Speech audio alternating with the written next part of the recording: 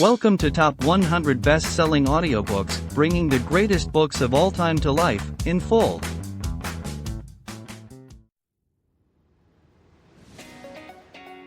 Hello dear listener. If you're here, it's probably because you're as passionate about books and the knowledge and wisdom they bring as we are. So you might also want to own this book or any other from this podcast in physical form, either to add to your personal library or to gift it to a friend. That's why we've included a link in the description, where you can get it at a discount and with shipping to almost anywhere in the world. Also, if you make your purchase through these links, the editors of this podcast will receive a small commission, which helps support us in continuing to upload more and more audiobooks for free. Let's make the world a better place through books, together. Pigeon Publishing House presents The Scarlet Letter. Author, Nathaniel Hawthorne. Introduction. What is a reasonable response to Hester Prynne's crime?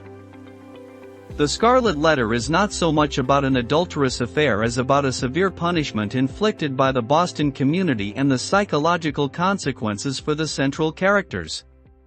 The novel begins not with an adulterous attraction or discovery of the affair, but with the consequence of adultery, with Hester Prynne's emergence from her prison cell to endure her exposure on the pillory, and with glimpses of the other central character's private misery, which the novel explores in great depth in subsequent chapters. To contemporary readers as well as to readers of Hawthorne's time, the judgments of the Puritan society that brands Hester with the Scarlet A, subjects her to an official sentence of public humiliation, and ostracizes her and her child are apt to seem disproportionate to the crime. Yet Hawthorne's novel remains credible both as a reflection on a particular historical moment and as a portrait of the internal devastation caused by a particular transgression that, in America, at least, might today inspire an ambivalent mixture of censure, titillation, and indifference. That successive women's movements and our purported sexual liberation and rationality have not rendered the Scarlet Letter irrelevant raises the suspicion that the moral relativism of contemporary times may be overstated, and that the crime behind the red letter might be more, or other than, simply of the flesh. What did Hester Prynne do?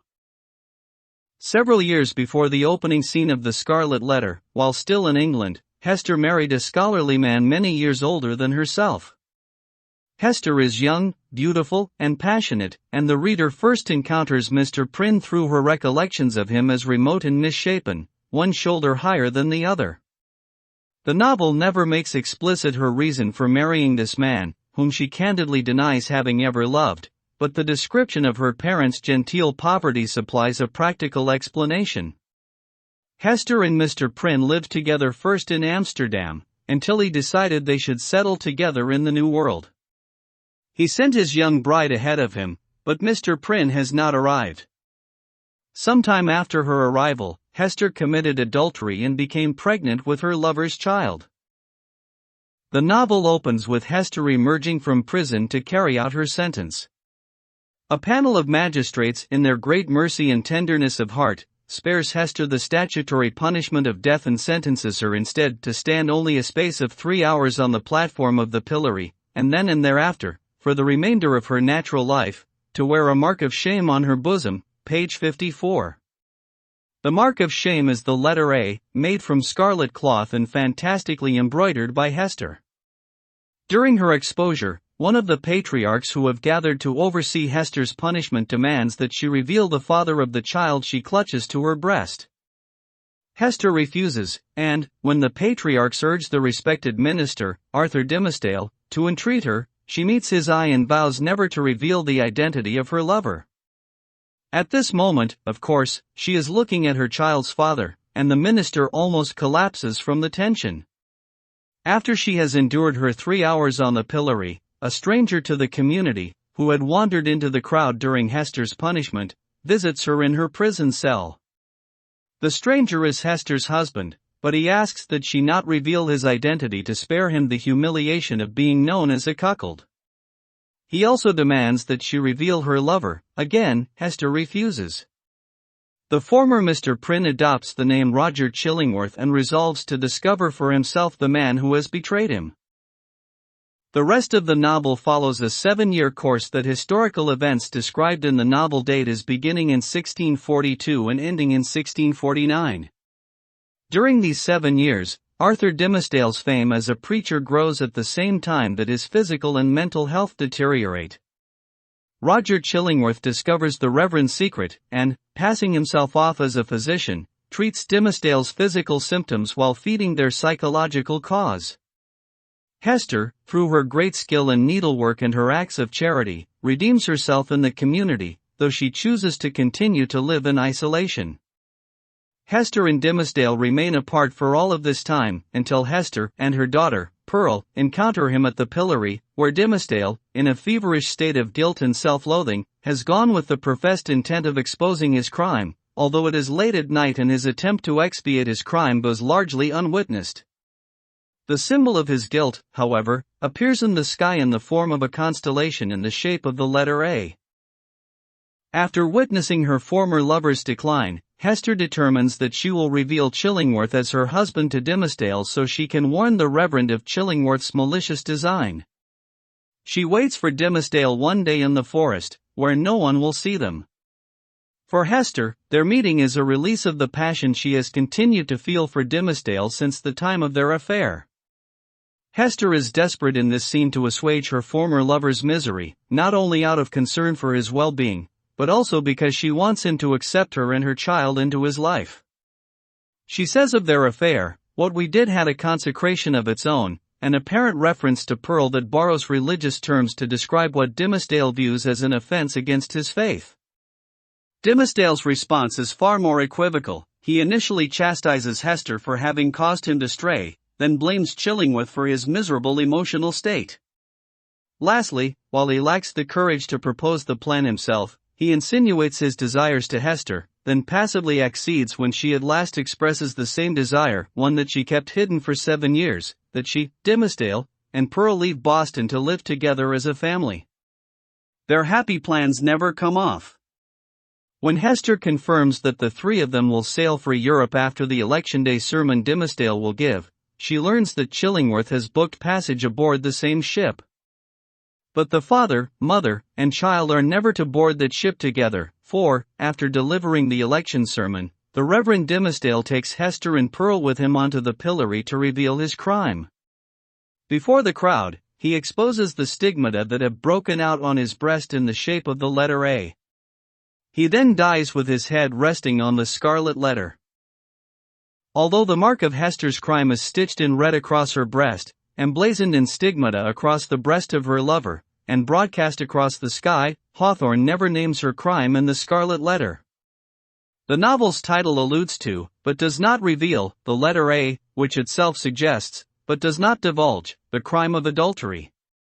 By the time Roger Chillingworth, concealing his relationship to Hester when he wanders into the crowd during her exposure, inquires of a spectator wherefore is she here set up to public shame, the two symbols of Hester's crime, the Scarlet Letter A and the baby Pearl, have all but revealed its nature.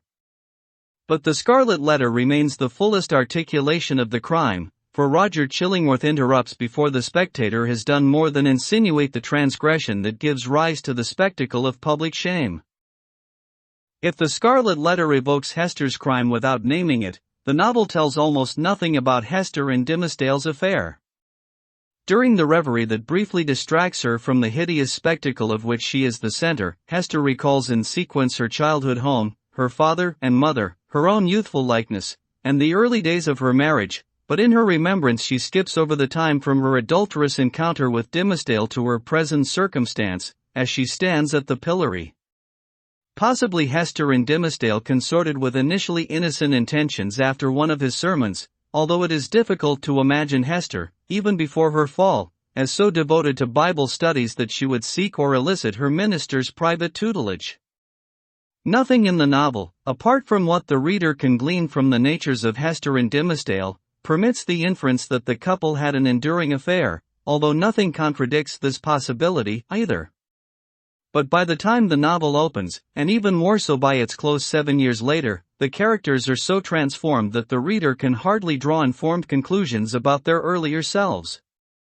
Despite the novel's frequent references to Dimmesdale's repressed passion, a sexual encounter between Hester and him seems as remote from the events described in the novel as the Puritan penal system is from contemporary mores.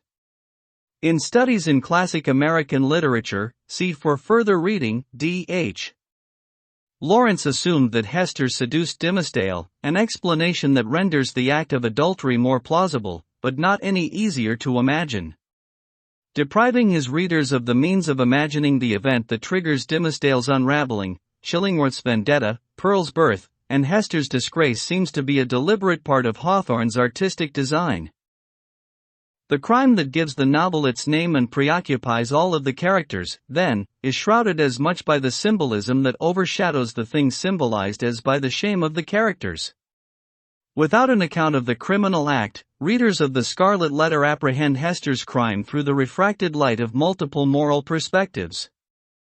In that he is Hester's creator, Hawthorne's view of Hester's crime is at least interesting, if not determinative of how readers of his day, or of ours, should respond. The narrator and the Puritan community both overtly pass judgment on Hester's act, although the former vacillates in the harshness with which he judges her.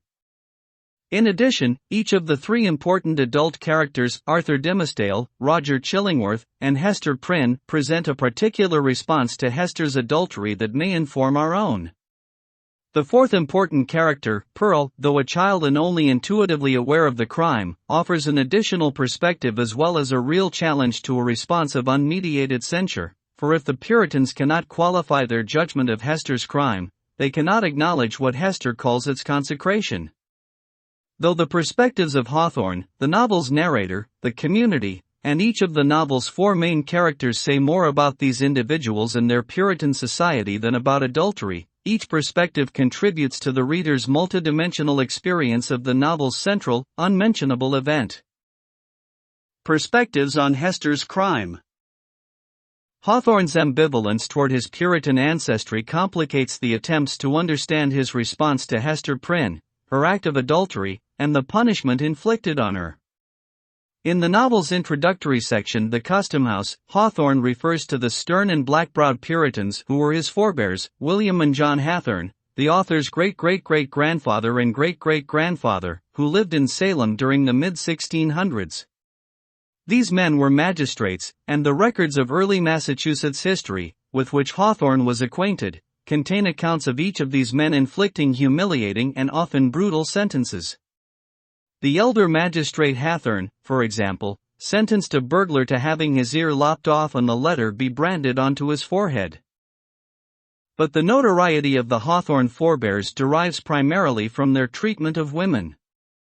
In their roles as magistrates and Puritan patriarchs, the Hathornes had no squeamishness about inflicting physical punishments on women for their religion, sexual behavior, and, most infamously, supposed practice of witchcraft. The reference in The Custom House to the incident of William Hathorne's hard severity towards a woman relates to the treatment of a Quaker woman, who was tied half-naked to the back of a cart and flogged 10 times each in Boston, Salem, and Dedham, at the Honorable William Hathorne's direction. The records of the Salem Quarterly Courts of Essex County, Massachusetts, Salem, 1914, Volume 4, page 84, reveals a sentence issued by William Hathorne against an erring woman in November of 1668. Hester Crayford, for fornication, as she confessed, was ordered to be severely whipped and that security be given to save the town from the charge of keeping the child. The judgment of her being whipped was respite for a month or 6 weeks after the birth of her child, and it was left to the worshipful Major William Hathorne to see it executed on a lecture day. This passage likely influenced Hawthorne's choice of name for his heroine in The Scarlet Letter. William Hathorne's fifth son, John, added to the notoriety of the family name and his role examining many of those accused of being witches during the Salem witchcraft trials of 1692, a role he never repented even when other magistrates who served on the same panel expressed their remorse. Most of those accused and executed as witches were women. Hawthorne describes his feelings about his Hathorne ancestors with a mix of horror, awe, and kinship, asking that he not be cursed for their deeds, at the same time imagining their disdain for their descendant and noting that strong traits of their nature have intertwined themselves with mine, page 11. Critics generally take the Hawthorne's addition of a W to his ancestral name as evidence of a desire to distance himself from his ancestors. Possibly, though, Hawthorne sought to spare the Hawthorne's the association with his literary career, which he characterized in The Custom House as a source of ignominy. Hawthorne's relationship to William and John Hawthorne is similar in its ambivalence to that of the narrator of the Scarlet Letter to the Puritan patriarchs who imposed sentence on Hester Prynne. In describing the Boston governor and the assemblage of elders who preside over the exposure of the Scarlet Letter, the narrator vacillates between qualified praise and open dissent. Governor Bellingham was not ill-fitted to be the head and representative of a community, which owed its origin and progress, and its present state of development, not to the impulses of youth, but to the stern and tempered energies of manhood, and the somber sagacity of age, accomplishing so much, precisely because it imagined and hoped so little. The other eminent characters, by whom the chief ruler was surrounded, were distinguished by a dignity of mien, belonging to a period when the forms of authority were felt to possess the sacredness of divine institutions. They were, doubtless, good men, just, and sage, page 55. The narrator's view of Hester's crime is as complicated as his view of her persecutors. While observing the unsuitedness of the Puritan patriarchs to pass judgment on Hester's crime, and commenting on the cruelty and coarseness of the Puritan crowd that gathers before the prison house, the narrator repeatedly refers to Hester's crime as a sin, or a transgression of basic morality, rather than an infraction against the mores of a particular culture during a particular period. In contrast to the complicated, internal response of Hawthorne's narrator and likely Hawthorne himself, the Puritan community responds in a manner that is fully public and only modestly nuanced. This response immediately eclipses the crime and its immediate consequences in the first months following the act of adultery. The reader never learns when or how the crime is exposed, the event that presumably initiates Hester's confinement in prison, because Hawthorne makes the punishment the novel's opening scene, before the reader knows the nature of the crime. But the community inflicts a punishment even more devastating to Hester than the official sentence of humiliation and exposure. Her expulsion from human society drives Hester to lawless and nihilistic reveries, and Pearl to sociopathic defiance. From the novel's beginning, however, individuals in the community show the compassion that is absent from the magistrate's sentence.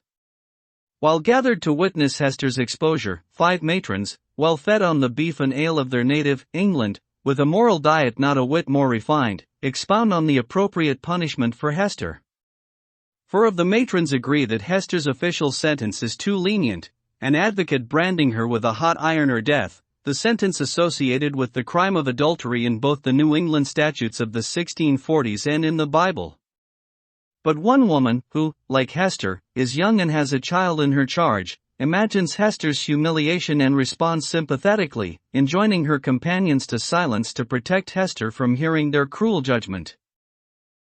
This lone voice of sympathy, coming from a spectator who was more nearly a peer to Hester, sharing with her the circumstances of youth and motherhood, seems a fitter judge than the patriarchs who assemble to witness the execution of Hester's punishment, and who are so removed from Hester in their age, gender, and passionless rigidity. The narrator comments on these men after John Wilson, a clergyman among them, calls to Hester to demand that she reveal Pearl's father. But, out of the whole human family, it would not have been easy to select the same number of wise and virtuous persons, who should be less capable of sitting in judgment on an erring woman's heart, and disentangling its mesh of good and evil, than the sages of rigid aspect towards whom Hester Prynne now turned her face. She seemed conscious, indeed, that whatever sympathy she might expect lay in the larger and warmer heart of the multitude, page 55. The narrator inserts throughout the novel observations on the natures of the characters and their actions that mix compassion and insight with an unquestioning conviction that a serious wrong has occurred. The narrator's view of the Puritan elders is especially apt, for though the patriarchs mitigate Hester's sentence from the one prescribed by statute, their reasons for doing so relate to her lover's transgression and the wrong done to her husband, rather than to the circumstances of Hester's character or actions that might place her crime in a less culpable context. The magistrates seem to judge her solely by her effect on the 2 men implicated in the adulterous triangle. Accordingly, they spare her from death for two reasons. Hester's youthful beauty leads them to surmise she was doubtless strongly tempted to her fall. In addition, they believe Hester's husband, the victim with whom the panel of patriarchs is most likely to empathize, is dead, and so the offense against him is perhaps less. As time passes, the Puritan community proves more inclined to judge Hester by the sum of her actions than are its elders, who have the same prejudices as the community, only fortified in themselves by an iron framework of reasoning, page 134. The disjunction between the organic ability of the community to mediate its view of the crime through appreciation of the criminal's subsequent acts and the greater intransigence of mostly aged, conservative, and male statesmen of the community is strangely prescient of a recent episode in American history involving President Bill Clinton and an intern. But the passage of time does not diminish, and for Dimsdale, at least, only exacerbates, the effect in the minds of the characters most intimately affected by the crime. Dimsdale is the character most devastated by his role in the crime, which is, of course, that of co-adulterer. Dimsdale has sinned according to his own system of beliefs. To his credit, he does not tailor or dilute his belief system to accommodate what he has done. Dimsdale's religiousness is genuine, and while his English heritage and inhibited passion set him apart from the Puritan elders amongst whom religion and law were almost identical, page 43, his religious faith is nonetheless uncompromising concerning the sin he has committed. Understood as a reaction to a violation of faith, rather than law or even morality, Dimsdale's response is, even by today's standards, neither disproportionate nor dated. Laws supposedly reflect social mores, and they change to mirror changing opinions about the inherent wrong in certain behaviors, the threat of a particular behavior to society, and reasonable responses to behaviors deemed worthy of punishment. Religion, reason, and public mores no doubt influence one another, but in ways that are complicated and rarely direct. Whether Dimsdale's response to his violation of faith is reasonable is irrelevant. His anguished response is authentic and timeless. Faith is cause enough for Dimsdale's torment, but other factors compound his misery. Although he flagellates himself, he cannot allow himself to borrow another means of atonement from the Catholic faith, namely, confession. When Hester meets him in the forest to divulge Chillingworth's identity, Dimsdale justifies his failure to confess his crime. Of penance I have had enough. Of penitence there has been none. Else, I should long ago have thrown off these garments of mock holiness, and have shown myself to mankind as they will see me at the judgment seat, page 159. Immediately, Dimsdale contradicts himself by relating his misery to the concealment of his crime. Happy are you, Hester, that wear the scarlet letter openly on your bosom. Mine burns in secret. Thou little knowest what a relief it is, after the torment of a 7 years' cheat, to look into an eye that recognizes me for what I am. Page 159. In this scene, Dimsdale seems to talk himself into at last confessing his crime. He does so only after delivering the most inspired sermon of his career, the election sermon, thus postponing his spiritual salvation so as not to interfere with the climax of his professional career. Dimsdale's inner torment derives in part from the knowledge that the confession necessary to purge his soul will dash his professional aspirations. Like Dimsdale, Chillingworth conceals his relationship to the adulterous act. Unlike Dimsdale, who turns his anguish inward upon himself, Chillingworth focuses his misery upon an outward target. Chillingworth determines to prolong his rival Dimsdale's agony by ministering to his physical health while insinuating himself into the minister's interior life, where Dimsdale seeks to keep his secret buried. But Chillingworth's efforts to relieve his misery by transferring it to another wear on him in the same way Dimsdale's efforts to conceal his relationship to Hester and Pearl destroy the Reverend. When Hester confronts Chillingworth to abandon her promise to keep secret his identity as her husband, she observes the ugly transformation effected by his 7 years of obsession with finding, then destroying, her co-adulterer. In a word, old Roger Chillingworth was a striking evidence of man's faculty for transforming himself into a devil, if he will only, for a reasonable space of time, undertake a devil's office, page 140. Though Hester has no passionate memories of Chillingworth, her memories from her married life are of a decent man. The fiend that drives Dimmesdale to his death, or hastens Dimmesdale's death, as Dimmesdale's health has already deteriorated before he ever encounters Chillingworth, has also driven out the gentle scholar, leaving a man as misshapen morally as he is physically. Chillingworth dies within a year of Dimmesdale's death, as though only the fiend remained of the old man, and without a victim to feed on, the fiend could no longer survive. While ruthless in his pursuit of Dimmesdale, Chillingworth is from the outset forgiving of Hester. If nothing else, the old cuckold is perceptive, for he understands his own fault in marrying a woman who would never love him, and who was probably too young to understand fully the meaning of her vows. Like Hester, who tells Dimmesdale that their crime had a consecration of its own, Chillingworth sees the crime in the context of its particular facts. Hester's marriage to an older and deformed man whom she never loved, and his betrayal of her budding youth into a false and unnatural relation with Decade mitigate her wrongdoing and transfer some portion of the blame to him. He tells her, between thee and me, the scale hangs fairly balanced. When Chillingworth dies, he leaves his estate to Pearl, as if he also accepts a share of responsibility for Pearl's circumstances. Chillingworth views the crime in the context of the moral circumstance of each person tarnished by association, and the person's relation to him. In this context, Pearl is innocent and Hester may be forgiven. Only Dimmesdale has erred against Chillingworth. The child, Pearl, does not fully understand the circumstance of her birth, but knows well its consequence of isolation.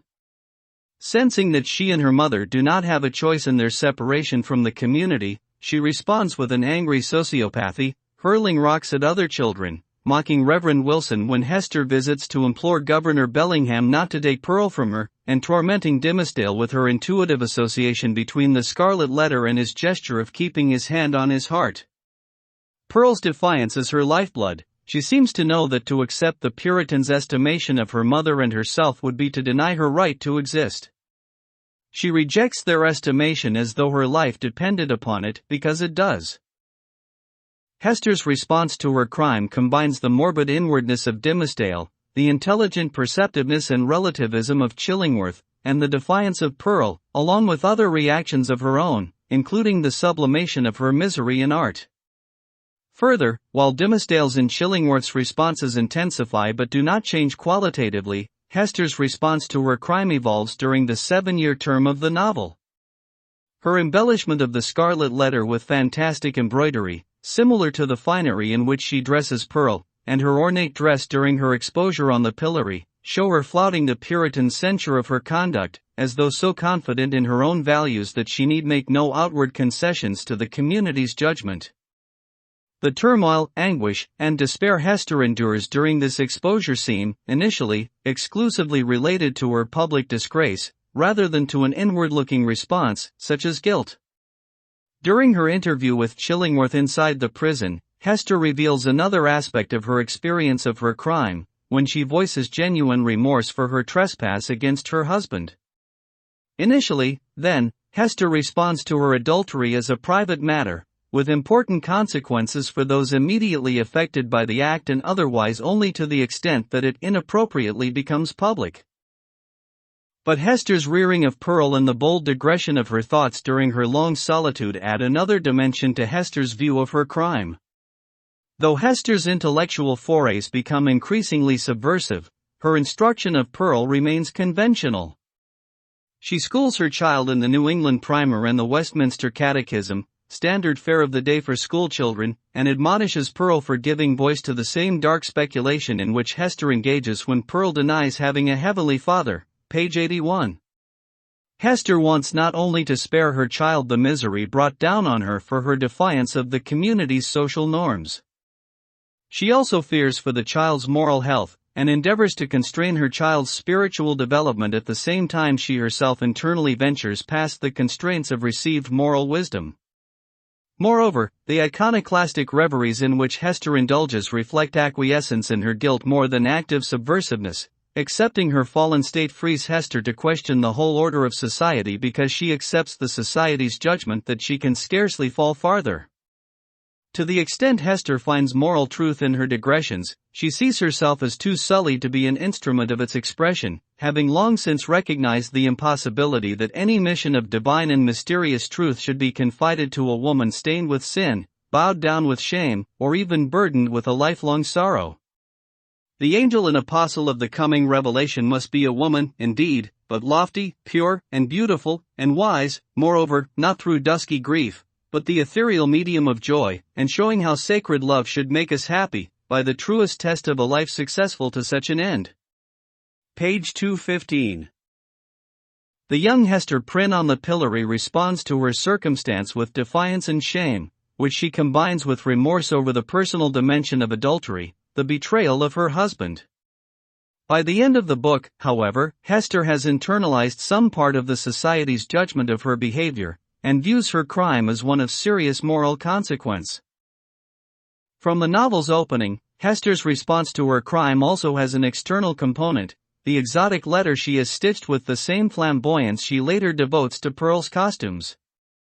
Hester's needlework gives expression to a rich, voluptuous, oriental characteristic in her nature. Her beautiful renderings might also constitute an escape for Hester from the shame of her predicament, the dreary isolation of her daily existence, and the plodding literalism of the Puritan society, were Hester not so burdened by her sin. Her needlework might have been a mode of expressing, and therefore soothing, the passion of her life. Like all other joys, she rejected it as sin. This morbid meddling of conscience with an immaterial matter betokened, it is to be feared, no genuine and steadfast penitence, but something doubtful, something that might be deeply wrong. Beneath, page 70. Given Hawthorne's notorious preoccupation with ancestral sin, the Scarlet Letter could also be characterized as a morbid meddling of conscience and art. In Studies in Classic American Literature, D.H. Lawrence characterized Hawthorne's writing as a dressing up of unpleasant, internal material, that blue-eyed darling Nathaniel knew disagreeable things in his inner soul. He was careful to send them out in disguise. Hester's artistry, coupled with the errant intelligence that Hester allows to develop in her isolation, invite the speculation that she might have expressed her artistic ability as a writer. But Hawthorne had no use for women writers, pronouncing them without a single exception detestable. The success of such female authors as Harriet Beecher Stowe, whose Uncle Tom's Cabin immediately became a bestseller, infuriated Hawthorne.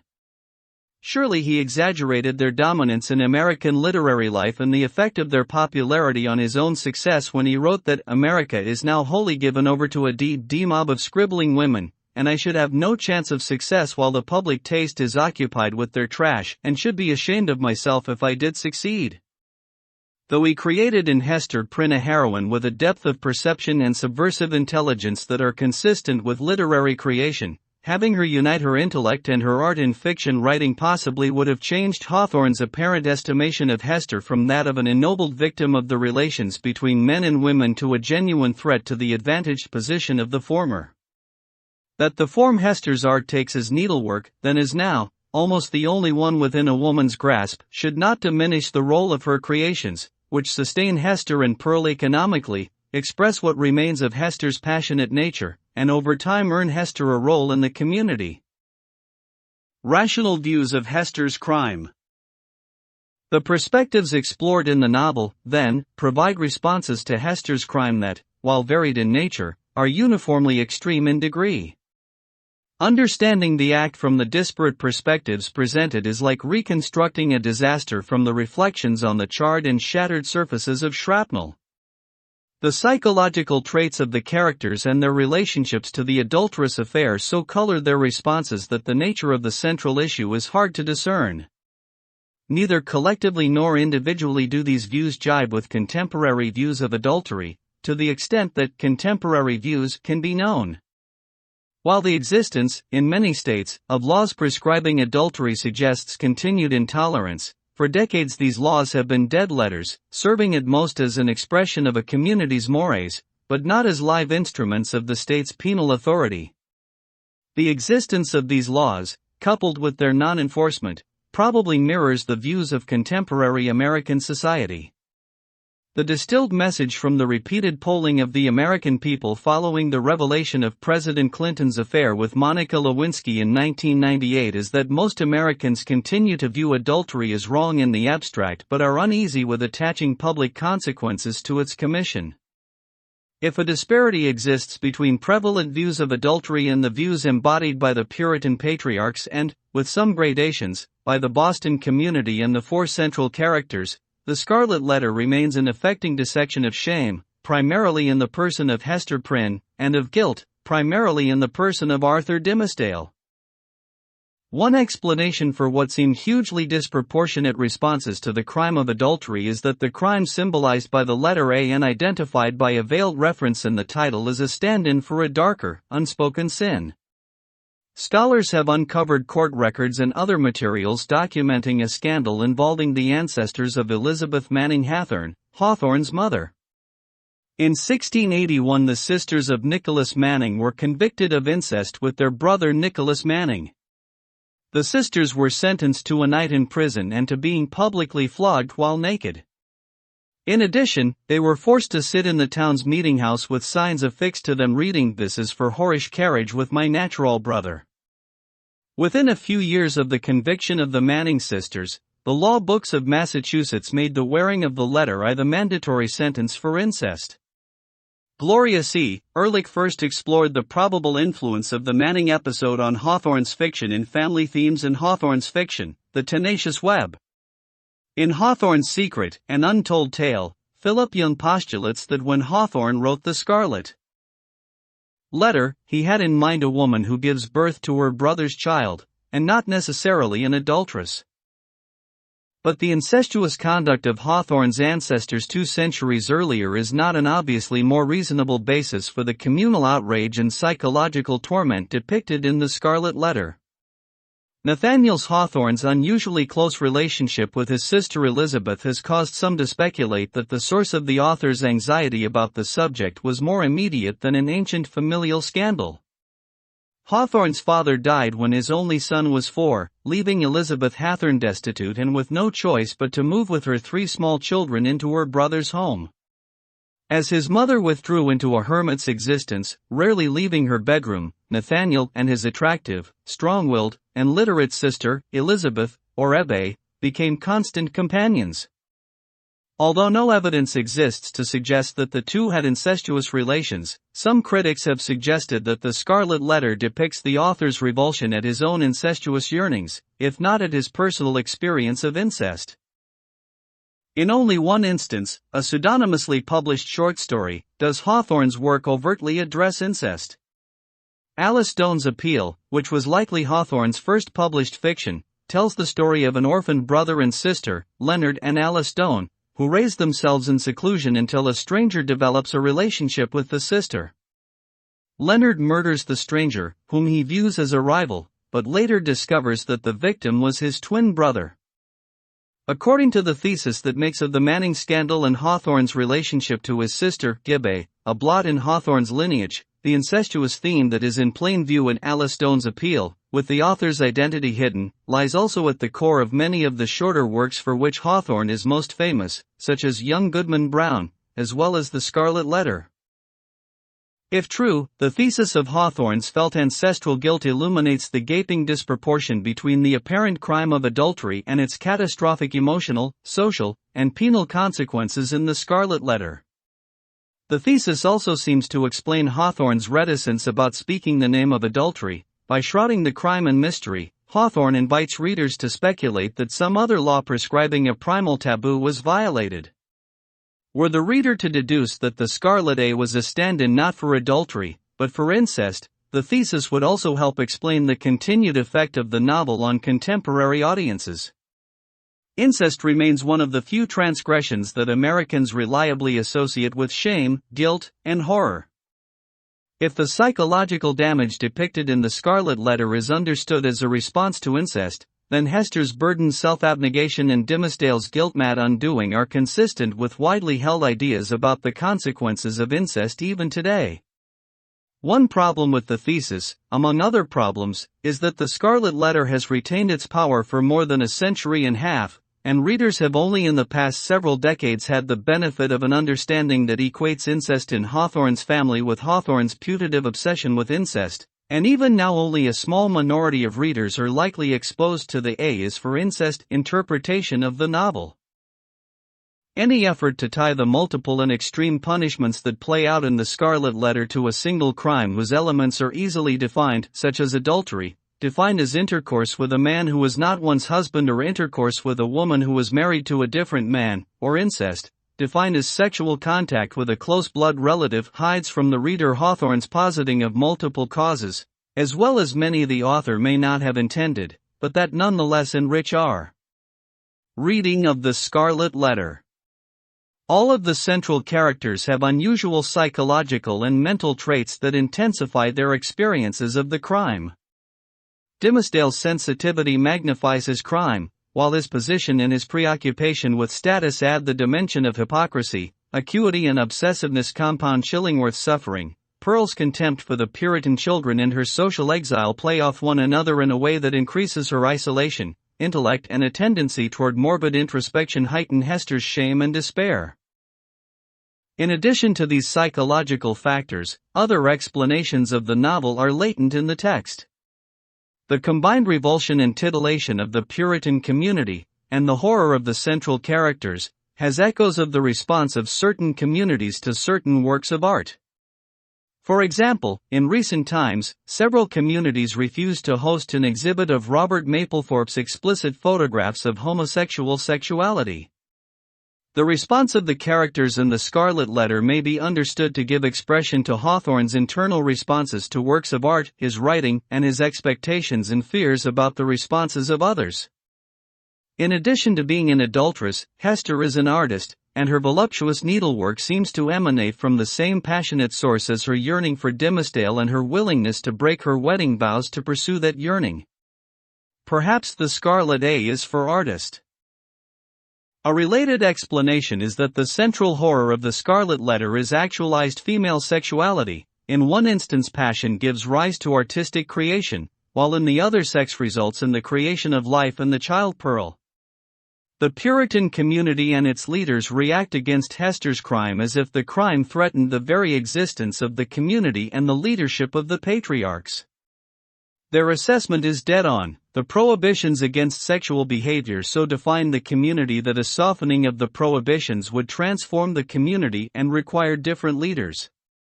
No explanation of the Scarlet Letter's symbolism provides the key that will decode its every encrypted reference or posit a perfect correlation with Hawthorne's psychological makeup. Together, however, they narrow the gap between the personal trespass and its social, legal, and psychological damages. Hester's crime and irrationality. Understanding the action of the Scarlet Letter as a consequence of multiple causes may make it comprehensible to modern audiences, particularly when the causes are psychological and social, and thus presumably amenable to a particular set of laws governed by their own particular reasoning. But why should the novel be amenable to ordinary means of understanding? A fictional universe may operate according to its own system of logic. The measure of the fiction is not whether the logic is cognizable, but whether the universe created abides by a system of rules that are internally consistent, or consistently abides by no rules at all. The portrayal of punishment, shame, and guilt in the Scarlet Letter remains viable because the portrayal reflects a unified artistic rendering. The responses of Hawthorne's characters are consistent with the intensified reality and ambivalent suggestions of the unnatural with which Hawthorne infuses the work. The forest in which Hester and Dimsdale plan their escape, and possibly where they conceived Pearl, is also associated with the black man and congregations of witches. The narrative does not resolve whether these associations mean that witchery actually transpires in the forest or whether they exist solely in the superstitious minds of the Puritan community. Similarly, a member of the community confirms Dimsdale's sighting of the celestial inscription of the letter A, which initially seems to be the imagined projection of Dimsdale's guilt. But our knowledge of the Salem witch trials, which occurred in 1692, or about 43 years after the novel's final scene following the election sermon, makes suspect even events witnessed by multiple observers within this community. The mass hysteria associated with the Salem witch trials suggests the psychological explanation that the entire Boston population shares a subconscious fixation with the Scarlet Letter, a fixation so pervasive and so suppressed that even when the community projects the symbol of its prurient obsession across the sky, the symbol is mistaken for something benign, the word angel. Hawthorne depicts the Puritan Boston society as truly primitive in its understanding of the natural, yet leaves open the possibility that the supernatural occurrences they observe may be actual, but misunderstood. Thus, if the community's vindictiveness, Dimmesdale's self-loathing and torment, Chillingworth's jealous obsessiveness, and Hester's shame and isolation seem excessive when measured by reasonable systems of action and reaction, crime and punishment, provocation and response, they are nonetheless of a piece with the universe, fraught with misperceptions and latent energies, that Hawthorne has created. What, then, is the reasonable response to Hester's crime? A few answers come to mind: understanding and support from a community that measures Hester and Pearl by their characters and their contributions, rather than by the personal transgression of the former and the unchosen circumstance of the latter's birth; love or at least child support from the Reverend Dimmesdale; anger, sorrow, and eventual forgiveness from Roger Chillingworth; some amount of remorse in Hester for the betrayal of this miserable old man. Reasonable reactions to individual failings that are commensurate with their provocation nourish intimate relations and build trust in the extended relations that create communities and states. They are irrelevant to fiction, as the endurance of this tale of the ill-treatment of a very fine woman by an unworthy lover and a vengeful society attests. Nancy Stade studied English literature at Columbia College and Trinity College, Dublin. She received her law degree from Columbia Law School and currently practices law in Washington, D.C. Ms. Stade has published short fiction and is currently working on a novel. Preface to the second edition. Much to the author's surprise, and, if he may say so without additional offense, considerably to his amusement, he finds that his sketch of official life, introductory to the Scarlet Letter, has created an unprecedented excitement in the respectable community immediately around him. It could hardly have been more violent, indeed, had he burned down the custom house, and quenched its last smoking ember in the blood of a certain venerable personage, against whom he is supposed to cherish a peculiar malevolence.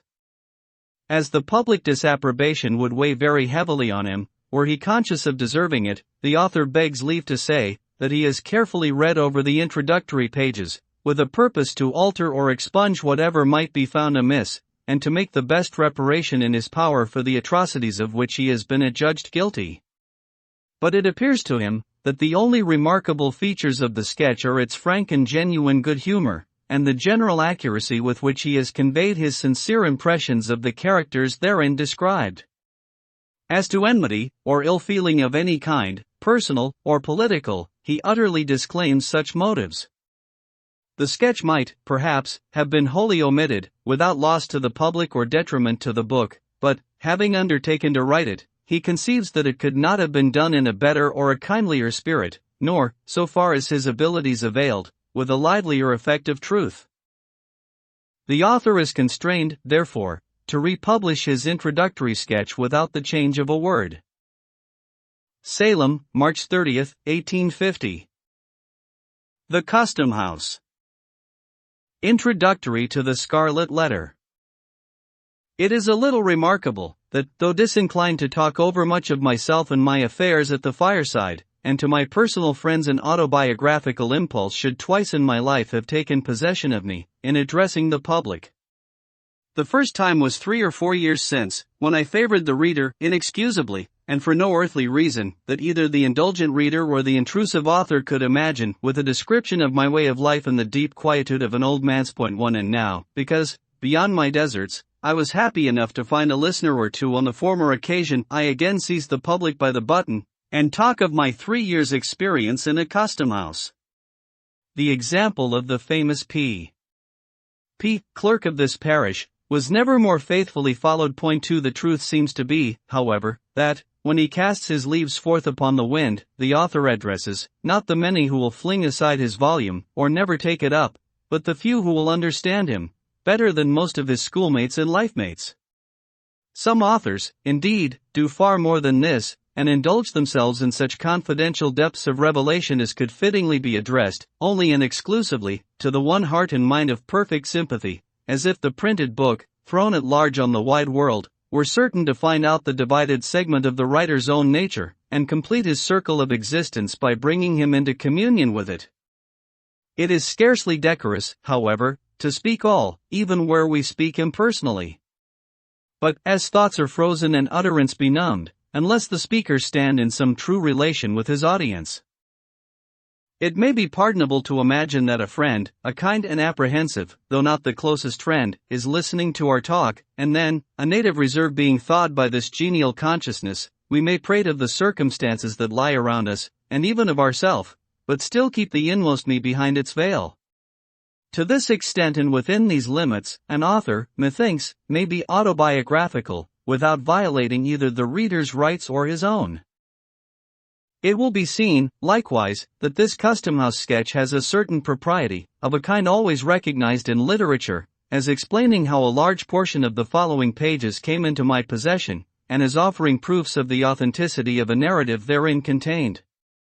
This, in fact, a desire to put myself in my true position as editor, or very little more, of the most prolix among the tales that make up my volume, this, and no other, is my true reason for assuming a personal relation with the public. 3 In accomplishing the main purpose, it has appeared allowable, by a few extra touches, to give a faint representation of a mode of life not heretofore described, together with some of the characters that move in it, among whom the author happened to make one. In my native town of Salem, at the head of what, half a century ago, in the days of old King Derby, for was a bustling wharf, but which is now burdened with decayed wooden warehouses, and exhibits few or no symptoms of commercial life, except, perhaps, a bark or brig, halfway down its melancholy length, discharging hides, or, nearer at hand, a Nova Scotia schooner, pitching out her cargo of firewood, at the head, I say, of this dilapidated wharf, which the tide often overflows, and along which, at the basin in the rear of the row of buildings, the track of many languid years is seen in a border of unthrifty grass. Here, with a view from its front windows adown this not very enlivening prospect, and thence across the harbor, stands a spacious edifice of brick. From the loftiest point of its roof, during precisely 3½ hours of each forenoon, floats or droops, in breeze or calm, the banner of the Republic, but with the 13 stripes turned vertically, instead of horizontally, and thus indicating that a civil, and not a military post of Uncle Sam's government, is here established. Its front is ornamented with a portico of half a dozen wooden pillars, supporting a balcony, beneath which a flight of wide granite steps descends towards the street. Over the entrance hovers an enormous specimen of the American eagle, with outspread wings, a shield before her breast, and, if I recollect aright, a bunch of intermingled thunderbolts and barbed arrows in each claw. With the customary infirmity of temper that characterizes this unhappy fowl, she appears, by the fierceness of her beacon eye and the general truculency of her attitude, to threaten mischief to the inoffensive community, and especially to warn all citizens, careful of their safety, against intruding on the premises which she overshadows with her wings. Nevertheless, vixenly as she looks, many people are seeking, at this very moment, to shelter themselves under the wing of the federal eagle, imagining, I presume, that her bosom has all the softness and snugness of an eider-down pillow. But she has no great tenderness, even in her best of moods, and, sooner or later, oftener soon than late, is apt to fling off her nestlings with a scratch of her claw, a dab of her beak, or a rankling wound from her barbed arrows. The pavement round about the above-described edifice, which we may as well name at once as the custom-house of the port, has grass enough growing in its chinks to show that it has not, of late days, been worn by any multitudinous resort of business.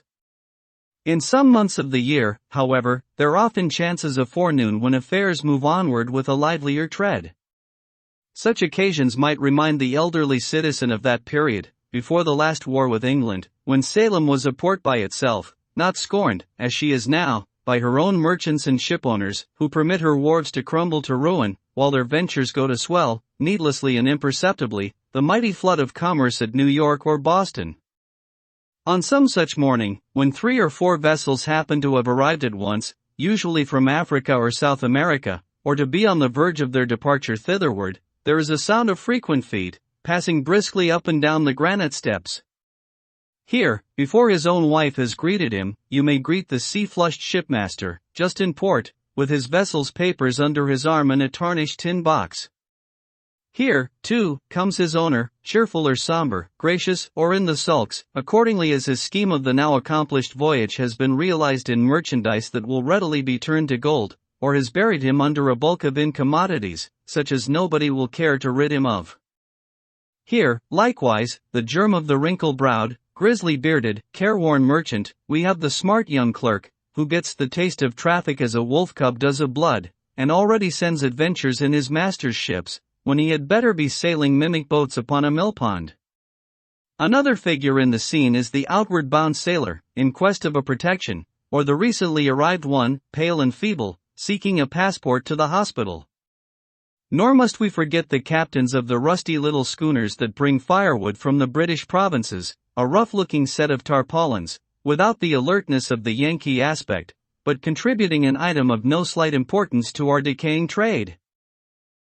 Cluster all these individuals together, as they sometimes were, with other miscellaneous ones to diversify the group, and, for the time being, it made the custom house a stirring scene.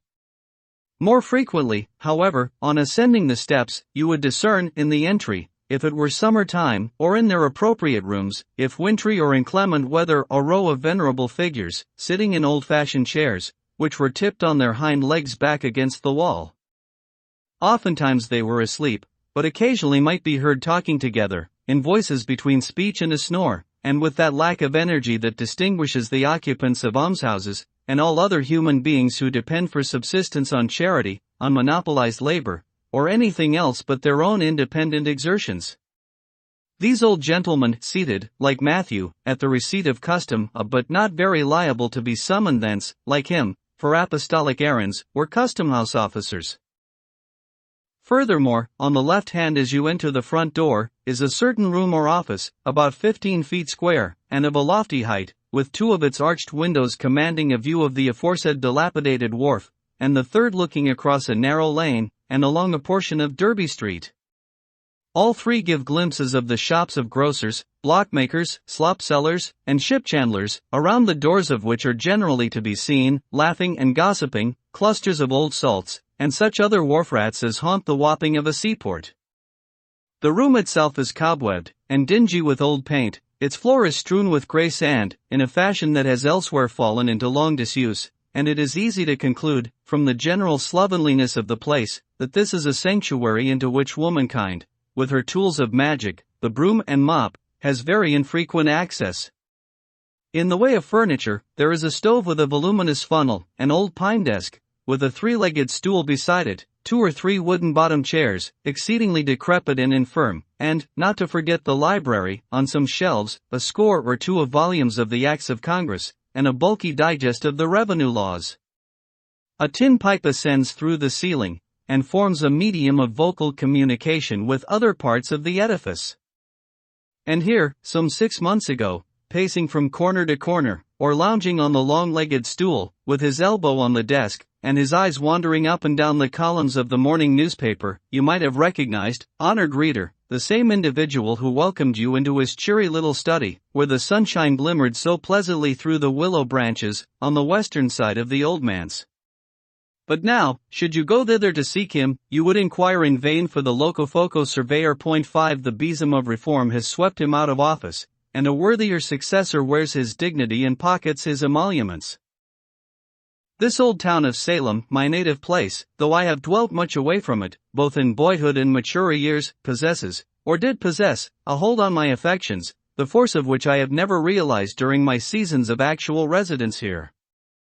Indeed, so far as its physical aspect is concerned, with its flat, unvaried surface, covered chiefly with wooden houses, few or none of which pretend to architectural beauty, its irregularity, which is neither picturesque nor quaint, but only tame, its long and lazy street, lounging wearisomely through the whole extent of the peninsula, with Gallows Hill and New Guinea at one end, and a view of the almshouse at the other, such being the features of my native town, it would be quite as reasonable to form a sentimental attachment to a disarranged checkerboard.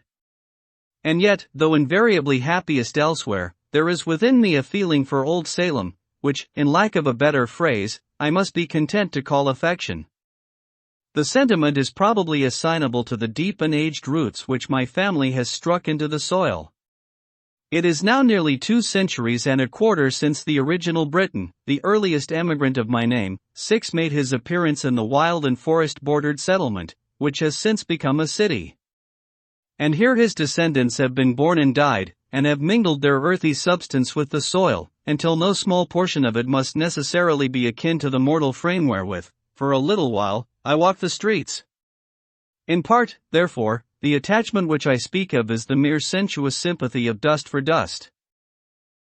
Few of my countrymen can know what it is, nor, as frequent transplantation is perhaps better for the stock, need they consider it desirable to know. But the sentiment has likewise its moral quality. The figure of that first ancestor, invested by family tradition with a dim and dusky grandeur, was present to my boyish imagination, as far back as I can remember. It still haunts me, and induces a sort of home feeling with the past, which I scarcely claim in reference to the present phase of the town.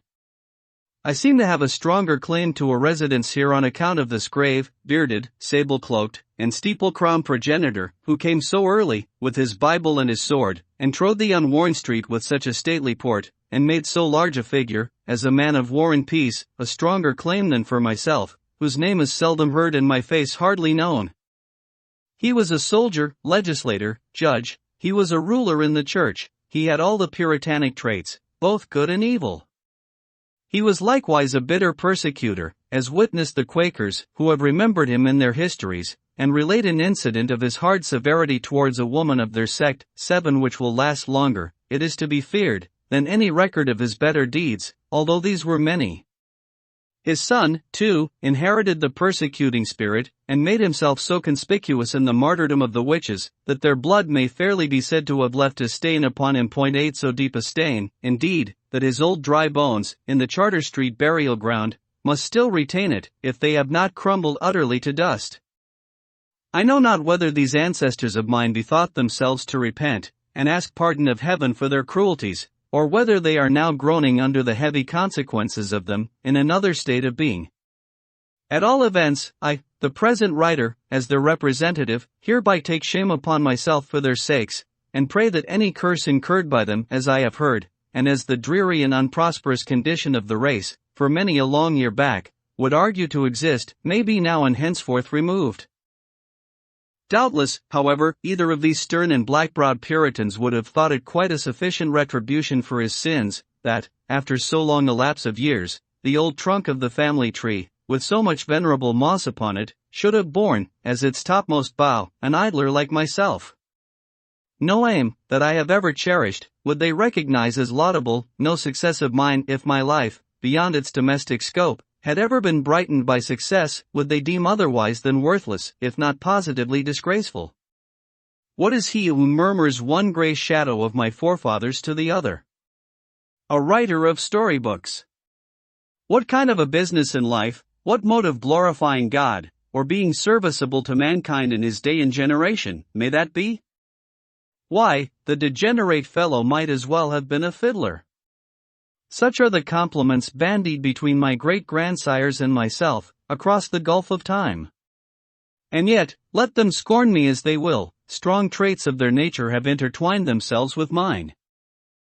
Planted deep, in the town's earliest infancy and childhood, by these two earnest and energetic men, the race has ever since subsisted here, always, too, in respectability, never, so far as I have known, disgraced by a single unworthy member, but seldom or never, on the other hand, after the first 2 generations, performing any memorable deed, or so much as putting forward a claim to public notice. Gradually, they have sunk almost out of sight, as old houses, here and there about the streets, get covered halfway to the eaves by the accumulation of new soil. From father to son, for above 100 years, they followed the sea, a grey-headed shipmaster, in each generation, retiring from the quarterdeck to the homestead, while a boy of 14 took the hereditary place before the mast, confronting the salt spray and the gale, which had blustered against his sire and grandsire. The boy, also, in due time, passed from the forecastle to the cabin, spent a tempestuous manhood, and returned from his world wanderings, to grow old, and die, and mingle his dust with the natal earth.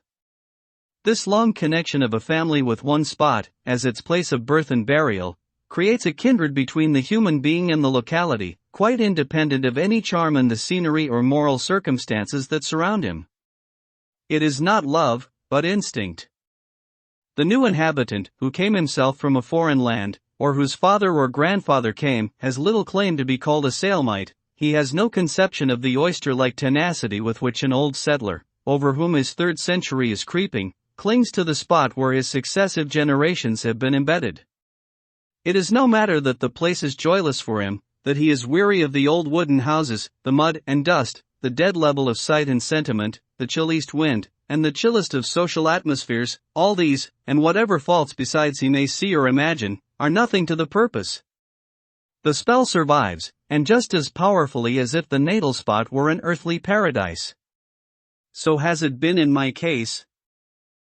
I felt it almost as a destiny to make Salem my home, so that the mold of features and cast of character which had all along been familiar here ever, as one representative of the race lay down in his grave, another assuming, as it were, his sentry march along the main street, might still in my little day be seen and recognized in the old town. Nevertheless, this very sentiment is an evidence that the connection, which has become an unhealthy one, should at last be severed. Human nature will not flourish, any more than a potato, if it be planted and replanted, for too long a series of generations, in the same worn-out soil. My children have had other birthplaces, and, so far as their fortunes may be within my control, shall strike their roots into unaccustomed earth.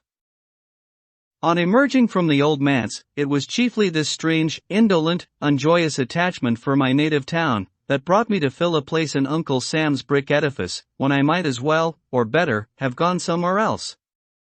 My doom was on me. It was not the first time, nor the second, that I had gone away, as it seemed, permanently, but yet returned, like the bad halfpenny, or as if Salem were for me the inevitable center of the universe. So, one fine morning, I ascended the flight of granite steps, with the President's commission in my pocket, and was introduced to the corps of gentlemen who were to aid me in my weighty responsibility, as Chief Executive Officer of the Custom House. 9. I doubt greatly, or rather, I do not doubt at all, whether any public functionary of the United States, either in the civil or military line, has ever had such a patriarchal body of veterans under his orders as myself. The whereabouts of the oldest inhabitant was at once settled, when I looked at them. For upwards of 20 years before this epoch, the independent position of the collector had kept the Salem Custom House out of the whirlpool of political vicissitude, which makes the tenure of office generally so fragile. A soldier, New England's most distinguished soldier. He stood firmly on the pedestal of his gallant services, and, himself secure in the wise liberality of the successive administrations through which he had held office, he had been the safety of his subordinates in many an hour of danger and heartquake. General Miller was radically conservative, a man over whose kindly nature habit had no slight influence, attaching himself strongly to familiar faces, and with difficulty moved to change, even when change might have brought unquestionable improvement. 10 Thus, on taking charge of my department, I found few but aged men. They were ancient sea captains, for the most part, who, after being tossed on every sea, and standing up sturdily against life's tempestuous blast, had finally drifted into this quiet nook, where, with little to disturb them, except the periodical terrors of a presidential election, they one and all acquired a new lease of existence. Though by no means less liable than their fellowmen to age and infirmity, they had evidently some talisman or other that kept death at bay. 2 or 3 of their number, as I was assured, being gouty and rheumatic, or perhaps bedridden, never dreamed of making their appearance at the Custom House during a large part of the year, but, after a torpid winter, would creep out into the warm sunshine of May or June, go lazily about what they termed duty, and, at their own leisure and convenience, betake themselves to bed again. I must plead guilty to the charge of abbreviating the official breath of more than one of these venerable servants of the Republic. They were allowed, on my representation, to rest from their arduous labors, and soon afterwards, as if their sole principle of life had been zeal for their country's service, as I verily believe it was, withdrew to a better world. It is a pious consolation to me, that, through my interference, a sufficient space was allowed them for repentance of evil and corrupt practices, into which, as a matter of course, every custom-house officer must be supposed to fall. Neither the front nor the back entrance of the custom-house opens on the road to paradise. The greater part of my officers were Whigs. It was well for their venerable brotherhood that the new surveyor was not a politician, and, though a faithful Democrat in principle, neither received nor held his office with any reference to political services.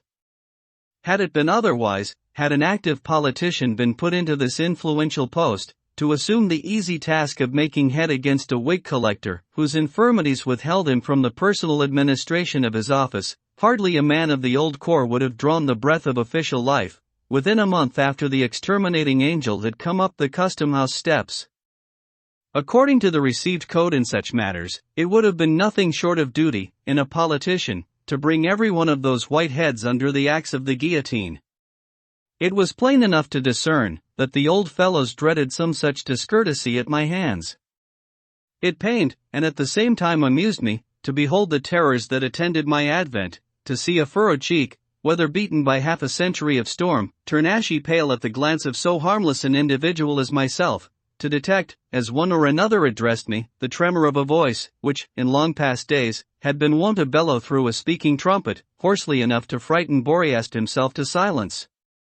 They knew, these excellent old persons, that, by all established rule, and, as regarded some of them, weighed by their own lack of efficiency for business, they ought to have given place to younger men, more orthodox in politics, and altogether fitter than themselves to serve our common uncle. I knew it too, but could never quite find in my heart to act upon the knowledge. Much and deservedly to my own discredit, therefore, and considerably to the detriment of my official conscience, they continued, during my incumbency, to creep about the wharves, and loiter up and down the custom-house steps. They spent a good deal of time, also, asleep in their accustomed corners, with their chairs tilted back against the wall, awaking, however, once or twice in a forenoon, to bore one another with the several thousandth repetition of old sea stories, and moldy jokes, that had grown to be passwords and countersigns among them. The discovery was soon made, I imagine, that the new surveyor had no great harm in him. So with lightsome hearts, and the happy consciousness of being usefully employed, in their own behalf, at least, if not for our beloved country, these good old gentlemen went through the various formalities of office. Sagaciously, under their spectacles, did they peep into the holds of vessels. Mighty was their fuss about little matters, and marvelous, sometimes, the obtuseness that allowed greater ones to slip between their fingers. Whenever such a mischance occurred, when a wagon load of valuable merchandise had been smuggled ashore, at noonday, perhaps, and directly beneath their unsuspicious noses, nothing could exceed the vigilance and alacrity with which they proceeded to lock, and double lock, and secure with tape and sealing wax, all the avenues of the delinquent vessel. Instead of a reprimand for their previous negligence, the case seemed rather to require an eulogium on their praiseworthy caution, after the mischief had happened, a grateful recognition of the promptitude of their zeal, the moment that there was no longer any remedy. Unless people are more than commonly disagreeable, it is my foolish habit to contract a kindness for them. The better part of my companion's character, if it have a better part, is that which usually comes uppermost in my regard, and forms the type whereby I recognize the man. As most of these old custom-house officers had good traits, and as my position in reference to them, being paternal and protective, was favorable to the growth of friendly sentiments, I soon grew to like them all. It was pleasant, in the summer forenoons, when the fervent heat, that almost liquefied the rest of the human family, merely communicated a genial warmth to their half-torpid systems, it was pleasant to hear them chatting in the back entry, a row of them all tipped against the wall, as usual, while the frozen witticisms of past generations were thought out, and came bubbling with laughter from their lips. Externally, the jollity of aged men has much in common with the mirth of children. The intellect, any more than a deep sense of humor, has little to do with the matter. It is, with both, a gleam that plays upon the surface, and imparts a sunny and cheery aspect alike to the green branch, and gray, moldering trunk. In one case, however, it is real sunshine, in the other, it more resembles the phosphorescent glow of decaying wood. It would be sad injustice, the reader must understand, to represent all my excellent old friends as in their dotage. In the first place, my coadjutors were not invariably old, there were men among them in their strength and prime, of marked ability and energy, and altogether superior to the sluggish and dependent mode of life on which their evil stars had cast them. Then, moreover, the white locks of age were sometimes found to be the thatch of an intellectual tenement in good repair. But, as respects the majority of my corps of veterans, there will be no wrong done, if I characterize them generally as a set of wearisome old souls, who had gathered nothing worth preservation from their varied experience of life. They seem to have flung away all the golden grain of practical wisdom, which they had enjoyed so many opportunities of harvesting, and most carefully to have stored their memories with the husks. They spoke with far more interest and unction of their morning's breakfast, or yesterday's, today's, or tomorrow's dinner, than of the shipwreck of 40 or 50 years ago, and all the world's wonders which they had witnessed with their youthful eyes. The father of the custom house, the patriarch, not only of this little squad of officials, but, I am bold to say, of the respectable body of tide waiters all over the United States, was a certain permanent inspector. 11 He might truly be termed a legitimate son of the revenue system, dyed in the wool, or rather, born in the purple, since his sire, a revolutionary colonel, and formerly collector of the port, had created an office for him, and appointed him to fill it, at a period of the early ages which few living men can now remember. This inspector, when I first knew him, was a man of 80 years, or thereabouts, and certainly one of the most wonderful specimens of wintergreen that you would be likely to discover in a lifetime's search. With his florid cheek, his compact figure, smartly arrayed in a bright buttoned blue coat, his brisk and vigorous step, and his hale and hearty aspect, altogether, he seemed not young, indeed, but a kind of new contrivance of Mother Nature in the shape of man, whom age and infirmity had no business to touch. His voice and laugh, which perpetually re-echoed through the custom-house, had nothing of the tremulous quaver and cackle of an old man's utterance. They came strutting out of his lungs, like the crow of a cock, or the blast of a clarion. Looking at him merely as an animal, and there was very little else to look at, he was a most satisfactory object, from the thorough healthfulness and wholesomeness of his system, and his capacity, at that extreme age, to enjoy all, or nearly all, the delights which he had ever aimed at, or conceived of. The careless security of his life in the custom-house, on a regular income, and with but slight and infrequent apprehensions of removal, had no doubt contributed to make time pass lightly over him. The original and more potent causes, however, lay in the rare perfection of his animal nature, the moderate proportion of intellect, and the very trifling admixture of moral and spiritual ingredients, these latter qualities, indeed, being in barely enough measure to keep the old gentleman from walking on all fours. He possessed no power of thought, no depth of feeling, no troublesome sensibilities, nothing, in short, but a few commonplace instincts, which, aided by the cheerful temper that grew inevitably out of his physical well-being, did duty very respectably, and to general acceptance, in lieu of a heart. He had been the husband of 3 wives, all long since dead, the father of 20 children, most of whom, at every age of childhood or maturity, had likewise returned to dust. Here, one would suppose, might have been sorrow enough to imbue the sunniest disposition, through and through, with a sable tinge. Not so with our old inspector. One brief sigh sufficed to carry off the entire burden of these dismal reminiscences. The next moment, he was as ready for sport as any unbreeched infant, far readier than the collector's junior clerk, who, at 19 years, was much the elder and graver man of the two. I used to watch and study this patriarchal personage with, I think, livelier curiosity than any other form of humanity there presented to my notice.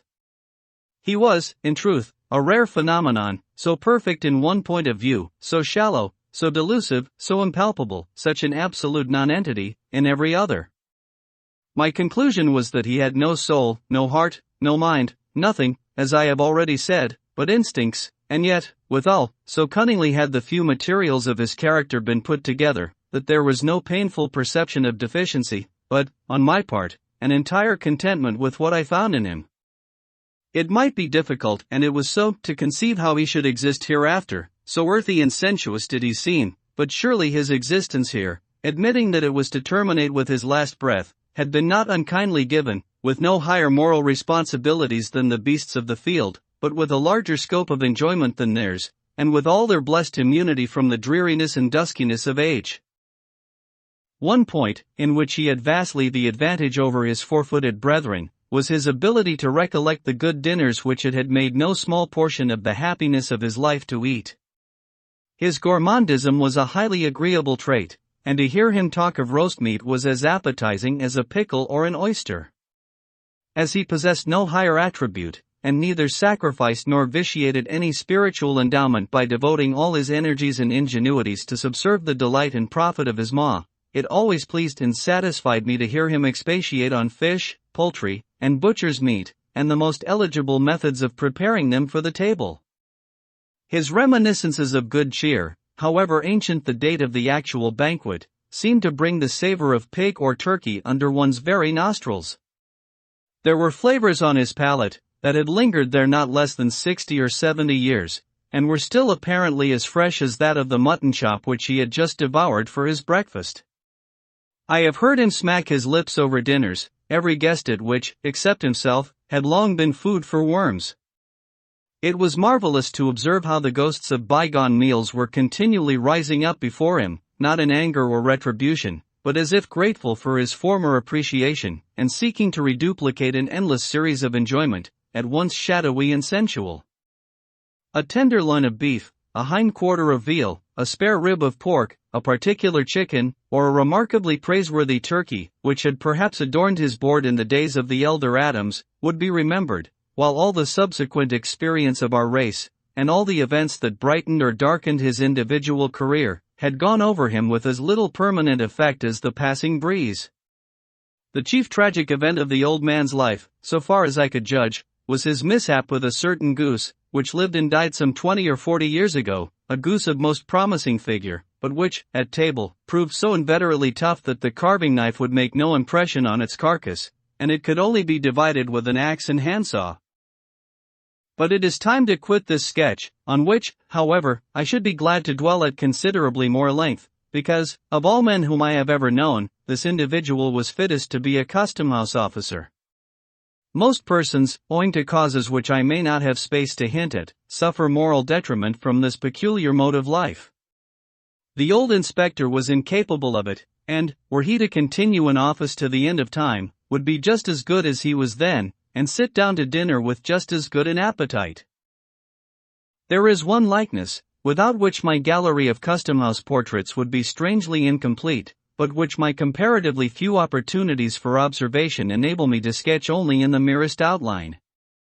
It is that of the collector, our gallant old general, who, after his brilliant military service, subsequently to which he had ruled over a wild western territory, had come hither, 20 years before, to spend the decline of his varied and honorable life.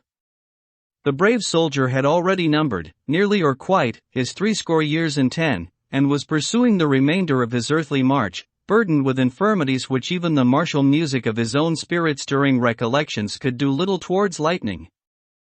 The step was palsied now, that had been foremost in the charge. It was only with the assistance of a servant, and by leaning his hand heavily on the iron balustrade, that he could slowly and painfully ascend the custom-house steps, and, with a toilsome progress across the floor, attain his customary chair beside the fireplace. There he used to sit, gazing with a somewhat dim serenity of aspect at the figures that came and went, amid the rustle of papers, the administering of oaths, the discussion of business, and the casual talk of the office, all which sounds and circumstances seemed but indistinctly to impress his senses, and hardly to make their way into his inner sphere of contemplation. His countenance, in this repose, was mild and kindly.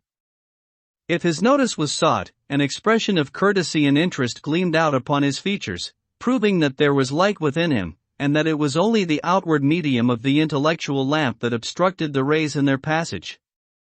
The closer you penetrated to the substance of his mind, the sounder it appeared. When no longer called upon to speak or listen, either of which operations cost him an evident effort, his face would briefly subside into its former not uncheerful quietude.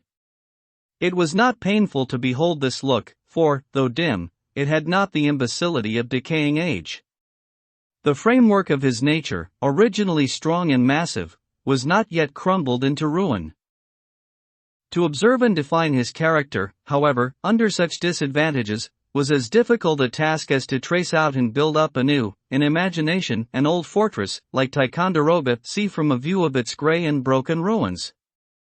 Here and there, perchance, the walls may remain almost complete, but elsewhere may be only a shapeless mound, cumbrous with its very strength, and overgrown, through long years of peace and neglect, with grass and alien weeds. Nevertheless, looking at the old warrior with affection, for, slight as was the communication between us, my feeling towards him, like that of all bipeds and quadrupeds who knew him, might not improperly be termed so. I could discern the main points of his portrait. It was marked with the noble and heroic qualities which showed it to be not by a mere accident, but of good right, that he had won a distinguished name. His spirit could never, I conceive, have been characterized by an uneasy activity. It must, at any period of his life, have required an impulse to set him in motion, but, once stirred up, with obstacles to overcome, and an adequate object to be attained, it was not in the man to give out or fail. The heat that had formerly pervaded his nature, and which was not yet extinct, was never of the kind that flashes and flickers in a blaze, but, rather, a deep, red glow, as of iron in a furnace. Weight, solidity, firmness, this was the expression of his repose, even in such decay as had crept untimely over him, at the period of which I speak. But I could imagine, even then, that, under some excitement which should go deeply into his consciousness, roused by a trumpet peal, loud enough to awaken all of his energies that were not dead, but only slumbering, he was yet capable of flinging off his infirmities like a sick man's gown, dropping the staff of age to seize a battle-sword, and starting up once more a warrior. And, in so intense a moment, his demeanor would have still been calm. Such an exhibition, however, was but to be pictured in fancy, not to be anticipated, nor desired. What I saw in him, as evidently as the indestructible ramparts of old Ticonderoga, already cited as the most appropriate simile, were the features of stubborn and ponderous endurance, which might well have amounted to obstinacy in his earlier days, of integrity, that, like most of his other endowments, lay in a somewhat heavy mass, and was just as unmalleable and unmanageable as a ton of iron ore, and of benevolence, which, fiercely, as he led the bayonets on at Chippewa or Fort Erie, I take to be of quite as genuine a stamp as what actuates any or all the polemical philanthropists of the age. He had slain men with his own hand, for aught I know, certainly, they had fallen, like blades of grass at the sweep of the scythe, before the charge to which his spirit imparted its triumphant energy, but, be that as it might, there was never in his heart so much cruelty as would have brushed the down off a butterfly's wing. I have not known the man, to whose innate kindliness I would more confidently make an appeal. Many characteristics, and those, too, which contribute not the least forcibly to impart resemblance in a sketch, must have vanished, or been obscured, before I met the general. All merely graceful attributes are usually the most evanescent, nor does nature adorn the human ruin with blossoms of new beauty, that have their roots and proper nutriment only in the chinks and crevices of decay, as she sows wallflowers over the ruined fortress of Ticonderoga. Still, even in respect of grace and beauty, there were points well worth noting. A ray of humor, now and then, would make its way through the veil of dim obstruction, and glimmer pleasantly upon our faces. A trait of native elegance, seldom seen in the masculine character after childhood or early youth, was shown in the general's fondness for the sight and fragrance of flowers. An old soldier might be supposed to prize only the bloody laurel on his brow, but here was one, who seemed to have a young girl's appreciation of the floral tribe. There, beside the fireplace, the brave old general used to sit, the surveyor. Though seldom, when it could be avoided, taking upon himself the difficult task of engaging him in conversation, was fond of standing at a distance, and watching his quiet and almost slumberous countenance. He seemed away from us, although we saw him but a few yards off, remote, though we passed close beside his chair, unattainable, though we might have stretched forth our hands and touched his own. It might be that he lived a more real life within his thoughts, than amid the unappropriate environment of the collector's office. The evolutions of the parade, the tumult of the battle, the flourish of old, heroic music, heard 30 years before, such scenes and sounds, perhaps, were all alive before his intellectual sense.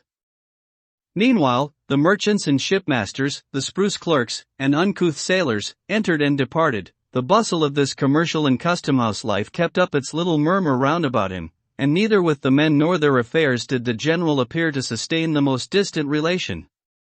He was as much out of place as an old sword, now rusty, but which had flashed once in the battle's front, and showed still a bright gleam along its blade, would have been, among the inkstands, paper folders, and mahogany rulers, on the deputy collector's desk. There was one thing that much aided me in renewing and recreating the stalwart soldier of the Niagara frontier, the man of true and simple energy. It was the recollection of those memorable words of his, "I'll try, sir." 12. Spoken on the very verge of a desperate and heroic enterprise, and breathing the soul and spirit of New England hardihood, comprehending all perils, and encountering all. If, in our country, valor were rewarded by heraldic honor, this phrase, which it seems so easy to speak, but which only he, with such a task of danger and glory before him, has ever spoken, would be the best and fittest of all mottos for the general's shield of arms. It contributes greatly towards a man's moral and intellectual health, to be brought into habits of companionship with individuals unlike himself, who care little for his pursuits, and whose sphere and abilities he must go out of himself to appreciate. The accidents of my life have often afforded me this advantage, but never with more fullness and variety than during my continuance in office. There was one man, especially, the observation of whose character gave me a new idea of talent. 13. His gifts were emphatically those of a man of business, prompt, acute, clear-minded, with an eye that saw through all perplexities, and a faculty of arrangement that made them vanish, as by the waving of an enchanter's wand. Bred up from boyhood in the custom-house, it was his proper field of activity, and the many intricacies of business, so harassing to the interloper, presented themselves before him with the regularity of a perfectly comprehended system. In my contemplation, he stood as the ideal of his class. He was, indeed, the custom-house in himself, or, at all events, the mainspring that kept its variously revolving wheels in motion, for, in an institution like this, where its officers are appointed to subserve their own profit and convenience, and seldom with a leading reference to their fitness for the duty to be performed, they must perforce seek elsewhere the dexterity which is not in them. Thus, by an inevitable necessity, as a magnet attracts steel filings, so did our man of business draw to himself the difficulties which everybody met with. With an easy condescension, and kind forbearance towards our stupidity, which, to his order of mind, must have seemed little short of crime, would he forthwith, by the merest touch of his finger, make the incomprehensible as clear as daylight. The merchants valued him not less than we, his esoteric friends. His integrity was perfect, it was a law of nature with him, rather than a choice or a principle, nor can it be otherwise than the main condition of an intellect so remarkably clear and accurate as his, to be honest and regular in the administration of affairs. A stain on his conscience, as to anything that came within the range of his vocation, would trouble such a man very much in the same way, though to a far greater degree, than an error in the balance of an account, or an inkblot on the fair page of a book of record. Here, in a word, and it is a rare instance in my life, I had met with a person thoroughly adapted to the situation which he held. Such were some of the people with whom I now found myself connected.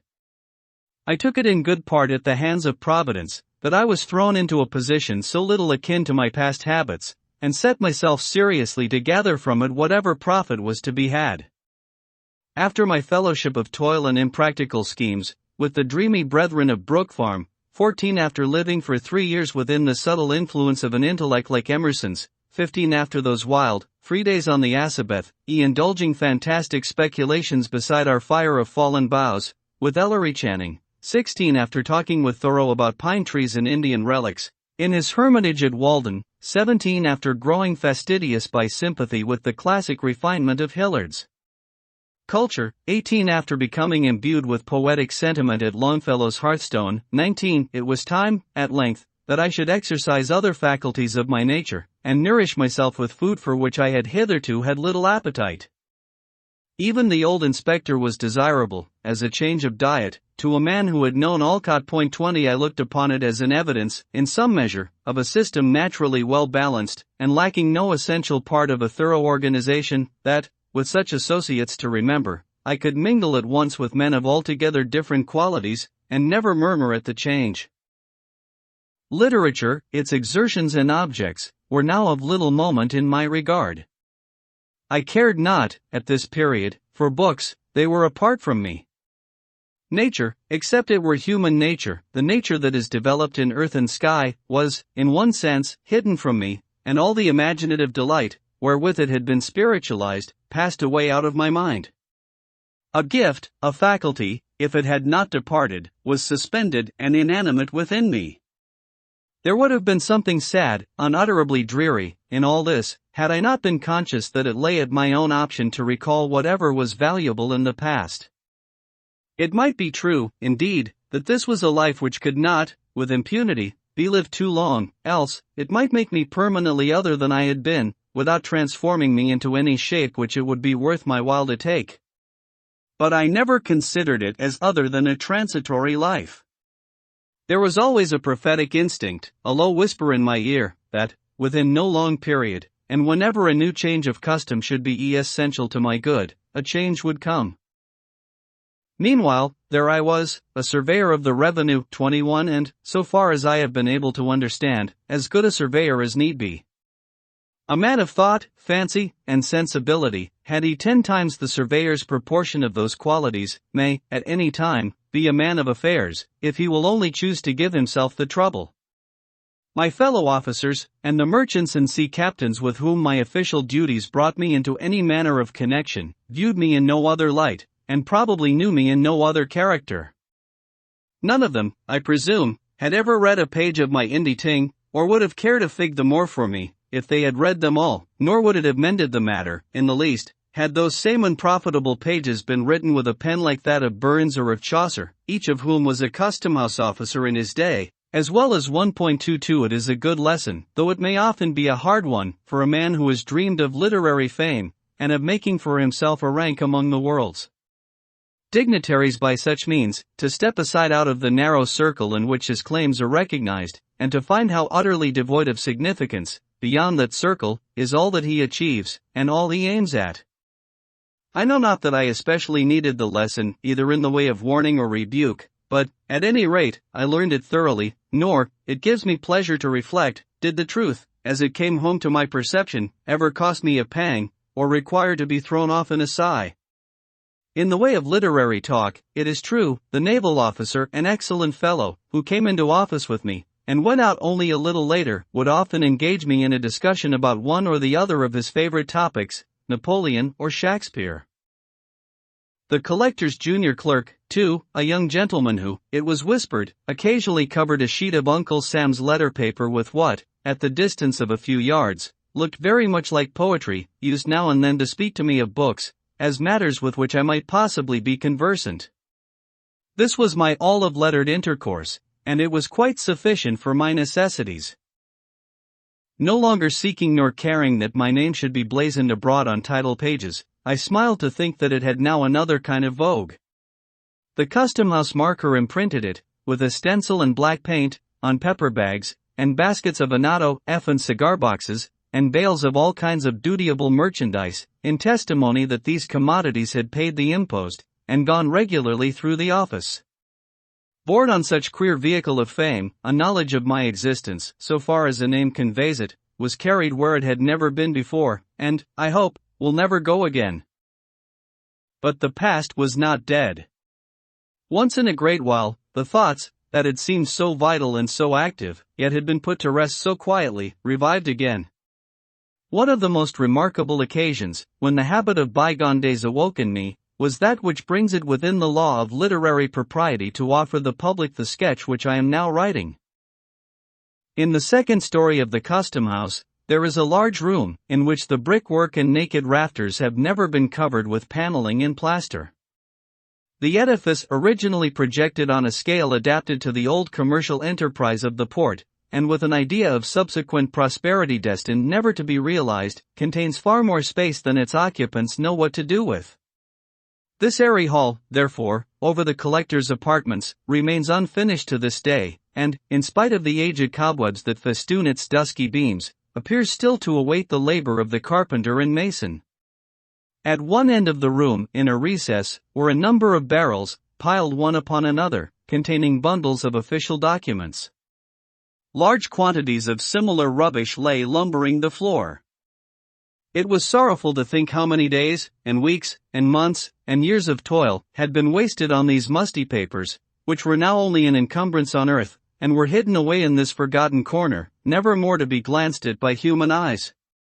But, then, what reams of other manuscripts filled, not with the dullness of official formalities, but with the thought of inventive brains and the rich effusion of deep hearts, had gone equally to oblivion, and that, moreover, without serving a purpose in their day, as these heaped-up papers had, and, saddest of all, without purchasing for their writers the comfortable livelihood which the clerks of the custom house had gained by these worthless scratchings of the pen. Yet not altogether worthless, perhaps, as materials of local history. Here, no doubt, statistics of the former commerce of Salem might be discovered, and memorials of her princely merchants, old King Derby, old Billy Cray, old Simon Forrester, 23, and many another magnate in his day, whose powdered head, however, was scarcely in the tomb, before his mountain pile of wealth began to dwindle. The founders of the greater part of the families which now compose the aristocracy of Salem might here be traced, from the petty and obscure beginnings of their traffic, at periods generally much posterior to the Revolution, upward to what their children look upon as long-established rank. Prior to the Revolution, there is a dearth of records, the earlier documents and archives of the Custom House having, probably, been carried off to Halifax, when all the King's officials accompanied the British Army in its flight from Boston. It has often been a matter of regret with me, for, going back, perhaps, to the days of the Protectorate, those papers must have contained many references to forgotten or remembered men, and to antique customs, which would have affected me with the same pleasure as when I used to pick up Indian arrowheads in the field near the old manse. But, one idle and rainy day, it was my fortune to make a discovery of some little interest. Poking and burrowing into the heaped-up rubbish in the corner, unfolding one and another document, and reading the names of vessels that had long ago foundered at sea or rotted at the wharves and those of merchants, never heard of now on Change G, nor very readily decipherable on their mossy tombstones, glancing at such matters with the saddened, weary, half-reluctant interest which we bestow on the corpse of dead activity, and exerting my fancy, sluggish with little use, to raise up from these dry bones an image of the old town's brighter aspect, when India was a new region, and only Salem knew the way thither, I chanced to lay my hand on a small package, carefully done up in a piece of ancient yellow parchment. This envelope had the air of an official record of some period long past, when clerks engrossed their stiff and formal chirography on more substantial materials than at present. There was something about it that quickened an instinctive curiosity, and made me undo the faded red tape that tied up the package, with the sense that a treasure would here be brought to light. Unbending the rigid folds of the parchment cover, I found it to be a commission, under the hand and seal of Governor Shirley, in favor of one Jonathan Pugh, as surveyor of His Majesty's customs for the port of Salem, in the province of Massachusetts. Bay Point 24. I remembered to have read, probably in Felt's Annals, notice of the decease of Mr. Surveyor Pugh, about 80 years ago, and likewise, in a newspaper of recent times, an account of the digging up of his remains in the little graveyard of St. Peter's Church, during the renewal of that edifice.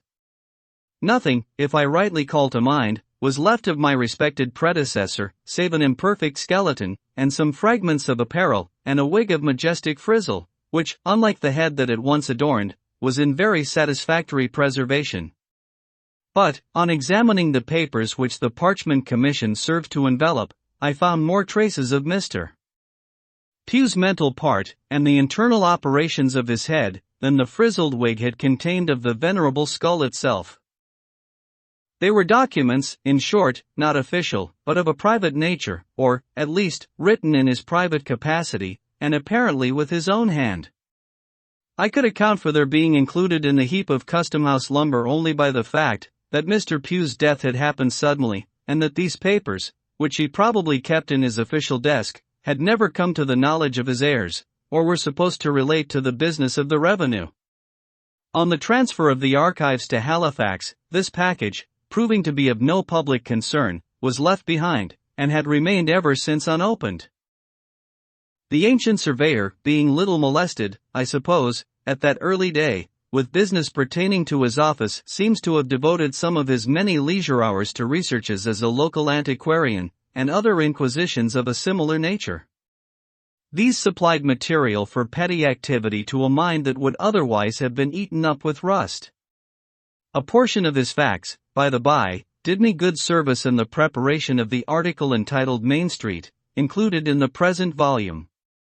25. The remainder may perhaps be applied to purposes equally valuable, hereafter, or not impossibly may be worked up, so far as they go, into a regular history of Salem, should my veneration for the natal soil ever impel me to so pious a task. Meanwhile, they shall be at the command of any gentleman, inclined, and competent, to take the unprofitable labor off my hands. As a final disposition, I contemplate depositing them with the Essex Historical Society. 26. But the object that most drew my attention, in the mysterious package, was a certain affair of fine red cloth, much worn and faded. There were traces about it of gold embroidery, which, however, was greatly frayed and defaced, so that none, or very little, of the glitter was left. It had been wrought, as was easy to perceive, with wonderful skill of needlework, and the stitch, as I am assured by ladies conversant with such mysteries, gives evidence of an out-forgotten art, not to be recovered even by the process of picking out the threads. This rag of scarlet cloth, for time, and wear, and a sacrilegious moth, had reduced it to little other than a rag. On careful examination, assumed the shape of a letter. It was the capital letter A. By an accurate measurement, each limb proved to be precisely 3 inches and a quarter in length. It had been intended, there could be no doubt, as an ornamental article of dress, but how it was to be worn, or what rank, honor, and dignity, in bypast times, were signified by it, was a riddle which, so evanescent are the fashions of the world in these particulars, I saw little hope of solving. And yet it strangely interested me. My eyes fastened themselves upon the old Scarlet Letter, and would not be turned aside. Certainly, there was some deep meaning in it, most worthy of interpretation, and which, as it were, streamed forth from the mystic symbol, subtly communicating itself to my sensibilities, but evading the analysis of my mind. While thus perplexed, and cogitating, among other hypotheses, whether the letter might not have been one of those decorations which the white men used to contrive, in order to take the eyes of Indians, I happened to place it on my breast. It seemed to me, the reader may smile, but must not doubt my word, it seemed to me, then, that I experienced a sensation not altogether physical, yet almost so, as of burning heat, and as if the letter were not of red cloth, but red-hot iron. I shuddered, and involuntarily let it fall upon the floor. In the absorbing contemplation of the Scarlet Letter, I had hitherto neglected to examine a small roll of dingy paper, around which it had been twisted. This I now opened, and had the satisfaction to find, recorded by the old surveyor's pen, a reasonably complete explanation of the whole affair. There were several foolscap sheets, containing many particulars respecting the life and conversation of one Hester Prynne, who appeared to have been rather a noteworthy personage in the view of our ancestors. She had flourished during a period between the early days of Massachusetts and the close of the 17th century. Aged persons, alive in the time of Mr. Surveyor Pugh, and from whose oral testimony he had made up his narrative, remembered her, in their youth, as a very old, but not decrepit woman, of a stately and solemn aspect. It had been her habit, from an almost immemorial date, to go about the country as a kind of voluntary nurse, and doing whatever miscellaneous good she might, taking upon herself, likewise, to give advice in all matters, especially those of the heart, by which means, as a person of such propensities inevitably must, she gained from many people the reverence due to an angel, but, I should imagine, was looked upon by others as an intruder and a nuisance. Prying farther into the manuscript, I found the record of other doings and sufferings of this singular woman, for most of which the reader is referred to the story entitled The Scarlet Letter, and it should be borne carefully in mind, that the main facts of that story are authorized and authenticated by the document of Mr. Surveyor Pugh. The original papers, together with the Scarlet Letter itself, a most curious relic, are still in my possession, and shall be freely exhibited to whomsoever, induced by the great interest of the narrative, may desire a sight of them. I must not be understood as affirming that, in the dressing up of the tale, and imagining the motives and modes of passion that influenced the characters who figure in it, I have invariably confined myself within the limits of the old surveyor's half a dozen sheets of foolscap. On the contrary, I have allowed myself, as to such points, nearly or altogether as much license as if the facts had been entirely of my own invention. What I contend for is the authenticity of the outline. This incident recalled my mind, in some degree, to its old track. There seemed to be here the groundwork of a tale. It impressed me as if the ancient surveyor, in his garb of 100 years gone by, and wearing his immortal wig, which was buried with him, but did not perish in the grave, had met me in the deserted chamber of the custom house. In his port was the dignity of one who had borne His Majesty's commission, and who was therefore illuminated by a ray of the splendor that shone so dazzlingly about the throne. How unlike, alas, the hangdog look of a republican official, who, as the servant of the people, feels himself less than the least, and below the lowest, of his masters. With his own ghostly hand, the obscurely seen, but majestic, figure had imparted to me the scarlet symbol, and the little roll of explanatory manuscript. With his own ghostly voice, he had exhorted me, on the sacred consideration of my filial duty and reverence towards him, who might reasonably regard himself as my official ancestor, to bring his mouldy and moth-eaten lucubrations before the public. "Do this," said the ghost of Mr. Surveyor Pugh, emphatically nodding the head that looked so imposing within its memorable wig, "do this, and the profit shall be all your own. You will shortly need it, for it is not in your days as it was in mine, when a man's office was a life-lease, and oftentimes an heirloom. But, I charge you, in this matter of old Mistress Prynne, give to your predecessor's memory the credit which will be rightfully its due." And I said to the ghost of Mr. Surveyor Pugh, "I will." On Hester Prynne's story, therefore, I bestowed much thought. It was the subject of my meditations for many an hour, while pacing to and fro across my room, or traversing, with a hundredfold repetition, the long extent from the front door of the custom house to the side entrance, and back again. Great were the weariness and annoyance of the old inspector and the weighers and gaugers, whose slumbers were disturbed by the unmercifully lengthened tramp of my passing and returning footsteps. Remembering their own former habits, they used to say that the surveyor was walking the quarter-deck. They probably fancied that my sole object, and, indeed, the sole object for which a sane man could ever put himself into voluntary motion, was to get an appetite for dinner.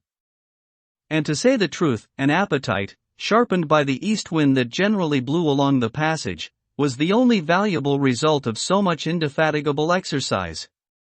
So little adapted is the atmosphere of a custom house to the delicate harvest of fancy and sensibility, that, had I remained there through 10 presidencies yet to come, I doubt whether the tale of the Scarlet Letter would ever have been brought before the public eye. My imagination was a tarnished mirror. It would not reflect, or only with miserable dimness, the figures with which I did my best to people it. The characters of the narrative would not be warmed and rendered malleable by any heat that I could kindle at my intellectual forge. They would take neither the glow of passion nor the tenderness of sentiment, but retained all the rigidity of dead corpses, and stared me in the face with a fixed and ghastly grin of contemptuous defiance. "What have you to do with us?" that expression seemed to say. "The little power you might once have possessed over the tribe of unrealities is gone. You have bartered it for a pittance of the public gold. Go, then, and earn your wages." In short, the almost torpid creatures of my own fancy twit me with imbecility, and not without fair occasion. It was not merely during the 3 hours and a half which Uncle Sam claimed as his share of my daily life, that this wretched numbness held possession of me. 27 It went with me on my seashore walks and rambles into the country, whenever, which was seldom and reluctantly, I bestirred myself to seek that invigorating charm of nature, which used to give me such freshness and activity of thought, the moment that I stepped across the threshold of the old manse. The same torpor, as regarded the capacity for intellectual effort, accompanied me home, and weighed upon me in the chamber which I most absurdly termed my study. Nor did it quit me, when, late at night, I sat in the deserted parlor, lighted only by the glimmering coal fire and the moon, striving to picture forth imaginary scenes, which, the next day, might flow out on the brightening page in many-hued description. If the imaginative faculty refused to act at such an hour, it might well be deemed a hopeless case.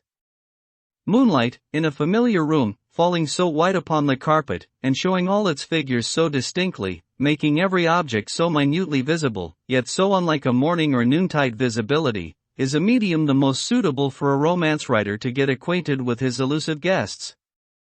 There is the little domestic scenery of the well-known apartment, the chairs, with each its separate individuality, the center table, sustaining a work-basket, a volume or two, and an extinguished lamp, the sofa, the bookcase, the picture on the wall. All these details, so completely seen, are so spiritualized by the unusual light, that they seem to lose their actual substance, and become things of intellect. Nothing is too small or too trifling to undergo this change, and acquire dignity thereby. A child's shoe, the doll, seated in her little wicker carriage, the hobby horse. Whatever, in a word, has been used or played with, during the day, is now invested with a quality of strangeness and remoteness, though still almost as vividly present as by daylight. Thus, therefore, the floor of our familiar room has become a neutral territory, somewhere between the real world and fairyland, where the actual and the imaginary may meet, and each imbue itself with the nature of the other. Ghosts might enter here, without affrighting us. It would be too much in keeping with the scene to excite surprise, were we to look about us and discover a form, beloved, but gone hence, now sitting quietly in a streak of this magic moonshine, with an aspect that would make us doubt whether it had returned from afar, or had never once stirred from our fireside. The somewhat dim coal fire has an essential influence in producing the effect which I would describe. It throws its unobtrusive tinge throughout the room, with a faint ruddiness upon the walls and ceiling, and a reflected gleam from the polish of the furniture. This warmer light mingles itself with the cold spirituality of the moonbeams, and communicates, as it were, a heart and sensibilities of human tenderness to the forms which fancy summons up. It converts them from snow images into men and women. Glancing at the looking-glass, we behold deep within its haunted verge the smoldering glow of the half-extinguished anthracite, the white moonbeams on the floor, and a repetition of all the gleam and shadow of the picture, with one remove farther from the actual, and nearer to the imaginative. Then, at such an hour, and with this scene before him, if a man, sitting all alone, cannot dream strange things, and make them look like truth, he need never try to write romances. But, for myself, during the whole of my custom-house experience, moonlight and sunshine, and the glow of firelight, were just alike in my regard, and neither of them was of one whit more avail than the twinkle of a tallow candle. An entire class of susceptibilities, and a gift connected with them, of no great richness or value, but the best I had, was gone from me. It is my belief, however, that, had I attempted a different order of composition, my faculties would not have been found so pointless and inefficacious. I might, for instance, have contented myself with writing out the narratives of a veteran shipmaster, one of the inspectors, whom I should be most ungrateful not to mention, since scarcely a day passed that he did not stir me to laughter and admiration by his marvelous gifts as a storyteller. Could I have preserved the picturesque force of his style, and the humorous coloring which nature taught him how to throw over his descriptions, the result, I honestly believe, would have been something new in literature. Or I might readily have found a more serious task. It was a folly, with the materiality of this daily life pressing so intrusively upon me, to attempt to fling myself back into another age, or to insist on creating the semblance of a world out of airy matter, when, at every moment, the impalpable beauty of my soap bubble was broken by the rude contact of some actual circumstance. The wiser effort would have been, to diffuse thought and imagination through the opaque substance of today, and thus to make it a bright transparency, to spiritualize the burden that began to weigh so heavily, to seek, resolutely, the true and indestructible value that lay hidden in the petty and wearisome incidents, and ordinary characters, with which I was now conversant. The fault was mine. The page of life that was spread out before me seemed dull and commonplace, only because I had not fathomed its deeper import. A better book than I shall ever write was there, leaf after leaf presenting itself to me, just as it was written out by the reality of the flitting hour, and vanishing as fast as written, only because my brain wanted the insight and my hand the cunning to transcribe it. At some future day, it may be, I shall remember a few scattered fragments and broken paragraphs, and write them down, and find the letters turned to gold upon the page. These perceptions have come too late. At the instant, I was only conscious that what would have been a pleasure once was now a hopeless toil. There was no occasion to make much moan about this state of affairs. I had ceased to be a writer of tolerably poor tales and essays, and had become a tolerably good surveyor of the customs. That was all. But, nevertheless, it is anything but agreeable to be haunted by a suspicion that one's intellect is dwindling away, or exhaling, without your consciousness, like ether out of a phial, so that, at every glance, you find a smaller and less volatile residuum. Of the fact, there could be no doubt, and, examining myself and others, I was led to conclusions in reference to the effect of public office on the character, not very favorable to the mode of life in question. In some other form, perhaps, I may hereafter develop these effects. Suffice it here to say, that a custom-house officer, of long continuance, can hardly be a very praiseworthy or respectable personage, for many reasons, one of them, the tenure by which he holds his situation, and another, the very nature of his business, which though, I trust, an honest one, is of such a sort that he does not share in the united effort of mankind. An effect, which I believe to be observable, more or less, in every individual who has occupied the position is, that, while he leans on the mighty arm of the Republic, his own proper strength departs from him. He loses, in an extent proportioned to the weakness or force of his original nature, the capability of self-support. If he possess an unusual share of native energy, or the enervating magic of place do not operate too long upon him, his forfeited powers may be redeemable. The ejected officer, fortunate in the unkindly shove that sends him forth betimes, to struggle amid a struggling world, may return to himself, and become all that he has ever been. But this seldom happens. He usually keeps his ground just long enough for his own ruin, and is then thrust out, with sinews all unstrung, to totter along the difficult footpath of life as he best may. Conscious of his own infirmity, that his tempered steel and elasticity are lost, he forever afterwards looks wistfully about him in quest of support external to himself. His pervading and continual hope, a hallucination, which, in the face of all discouragement, and making light of impossibilities, haunts him while he lives, and, I fancy, like the convulsive throes of the cholera, torments him for a brief space after death, is, that, finally, and in no long time, by some happy coincidence of circumstances, he shall be restored to office. This faith, more than anything else, steals the pith and availability out of whatever enterprise he may dream of undertaking. Why should he toil and moil, and be at so much trouble to pick himself up out of the mud, when, in a little while hence, the strong arm of his uncle will raise and support him? Why should he work for his living here, or go to dig gold in California, when he is so soon to be made happy, at monthly intervals, with a little pile of glittering coin out of his uncle's pocket? It is sadly curious to observe how slight a taste of office suffices to infect a poor fellow with this singular disease. Uncle Sam's gold, meaning no disrespect to the worthy old gentleman, has, in this respect, a quality of enchantment like that of the devil's wages. Whoever touches it should look well to himself, or he may find the bargain to go hard against him, involving, if not his soul, yet many of its better attributes, its sturdy force, its courage and constancy, its truth, its self-reliance, and all that gives the emphasis to manly character. Here was a fine prospect in the distance. Not that the surveyor brought the lesson home to himself, or admitted that he could be so utterly undone, either by continuance in office, or ejectment. Yet my reflections were not the most comfortable. I began to grow melancholy and restless, continually prying into my mind, to discover which of its poor properties were gone, and what degree of detriment had already accrued to the remainder. I endeavored to calculate how much longer I could stay in the custom house, and yet go forth a man.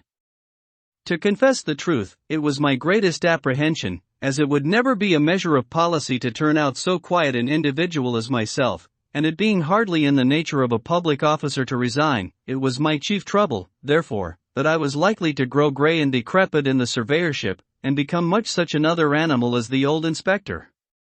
Might it not, in the tedious lapse of official life that lay before me, finally be with me as it was with this venerable friend, to make the dinner hour the nucleus of the day, and to spend the rest of it, as an old dog spends it, asleep in the sunshine or the shade?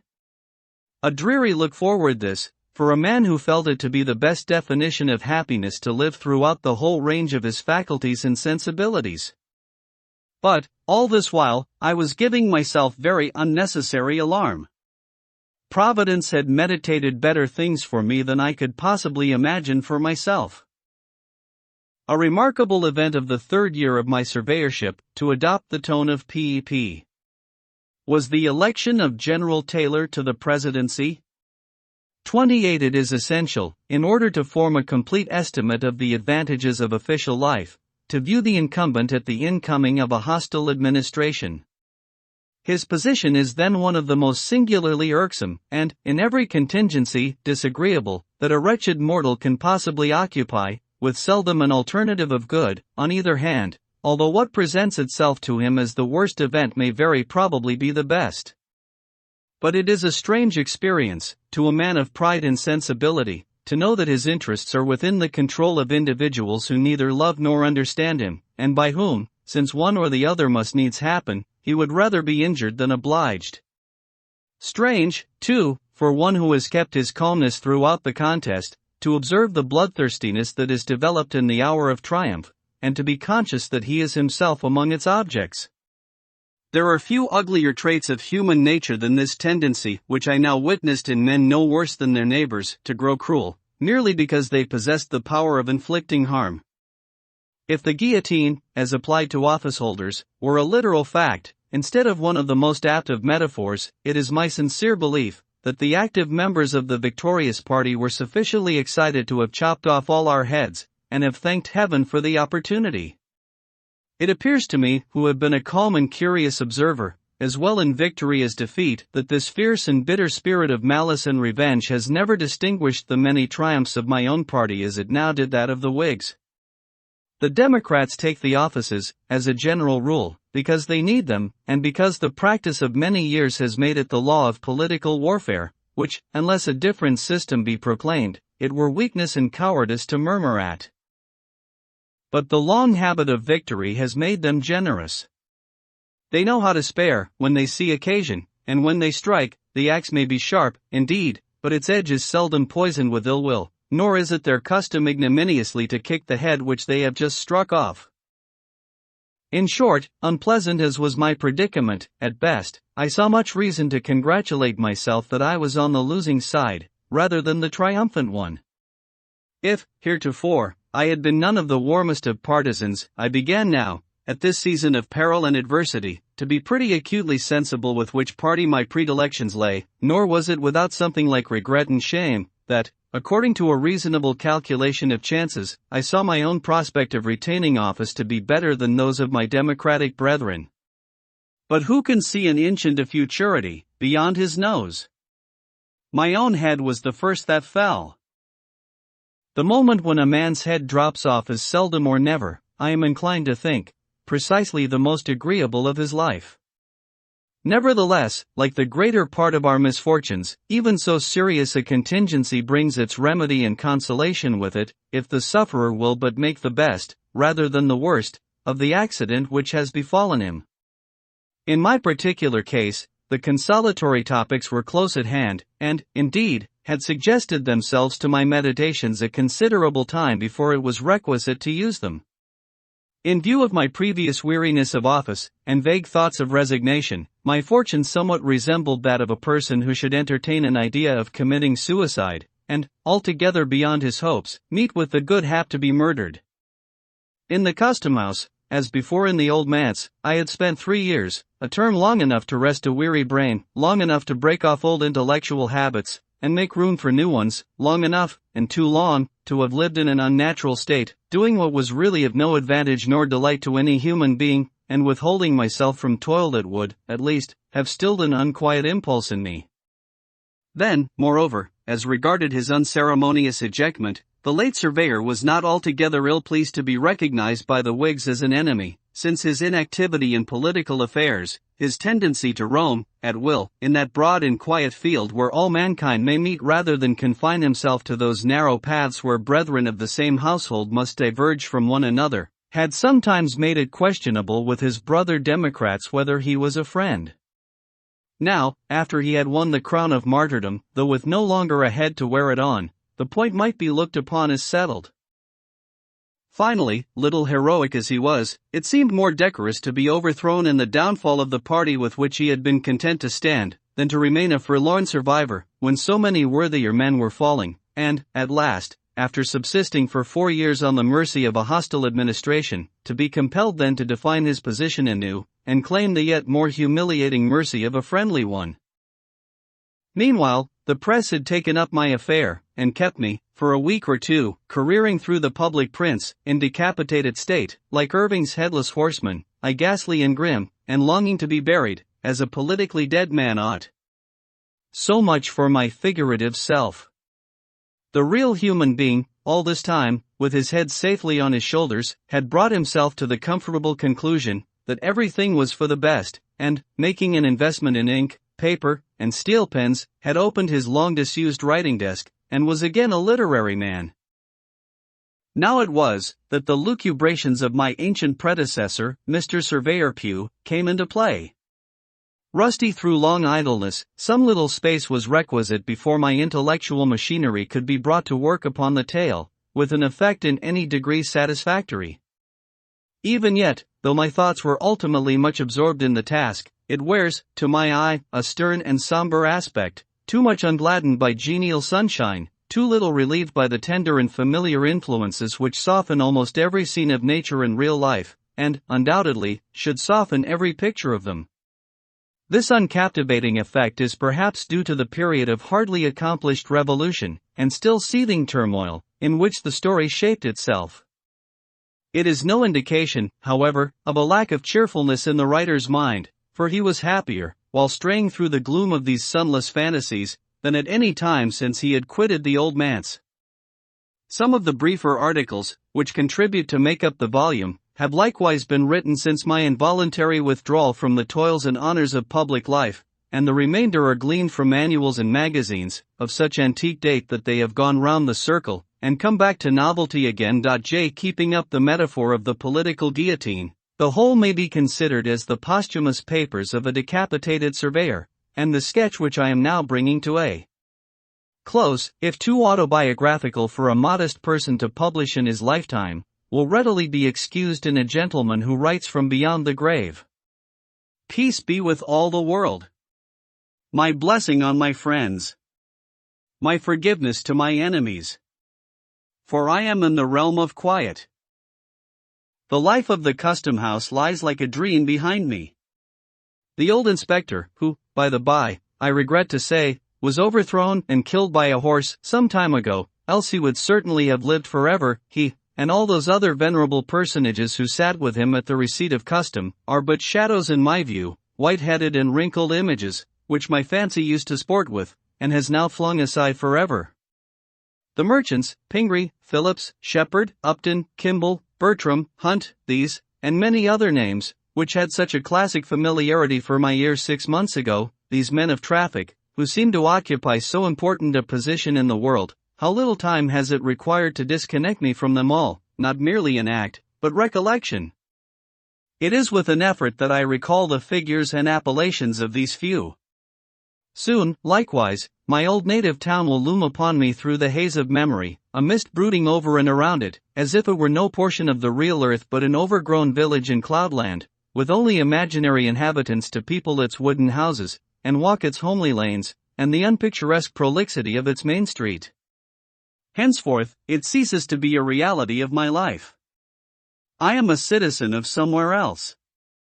My good townspeople will not much regret me, for though it has been as dear an object as any, in my literary efforts, to be of some importance in their eyes, and to win myself a pleasant memory in this abode and burial place of so many of my forefathers, there has never been, for me, the genial atmosphere which a literary man requires, in order to ripen the best harvest of his mind.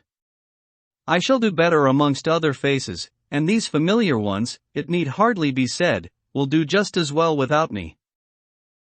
It may be, however, transporting and triumphant thought, that the great-grandchildren of the present race may sometimes think kindly of the scribbler of bygone days, when the antiquary of days to come, among the sights memorable in the town's history, shall point out the locality of the town pump. 29.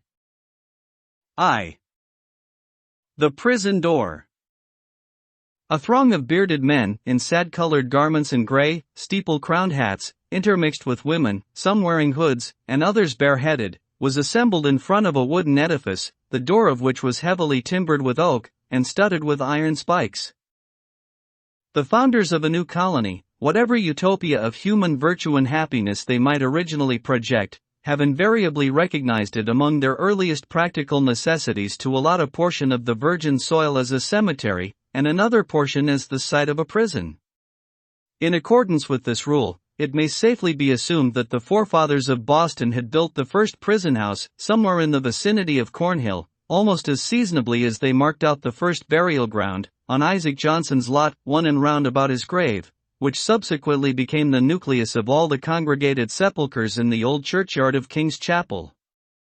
Certain it is, that, some 15 or 20 years after the settlement of the town, the wooden jail was already marked with weather stains and other indications of age, which gave a yet darker aspect to its beetle-browed and gloomy front.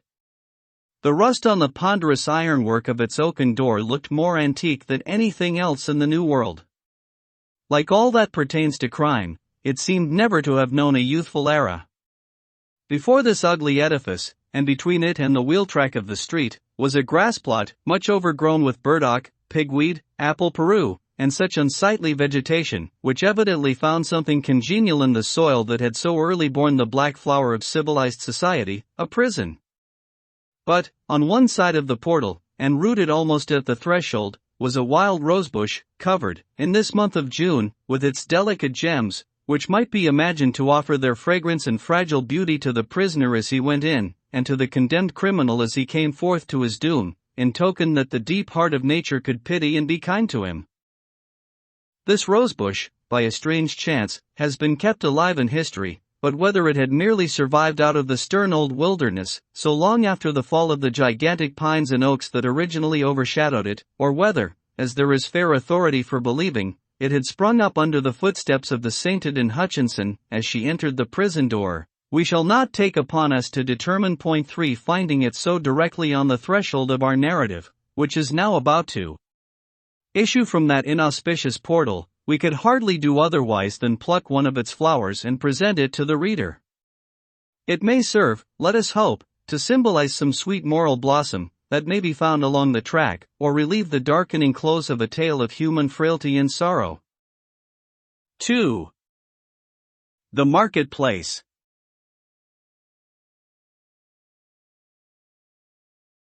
The grass plot before the jail, in Prison Lane, on a certain summer morning, not less than 2 centuries ago, was occupied by a pretty large number of the inhabitants of Boston, all with their eyes intently fastened on the iron-clamped oaken door.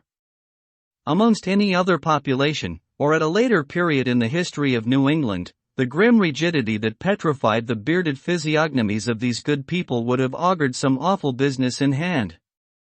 It could have betokened nothing short of the anticipated execution of some noted culprit, on whom the sentence of a legal tribunal had but confirmed the verdict of public sentiment. But, in that early severity of the Puritan character, an inference of this kind could not so indubitably be drawn. It might be that a sluggish bondservant, or an undutiful child, whom his parents had given over to the civil authority, was to be corrected at the whipping post. It might be that an antinomian Quaker, or other heterodox religionist, was to be scourged out of the town, or an idle and vagrant Indian, whom the white man's firewater had made riotous about the streets, was to be driven with stripes into the shadow of the forest.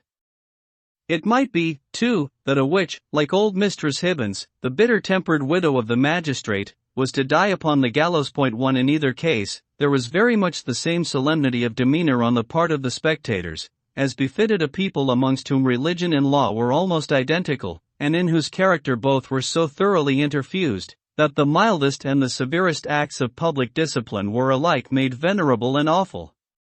Meager, indeed, and cold, was the sympathy that a transgressor might look for, from such bystanders at the scaffold. On the other hand, a penalty which, in our days, would infer a degree of mocking infamy and ridicule, might then be invested with almost as stern a dignity as the punishment of death itself. It was a circumstance to be noted, on the summer morning when our story begins its course, that the women, of whom there were several in the crowd, appeared to take a peculiar interest in whatever penal infliction might be expected to ensue. The age had not so much refinement, that any sense of impropriety restrained the wearers of petticoat and farthingale from stepping forth into the public ways, and wedging their not unsubstantial persons, if occasion were, into the throng nearest to the scaffold at an execution. Morally, as well as materially, there was a coarser fibre in those wives and maidens of old English birth and breeding, than in their fair descendants, separated from them by a series of 6 or 7 generations, for, throughout the chain of ancestry, every successive mother has transmitted to her child a fainter bloom, a more delicate and briefer beauty, and a slighter physical frame, if not a character of less force and solidity, than her own. The women, who were now standing about the prison door, stood within less than half a century of the period when the manlike Elizabeth had been the not altogether unsuitable representative of the sex. They were her countrywomen, and the beef and ale of their native land, with a moral diet not a whit more refined, entered largely into their composition.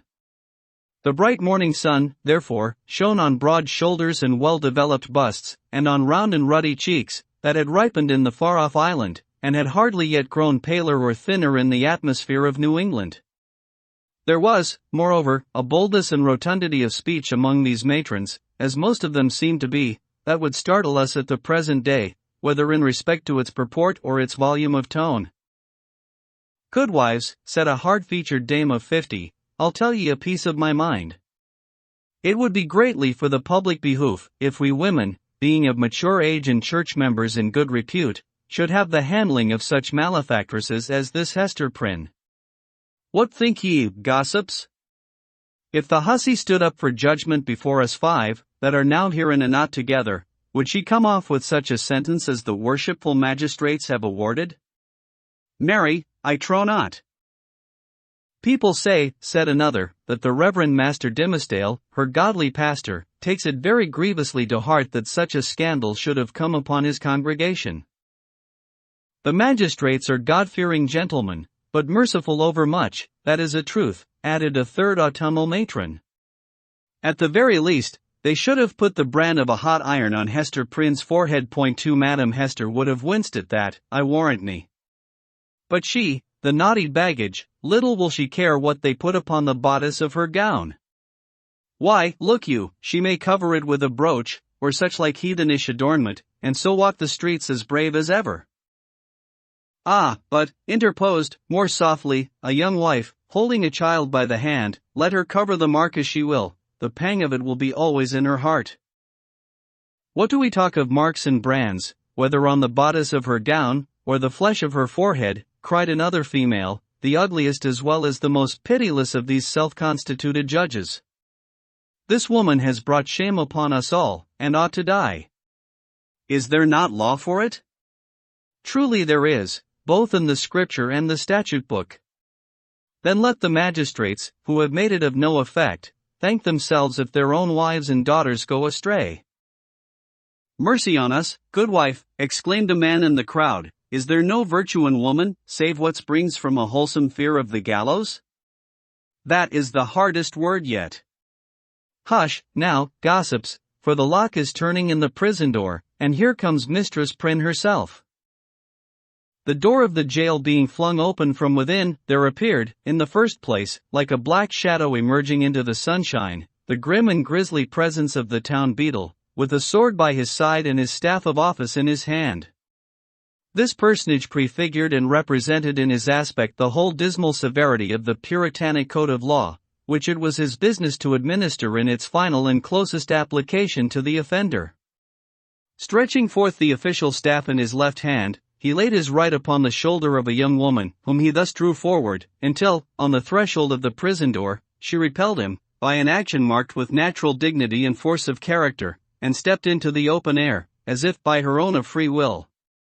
She bore in her arms a child, a baby of some 3 months old, who winked and turned aside its little face from the too vivid light of day, because its existence, heretofore, had brought it acquainted only with the grey twilight of a dungeon, or other darksome apartment of the prison.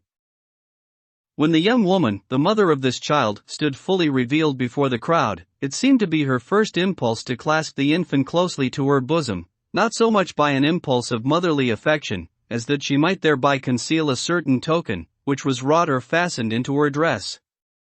In a moment, however, wisely judging that one token of her shame would but poorly serve to hide another, she took the baby on her arm, and, with a burning blush, and yet a haughty smile, and a glance that would not be abashed, looked around at her townspeople and neighbors. On the breast of her gown, in fine red cloth, surrounded with an elaborate embroidery and fantastic flourishes of gold thread, appeared the letter A.3. It was so artistically done, and with so much fertility and gorgeous luxuriance of fancy, that it had all the effect of a last and fitting decoration to the apparel which she wore, and which was of a splendor in accordance with the taste of the age, but greatly beyond what was allowed by the sumptuary regulations of the colony. The young woman was tall, with a figure of perfect elegance, on a large scale. She had dark and abundant hair, so glossy that it threw off the sunshine with a gleam, and a face which, besides being beautiful from regularity of feature and richness of complexion, had the impressiveness belonging to a marked brow and deep black eyes. She was ladylike, too, after the manner of the feminine gentility of those days, characterized by a certain state and dignity, rather than by the delicate, evanescent, and indescribable grace, which is now recognized as its indication. And never had Hester Prynne appeared more ladylike, in the antique interpretation of the term, than as she issued from the prison. Those who had before known her, and had expected to behold her dimmed and obscured by a disastrous cloud, were astonished, and even startled, to perceive how her beauty shone out, and made a halo of the misfortune and ignominy in which she was enveloped. It may be true that, to a sensitive observer, there was something exquisitely painful in it. Her attire, which, indeed, she had wrought for the occasion, in prison, and had modeled much after her own fancy, seemed to express the attitude of her spirit, the desperate recklessness of her mood, by its wild and picturesque peculiarity. But the point which drew all eyes, and, as it were, transfigured the wearer, so that both men and women, who had been familiarly acquainted with Hester Prynne, were now impressed as if they beheld her for the first time, was that scarlet letter, so fantastically embroidered and illuminated upon her bosom. It had the effect of a spell, taking her out of the ordinary relations with humanity, and enclosing her in a sphere by herself. "She hath good skill at her needle, that's certain," remarked one of the female spectators, "but did ever a woman, before this brazen hussy, contrive such a way of showing it? Why, gossips, what is it but to laugh in the faces of our godly magistrates, and make a pride out of what they, worthy gentlemen, meant for a punishment? It were well," muttered the most iron-visaged of the old dames, "if we stripped Madam Hester's rich gown off her dainty shoulders, and as for the red letter, which she hath stitched so curiously, I'll bestow a rag of mine own rheumatic flannel, to make a fitter one." "Oh, peace, neighbors, peace," whispered their youngest companion. "Do not let her hear you. Not a stitch in that embroidered letter, but she has felt it in her heart." The grim beadle now made a gesture with his staff. "Make way, good people, make way, in the king's name," cried he. "Open a passage, and, I promise ye, Mistress Prynne shall be set where man, woman, and child may have a fair sight of her brave apparel, from this time till an hour past meridian. A blessing on the righteous colony of the Massachusetts, where iniquity is dragged out into the sunshine. Come along, Madam Hester, and show your scarlet letter in the marketplace." A lane was forthwith opened through the crowd of spectators. Preceded by the beadle, and attended by an irregular procession of stern-browed men and unkindly-visaged women, Hester Prynne set forth towards the place appointed for her punishment. A crowd of eager and curious schoolboys, understanding little of the matter in hand, except that it gave them a half-holiday, ran before her progress, turning their heads continually to stare into her face, and at the winking baby in her arms, and at the ignominious letter on her breast. It was no great distance, in those days, from the prison door to the marketplace. Measured by the prisoner's experience, however, it might be reckoned a journey of some length, for, haughty as her demeanor was, she perchance underwent an agony from every footstep of those that thronged to see her, as if her heart had been flung into the street for them all to spurn and trample upon. In our nature, however, there is a provision, alike marvelous and merciful, that the sufferer should never know the intensity of what he endures by its present torture, but chiefly by the pang that rankles after it. With almost a serene deportment, therefore, Hester Prynne passed through this portion of her ordeal, and came to a sort of scaffold, at the western extremity of the marketplace. It stood nearly beneath the eaves of Boston's earliest church, and appeared to be a fixture there. In fact, this scaffold constituted a portion of a penal machine, which now, for 2 or 3 generations past, has been merely historical and traditionary among us, but was held, in the old time, to be as effectual an agent in the promotion of good citizenship, as ever was the guillotine among the terrorists of France. It was, in short, the platform of the pillory, and above it rose the framework of that instrument of discipline, so fashioned as to confine the human head in its tight grasp, and thus hold it up to the public gaze. The very idea of ignominy was embodied and made manifest in this contrivance of wood and iron. There can be no outrage, methinks, against our common nature, whatever be the delinquencies of the individual, no outrage more flagrant than to forbid the culprit to hide his face for shame, as it was the essence of this punishment to do. In Hester Prynne's instance, however, as not unfrequently in other cases, her sentence bore, that she should stand a certain time upon the platform, but without undergoing that gripe about the neck and confinement of the head, the proneness to which was the most devilish characteristic of this ugly engine. Knowing well her part, she ascended a flight of wooden steps, and was thus displayed to the surrounding multitude, at about the height of a man's shoulders above the street.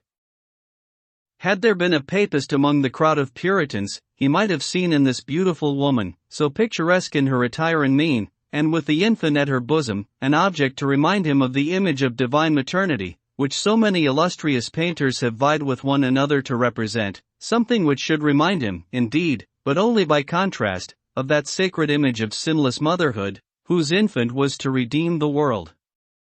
Here, there was the taint of deepest sin in the most sacred quality of human life, working such effect, that the world was only the darker for this woman's beauty, and the more lost for the infant that she had borne.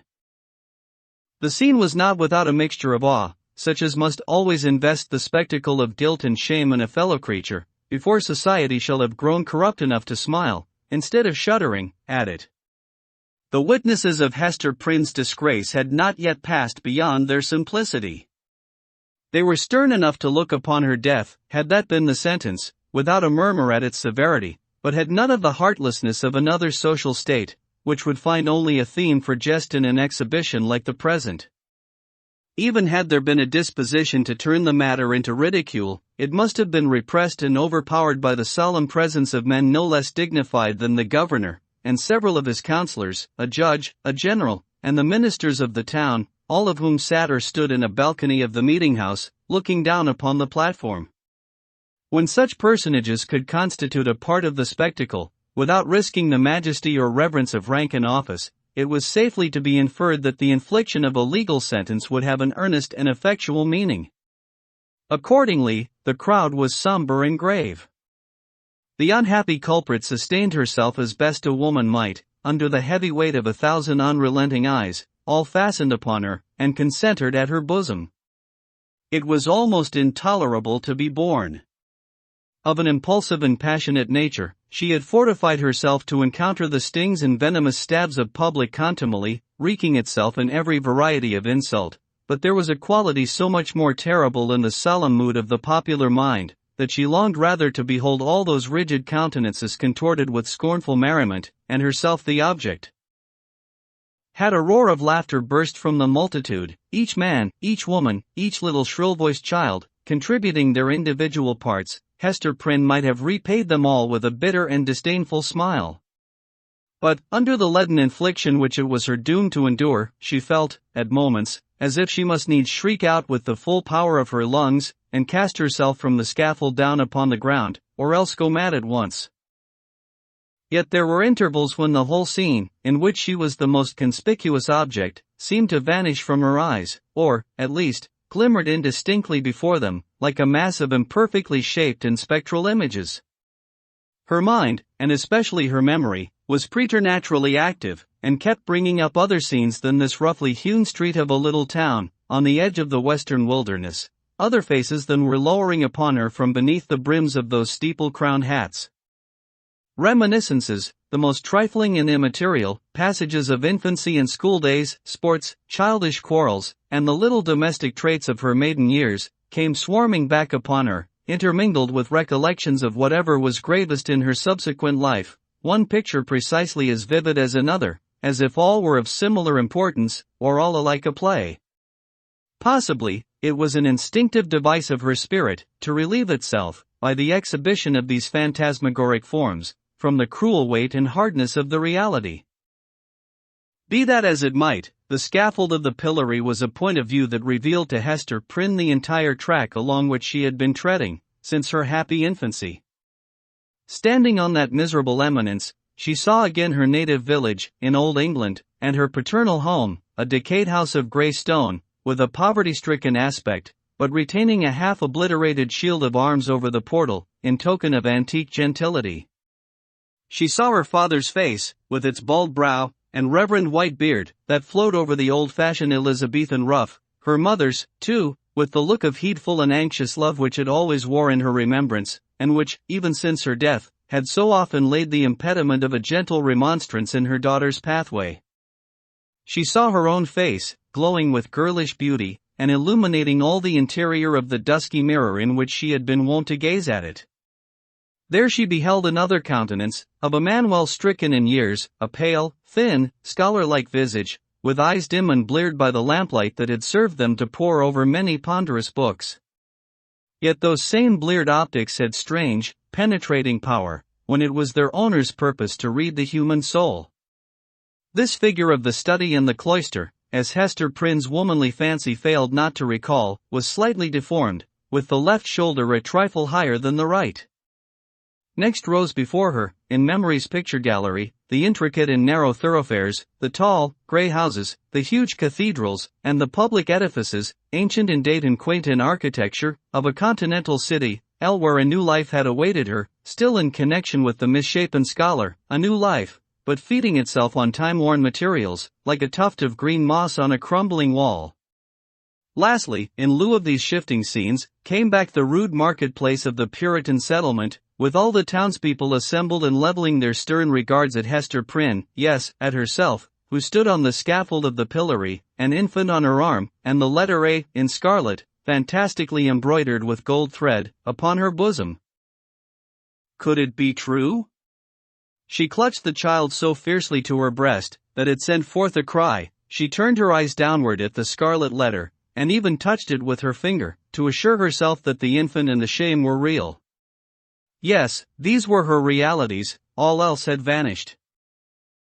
3. The recognition. From this intense consciousness of being the object of severe and universal observation, the wearer of the scarlet letter was at length relieved by discerning, on the outskirts of the crowd, a figure which irresistibly took possession of her thoughts. An Indian, in his native garb, was standing there, but the red men were not so infrequent visitors of the English settlements, that one of them would have attracted any notice from Hester Prynne, at such a time, much less would he have excluded all other objects and ideas from her mind. By the Indian's side, and evidently sustaining a companionship with him, stood a white man, clad in a strange disarray of civilized and savage costume. He was small in stature, with a furrowed visage, which, as yet, could hardly be termed aged. There was a remarkable intelligence in his features, as of a person who had so cultivated his mental part that it could not fail to mold the physical to itself, and become manifest by unmistakable tokens. Although, by a seemingly careless arrangement of his heterogeneous garb, he had endeavored to conceal or abate the peculiarity, it was sufficiently evident to Hester Prynne that one of this man's shoulders rose higher than the other. Again, at the first instant of perceiving the thin visage and the slight deformity of the figure, she pressed her infant to her bosom, with so convulsive a force that the poor babe uttered another cry of pain. But the mother did not seem to hear it. At his arrival in the marketplace, and some time before she saw him, the stranger had bent his eyes on Hester Prynne. It was carelessly, at first, like a man chiefly accustomed to look inward, and to whom external matters are of little value and import, unless they bear relation to something within his mind. Very soon, however, his look became keen and penetrative. A writhing horror twisted itself across his features, like a snake gliding swiftly over them, and making one little pause, with all its wreathed intervolutions in open sight. His face darkened with some powerful emotion, which, nevertheless, he so instantaneously controlled by an effort of his will, that, save at a single moment, its expression might have passed for calmness. After a brief space, the convulsion grew almost imperceptible, and finally subsided into the depths of his nature. When he found the eyes of Hester Prynne fastened on his own, and saw that she appeared to recognize him, he slowly and calmly raised his finger, made a gesture with it in the air, and laid it on his lips. Then, touching the shoulder of a townsman who stood next to him, he addressed him in a formal and courteous manner. "I pray you, good sir," said he, "who is this woman, and wherefore is she here set up to public shame?" "You must needs be a stranger in this region, friend," answered the townsman, looking curiously at the questioner and his savage companion, "else you would surely have heard of Mistress Hester Prynne, and her evil doings. She hath raised a great scandal, I promise you, in godly Master Dimmesdale's church." "You say truly," replied the other. "I am a stranger, and have been a wanderer, sorely against my will. I have met with grievous mishaps by sea and land, and have been long held in bonds among the heathen folk, to the southward, and am now brought hither by this Indian, to be redeemed out of my captivity. Will it please you, therefore, to tell me of Hester Prynne's, have I her name rightly, of this woman's offences, and what has brought her to yonder scaffold?" "Truly, friend, and methinks it must gladden your heart, after your troubles and sojourn in the wilderness," said the townsman, "to find yourself, at length, in a land where iniquity is searched out, and punished in the sight of rulers and people, as here in our godly New England. Yonder woman, sir, you must know, was the wife of a certain learned man, English by birth, but who had long dwelt in Amsterdam, whence, some good time agone, he was minded to cross over and cast in his lot with us of the Massachusetts. To this purpose, he sent his wife before him, remaining himself to look after some necessary affairs. Marry, good sir, in some 2 years, or less, that the woman has been a dweller here in Boston, no tidings have come of this learned gentleman, Master Prynne, and his young wife, look you, being left to her own misguidance." I concede you," said the stranger, with a bitter smile. "So learned a man as you speak of should have learned this too in his books. And who, by your favor, sir, may be the father of yonder babe? It is some 3 or 4 months old, I should judge, which Mistress Prynne is holding in her arms." "Of a truth, friend, that matter remaineth a riddle, and the Danielm who shall expound it is yet a wanting," answered the townsman. "Madam Hester absolutely refuseth to speak, and the magistrates have laid their heads together in vain. Peradventure the guilty one stands looking on at this sad spectacle, unknown of man, and forgetting that God sees him." "The learned man," observed the stranger, with another smile, "should come himself to look into the mystery." "It behooves him well, if he be still in life," responded the townsman. "Now, good sir, our Massachusetts magistracy, bethinking themselves that this woman is youthful and fair, and doubtless was strongly tempted to her fall, and that, moreover, as is most likely, her husband may be at the bottom of the sea, they have not been bold to put in force the extremity of our righteous law against her. The penalty thereof is death. But, in their great mercy and tenderness of heart, they have doomed Mistress Prynne to stand only a space of 3 hours on the platform of the pillory, and then and thereafter, for the remainder of her natural life, to wear a mark of shame upon her bosom. A wise sentence, remarked the stranger, gravely bowing his head. Thus she will be a living sermon against sin, until the ignominious letter be engraved upon her tombstone. It irks me, nevertheless, that the partner of her iniquity should not, at least, stand on the scaffold by her side. But he will be known, he will be known, he will be known. He bowed courteously to the communicative townsman, and, whispering a few words to his Indian attendant, they both made their way through the crowd. While this passed, Hester Prynne had been standing on her pedestal, still with a fixed gaze towards the stranger, so fixed a gaze, that, at moments of intense absorption, all other objects in the visible world seemed to vanish, leaving only him and her. Such an interview, perhaps, would have been more terrible than even to meet him as she now did, with the hot, midday sun burning down upon her face, and lighting up its shame, with the scarlet token of infamy on her breast, with the sin-born infant in her arms, with a whole people, drawn forth as to a festival, staring at the features that should have been seen only in the quiet gleam of the fireside, in the happy shadow of a home, or beneath a matronly veil, at church. Dreadful as it was, she was conscious of a shelter in the presence of these 1,000 witnesses.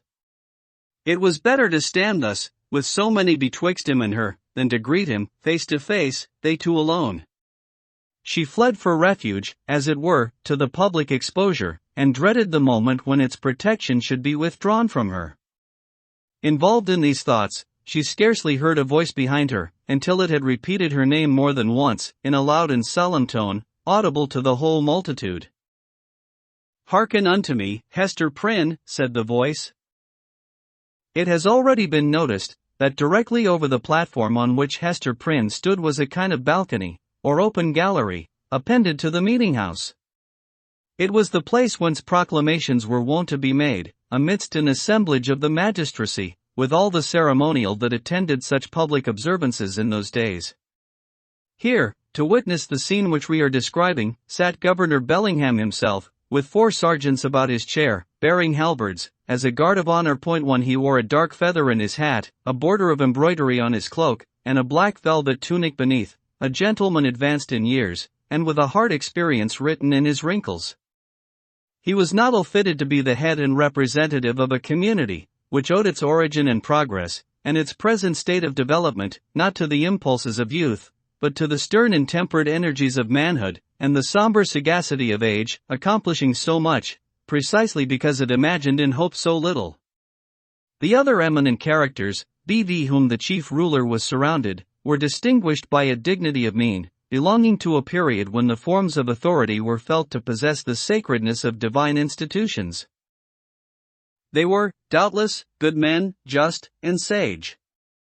But, out of the whole human family, it would not have been easy to select the same number of wise and virtuous persons, who should be less capable of sitting in judgment on an erring woman's heart, and disentangling its mesh of good and evil, than the sages of rigid aspect towards whom Hester Prynne now turned her face.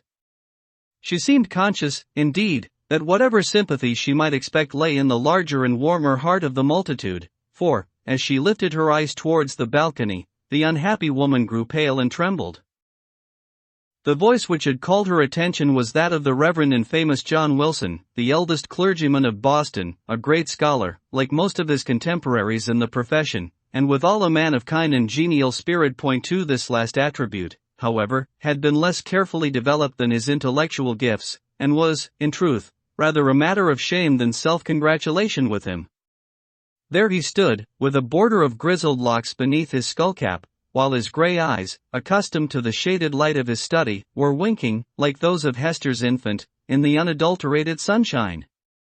He looked like the darkly engraved portraits which we see prefixed to old volumes of sermons, and had no more right than one of those portraits would have, to step forth, as he now did, and meddle with a question of human guilt, passion, and anguish.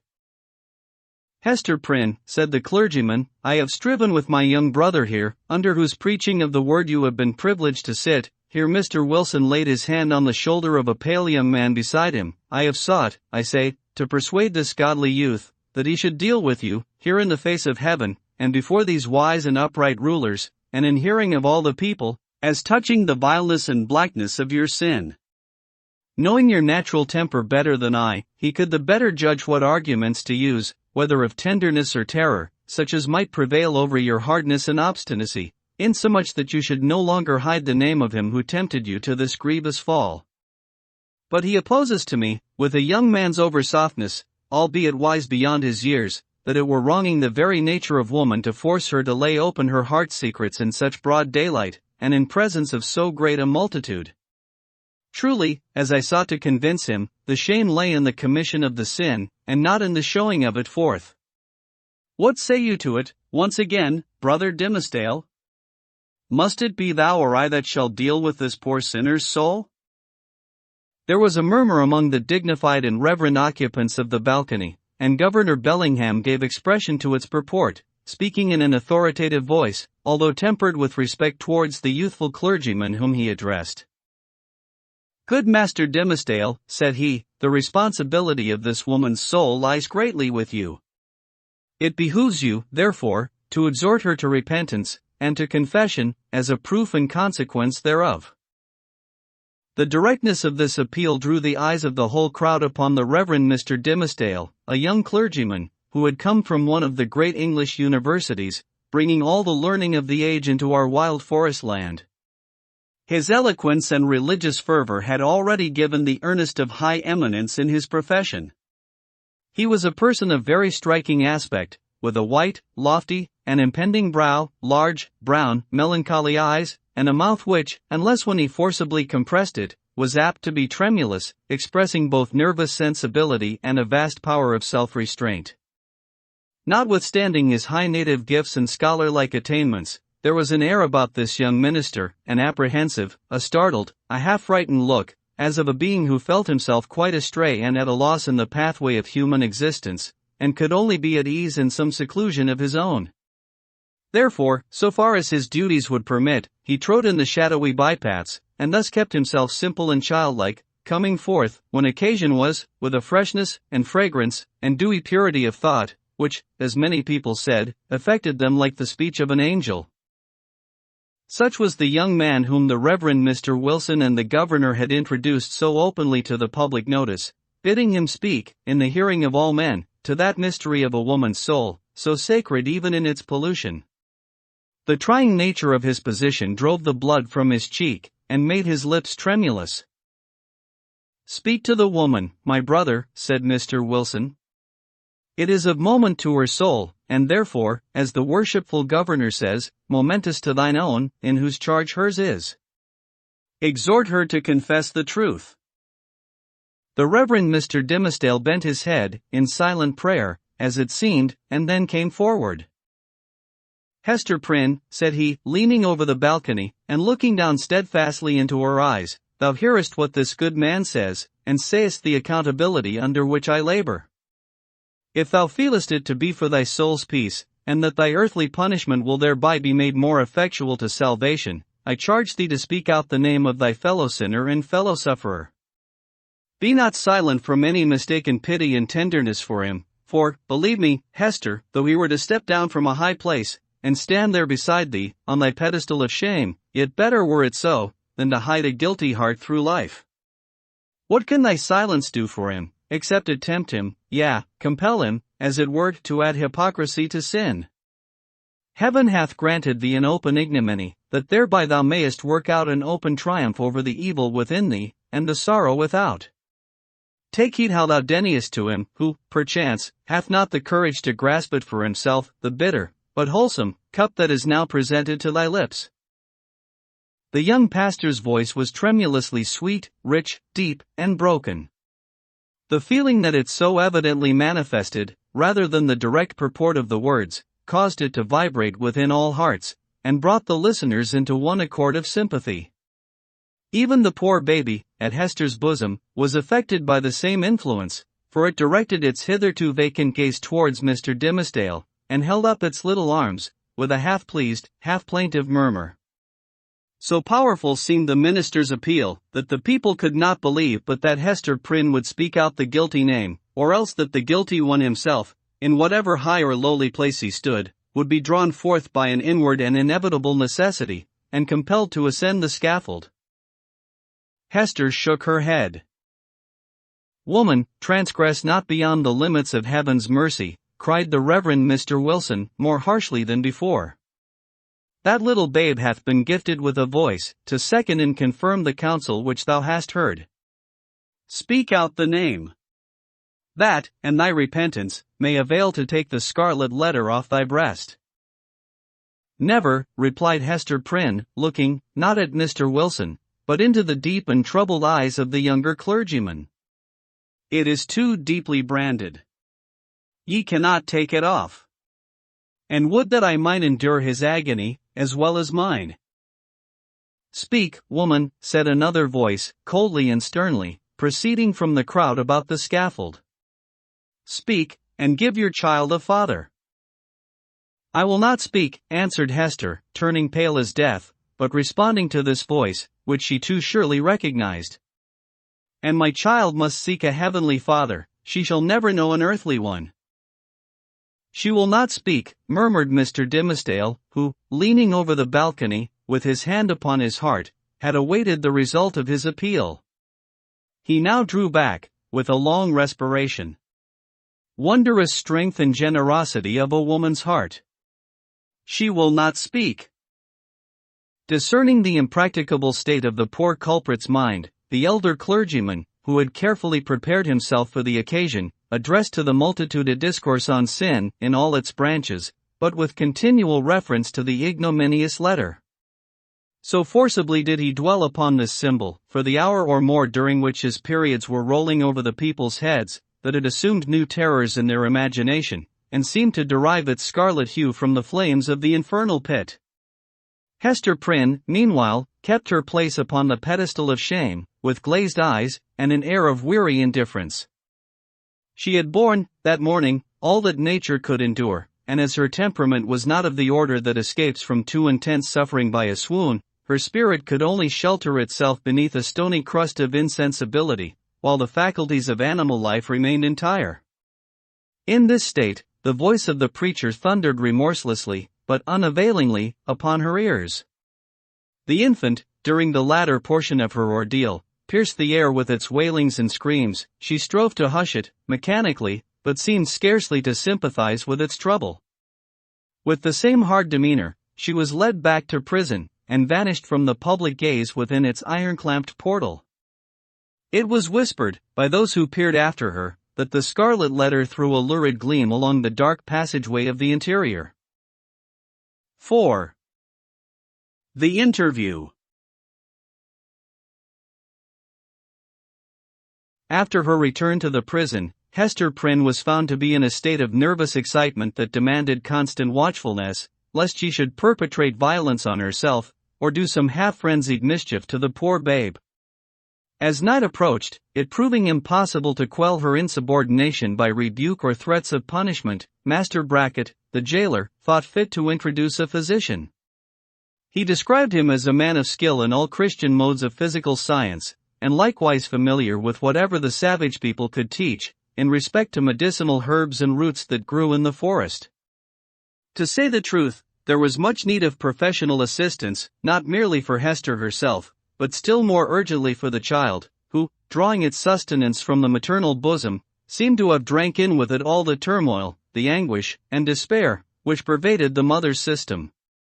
It now writhed in convulsions of pain, and was a forcible type, in its little frame, of the moral agony which Hester Prynne had borne throughout the day. Closely following the jailer into the dismal apartment, appeared that individual, of singular aspect, whose presence in the crowd had been of such deep interest to the wearer of the scarlet letter. He was lodged in the prison, not as suspected of any offense, but as the most convenient and suitable mode of disposing of him, until the magistrates should have conferred with the Indian sagamores respecting his ransom. His name was announced as Roger Chillingworth. The jailer, after ushering him into the room, remained a moment, marveling at the comparative quiet that followed his entrance, for Hester Prynne had immediately become as still as death, although the child continued to moan. "Prithee, friend, leave me alone with my patient," said the practitioner. "Trust me, good jailer, you shall briefly have peace in your house, and, I promise you, Mistress Prynne shall hereafter be more amenable to just authority than you may have found her heretofore." Nay, if your worship can accomplish that, answered Master Bracket, I shall own you for a man of skill indeed. Verily, the woman hath been like a possessed one, and there lacks little, that I should take in hand to drive Satan out of her with stripes. The stranger had entered the room with the characteristic quietude of the profession to which he announced himself as belonging. Nor did his demeanor change, when the withdrawal of the prison keeper left him face to face with the woman, whose absorbed notice of him, in the crowd, had intimated so close a relation between himself and her. His first care was given to the child, whose cries, indeed, as she lay writhing on the trundle bed, made it of peremptory necessity to postpone all other business to the task of soothing her. He examined the infant carefully, and then proceeded to unclasp a leathern case, which he took from beneath his dress. It appeared to contain certain medical preparations, one of which he mingled with a cup of water. My old studies in alchemy, observed he, and my sojourn, for above a year past, among a people well versed in the kindly properties of simples, have made a better physician of me than many that claim the medical degree. Here, woman. The child is yours, she is none of mine, neither will she recognize my voice or aspect as a father's. Administer this draught, therefore, with thine own hand. Hester repelled the offered medicine, at the same time gazing with strongly marked apprehension into his face. Wouldst thou avenge thyself on the innocent babe? Whispered she. Foolish woman, responded the physician, half coldly, half soothingly. What should ail me to harm this misbegotten and miserable babe? The medicine is potent for good, and were it my child, yea, mine own, as well as thine, I could do no better for it. As she still hesitated, being, in fact, in no reasonable state of mind, he took the infant in his arms, and himself administered the draught. It soon proved its efficacy, and redeemed the leech's pledge. The moans of the little patient subsided, its convulsive tossings gradually ceased, and in a few moments, as is the custom of young children after relief from pain, it sank into a profound and dewy slumber. The physician, as he had a fair right to be termed, next bestowed his attention on the mother. With calm and intent scrutiny, he felt her pulse, looked into her eyes, a gaze that made her heart shrink and shudder, because so familiar, and yet so strange and cold, and, finally, satisfied with his investigation, proceeded to mingle another draught. I know not Lethe nor Nepenthe, and remarked he, but I have learned many new secrets in the wilderness, and here is one of them, a recipe that an Indian taught me, in requital of some lessons of my own, that were as old as Paracelsus Stato drink it. It may be less soothing than a sinless conscience. That I cannot give thee. But it will calm the swell and heaving of thy passion, like oil thrown on the waves of a tempestuous sea. He presented the cup to Hester, who received it with a slow, earnest look into his face, not precisely a look of fear, yet full of doubt and questioning, as to what his purposes might be. She looked also at her slumbering child. I have thought of death, said she, have wished for it, would even have prayed for it, were it fit that such as I should pray for anything. Yet, if death be in this cup, I bid thee think again, ere thou beholdest me quaff it. See! It is even now at my lips. Drink, then, replied he, still with the same cold composure. Dost thou know me so little, Hester Prynne? Are my purposes wont to be so shallow? Even if I imagine a scheme of vengeance, what could I do better for my object than to let thee live, than to give thee medicines against all harm and peril of life, so that this burning shame may still blaze upon thy bosom? As he spoke, he laid his long forefinger on the scarlet letter, which forthwith seemed to scorch into Hester's breast, as if it had been red hot. He noticed her involuntary gesture, and smiled. Live, therefore, and bear about thy doom with thee, in the eyes of men and women, in the eyes of him whom thou didst call thy husband, in the eyes of yonder child. And, that thou mayest live, take off this draught. Without further expostulation or delay, Hester Prynne drained the cup, and, at the motion of the man of skill, seated herself on the bed where the child was sleeping, while he drew the only chair which the room afforded, and took his own seat beside her. She could not but tremble at these preparations, for she felt that, having now done all that humanity, or principle, or, if so it were, a refined cruelty, impelled him to do, for the relief of physical suffering he was next to treat with her as the man whom she had most deeply and irreparably injured. "Hester," said he, "I ask not wherefore, nor how, thou hast fallen into the pit, or say rather, thou hast ascended to the pedestal of infamy, on which I found thee. The reason is not far to seek. It was my folly, and thy weakness. I, a man of thought, the bookworm of great libraries, a man already in decay, having given my best years to feed the hungry dream of knowledge, what had I to do with youth and beauty like thine own? Misshapen from my birth hour, how could I delude myself with the idea that intellectual gifts might veil physical deformity in a young girl's fantasy? Men call me wise. If sages were ever wise in their own behoof, I might have foreseen all this. I might have known that, as I came out of the vast and dismal forest, and entered this settlement of Christian men, the very first object to meet my eyes would be thyself, Hester Prynne, standing up, a statue of ignominy, before the people. Nay, from the moment when we came down the old church steps together, a married pair, I might have beheld the balefire of that scarlet letter blazing at the end of our path. Thou knowest, said Hester, for, depressed as she was, she could not endure this last quiet stab at the token of her shame, thou knowest that I was frank with thee. I felt no love, nor feigned any. True, replied he. It was my folly. I have said it. But, up to that epoch of my life, I had lived in vain. The world had been so cheerless. My heart was a habitation large enough for many guests, but lonely and chill, and without a household fire. I longed to kindle one. It seemed not so wild a dream, old as I was, and somber as I was, and misshapen as I was, that the simple bliss, which is scattered far and wide, for all mankind to gather up, might yet be mine. And so, Hester, I drew thee into my heart, into its innermost chamber, and sought to warm thee by the warmth which thy presence made there. I have greatly wronged thee, murmured Hester. We have wronged each other, answered he. Mine was the first wrong, when I betrayed thy budding youth into a false and unnatural relation with my decay. Therefore, as a man who has not thought and philosophized in vain, I seek no vengeance, plot no evil against thee. Between thee and me, the scale hangs fairly balanced. But, Hester, the man lives who has wronged us both. Who is he?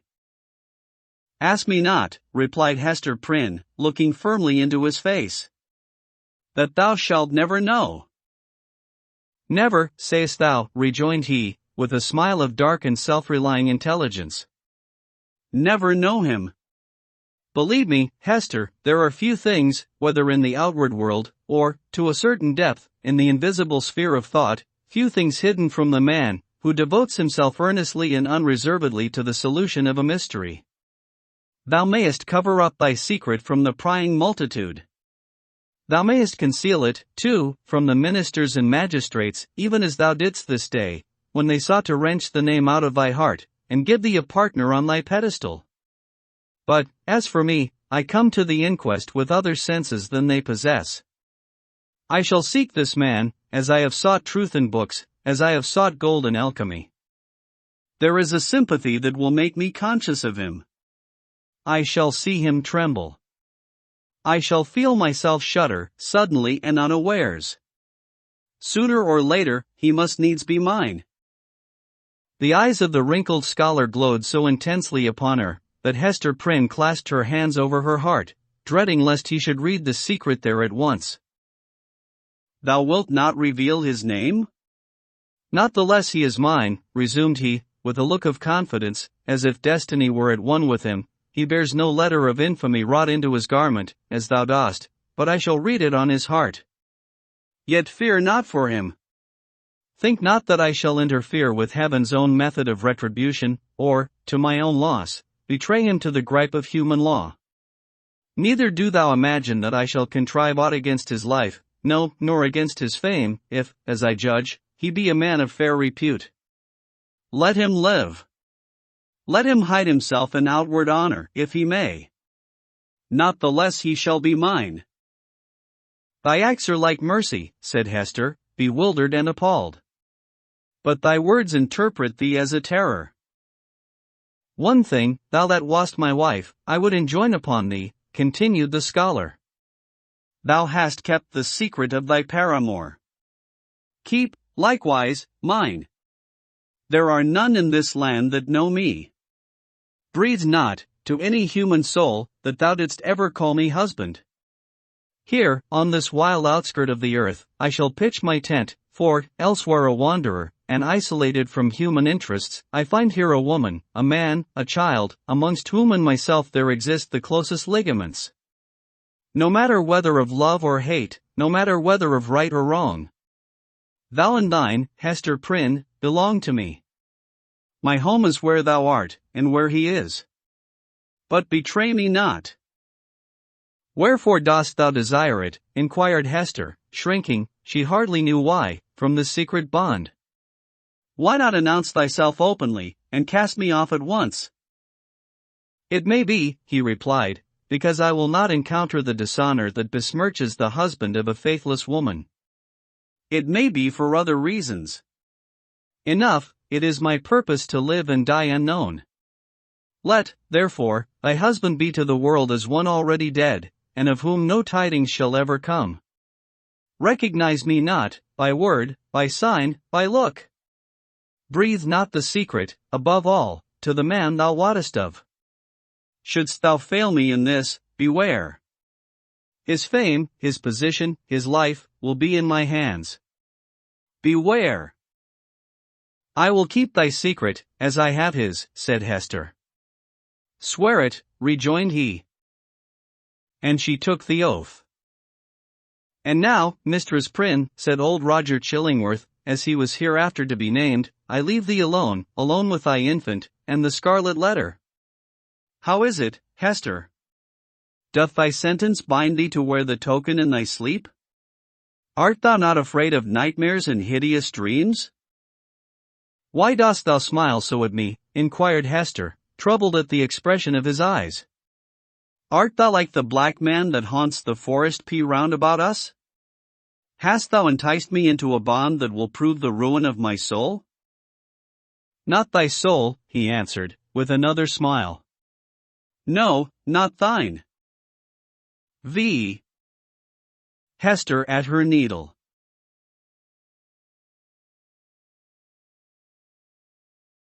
Hester Prynne's term of confinement was now at an end.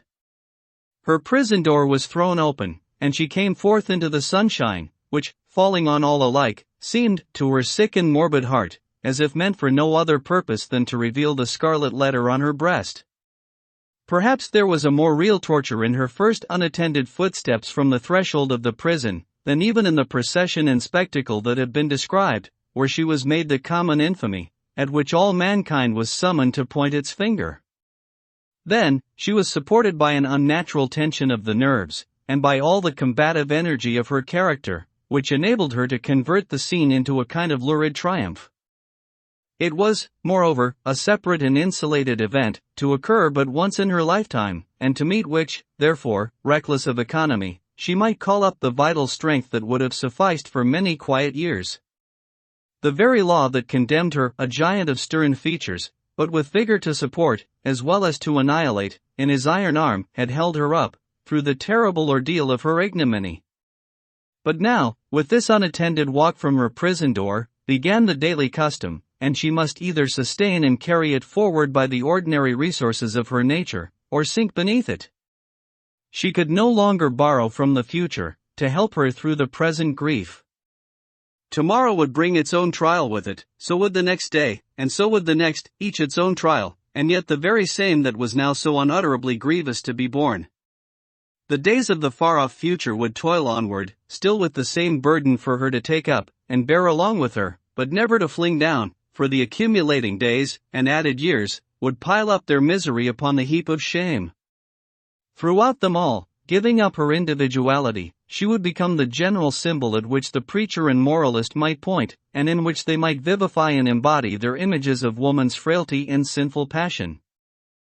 Thus the young and pure would be taught to look at her, with the scarlet letter flaming on her breast, at her, the child of honorable parents, at her, the mother of a babe, that would hereafter be a woman, at her, who had once been innocent, as the figure, the body, the reality of sin. And over her grave, the infamy that she must carry thither would be her only monument. It may seem marvelous that, with the world before her, kept by no restrictive clause of her condemnation within the limits of the Puritan settlement, so remote and so obscure, free to return to her birthplace, or to any other European land, and there hide her character and identity under a new exterior, as completely as if emerging into another state of being, and having also the passes of the dark, inscrutable forest open to her, where the wildness of her nature might assimilate itself with a people whose customs and life were alien from the law that had condemned her. It may seem marvelous that this woman should still call that place her home, where, and where only, she must needs be the type of shame. But there is a fatality, a feeling so irresistible and inevitable that it has the force of doom, which almost invariably compels human beings to linger around and haunt, ghost-like, the spot where some great and marked event has given the color to their lifetime, and still the more irresistibly, the darker the tinge that saddens it. Her sin, her ignominy, were the roots which she had struck into the soil. It was as if a new birth, with stronger assimilations than the first, had converted the forest land, still so uncongenial to every other pilgrim and wanderer, into Hester Prynne's wild and dreary, but lifelong home. All other scenes of earth, even that village of rural England, where happy infancy and stainless maidenhood seemed yet to be in her mother's keeping, like garments put off long ago, were foreign to her, in comparison. The chain that bound her here was of iron links, and galling to her inmost soul, but never could be broken. It might be, too, doubtless it was so, although she hid the secret from herself, and grew pale whenever it struggled out of her heart, like a serpent from its hole. It might be that another feeling kept her within the scene and pathway that had been so fatal. There trod the feet of one with whom she deemed herself connected in a union, that, unrecognized on earth, would bring them together before the bar of final judgment, and make that their marriage altar, for a joint futurity of endless retribution. Over and over again, the tempter of souls had thrust this idea upon Hester's contemplation, and laughed at the passionate and desperate joy with which she seized, and then strove to cast it from her. She barely looked the idea in the face, and hastened to bar it in its dungeon. What she compelled herself to believe, what, finally, she reasoned upon, as her motive for continuing a resident of New England, was half a truth, and half a self-delusion. Here, she said to herself, had been the scene of her guilt, and here should be the scene of her earthly punishment, and so, perchance, the torture of her daily shame would at length purge her soul, and work out another purity than that which she had lost, more saint-like, because the result of martyrdom. Hester Prynne, therefore, did not flee. On the outskirts of the town, within the verge of the peninsula, but not in close vicinity to any other habitation, there was a small thatched cottage. It had been built by an earlier settler, and abandoned, because the soil about it was too sterile for cultivation, while its comparative remoteness put it out of the sphere of that social activity which already marked the habits of the emigrants. It stood on the shore, looking across a basin of the sea at the forest-covered hills, towards the west. A clump of scrubby trees, such as alone grew on the peninsula, did not so much conceal the cottage from view, as seemed to denote that here was some object which would fain have been, or at least ought to be, concealed. In this little, lonesome dwelling, with some slender means that she possessed, and by the license of the magistrates, who still kept an inquisitorial watch over her, Hester established herself, with her infant child. A mystic shadow of suspicion immediately attached itself to the spot. Children, too young to comprehend wherefore this woman should be shut out from the sphere of human charities, would creep nigh enough to behold her plying her needle at the cottage window, or standing in the doorway, or laboring in her little garden, or coming forth along the pathway that led townward, and, discerning the scarlet letter on her breast, would scamper off, with a strange, contagious fear. Lonely as was Hester's situation, and without a friend on earth who dared to show himself, she, however, incurred no risk of want. She possessed an art that sufficed, even in a land that afforded comparatively little scope for its exercise, to supply food for her thriving infant and herself. It was the art.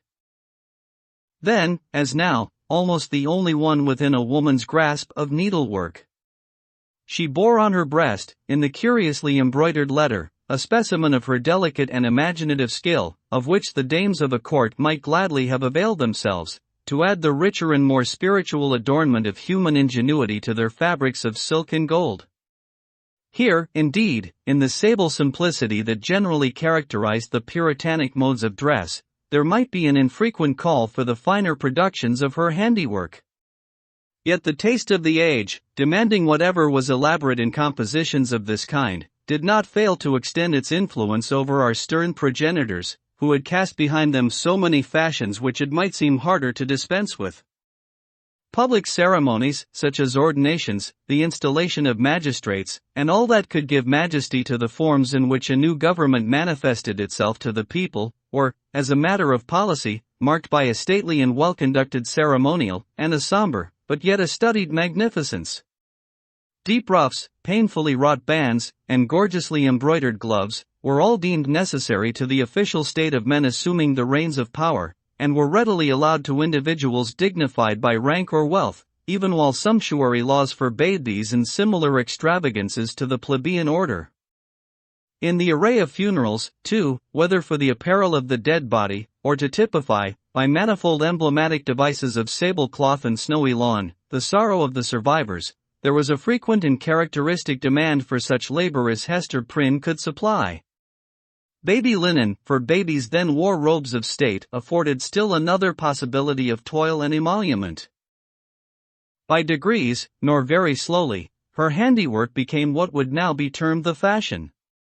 Whether from commiseration for a woman of so miserable a destiny, or from the morbid curiosity that gives a fictitious value even to common or worthless things, or by whatever other intangible circumstance was then, as now, sufficient to bestow, on some persons, what others might seek in vain, or because Hester really filled a gap which must otherwise have remained vacant, it is certain that she had ready and fairly requited employment for as many hours as she saw fit to occupy with her needle.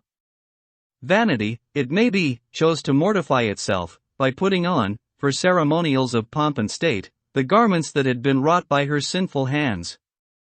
Her needlework was seen on the ruff of the governor, military men wore it on their scarfs, and the minister on his band, it decked the baby's little cap, it was shut up, to be mildewed and moulder away, in the coffins of the dead. But it is not recorded that, in a single instance, her skill was called in aid to embroider the white veil which was to cover the pure blushes of a bride.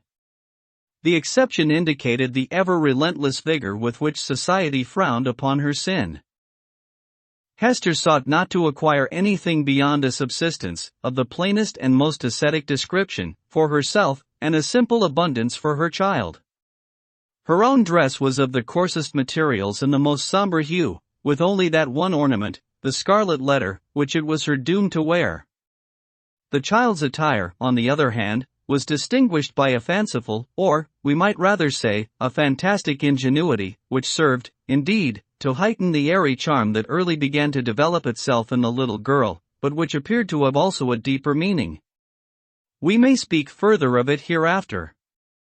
Except for that small expenditure in the decoration of her infant, Hester bestowed all her superfluous means in charity, on wretches less miserable than herself, and who not unfrequently insulted the hand that fed them.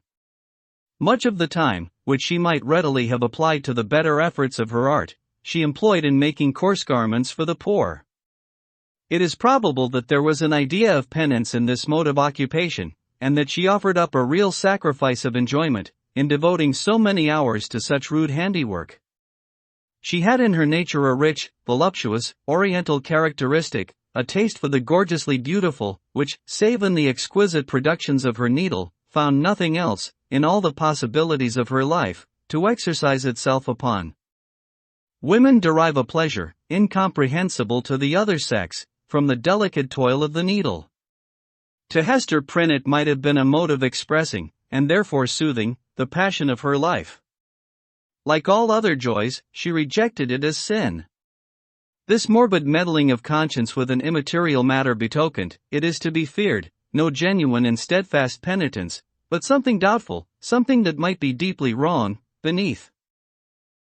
In this manner, Hester Prynne came to have a part to perform in the world. With her native energy of character, and rare capacity, it could not entirely cast her off, although it had set a mark upon her, more intolerable to a woman's heart than that which branded the brow of Cain. Q in all her intercourse with society, however, there was nothing that made her feel as if she belonged to it. Every gesture, every word, and even the silence of those with whom she came in contact, implied, and often expressed, that she was banished, and as much alone as if she inhabited another sphere, or communicated with the common nature by other organs and senses than the rest of humankind. She stood apart from mortal interests, yet close beside them, like a ghost that revisits the familiar fireside, and can no longer make itself seen or felt, no more smile with the household joy, nor mourn with the kindred sorrow, or, should it succeed in manifesting its forbidden sympathy, awakening only terror and horrible repugnance. These emotions, in fact, and its bitterest scorn besides, seemed to be the sole portion that she retained in the universal heart. It was not an age of delicacy, and her position, although she understood it well, and was in little danger of forgetting it, was often brought before her vivid self-perception, like a new anguish, by the rudest touch upon the tenderest spot. The poor, as we have already said, whom she sought out to be the objects of her bounty, often reviled the hand that was stretched forth to succor them. Dames of elevated rank, likewise, whose doors she entered in the way of her occupation, were accustomed to distill drops of bitterness into her heart, sometimes through that alchemy of quiet malice, by which women can concoct a subtle poison from ordinary trifles, and sometimes, also, by a coarser expression, that fell upon the sufferer's defenseless breast like a rough blow upon an ulcerated wound. Hester had schooled herself long and well. She never responded to these attacks, save by a flush of crimson that rose irrepressibly over her pale cheek, and again subsided into the depths of her bosom. She was patient, a martyr, indeed. But she forbore to pray for her enemies, lest, in spite of her forgiving aspirations, the words of the blessing should stubbornly twist themselves into a curse. Continually, and in 1,000 other ways, did she feel the innumerable throbs of anguish that had been so cunningly contrived for her by the undying, the ever-active sentence of the Puritan tribunal. Clergymen paused in the street to address words of exhortation, that brought a crowd, with its mingled grin and frown, around the poor, sinful woman. If she entered a church, trusting to share the Sabbath smile of the universal Father, it was often her mishap to find herself the text of the discourse. She grew to have a dread of children, for they had imbibed from their parents a vague idea of something horrible in this dreary woman, gliding silently through the town, with never any companion but one only child. Therefore, first allowing her to pass, they pursued her at a distance with shrill cries, and the utterance of a word that had no distinct purport to their own minds, but was none the less terrible to her, as proceeding from lips that babbled it unconsciously. It seemed to argue so wide a diffusion of her shame, that all nature knew of it. It could have caused her no deeper pang, had the leaves of the trees whispered the dark story among themselves, had the summer breeze murmured about it, had the wintry blast shrieked it aloud. Another peculiar torture was felt in the gaze of a new eye. When strangers looked curiously at the Scarlet Letter, and none ever failed to do so, they branded it afresh into Hester's soul, so that, oftentimes, she could scarcely refrain, yet always did refrain, from covering the symbol with her hand. But then, again, an accustomed eye had likewise its own anguish to inflict. Its cool stare of familiarity was intolerable. From first to last, in short, Hester Prynne had always this dreadful agony in feeling a human eye upon the token. The spot never grew callous, it seemed, on the contrary, to grow more sensitive with daily torture. But sometimes, once in many days, or perchance in many months, she felt a human eye upon the ignominious brand, that seemed to give a momentary relief, as if half of her agony were shared. The next instant, back it all rushed again, with still a deeper throb of pain, for, in that brief interval, she had sinned anew. Had Hester sinned alone? Her imagination was somewhat affected, and, had she been of a softer moral and intellectual fiber, would have been still more so, by the strange and solitary anguish of her life. Walking to and fro, with those lonely footsteps, in the little world with which she was outwardly connected, it now and then appeared to Hester, if altogether fancy, it was nevertheless too potent to be resisted. She felt or fancied, then, that the Scarlet Letter had endowed her with a new sense. She shuddered to believe, yet could not help believing, that it gave her a sympathetic knowledge of the hidden sin in other hearts. She was terror-stricken by the revelations that were thus made. What were they? Could they be other than the insidious whispers of the bad angel, who would fain have persuaded the struggling woman, as yet only half his victim, that the outward guise of purity was but a lie, and that, if truth were everywhere to be shown, a scarlet letter would blaze forth on many a bosom besides Hester Prynne's? Or, must she receive those intimations, so obscure, yet so distinct, as truth? In all her miserable experience, there was nothing else so awful and so loathsome as this sense. It perplexed, as well as shocked her, by the irreverent inopportuneness of the occasions that brought it into vivid action. Sometimes, the red infamy upon her breast would give a sympathetic throb, as she passed near a venerable minister or magistrate, the model of piety and justice, to whom that age of antique reverence looked up, as to a mortal man in fellowship with angels. What evil thing is at hand, would Hester say to herself? Lifting her reluctant eyes, there would be nothing human within the scope of view, save the form of this earthly saint. Again, a mystic sisterhood would contumaciously assert itself, as she met the sanctified frown of some matron, who, according to the rumor of all tongues, had kept cold snow within her bosom throughout life. That unsunned snow in the matron's bosom, and the burning shame on Hester Prynne's, what had the two in common? Or, once more, the electric thrill would give her warning. Behold, Hester, here is a companion. And, looking up, she would detect the eyes of a young maiden glancing at the scarlet letter, shyly and aside, and quickly averted, with a faint, chill crimson in her cheeks, as if her purity were somewhat sullied by that momentary glance. O fiend, whose talisman was that fatal symbol, wouldst thou leave nothing, whether in youth or age, for this poor sinner to revere? Such loss of faith is ever one of the saddest results of sin. Be it accepted as a proof that all was not corrupt in this poor victim of her own frailty, and man's hard law, that Hester Prynne yet struggled to believe that no fellow mortal was guilty like herself. The vulgar, who, in those dreary old times, were always contributing a grotesque horror to what interested their imaginations, had a story about the Scarlet Letter which we might readily work up into a terrific legend. They averred that the symbol was not mere scarlet cloth, tinged in an earthly dye-pot, but was red-hot with infernal fire, and could be seen glowing all alight, whenever Hester Prynne walked abroad in the night-time. And we must needs say, it seared Hester's bosom so deeply, that perhaps there was more truth in the rumor than our modern incredulity may be inclined to admit. 6. Pearl.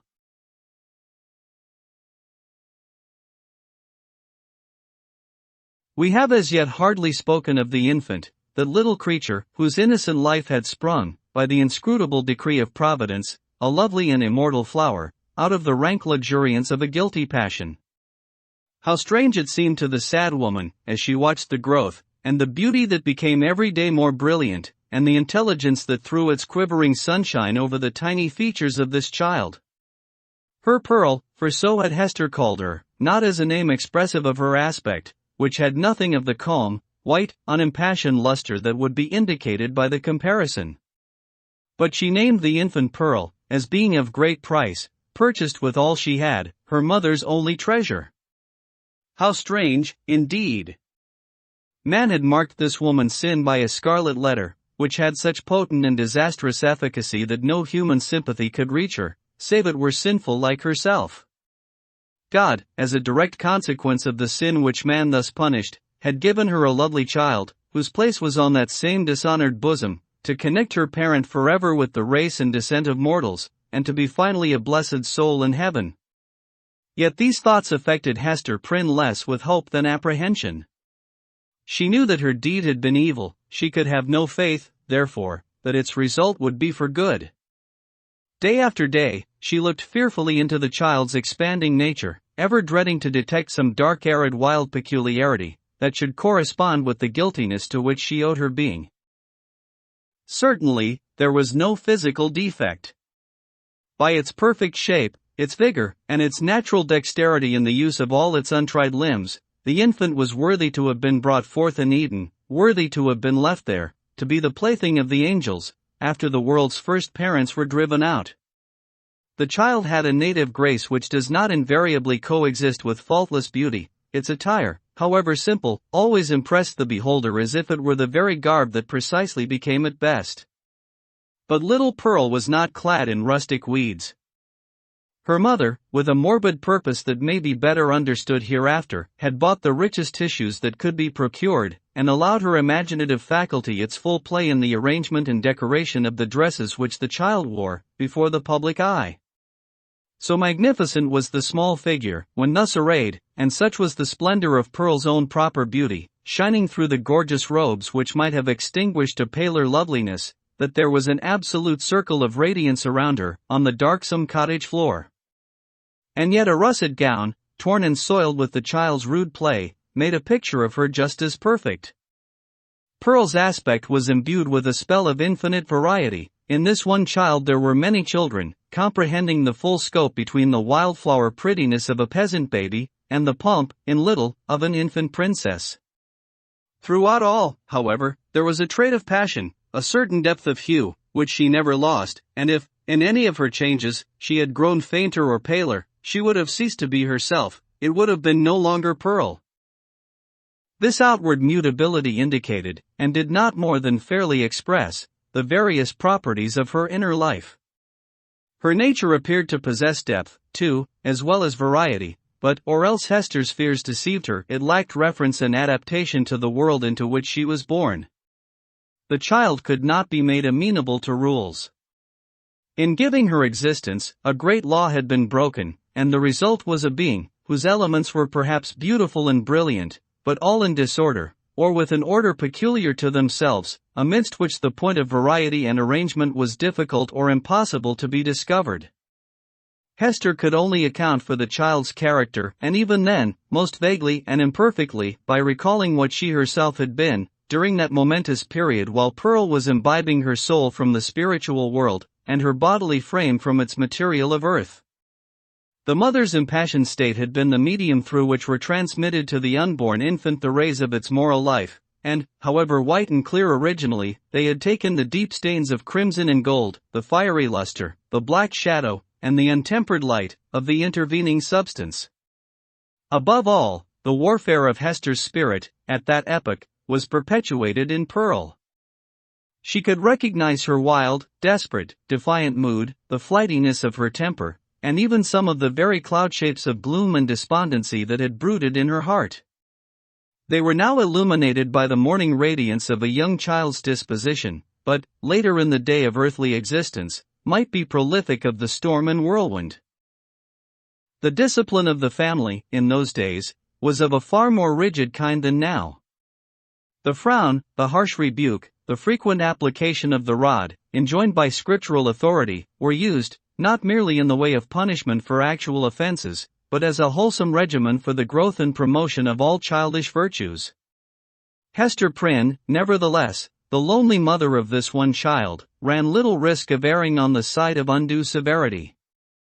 Mindful, however, of her own errors and misfortunes, she early sought to impose a tender, but strict, control over the infant immortality that was committed to her charge. But the task was beyond her skill. After testing both smiles and frowns, and proving that neither mode of treatment possessed any calculable influence, Hester was ultimately compelled to stand aside, and permit the child to be swayed by her own impulses. Physical compulsion or restraint was effectual, of course, while it lasted. As to any other kind of discipline, whether addressed to her mind or heart, little Pearl might or might not be within its reach, in accordance with the caprice that ruled the moment. Her mother, while Pearl was yet an infant, grew acquainted with a certain peculiar look, that warned her when it would be labor thrown away to insist, persuade, or plead. It was a look so intelligent, yet inexplicable, so perverse, sometimes so malicious, but generally accompanied by a wild flow of spirits, that Hester could not help questioning, at such moments, whether Pearl was a human child. She seemed rather an airy sprite, which, after playing its fantastic sports for a little while upon the cottage floor, would flit away with a mocking smile. Whenever that look appeared in her wild, bright, deeply black eyes, it invested her with a strange remoteness and intangibility. it was as if she were hovering in the air and might vanish, like a glimmering light that comes we know not whence, and goes we know not whither. Beholding it, Hester was constrained to rush towards the child, to pursue the little elf in the flight which she invariably began, to snatch her to her bosom, with a close pressure and earnest kisses, not so much from overflowing love, as to assure herself that Pearl was flesh and blood, and not utterly delusive. But Pearl's laugh, when she was caught, though full of merriment and music, made her mother more doubtful than before. Heart-smitten at this bewildering and baffling spell, that so often came between herself and her sole treasure, whom she had bought so dear, and who was all her world, Hester sometimes burst into passionate tears. Then, perhaps, for there was no foreseeing how it might affect her, Pearl would frown, and clench her little fist, and harden her small features into a stern, unsympathizing look of discontent. Not seldom, she would laugh anew, and louder than before, like a thing incapable and unintelligent of human sorrow. Or, but this more rarely happened, she would be convulsed with a rage of grief, and sob out her love for her mother, in broken words, and seem intent on proving that she had a heart, by breaking it. Yet Hester was hardly safe in confiding herself to that gusty tenderness. It passed, as suddenly as it came. Brooding over all these matters, the mother felt like one who has evoked a spirit, but, by some irregularity in the process of conjuration, has failed to win the master word that should control this new and incomprehensible intelligence. Her only real comfort was when the child lay in the placidity of sleep. Then she was sure of her, and tasted hours of quiet, sad, delicious happiness, until, perhaps with that perverse expression glimmering from beneath her opening lids, little Pearl awoke. How soon, with what strange rapidity, indeed, did Pearl arrive at an age that was capable of social intercourse, beyond the mother's ever-ready smile and nonsense words. And then what a happiness would it have been, could Hester Prynne have heard her clear, bird-like voice mingling with the uproar of other childish voices, and have distinguished and unraveled her own darling's tones, amid all the entangled outcry of a group of sportive children. But this could never be. Pearl was a born outcast of the infantile world. An imp of evil, emblem and product of sin, she had no right among christened infants. Nothing was more remarkable than the instinct, as it seemed, with which the child comprehended her loneliness, the destiny that had drawn an inviolable circle round about her, the whole peculiarity, in short, of her position in respect to other children. Never, since her release from prison, had Hester met the public gaze without her. In all her walks about the town, Pearl, too, was there, first as the babe in arms, and afterwards as the little girl, small companion of her mother, holding a forefinger with her whole grasp, and tripping along at the rate of 3 or 4 footsteps to one of Hester's. She saw the children of the settlement, on the grassy margin of the street, or at the domestic thresholds, disporting themselves in such grim fashion as the puritanic nurture would permit, playing at going to church, perchance, or at scourging Quakers, or taking scalps in a sham fight with the Indians, or scaring one another with freaks of imitative witchcraft. Pearl saw, and gazed intently, but never sought to make acquaintance. If spoken to, she would not speak again. If the children gathered about her, as they sometimes did, Pearl would grow positively terrible in her puny wrath, snatching up stones to fling at them, with shrill, incoherent exclamations that made her mother tremble, because they had so much the sound of a witch's anathemas in some unknown tongue.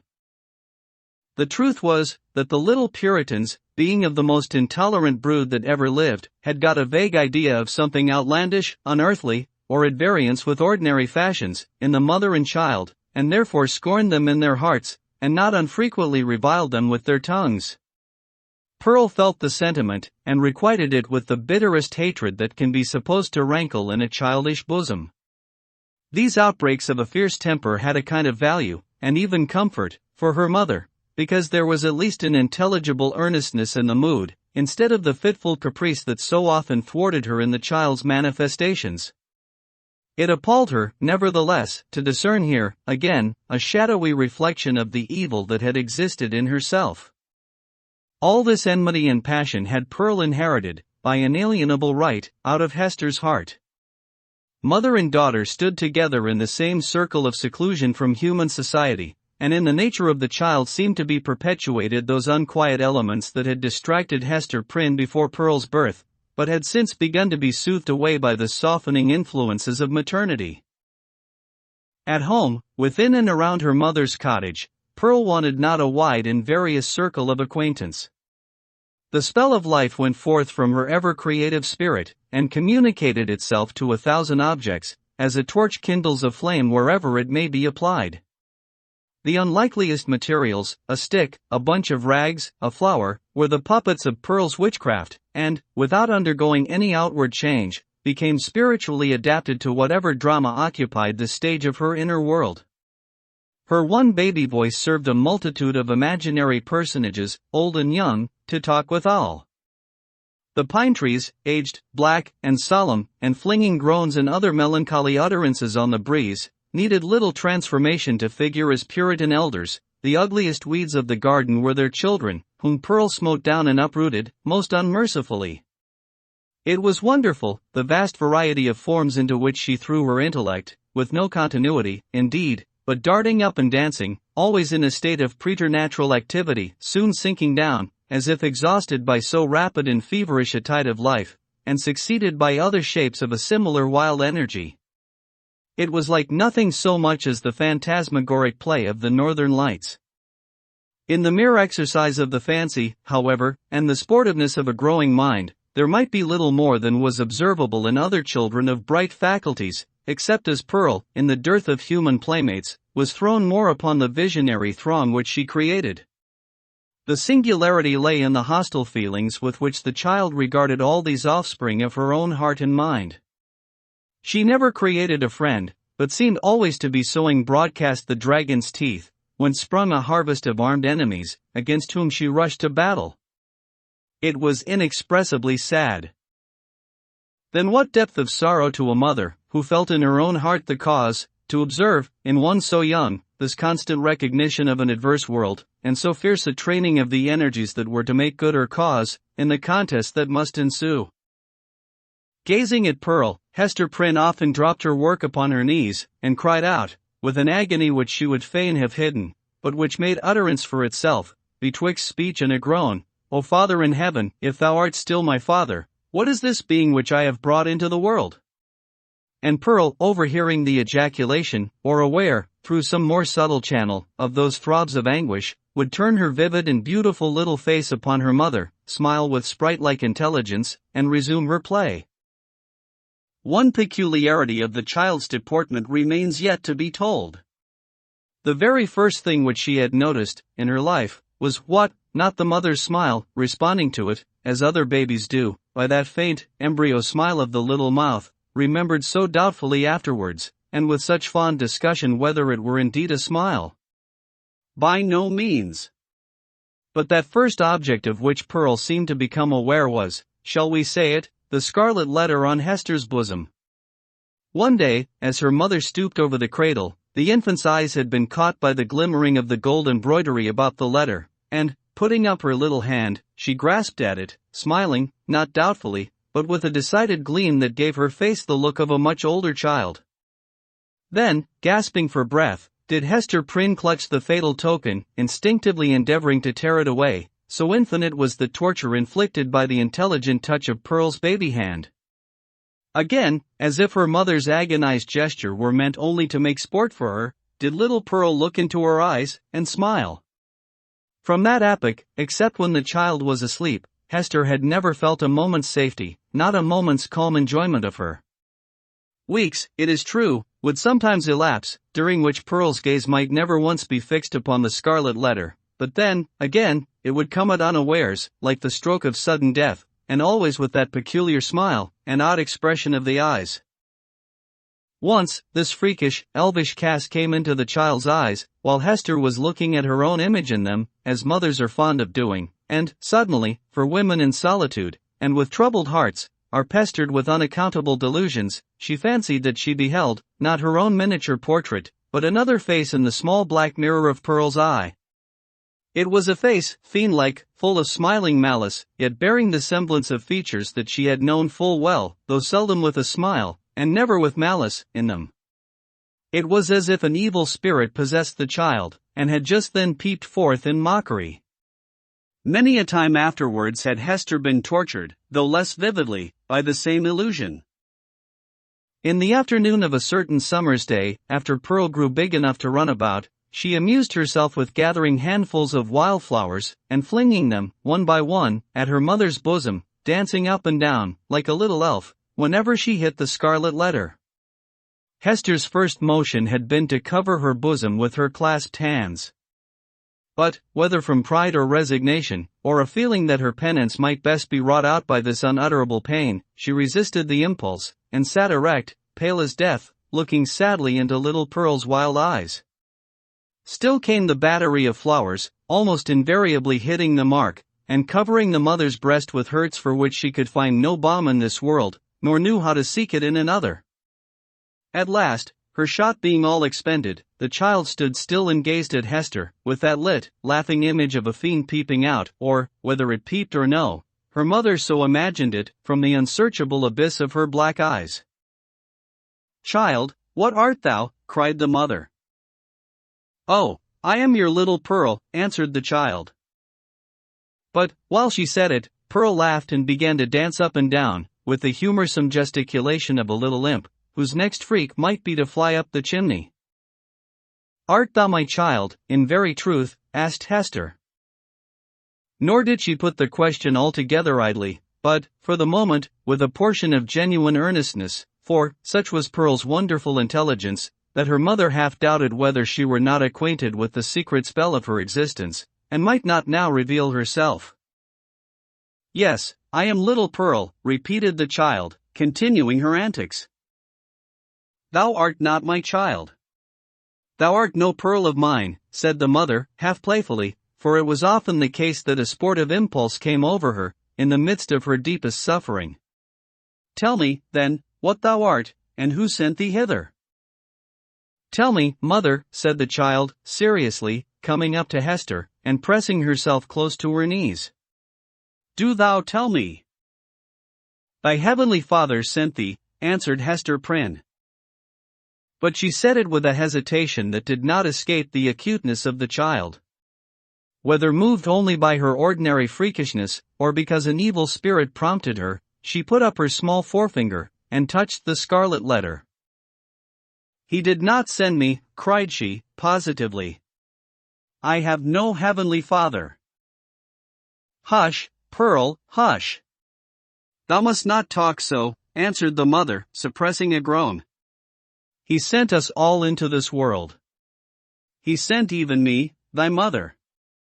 Then, much more, thee. Or, if not, thou strange and elfish child, whence didst thou come? Tell me." "Tell me," repeated Pearl, no longer seriously, but laughing, and capering about the floor. "It is thou that must tell me." But Hester could not resolve the query, being herself in a dismal labyrinth of doubt. She remembered, betwixt a smile and a shudder, the talk of the neighboring townspeople, who, seeking vainly elsewhere for the child's paternity, and observing some of her odd attributes, had given out that poor little Pearl was a demon offspring, such as, ever since old Catholic times, had occasionally been seen on earth, through the agency of their mother's sin, and to promote some foul and wicked purpose. Luther, according to the scandal of his monkish enemies, was a brat of that hellish breed, nor was Pearl the only child to whom this inauspicious origin was assigned, among the New England Puritans. 7. The Governor's Hall. Hester Prynne went, one day, to the mansion of Governor Bellingham, with a pair of gloves, which she had fringed and embroidered to his order, and which were to be worn on some great occasion of state, for, though the chances of a popular election had caused this former ruler to descend a step or two from the highest rank, one he still held an honorable and influential place among the colonial magistracy. Another and far more important reason than the delivery of a pair of embroidered gloves impelled Hester, at this time, to seek an interview with a personage of so much power and activity in the affairs of the settlement. It had reached her ears that there was a design on the part of some of the leading inhabitants, cherishing the more rigid order of principles in religion and government, to deprive her of her child. On the supposition that Pearl, as already hinted, was of demon origin. These good people not unreasonably argued that a Christian interest in the mother's soul required them to remove such a stumbling block from her path. If the child, on the other hand, were really capable of moral and religious growth, and possessed the elements of ultimate salvation, then, surely, it would enjoy all the fairer prospect of these advantages by being transferred to wiser and better guardianship than Hester Prynne's. Among those who promoted the design, Governor Bellingham was said to be one of the most busy. It may appear singular, and, indeed, not a little ludicrous, that an affair of this kind, which, in later days, would have been referred to no higher jurisdiction than that of the selectmen of the town, should then have been a question publicly discussed, and on which statesmen of eminence took sides. At that epoch of pristine simplicity, however, matters of even slighter public interest, and of far less intrinsic weight than the welfare of Hester and her child, were strangely mixed up with the deliberations of legislators and acts of state. The period was hardly, if at all, earlier than that of our story, when a dispute concerning the right of property in a pig, not only caused a fierce and bitter contest in the legislative body of the colony, but resulted in an important modification of the framework itself of the legislature. Full of concern, therefore, but so conscious of her own right, that it seemed scarcely an unequal match between the public, on the one side, and a lonely woman, backed by the sympathies of nature, on the other, Hester Prynne set forth from her solitary cottage. Little Pearl, of course, was her companion. She was now of an age to run lightly along by her mother's side, and, constantly in motion from morn till sunset, could have accomplished a much longer journey than that before her. Often, nevertheless, more from caprice than necessity, she demanded to be taken up in arms, but was soon as imperious to be set down again, and frisked onward before Hester on the grassy pathway, with many a harmless trip and tumble. We have spoken of Pearl's rich and luxuriant beauty, a beauty that shone with deep and vivid tints, a bright complexion, eyes possessing intensity both of depth and glow, and hair already of a deep, glossy brown, and which, in after years, would be nearly akin to black. There was fire in her, and throughout her, she seemed the unpremeditated offshoot of a passionate moment. Her mother, in contriving the child's garb, had allowed the gorgeous tendencies of her imagination their full play, arraying her in a crimson velvet tunic, of a peculiar cut, abundantly embroidered with fantasies and flourishes of gold thread. So much strength of coloring, which must have given a wan and pallid aspect to cheeks of a fainter bloom, was admirably adapted to Pearl's beauty, and made her the very brightest little jet of flame that ever danced upon the earth. But it was a remarkable attribute of this garb, and, indeed, of the child's whole appearance, that it irresistibly and inevitably reminded the beholder of the token which Hester Prynne was doomed to wear upon her bosom. It was the Scarlet Letter in another form, the Scarlet Letter endowed with life. The mother herself, as if the red ignominy were so deeply scorched into her brain, that all her conceptions assumed its form, had carefully wrought out the similitude, lavishing many hours of morbid ingenuity, to create an analogy between the object of her affection, and the emblem of her guilt and torture. But, in truth, Pearl was the one, as well as the other, and only in consequence of that identity had Hester contrived so perfectly to represent the Scarlet Letter in her appearance. As the two wayfarers came within the precincts of the town, the children of the Puritans looked up from their play, or what passed for play with those somber little urchins, and spake gravely one to another. Behold, verily, there is the woman of the Scarlet Letter, and, of a truth, moreover, there is the likeness of the Scarlet Letter running along by her side. Come, therefore, and let us fling mud at them. But Pearl, who was a dauntless child, after frowning, stamping her foot, and shaking her little hand with a variety of threatening gestures, suddenly made a rush at the knot of her enemies, and put them all to flight. She resembled, in her fierce pursuit of them, an infant pestilence, the scarlet fever, or some such half-fledged angel of judgment, whose mission was to punish the sins of the rising generation. She screamed and shouted, too, with a terrific volume of sound, which doubtless caused the hearts of the fugitives to quake within them. The victory accomplished, Pearl returned quietly to her mother, and looked up smiling into her face. Without further adventure, they reached the dwelling of Governor Bellingham.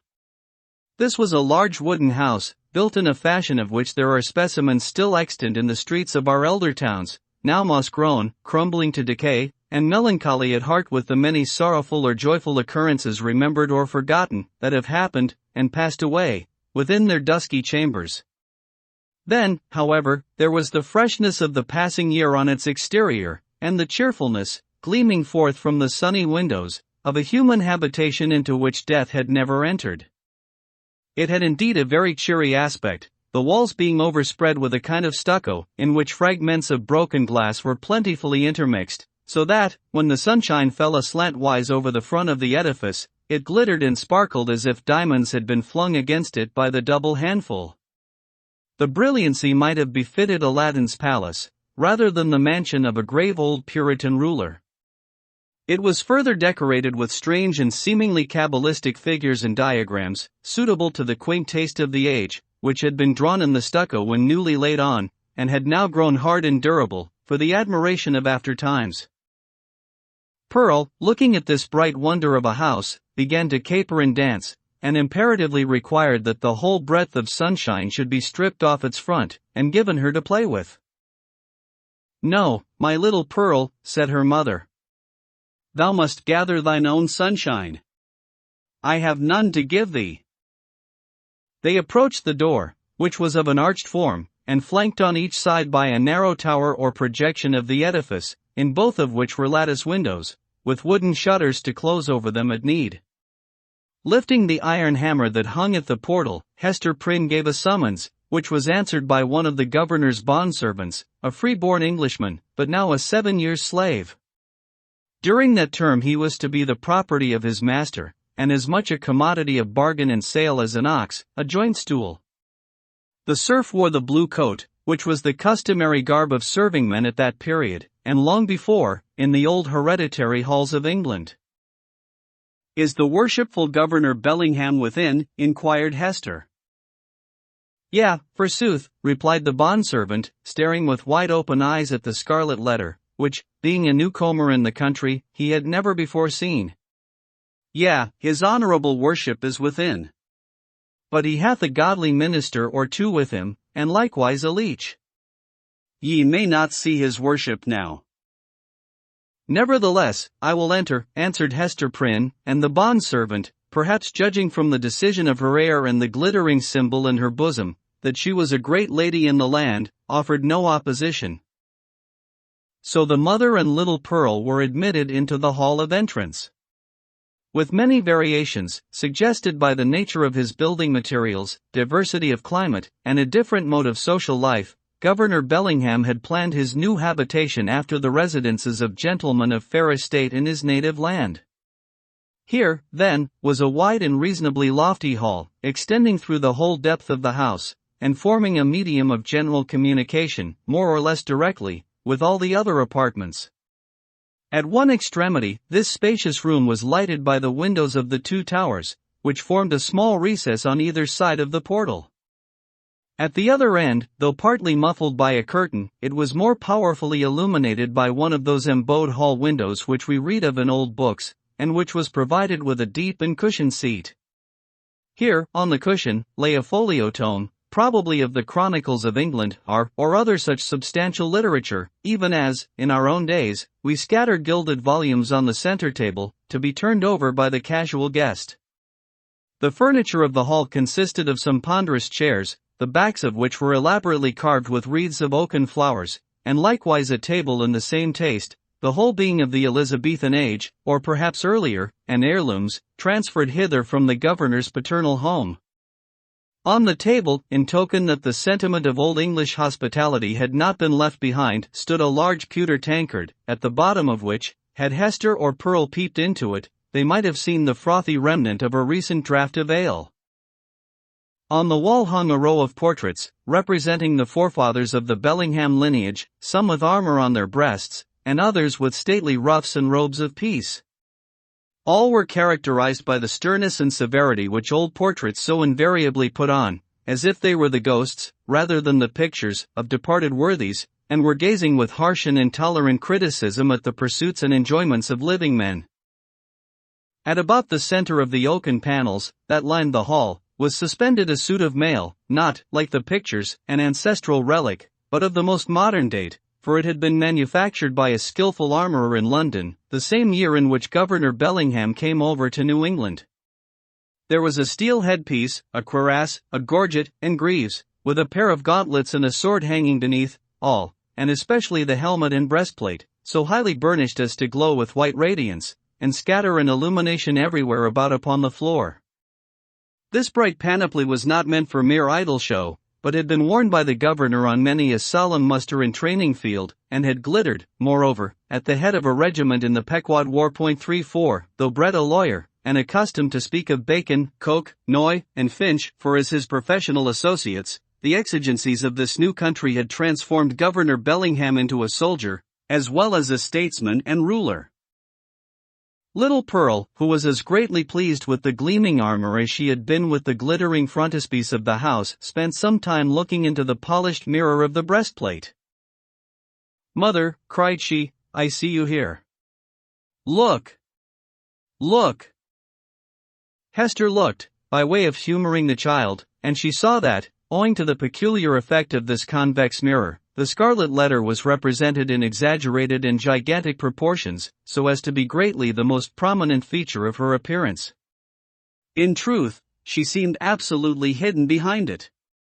Pearl pointed upward, also, at a similar picture in the headpiece, smiling at her mother, with the elfish intelligence that was so familiar an expression on her small physiognomy. That look of naughty merriment was likewise reflected in the mirror, with so much breadth and intensity of effect, that it made Hester Prynne feel as if it could not be the image of her own child, but of an imp who was seeking to mold itself into Pearl's shape. "Come along, Pearl," said she, drawing her away. "Come and look into this fair garden. It may be, we shall see flowers there, more beautiful ones than we find in the woods." Pearl, accordingly, ran to the bow window, at the farther end of the hall, and looked along the vista of a garden walk, carpeted with closely shaven grass, and bordered with some rude and immature attempt at shrubbery.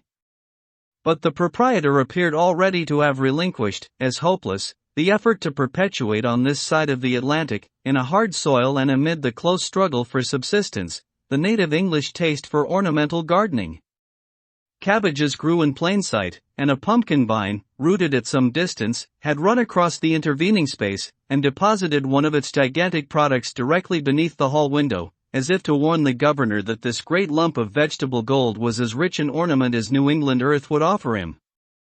There were a few rose bushes, however, and a number of apple trees, probably the descendants of those planted by the Reverend Mr. Blackstone, the first settler of the peninsula, that half-mythological personage who rides through our early annals, seated on the back of a bull. Pearl, seeing the rose bushes, began to cry for a red rose, and would not be pacified. "Hush, child, hush," said her mother earnestly. "Do not cry, dear little Pearl. I hear voices in the garden. The governor is coming, and gentlemen along with him." In fact, adown the vista of the garden avenue, a number of persons were seen approaching towards the house. Pearl, in utter scorn of her mother's attempt to quiet her, gave an eldritch scream, and then became silent, not from any notion of obedience, but because the quick and mobile curiosity of her disposition was excited by the appearance of these new personages. 8. The Elf Child and the Minister.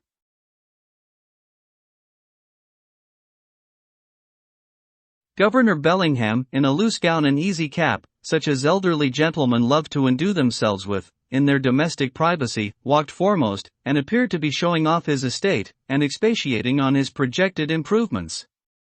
The wide circumference of an elaborate ruff, beneath his grey beard, in the antiquated fashion of King James's reign, caused his head to look not a little like that of John the Baptist in a charger.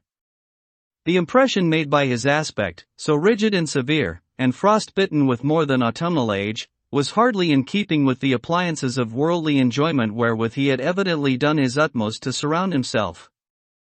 But it is an error to suppose that our grave forefathers, though accustomed to speak and think of human existence as a state merely of trial and warfare, and though unfeignedly prepared to sacrifice goods and life at the behest of duty, made it a matter of conscience to reject such means of comfort, or even luxury, as lay fairly within their grasp. This creed was never taught, for instance, by the venerable pastor, John Wilson, whose beard, white as a snowdrift, was seen over Governor Bellingham's shoulder, while its wearer suggested that pears and peaches might yet be naturalized in the New England climate, and that purple grapes might possibly be compelled to flourish against the sunny garden wall. The old clergyman, nurtured at the rich bosom of the English Church, had a long-established and legitimate taste for all good and comfortable things, and however stern he might show himself in the pulpit, or in his public reproof of such transgressions as that of Hester Prynne, still, the genial benevolence of his private life had won him warmer affection than was accorded to any of his professional contemporaries. Behind the governor and Mr. Wilson came two other guests, one, the Reverend Arthur Dimmesdale, whom the reader may remember as having taken a brief and reluctant part in the scene of Hester Prynne's disgrace, and, in close companionship with him, old Roger Chillingworth, a person of great skill in physic, who, for 2 or 3 years past, had been settled in the town. It was understood that this learned man was the physician as well as friend of the young minister, whose health had severely suffered, of late, by his too unreserved self-sacrifice to the labors and duties of the pastoral relation. The governor, in advance of his visitors, ascended 1 or 2 steps, and, throwing open the leaves of the great hall window, found himself close to little Pearl. The shadow of the curtain fell on Hester Prynne, and partially concealed her. "What have we here?" said Governor Bellingham, looking with surprise at the scarlet little figure before him. "I profess, I have never seen the like, since my days of vanity, in old King James' time, when I was wont to esteem it a high favor to be admitted to a court masque. There used to be a swarm of these small apparitions, in holiday time, and we called them children of the Lord of Misrule. 1 But how gat such a guest into my hall?" "Ay, indeed," cried good old Mr. Wilson. "What little bird of scarlet plumage may this be? Methinks I have seen just such figures, when the sun has been shining through a richly painted window, and tracing out the golden and crimson images across the floor. But that was in the old land. Prithee, young one, who art thou, and what has ailed thy mother to bedizen thee in this strange fashion? Art thou a Christian child, ha? Dost know thy catechism?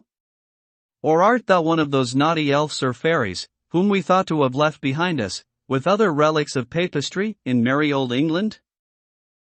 "I am mother's child," answered the scarlet vision, "and my name is Pearl."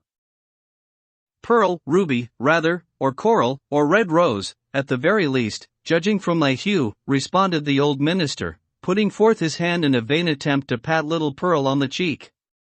"But where is this mother of thine? Ah! I see," he added, and, turning to Governor Bellingham, whispered, "This is the selfsame child of whom we have held speech together, and behold here the unhappy woman, Hester Prynne, her mother." "Sayest thou so?" cried the governor.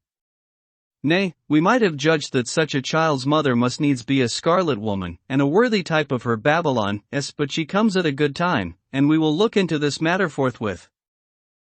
Governor Bellingham stepped through the window into the hall, followed by his 3 guests. "Hester Prynne," said he, fixing his naturally stern regard on the wearer of the Scarlet Letter, "there hath been much question concerning thee, of late. The point hath been weightily discussed, whether we, that are of authority and influence, do well discharge our consciences by trusting an immortal soul, such as there is in yonder child, to the guidance of one who hath stumbled and fallen, amid the pitfalls of this world. Speak thou, the child's own mother. Were it not, thinkest thou, for thy little one's temporal and eternal welfare, that she be taken out of thy charge, and clad soberly, and disciplined strictly, and instructed in the truths of heaven and earth? What canst thou do for the child, in this kind?" "I can teach my little Pearl what I have learned from this," answered Hester Prynne, laying her finger on the red token. "Woman, it is thy badge of shame," replied the stern magistrate. "It is because of the stain which that letter indicates, that we would transfer thy child to other hands." "Nevertheless," said the mother calmly, though growing more pale, "this badge hath taught me, it daily teaches me, it is teaching me at this moment, lessons whereof my child may be the wiser and better, albeit they can profit nothing to myself. We will judge warily, said Bellingham, and look well what we are about to do. Good Master Wilson, I pray you, examine this Pearl, since that is her name, and see whether she hath had such Christian nurture as befits a child of her age. The old minister seated himself in an armchair, and made an effort to draw Pearl betwixt his knees. But the child, unaccustomed to the touch or familiarity of any but her mother, escaped through the open window and stood on the upper step, looking like a wild, tropical bird, of rich plumage, ready to take flight into the upper air. Mr. Wilson, not a little astonished at this outbreak, for he was a grandfatherly sort of personage, and usually a vast favorite with children, essayed, however, to proceed with the examination. Pearl, said he, with great solemnity, thou must take heed to instruction, that so, in due season, thou mayest wear in thy bosom the pearl of great price. Canst thou tell me, my child, who made thee? Now Pearl knew well enough who made her, for Hester Prynne, the daughter of a pious home, very soon after her talk with the child about her heavenly Father, had begun to inform her of those truths which the human spirit, at whatever stage of immaturity, imbibes with such eager interest. Pearl, therefore, so large were the attainments of her 3 years' lifetime, could have borne a fair examination in the New England Primer, or the first column of the Westminster Catechism, too, although unacquainted with the outward form of either of those celebrated works. But that perversity, which all children have more or less of, and of which little Pearl had a tenfold portion, now, at the most inopportune moment, took thorough possession of her, and closed her lips, or impelled her to speak words amiss. After putting her finger in her mouth, with many ungracious refusals to answer good Mr. Wilson's question, the child finally announced that she had not been made at all, but had been plucked by her mother off the bush of wild roses, that grew by the prison door. This fantasy was probably suggested by the near proximity of the governor's red roses, as Pearl stood outside of the window, together with her recollection of the prison rosebush, which she had passed in coming hither. Old Roger Chillingworth, with a smile on his face, whispered something in the young clergyman's ear. Hester Prynne looked at the man of skill, and even then, with her fate hanging in the balance, was startled to perceive what a change had come over his features, how much uglier they were, how his dark complexion seemed to have grown duskier, and his figure more misshapen, since the days when she had familiarly known him. She met his eyes for an instant, but was immediately constrained to give all her attention to the scene now going forward. "This is awful," cried the governor, slowly recovering from the astonishment into which Pearl's response had thrown him. "Here is a child of 3 years old, and she cannot tell who made her. Without question, she is equally in the dark as to her soul, its present depravity, and future destiny. Methinks, gentlemen, we need inquire no further." Hester caught hold of Pearl, and drew her forcibly into her arms, confronting the old Puritan magistrate with almost a fierce expression. Alone in the world, cast off by it, and with this sole treasure to keep her heart alive, she felt that she possessed indefeasible rights against the world, and was ready to defend them to the death. "God gave me the child," cried she. "He gave her, in requital of all things else, which she had taken from me. She is my happiness, she is my torture, none the less. Pearl keeps me here in life. Pearl punishes me too. See ye not, she is the Scarlet Letter, only capable of being loved, and so endowed with a millionfold the power of retribution for my sin? Ye shall not take her. I will die first." "My poor woman," said the not unkind old minister, "the child shall be well cared for, far better than thou canst do it." "God gave her into my keeping," repeated Hester Prynne, raising her voice almost to a shriek. "I will not give her up." And here, by a sudden impulse, she turned to the young clergyman, Mr. Dimmesdale, at whom, up to this moment, she had seemed hardly so much as once to direct her eyes. "Speak thou for me," cried she. "Thou wast my pastor, and hadst charge of my soul, and knowest me better than these men can. I will not lose the child. Speak for me. Thou knowest, for thou hast sympathies which these men lack, thou knowest what is in my heart, and what are a mother's rights, and how much the stronger they are, when that mother has but her child and the Scarlet Letter. Look thou to it. I will not lose the child. Look to it. At this wild and singular appeal, which indicated that Hester Prynne's situation had provoked her to little less than madness, the young minister at once came forward, pale, and holding his hand over his heart, as was his custom whenever his peculiarly nervous temperament was thrown into agitation. He looked now more careworn and emaciated than as we described him at the scene of Hester's public ignominy, and whether it were his failing health, or whatever the cause might be, his large dark eyes had a world of pain in their troubled and melancholy depth. "There is truth in what she says," began the minister, with a voice sweet, tremulous, but powerful, insomuch that the hall re-echoed, and the hollow armor rang with it, "truth in what Hester says, and in the feeling which inspires her. God gave her the child, and gave her, too, an instinctive knowledge of its nature and requirements, both seemingly so peculiar, which no other mortal being can possess. And, moreover, is there not a quality of awful sacredness in the relation between this mother and this child?" "Aye, how is that, good Master Dimmesdale?" interrupted the governor. "Make that plain, I pray you." "It must be even so," resumed the minister. "For, if we deem it otherwise, do we not thereby say that the Heavenly Father, the Creator of all flesh, hath lightly recognized a deed of sin, and made of no account the distinction between unhallowed lust and holy love? This child of its father's guilt and its mother's shame hath come from the hand of God, to work in many ways upon her heart, who pleads so earnestly, and with such bitterness of spirit, the right to keep her. It was meant for a blessing, for the one blessing of her life. It was meant, doubtless, as the mother herself hath told us, for a retribution too, a torture, to be felt at many an unthought of moment, a pang, a sting, an ever-recurring agony, in the midst of a troubled joy.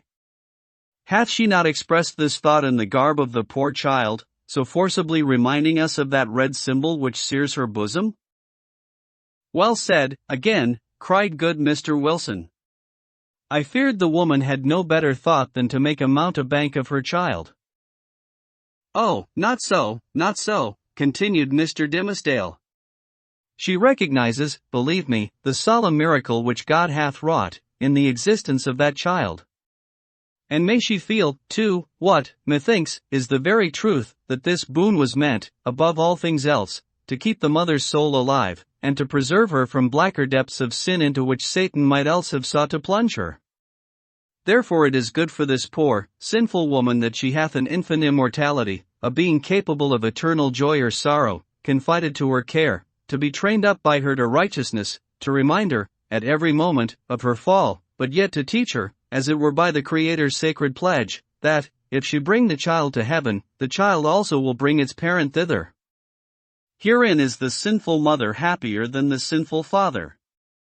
For Hester Prynne's sake, then, and no less for the poor child's sake, let us leave them as Providence hath seen fit to place them." "You speak, my friend, with a strange earnestness," said old Roger Chillingworth, smiling at him. "And there is weighty import in what my young brother hath spoken," added the Reverend Mr. Wilson. "What say you, worshipful Master Bellingham? Hath he not pleaded well for the poor woman?" "Indeed hath he," answered the magistrate, "and hath adduced such arguments, that we will even leave the matter as it now stands, so long, at least, as there shall be no further scandal in the woman. Care must be had, nevertheless, to put the child to due and stated examination in the catechism at thy hands or Master Dimmesdale's. Moreover, at a proper season, the tithingment must take heed that she go both to school and to meeting." The young minister, on ceasing to speak, had withdrawn a few steps from the group, and stood with his face partially concealed in the heavy folds of the window curtain, while the shadow of his figure, which the sunlight cast upon the floor, was tremulous with the vehemence of his appeal.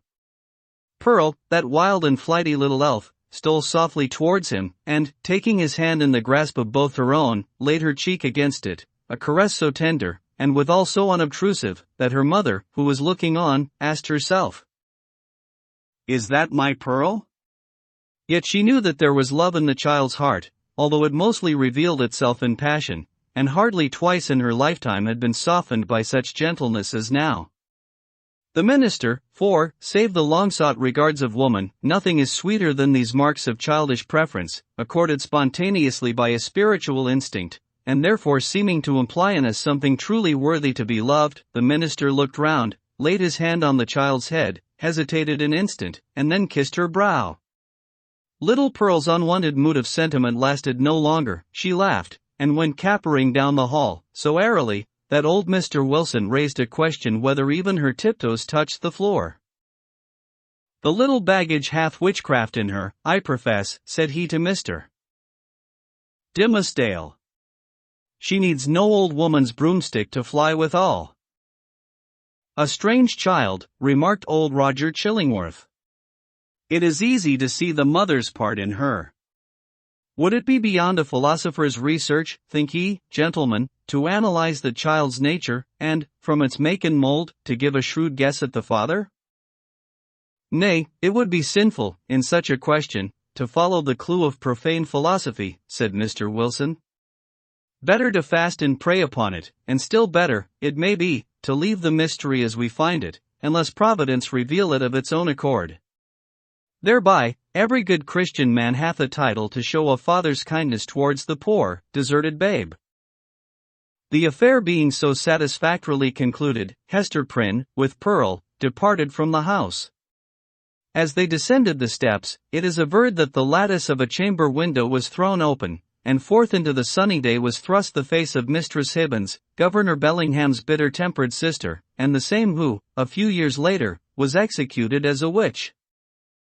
"Hist, hist," said she, while her ill-omened physiognomy seemed to cast a shadow over the cheerful newness of the house. "Wilt thou go with us tonight? There will be a merry company in the forest, and I well nigh promised the black man that comely Hester Prynne should make one."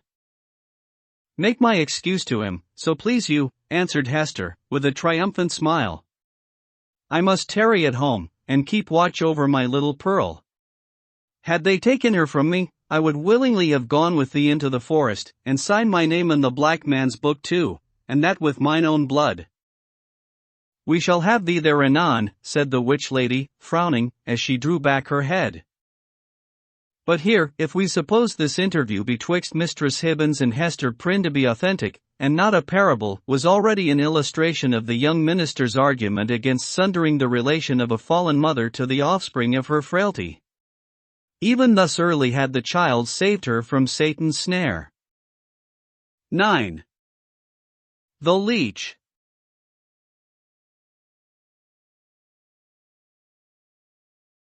Under the appellation of Roger Chillingworth, the reader will remember, was hidden another name, which its former wearer had resolved should never more be spoken. It has been related, how, in the crowd that witnessed Hester Prynne's ignominious exposure, stood a man, elderly, travel-worn, who, just emerging from the perilous wilderness, beheld the woman, in whom he hoped to find embodied the warmth and cheerfulness of home, set up as a type of sin before the people. Her matronly fame was trodden under all men's feet. Infamy was babbling around her in the public marketplace. For her kindred, should the tidings ever reach them, and for the companions of her unspotted life, there remained nothing but the contagion of her dishonor, which would not fail to be distributed in strict accordance and proportion with the intimacy and sacredness of their previous relationship. Then why, since the choice was with himself, should the individual, whose connection with the fallen woman had been the most intimate and sacred of them all, come forward to vindicate his claim to an inheritance so little desirable? He resolved not to be pilloried beside her on her pedestal of shame. Unknown to all but Hester Prynne, and possessing the lock and key of her silence, he chose to withdraw his name from the roll of mankind, and, as regarded his former ties and interests, to vanish out of life as completely as if he indeed lay at the bottom of the ocean, whither rumor had long ago consigned him. This purpose once effected, new interests would immediately spring up, and likewise a new purpose, dark, it is true, if not guilty, but of force enough to engage the full strength of his faculties.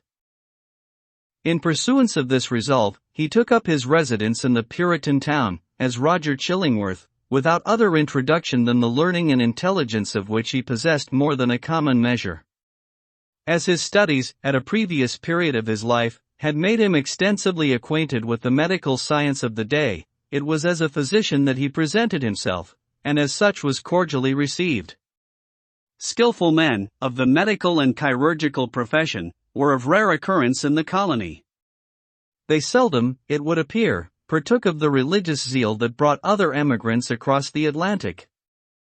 In their researches into the human frame, it may be that the higher and more subtle faculties of such men were materialized, and that they lost the spiritual view of existence amid the intricacies of that wondrous mechanism, which seemed to involve art enough to comprise all of life within itself. At all events, the health of the good town of Boston, so far as medicine had aught to do with it, had hitherto lain in the guardianship of an aged deacon and apothecary, whose piety and godly deportment were stronger testimonials in his favor than any that he could have produced in the shape of a diploma. The only surgeon was one who combined the occasional exercise of that noble art with the daily and habitual flourish of a razor. To such a professional body Roger Chillingworth was a brilliant acquisition. He soon manifested his familiarity with the ponderous and imposing machinery of antique physic, in which every remedy contained a multitude of far-fetched and heterogeneous ingredients, as elaborately compounded as if the proposed result had been the elixir of life. In his Indian captivity, moreover, he had gained much knowledge of the properties of native herbs and roots, nor did he conceal from his patients that these simple medicines, nature's boon to the untutored savage, had quite as large a share of his own confidence as the European pharmacopoeia, which so many learned doctors had spent centuries in elaborating. This learned stranger was exemplary, as regarded at least the outward forms of a religious life, and, early after his arrival, had chosen for his spiritual guide the Reverend Mr. Dimmesdale. The young divine, whose scholar-like renown still lived in Oxford, was considered by his more fervent admirers as little less than a heaven-ordained apostle, destined, should he live and labor for the ordinary term of life, to do as great deeds for the now feeble New England Church, as the early fathers had achieved for the infancy of the Christian faith. About this period, however, the health of Mr. Dimmesdale had evidently begun to fail. By those best acquainted with his habits, the paleness of the young minister's cheek was accounted for by his too earnest devotion to study, his scrupulous fulfillment of parochial duty, and, more than all, by the fasts and vigils of which he made a frequent practice in order to keep the grossness of this earthly state from clogging and obscuring his spiritual lamp. Some declared that, if Mr. Dimmesdale were really going to die, it was cause enough, that the world was not worthy to be any longer trodden by his feet. He himself, on the other hand, with characteristic humility, avowed his belief that, if Providence should see fit to remove him, it would be because of his own unworthiness to perform its humblest mission here on earth. With all this difference of opinion as to the cause of his decline, there could be no question of the fact. His form grew emaciated, his voice, though still rich and sweet, had a certain melancholy prophecy of decay in it. He was often observed, on any slight alarm or other sudden accident, to put his hand over his heart, with first a flush and then a paleness, indicative of pain. Such was the young clergyman's condition, and so imminent the prospect that his dawning light would be extinguished, all untimely, when Roger Chillingworth made his advent to the town. His first entry on the scene, few people could tell whence, dropping down, as it were, out of the sky, or starting from the nether earth, had an aspect of mystery, which was easily heightened to the miraculous. He was now known to be a man of skill. It was observed that he gathered herbs, and the blossoms of wildflowers, and dug up roots and plucked off twigs from the forest trees, like one acquainted with hidden virtues in what was valueless to common eyes.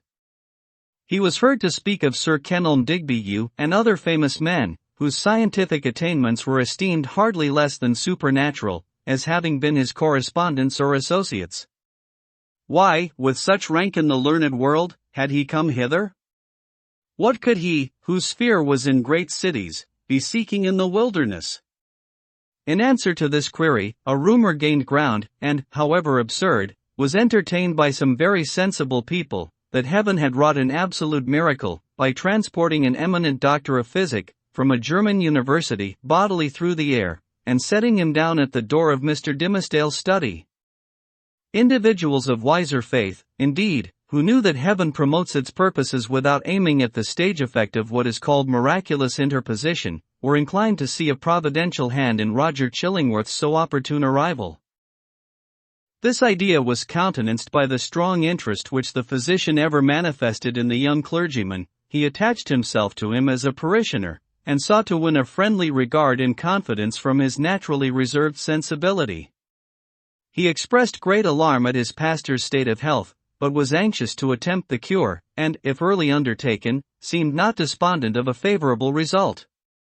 The elders, the deacons, the motherly dames, and the young and fair maidens of Mr. Dimmesdale's flock were alike importunate that he should make trial of the physician's frankly offered skill. Mr. Dimmesdale gently repelled their entreaties. "I need no medicine," said he. But how could the young minister say so, when, with every successive Sabbath, his cheek was paler and thinner, and his voice more tremulous than before, when it had now become a constant habit, rather than a casual gesture, to press his hand over his heart? Was he weary of his labors? Did he wish to die? These questions were solemnly propounded to Mr. Dimmesdale by the elder ministers of Boston and the deacons of his church, who, to use their own phrase, dealt with him on the sin of rejecting the aid which Providence so manifestly held out. He listened in silence, and finally promised to confer with the physician. "Were it God's will," said the Reverend Mr. Dimmesdale, when, in fulfillment of this pledge, he requested old Roger Chillingworth's professional advice, "I could be well content, that my labors, and my sorrows, and my sins, and my pains, should shortly end with me, and what is earthly of them be buried in my grave, and the spiritual go with me to my eternal state, rather than that you should put your skill to the proof in my behalf." "Ah," replied Roger Chillingworth, with that quietness which, whether imposed or natural, marked all his deportment, "it is thus that a young clergyman is apt to speak. Youthful men, not having taken a deep root, give up their hold of life so easily. And saintly men, who walk with God on earth, would fain be away, to walk with him on the golden pavements of the New Jerusalem."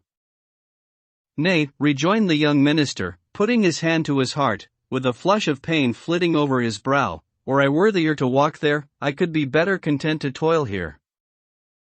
"Good men ever interpret themselves too meanly," said the physician. In this manner, the mysterious old Roger Chillingworth became the medical adviser of the Reverend Mr. Dimmesdale. As not only the disease interested the physician, but he was strongly moved to look into the character and qualities of the patient, these two men, so different in age, came gradually to spend much time together. For the sake of the minister's health, and to enable the leech to gather plants with healing balm in them, they took long walks on the seashore, or in the forest, mingling various talk with the plash and murmur of the waves, and the solemn wind anthem among the treetops. Often, likewise, one was the guest of the other, in his place of study and retirement. There was a fascination for the minister in the company of the man of science, in whom he recognized an intellectual cultivation of no moderate depth or scope, together with a range and freedom of ideas, that he would have vainly looked for among the members of his own profession. In truth, he was startled, if not shocked, to find this attribute in the physician.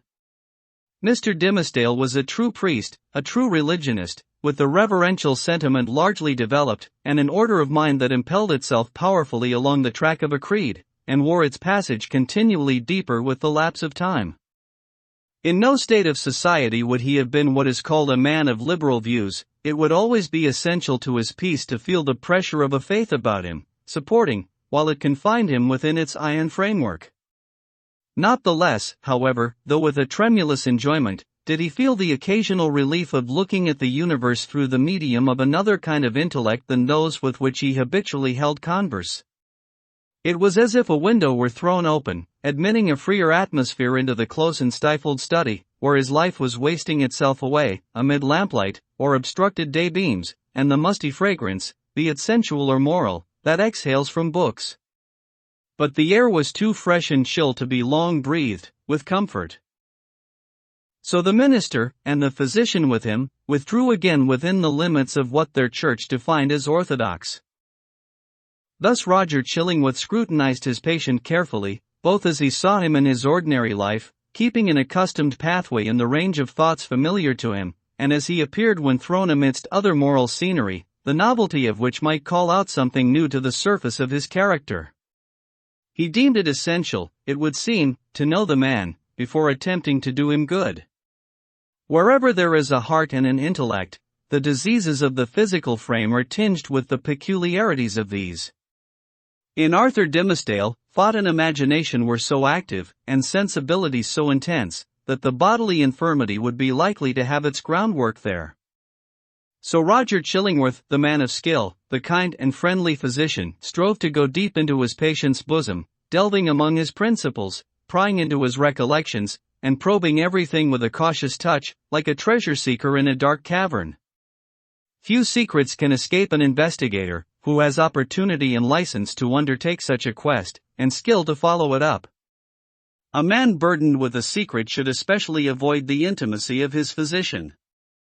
If the latter possess native sagacity, and a nameless something more, let us call it intuition, if he show no intrusive egotism, nor disagreeably prominent characteristics of his own, if he have the power, which must be born with him, to bring his mind into such affinity with his patients, that this last shall unawares have spoken what he imagines himself only to have thought, if such revelations be received without tumult, and acknowledged not so often by an uttered sympathy, as by silence.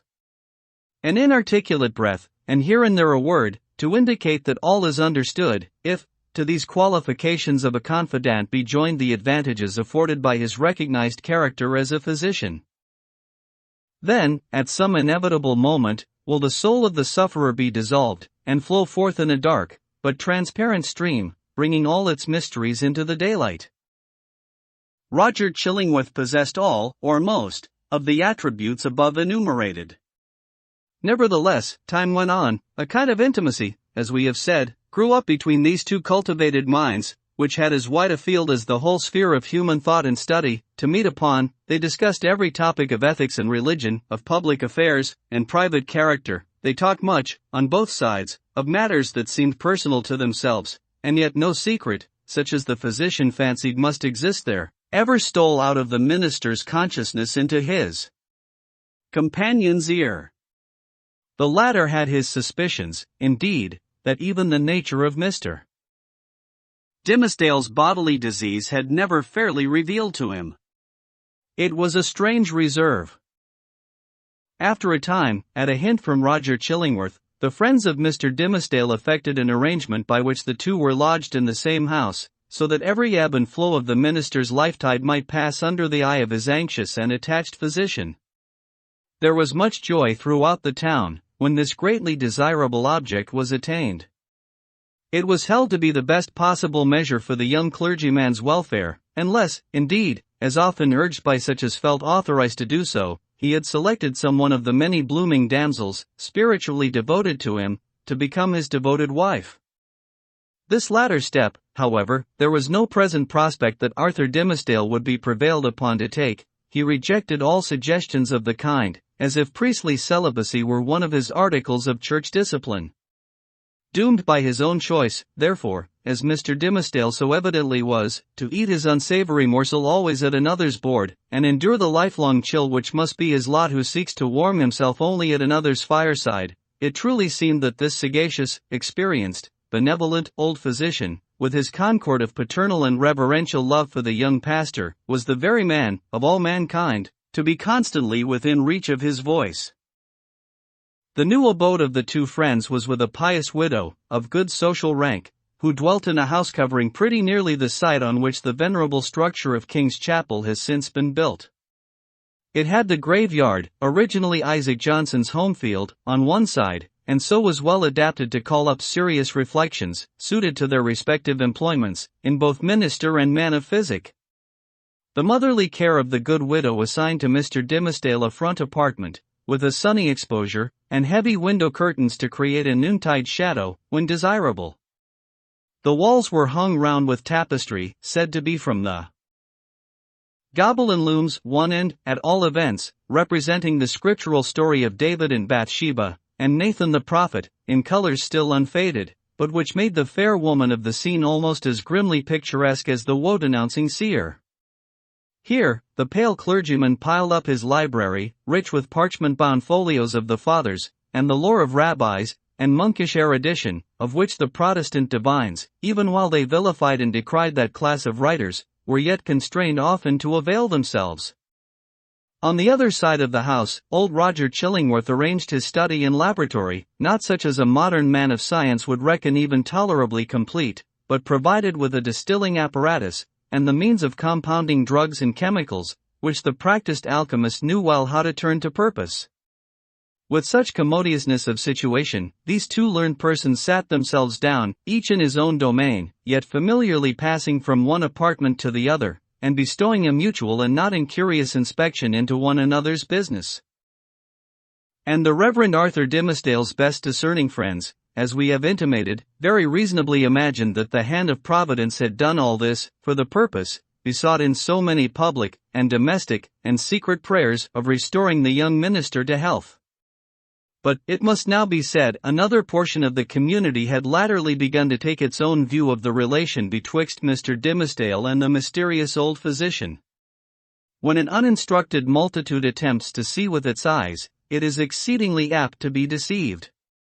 When, however, it forms its judgment, as it usually does, on the intuitions of its great and warm heart, the conclusions thus attained are often so profound and so unerring, as to possess the character of truths supernaturally revealed. The people, in the case of which we speak, could justify its prejudice against Roger Chillingworth by no fact or argument worthy of serious refutation. There was an aged handicraftsman, it is true, who had been a citizen of London at the period of Sir Thomas Overbury's murder, now some 30 years agone. He testified to having seen the physician, under some other name, which the narrator of the story had now forgotten, in company with Dr. Foreman, the famous old conjurer, who was implicated in the affair of Overbury. 2 or 3 individuals hinted that the man of skill, during his Indian captivity, had enlarged his medical attainments by joining in the incantations of the savage priests, who were universally acknowledged to be powerful enchanters, often performing seemingly miraculous cures by their skill in the black art. A large number, and many of these were persons of such sober sense and practical observation, that their opinions would have been valuable. In other matters, affirmed that Roger Chillingworth's aspect had undergone a remarkable change while he had dwelt in town, and especially since his abode with Mr. Dimmesdale. At first, his expression had been calm, meditative, scholarlike. Now, there was something ugly and evil in his face, which they had not previously noticed, and which grew still the more obvious to sight, the oftener they looked upon him. According to the vulgar idea, the fire in his laboratory had been brought from the lower regions, and was fed with infernal fuel, and so, as might be expected, his visage was getting sooty with the smoke. To sum up the matter, it grew to be a widely diffused opinion that the Reverend Arthur Dimmesdale, like many other personages of especial sanctity, in all ages of the Christian world, was haunted either by Satan himself, or Satan's emissary, in the guise of old Roger Chillingworth. This diabolical agent had the divine permission, for a season, to burrow into the clergyman's intimacy, and plot against his soul. No sensible man, it was confessed, could doubt on which side the victory would turn. The people looked, with an unshaken hope, to see the minister come forth out of the conflict, transfigured with the glory which he would unquestionably win. Meanwhile, nevertheless, it was sad to think of the perchance mortal agony through which he must struggle towards his triumph. Alas, to judge from the gloom and terror in the depths of the poor minister's eyes, the battle was a sore one, and the victory anything but secure. X. The Leech and His Patient. Old Roger Chillingworth, throughout life, had been calm in temperament, kindly, though not of warm affections, but ever, and in all his relations with the world, a pure and upright man. He had begun an investigation, as he imagined, with the severe and equal integrity of a judge, desirous only of truth, even as if the question involved no more than the air-drawn lines and figures of a geometrical problem, instead of human passions, and wrongs inflicted on himself. But, as he proceeded, a terrible fascination, a kind of fierce, though still calm, necessity seized the old man within its gripe, and never set him free again, until he had done all its bidding. He now dug into the poor clergyman's heart, like a miner searching for gold, or, rather, like a sexton delving into a grave, possibly in quest of a jewel that had been buried on the dead man's bosom, but likely to find nothing save mortality and corruption. Alas for his own soul, if these were what he sought! Sometimes, a light glimmered out of the physician's eyes, burning blue and ominous, like the reflection of a furnace, or, let us say, like one of those gleams of ghastly fire that darted from Bunyan's awful doorway in the hillside and quivered on the pilgrim's face. The soil where this dark miner was working had perchance shown indications that encouraged him. "This man," said he, at one such moment, to himself, "pure as they deem him, all spiritual as he seems, hath inherited a strong animal nature from his father or his mother. Let us dig a little farther in the direction of this vein." Then, after long search into the minister's dim interior, and turning over many precious materials, in the shape of high aspirations for the welfare of his race, warm love of souls, pure sentiments, natural piety, strengthened by thought and study, and illuminated by revelation, all of which invaluable gold was perhaps no better than rubbish to the seeker, he would turn back, discouraged, and begin his quest towards another point. He groped along as stealthily, with as cautious a tread, and as wary an outlook, as a thief entering a chamber where a man lies only half asleep, or, it may be, broad awake, with purpose to steal the very treasure which this man guards as the apple of his eye. In spite of his premeditated carefulness, the floor would now and then creak, his garments would rustle, the shadow of his presence, in a forbidden proximity, would be thrown across his victim. In other words, Mr. Dimmesdale, whose sensibility of nerve often produced the effect of spiritual intuition, would become vaguely aware that something inimical to his peace had thrust itself into relation with him.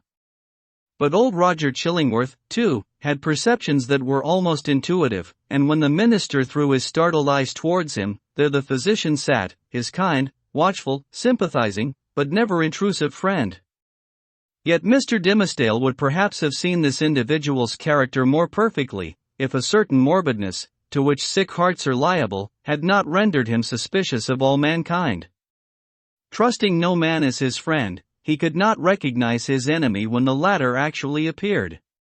He therefore still kept up a familiar intercourse with him, daily receiving the old physician in his study, or visiting the laboratory, and, for recreation's sake, watching the processes by which weeds were converted into drugs of potency.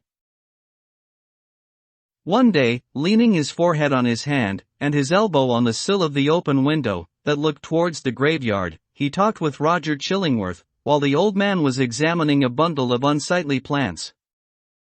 "Where," asked he, with a look askance at them, for it was the clergyman's peculiarity that he seldom, nowadays, looked straight forth at any object, whether human or inanimate, "where, my kind doctor, did you gather those herbs, with such a dark, flabby leaf?" "Even in the graveyard, here at hand," answered the physician, continuing his employment. "They are new to me. I found them growing on a grave, which bore no tombstone, nor other memorial of the dead man, save these ugly weeds that have taken upon themselves to keep him in remembrance. They grew out of his heart, and typify, it may be, some hideous secret that was buried with him, and which he had done better to confess during his lifetime." "Perchance," said Mr. Dimmesdale, "he earnestly desired it, but could not." "And wherefore?" rejoined the physician. "Wherefore not, since all the powers of nature call so earnestly for the confession of sin, that these black weeds have sprung up out of a buried heart, to make manifest an unspoken crime?" "That, good sir, is but a fantasy of yours," replied the minister. "There can be, if I forebode aright, no power, short of the divine mercy, to disclose, whether by uttered words, or by type or emblem, the secrets that may be buried with a human heart. The heart, making itself guilty of such secrets, must perforce hold them, until the day when all hidden things shall be revealed. Nor have I so read or interpreted Holy Writ, as to understand that the disclosure of human thoughts and deeds, then to be made, is intended as a part of the retribution. That, surely, were a shallow view of it. No, these revelations, unless I greatly err, are meant merely to promote the intellectual satisfaction of all intelligent beings, who will stand waiting, on that day, to see the dark problem of this life made plain. A knowledge of men's hearts will be needful to the completest solution of that problem. And I conceive, moreover, that the hearts holding such miserable secrets as you speak of will yield them up, at that last day, not with reluctance, but with a joy unutterable." "Then why not reveal them here?" asked Roger Chillingworth, glancing quietly aside at the minister. Why should not the guilty ones sooner avail themselves of this unutterable solace? They mostly do, said the clergyman, griping hard at his breast, as if afflicted with an importunate throb of pain. Many a poor soul hath given its confidence to me, not only on the deathbed, but while strong in life, and fair in reputation. And ever, after such an outpouring, what a relief have I witnessed in those sinful brethren! Even as in one who at last draws free air, after long stifling with his own polluted breath. How can it be otherwise? Why should a wretched man, guilty, we will say, of murder, prefer to keep the dead corpse buried in his own heart, rather than fling it forth at once, and let the universe take care of it? Yet some men bury their secrets thus, observed the calm physician. True, there are such men, answered Mr. Dimmesdale. But, not to suggest more obvious reasons, it may be that they are kept silent by the very constitution of their nature. Or, can we not suppose it, guilty as they may be, retaining, nevertheless, a zeal for God's glory and man's welfare, they shrink from displaying themselves black and filthy in the view of men, because, thenceforward, no good can be achieved by them, no evil of the past be redeemed by better service. So, to their own unutterable torment, they go about among their fellow creatures, looking pure as new fallen snow, while their hearts are all speckled and spotted with iniquity of which they cannot rid themselves. These men deceive themselves, said Roger Chillingworth, with somewhat more emphasis than usual, and making a slight gesture with his forefinger. They fear to take up the shame that rightfully belongs to them. Their love for man, their zeal for God's service, these holy impulses may or may not coexist in their hearts with the evil inmates to which their guilt has unbarred the door, and which must needs propagate a hellish breed within them. But, if they seek to glorify God, let them not lift heavenward their unclean hands. If they would serve their fellowmen, let them do it by making manifest the power and reality of conscience, in constraining them to penitential self-abasement. Wouldst thou have me to believe, O wise and pious friend, that a false show can be better, can be more for God's glory, or man's welfare, than God's own truth? Trust me, such men deceive themselves. It may be so, said the young clergyman indifferently, as waiving a discussion that he considered irrelevant or unseasonable. He had a ready faculty, indeed, of escaping from any topic that agitated his too sensitive and nervous temperament. But, now, I would ask of my well-skilled physician, whether, in good sooth, he deems me to have profited by his kindly care of this weak frame of mine? Before Roger Chillingworth could answer, they heard the clear, wild laughter of a young child's voice, proceeding from the adjacent burial ground. Looking instinctively from the open window, for it was summer time, the minister beheld Hester Prynne and little Pearl passing along the footpath that traversed the enclosure. Pearl looked as beautiful as the day, but was in one of those moods of perverse merriment which, whenever they occurred, seemed to remove her entirely out of the sphere of sympathy or human contact.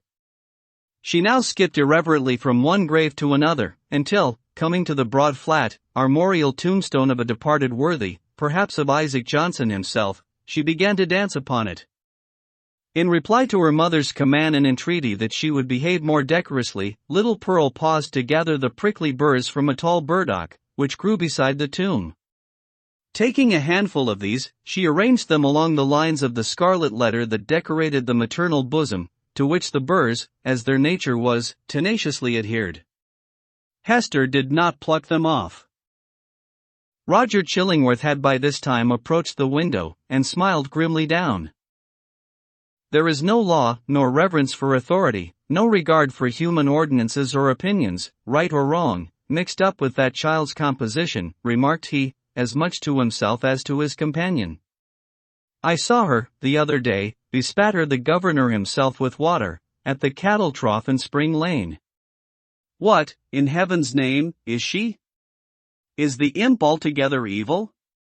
Hath she affections? Hath she any discoverable principle of being? None, save the freedom of a broken law, answered Mr. Dimmesdale, in a quiet way, as if he had been discussing the point within himself. Whether capable of good, I know not. The child probably overheard their voices, For, looking up to the window, with a bright but naughty smile of mirth and intelligence, she threw one of the prickly burrs at the Reverend Mr. Dimmesdale. The sensitive clergyman shrunk, with nervous dread, from the light missile. Detecting his emotion, Pearl clapped her little hands in the most extravagant ecstasy. Hester Prynne, likewise, had involuntarily looked up, and all these four persons, old and young, regarded one another in silence, till the child laughed aloud, and shouted, "Come away, mother! Come away, or yonder old black man will catch you. He hath got hold of the minister already. Come away, mother, or he will catch you.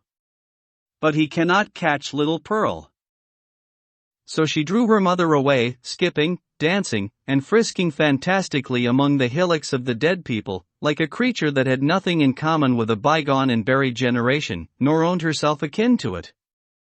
It was as if she had been made afresh, out of new elements, and must perforce be permitted to live her own life, and be a law unto herself, without her eccentricities being reckoned to her for a crime.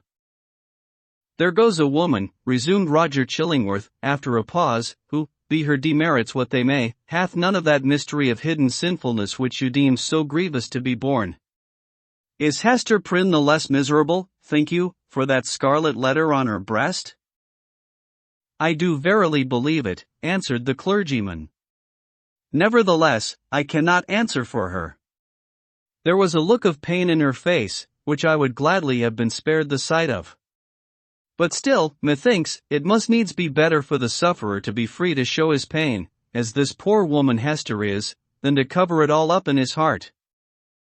There was another pause, and the physician began anew to examine and arrange the plants which he had gathered. "You inquired of me, a little time agone," said he, at length, "my judgment is touching your health." "I did," answered the clergyman, "and would gladly learn it. Speak frankly, I pray you, be it for life or death." "Freely, then, and plainly," said the physician, still busy with his plants, but keeping a wary eye on Mr. Dimmesdale. "The disorder is a strange one, not so much in itself, nor is outwardly manifested, in so far, at least, as the symptoms have been laid open to my observation. Looking daily at you, my good sir, and watching the tokens of your aspect, now for months gone by, I should deem you a man sore sick, it may be, yet not so sick but that an instructed and watchful physician might well hope to cure you. But I know not what to say, the disease is what I seem to know, yet know it not." "You speak in riddles, learned sir," said the pale minister, glancing aside out of the window.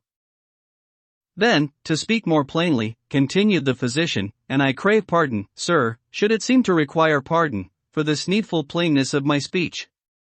Let me ask, as your friend, as one having charge, under Providence, of your life and physical well-being, hath all the operation of this disorder been fairly laid open and recounted to me?" "How can you question it?" asked the minister. "Surely, it were child's play to call in a physician, and then hide the sore." "You would tell me, then, that I know all," said Chillingworth, deliberately, and fixing an eye, bright with intense and concentrated intelligence, on the minister's face. "Be it so. But, again, he to whom only the outward and physical evil is laid open knoweth, oftentimes, but half the evil which he is called upon to cure.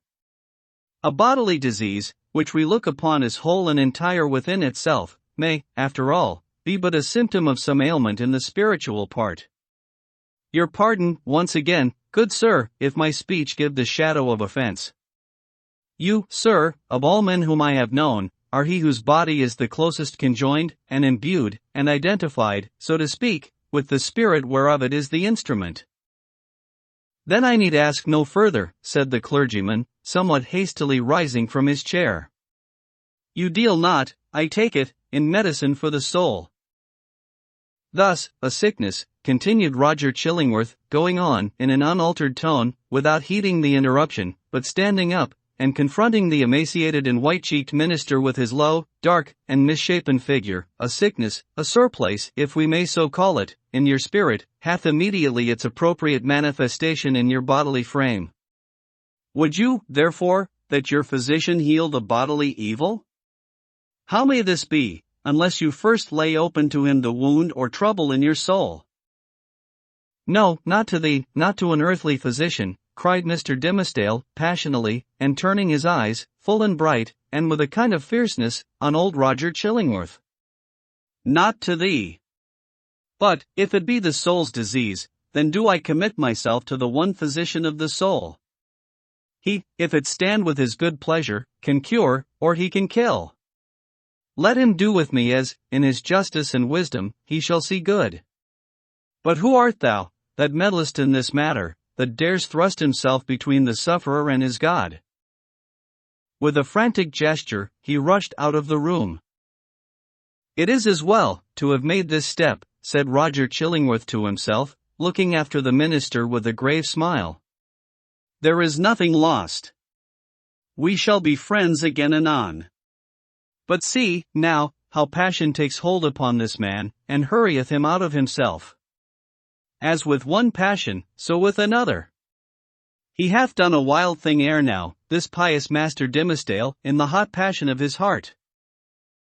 It proved not difficult to re-establish the intimacy of the two companions, on the same footing and in the same degree as heretofore.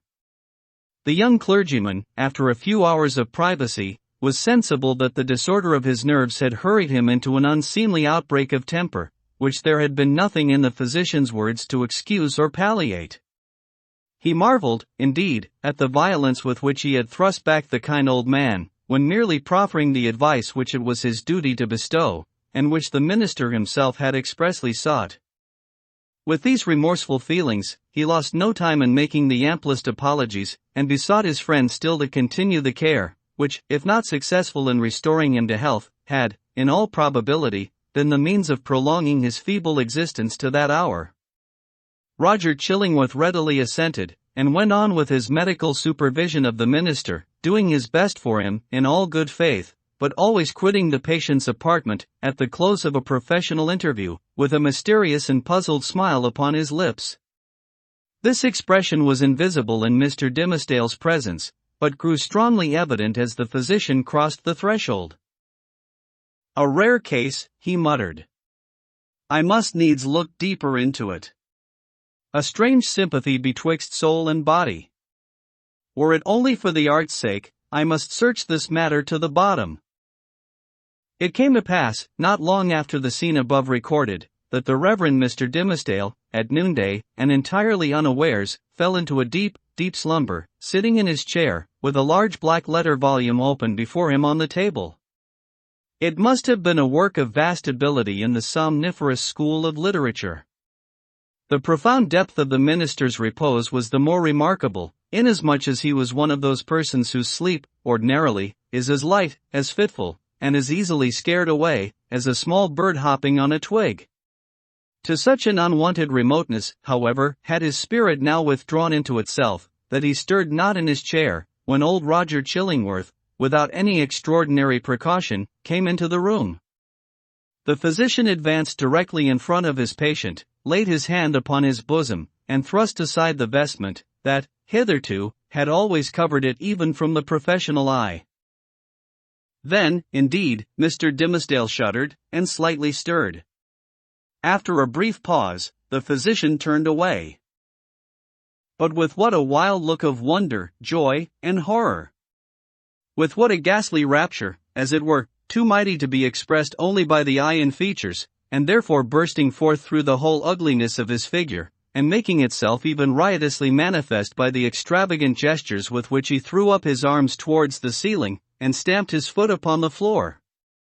Had a man seen old Roger Chillingworth at that moment of his ecstasy, he would have had no need to ask how Satan comports himself, when a precious human soul is lost to heaven, and won into his kingdom. But what distinguished the physician's ecstasy from Satan's was the trait of wonder in it. 11. The interior of a heart. After the incident last described, the intercourse between the clergyman and the physician, though externally the same, was really of another character than it had previously been. The intellect of Roger Chillingworth had now a sufficiently plain path before it. It was not, indeed, precisely that which he had laid out for himself to tread. Calm, gentle, passionless, as he appeared, there was yet, we fear, a quiet depth of malice, hitherto latent, but active now, in this unfortunate old man, which led him to imagine a more intimate revenge than any mortal had ever wreaked upon an enemy. To make himself the one trusted friend, to whom should be confided all the fear, the remorse, the agony, the ineffectual repentance, the backward rush of sinful thoughts, expelled in vain.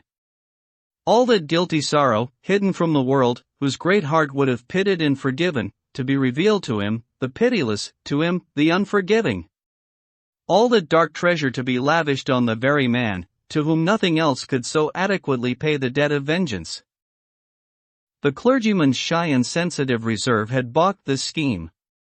Roger Chillingworth, however, was inclined to be hardly, if at all, less satisfied with the aspect of affairs, which Providence using the avenger and his victim for its own purposes, and, perchance, pardoning, where it seemed most to punish, had substituted for his black devices. A revelation, he could almost say, had been granted to him. It mattered little, for his object, whether celestial, or from what other region. By its aid, in all the subsequent relations betwixt him and Mr. Dimmesdale, not merely the external presence, but the very inmost soul of the latter seemed to be brought out before his eyes, so that he could see and comprehend its every movement. He became, thenceforth, not a spectator only, but a chief actor, in the poor minister's interior world. He could play upon him as he chose. Would he arouse him with a throb of agony?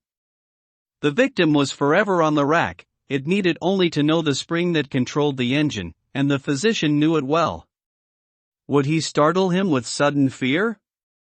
As at the waving of a magician's wand, uprose a grisly phantom, uprose 1,000 phantoms, in many shapes, of death, or more awful shame, all flocking round about the clergyman, and pointing with their fingers at his breast. All this was accomplished with a subtlety so perfect, that the minister, though he had constantly a dim perception of some evil influence watching over him, could never gain a knowledge of its actual nature. True, he looked doubtfully, fearfully, even, at times, with horror and the bitterness of hatred, at the deformed figure of the old physician. His gestures, his gait, his grizzled beard, his slightest and most indifferent acts, the very fashion of his garments, were odious in the clergyman's sight, a token, implicitly to be relied on, of a deeper antipathy in the breast of the latter than he was willing to acknowledge to himself. For, as it was impossible to assign a reason for such distrust and abhorrence, so Mr. Dimmesdale, conscious that the poison of one morbid spot was infecting his heart's entire substance, attributed all his presentiments to no other cause. He took himself to task for his bad sympathies in reference to Roger Chillingworth, disregarded the lesson that he should have drawn from them, and did his best to root them out. Unable to accomplish this, he nevertheless, as a matter of principle, continued his habits of social familiarity with the old man, and thus gave him constant opportunities for perfecting the purpose to which, poor, forlorn creature that he was, and more wretched than his victim, the avenger had devoted himself. While thus suffering under bodily disease, and gnawed and tortured by some black trouble of the soul, and given over to the machinations of his deadliest enemy, the Reverend Mr. Dimmesdale had achieved a brilliant popularity in his sacred office. He won it, indeed, in great part, by his sorrows.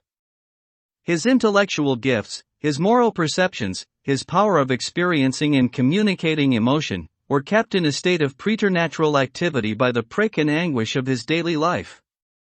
His fame, though still on its upward slope, already overshadowed the soberer reputations of his fellow clergymen, eminent as several of them were. There were scholars among them, who had spent more years in acquiring abstruse lore, connected with the divine profession, than Mr. Dimmesdale had lived, and who might well, therefore, be more profoundly versed in such solid and valuable attainments than their youthful brother. There were men, too, of a sturdier texture of mind than his, and endowed with a far greater share of shrewd, hard, iron or granite understanding, which, duly mingled with a fair proportion of doctrinal ingredient, constitutes a highly respectable, efficacious, and unamiable variety of the clerical species.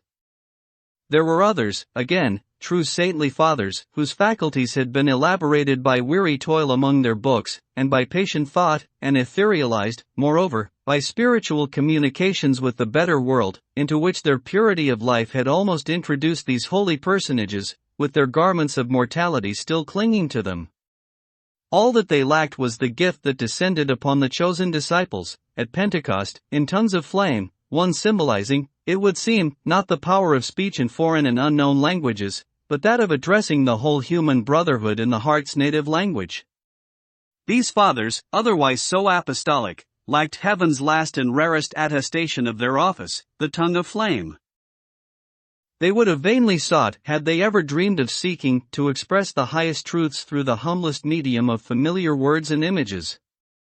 Their voices came down, afar and indistinctly, from the upper heights where they habitually dwelt. Not improbably, it was to this latter class of men that Mr. Dimmesdale, by many of his traits of character, naturally belonged. To their high mountain peaks of faith and sanctity he would have climbed, had not the tendency been thwarted by the burden, whatever it might be, of crime or anguish, beneath which it was his doom to totter. It kept him down, on a level with the lowest, him, the man of ethereal attributes, whose voice the angels might else have listened to and answered. But this very burden it was, that gave him sympathy so intimate with the sinful brotherhood of mankind, so that his heart vibrated in unison with theirs, and received their pain into itself, and sent its own throb of pain through 1,000 other hearts, in gushes of sad, persuasive eloquence. Oftenest persuasive, but sometimes terrible.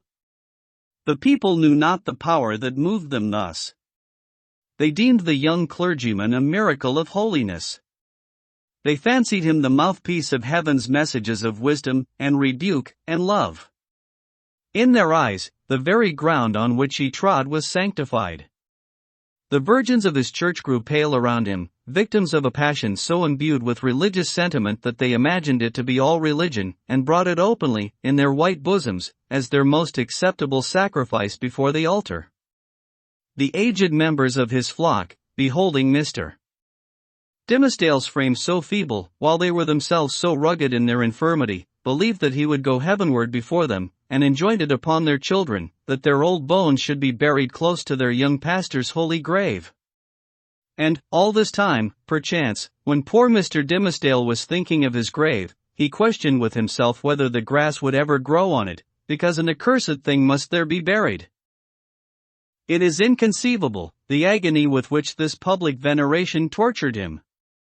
It was his genuine impulse to adore the truth, and to reckon all things shadow-like, and utterly devoid of weight or value, that had not its divine essence as the life within their life. Then, what was he a substance, or the dimmest of all shadows? He longed to speak out, from his own pulpit, at the full height of his voice, and tell the people what he was. I, whom you behold in these black garments of the priesthood, I, who ascend this sacred desk, and turn my pale face heavenward, taking upon myself to hold communion, in your behalf, with the most high omniscience, I, in whose daily life you discern the sanctity of Enoch I, whose footsteps, as you suppose, leave a gleam along my earthly track, whereby the pilgrims that shall come after me may be guided to the regions of the blessed, I, who have laid the hand of baptism upon your children, I, who have breathed the parting prayer over your dying friends, to whom the Amen sounded faintly from a world which they had quitted, I, your pastor, whom you so reverence and trust, am utterly a pollution and a lie. More than once, Mr. Dimmesdale had gone into the pulpit, with a purpose never to come down its steps, until he should have spoken words like the above. More than once, he had cleared his throat, and drawn in the long, deep, and tremulous breath, which, when sent forth again, would come burdened with the black secret of his soul. More than once, nay, more than 100 times, he had actually spoken. Spoken. But how? He had told his hearers that he was altogether vile, a viler companion of the vilest, the worst of sinners, an abomination, a thing of unimaginable iniquity, and that the only wonder was, that they did not see his wretched body shriveled up before their eyes, by the burning wrath of the Almighty. Could there be plainer speech than this? Would not the people start up in their seats, by a simultaneous impulse, and tear him down out of the pulpit which he defiled? Not so, indeed. They heard it all, and did but reverence him the more. They little guessed what deadly purport lurked in those self-condemning words. "The godly youth," said they among themselves. "The saint on earth." Alas, if he discerned such sinfulness in his own white soul, what horrid spectacle would he behold in thine or mine? The minister well knew, subtle, but remorseful hypocrite that he was, the light in which his vague confession would be viewed. He had striven to put a cheat upon himself by making the avowal of a guilty conscience, but had gained only one other sin, and a self-acknowledged shame, without the momentary relief of being self-deceived. He had spoken the very truth, and transformed it into the veriest falsehood. And yet, by the constitution of his nature, he loved the truth, and loathed the lie, as few men ever did. Therefore, above all things else, he loathed his miserable self. His inward trouble drove him to practices, more in accordance with the old, corrupted faith of Rome, than with the better light of the church in which he had been born and bred. In Mr. Dimsdale's secret closet, under lock and key, there was a bloody scourge. Oftentimes, this Protestant and Puritan divine had plied it on his own shoulders, laughing bitterly at himself the while, and smiting so much the more pitilessly, because of that bitter laugh. It was his custom, too, as it has been that of many other pious Puritans, to fast, not, however, like them, in order to purify the body and render it the fitter medium of celestial illumination, but rigorously, and until his knees trembled beneath him, as an act of penance. He kept vigils, likewise, night after night, sometimes in utter darkness, sometimes with a glimmering lamp, and sometimes, viewing his own face in a looking-glass, by the most powerful light which he could throw upon it. He thus typified the constant introspection wherewith he tortured, but could not purify, himself. In these lengthened vigils, his brain often reeled, and visions seemed to flit before him, perhaps seen doubtfully, and by a faint light of their own, in the remote dimness of the chamber, or more vividly, and close beside him, within the looking-glass. Now it was a herd of diabolic shapes, that grinned and mocked at the pale minister, and beckoned him away with them, now a group of shining angels, who flew upward heavily, as sorrow-laden, but grew more ethereal as they rose. Now came the dead friends of his youth, and his white-bearded father, with a saint-like frown, and his mother, turning her face away as she passed by. Ghost of a mother, thinnest fantasy of a mother, methinks she might yet have thrown a pitying glance towards her son. And now, through the chamber which these spectral thoughts had made so ghastly, glided Hester Prynne, leading along little Pearl in her scarlet garb, and pointing her forefinger, first, at the scarlet letter on her bosom, and then at the clergyman's own breast. None of these visions ever quite deluded him. At any moment, by an effort of his will, he could discern substances through their misty lack of substance, and convince himself that they were not solid in their nature, like yonder table of carved oak, or that big, square, leathern-bound and brazen-clasped volume of divinity. But, for all that, they were, in one sense, the truest and most substantial things which the poor minister now dealt with. It is the unspeakable misery of a life so false as his, that it steals the pith and substance out of whatever realities there are around us, and which were meant by heaven to be the spirit's joy and nutriment. To the untrue man, the whole universe is false, it is impalpable, it shrinks to nothing within his grasp. And he himself, in so far as he shows himself in a false light, becomes a shadow, or, indeed, ceases to exist. The only truth, that continued to give Mr. Dimsdale a real existence on this earth, was the anguish in his inmost soul, and the undissembled expression of it in his aspect. Had he once found power to smile, and wore a face of gaiety, there would have been no such man. On one of those ugly nights, which we have faintly hinted at, but forborne to picture forth, the minister started from his chair. A new thought had struck him. There might be a moment's peace in it. Attiring himself with as much care as if it had been for public worship, and precisely in the same manner, he stole softly down the staircase, undid the door, and issued forth. 12. The Minister's Vigil. Walking in the shadow of a dream, as it were, and perhaps actually under the influence of a species of somnambulism, Mr. Dimsdale reached the spot, where, now so long since, Hester Prynne had lived through her first hour of public ignominy. The same platform or scaffold, black and weather-stained with the storm or sunshine of 7 long years, and foot-worn, too, with the tread of many culprits who had since ascended it, remained standing beneath the balcony of the meeting-house.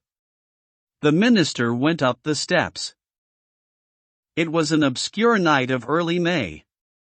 An unvaried pall of cloud muffled the whole expanse of sky from zenith to horizon.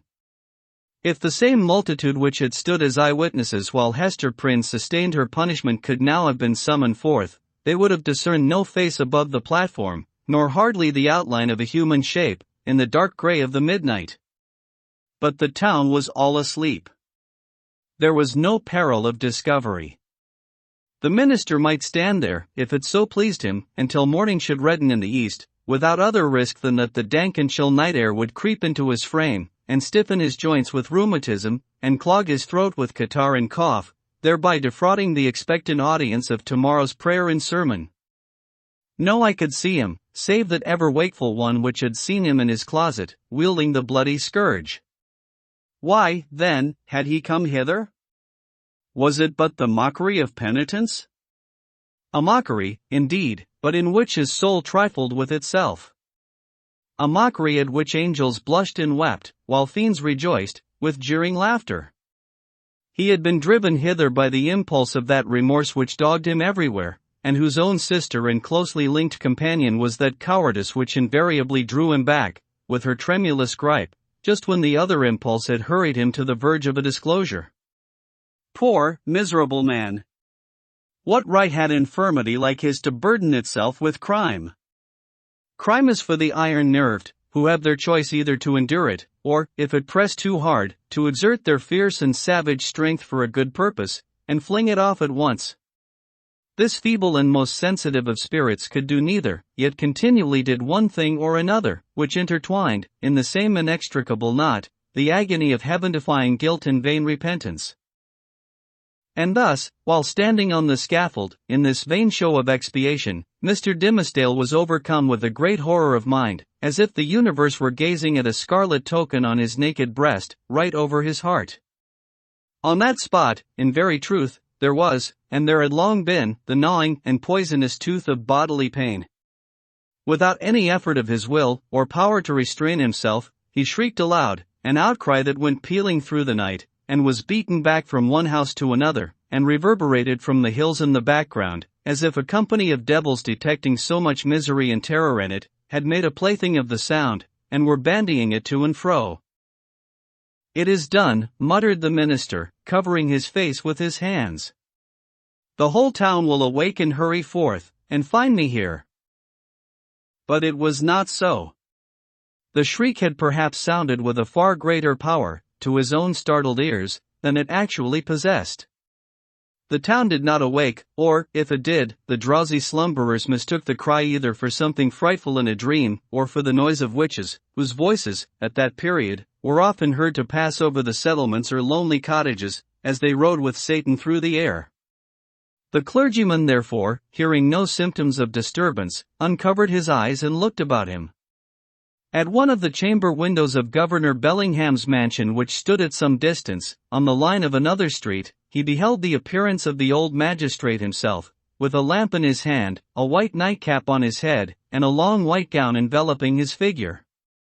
He looked like a ghost, evoked unseasonably from the grave. The cry had evidently startled him. At another window of the same house, moreover, appeared old Mistress Hibbins, the governor's sister, also with her a lamp, which, even thus far off, revealed the expression of her sour and discontented face. She thrust forth her head from the lattice, and looked anxiously upward. Beyond the shadow of a doubt, this venerable witch lady had heard Mr. Dimmesdale's outcry, and interpreted it, with its multitudinous echoes and reverberations, as the clamor of the fiends and night hags, with whom she was well known to make excursions into the forest. Detecting the gleam of Governor Bellingham's lamp, the old lady quickly extinguished her own, and vanished. Possibly, she went up among the clouds. The minister saw nothing further of her motions. The magistrate, after a wary observation of the darkness into which, nevertheless, he could see but little farther than he might into a millstone, retired from the window. The minister grew comparatively calm. His eyes, however, were soon greeted by a little, glimmering light, which, at first a long way off, was approaching up the street. It threw a gleam of recognition on here a post, and there a garden fence, and here a latticed window pane, and there a pump, with its full trough of water, and here, again, an arched door of oak, with an iron knocker, and a rough log for the doorstep. The Reverend Mr. Dimmesdale noted all these minute particulars, even while firmly convinced that the doom of his existence was stealing onward, in the footsteps which he now heard, and that the gleam of the lantern would fall upon him, in a few moments more, and reveal his long-hidden secret. As the light drew nearer, he beheld, within its illuminated circle, his brother clergyman, or, to speak more accurately, his professional father, as well as highly valued friend, the Reverend Mr. Wilson, who, as Mr. Dimmesdale now conjectured, had been praying at the bedside of some dying man. And so he had. The good old minister came freshly from the death-chamber of Governor Winthrop, one who had passed from earth to heaven within that very hour. And now, surrounded, like the saint-like personages of olden times, with a radiant halo that glorified him amid this gloomy night of sin, as if the departed governor had left him an inheritance of his glory, or as if he had caught upon himself the distant shine of the celestial city, while looking thitherward to see the triumphant pilgrim pass within its gates. Now, in short, good Father Wilson was moving homeward, aiding his footsteps with a lighted lantern. The glimmer of this luminary suggested the above conceits to Mr. Dimmesdale, who smiled, nay, almost laughed at them, and then wondered if he were going mad. As the Reverend Mr. Wilson passed beside the scaffold, closely muffling his Geneva cloak about him with one arm, and holding the lantern before his breast with the other, the minister could hardly restrain himself from speaking. "A good evening to you, Venerable Father Wilson. Come up hither, I pray you, and pass a pleasant hour with me." Good heavens! Had Mr. Dimmesdale actually spoken? For one instant, he believed that these words had passed his lips. But they were uttered only within his imagination. The venerable Father Wilson continued to step slowly onward, looking carefully at the muddy pathway before his feet, and never once turning his head towards the guilty platform. When the light of the glimmering lantern had faded quite away, the minister discovered, by the faintness which came over him, that the last few moments had been a crisis of terrible anxiety, although his mind had made an involuntary effort to relieve itself by a kind of lurid playfulness. Shortly afterwards, the light grisly sense of the humorous again stole in among the solemn phantoms of his thought. He felt his limbs growing stiff with the unaccustomed chilliness of the night, and doubted whether he should be able to descend the steps of the scaffold. Morning would break, and find him there. The neighborhood would begin to rouse itself. The earliest riser, coming forth in the dim twilight, would perceive a vaguely defined figure aloft on the place of shame, and, half crazed betwixt alarm and curiosity, would go, knocking from door to door, summoning all the people to behold the ghost, as he needs must think it, of some defunct transgressor. A dusky tumult would flap its wings from one house to another. Then, the morning light still waxing stronger, old patriarchs would rise up in great haste, each in his flannel gown, and matronly dames, without pausing to put off their night gear.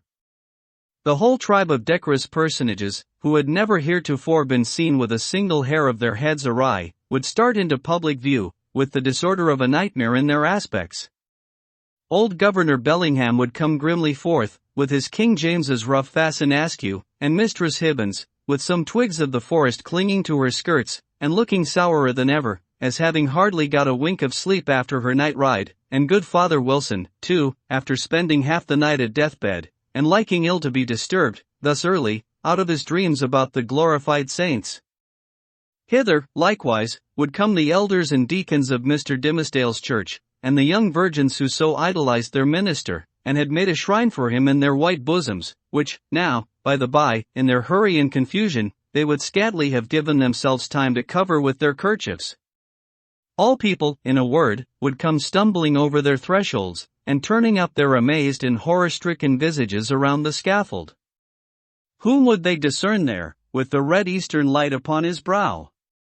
Whom, but the Reverend Arthur Dimmesdale, half frozen to death, overwhelmed with shame, and standing where Hester Prynne had stood.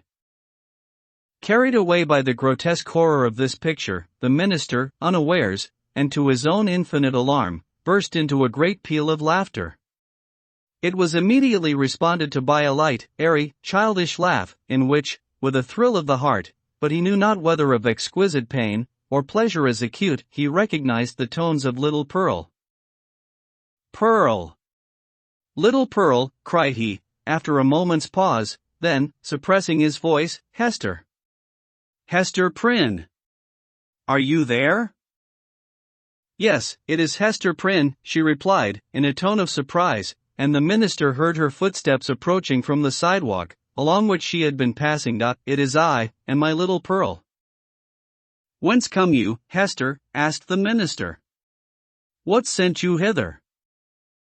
"I have been watching at a deathbed," answered Hester Prynne, "at Governor Winthrop's deathbed, and have taken his measure for a robe, and am now going homeward to my dwelling." "Come up hither, Hester, thou and little Pearl," said the Reverend Mr. Dimmesdale. "Ye have both been here before, but I was not with you. Come up hither once again, and we will stand all three together." She silently ascended the steps, and stood on the platform, holding little Pearl by the hand. The minister felt for the child's other hand, and took it. The moment that he did so, there came what seemed a tumultuous rush of new life, other life than his own, pouring like a torrent into his heart, and hurrying through all his veins, as if the mother and the child were communicating their vital warmth to his half-torpid system. The three formed an electric chain. "Minister," whispered little Pearl. "What wouldst thou say, child?" asked Mr. Dimmesdale. "Wilt thou stand here with mother and me, tomorrow noontide?" inquired Pearl. "Nay, not so, my little Pearl," answered the minister, for, with the new energy of the moment, all the dread of public exposure, that had so long been the anguish of his life, had returned upon him, and he was already trembling at the conjunction in which, with a strange joy, nevertheless, he now found himself. "Not so, my child. I shall, indeed, stand with thy mother and thee one other day, but not tomorrow." Pearl laughed, and attempted to pull away her hand. But the minister held it fast. "A moment longer, my child," said he. "But wilt thou promise," asked Pearl, "to take my hand, and mother's hand, tomorrow noontide?" "Not then, Pearl," said the minister, "but another time." "And what other time?" persisted the child. "At the great judgment day," whispered the minister, and, strangely enough, the sense that he was a professional teacher of the truth impelled him to answer the child so. "Then, and there, before the judgment seat, thy mother, and thou, and I, must stand together. But the daylight of this world shall not see our meeting." Pearl laughed again. But, before Mr. Dimmesdale had done speaking, a light gleamed far and wide over all the muffled sky. It was doubtless caused by one of those meteors, which the night watcher may so often observe burning out to waste, in the vacant regions of the atmosphere. So powerful was its radiance, that it thoroughly illuminated the dense medium of cloud betwixt the sky and earth. The great vault brightened, like the dome of an immense lamp. It showed the familiar scene of the street, with the distinctness of midday, but also with the awfulness that is always imparted to familiar objects by an unaccustomed light. The wooden houses, with their jutting stories and quaint gable peaks, the doorsteps and thresholds, with the early grass springing up about them, the garden plots, black with freshly turned earth, the wheel track, little worn, and, even in the marketplace, margined with green on either side, all were visible, but with a singularity of aspect that seemed to give another moral interpretation to the things of this world than they had ever borne before. And there stood the minister, with his hand over his heart, and Hester Prynne, with the embroidered letter glimmering on her bosom, and little Pearl, herself a symbol, and the connecting link between those two. They stood in the noon of that strange and solemn splendor, as if it were the light that is to reveal all secrets, and the daybreak that shall unite all who belong to one another. There was witchcraft in little Pearl's eyes, and her face, as she glanced upward at the minister, wore that naughty smile which made its expression frequently so elvish. She withdrew her hand from Mr. Dimmesdale's, and pointed across the street. But he clasped both his hands over his breast, and cast his eyes towards the zenith. Nothing was more common, in those days, than to interpret all meteoric appearances, and other natural phenomena, that occurred with less regularity than the rise and set of sun and moon, as so many revelations from a supernatural source. Thus, a blazing spear, a sword of flame, a bow, or a sheaf of arrows, seen in the midnight sky, prefigured Indian warfare. Pestilence was known to have been foreboded by a shower of crimson light.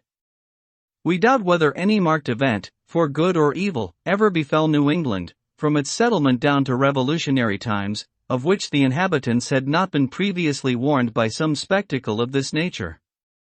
Not seldom, it had been seen by multitudes.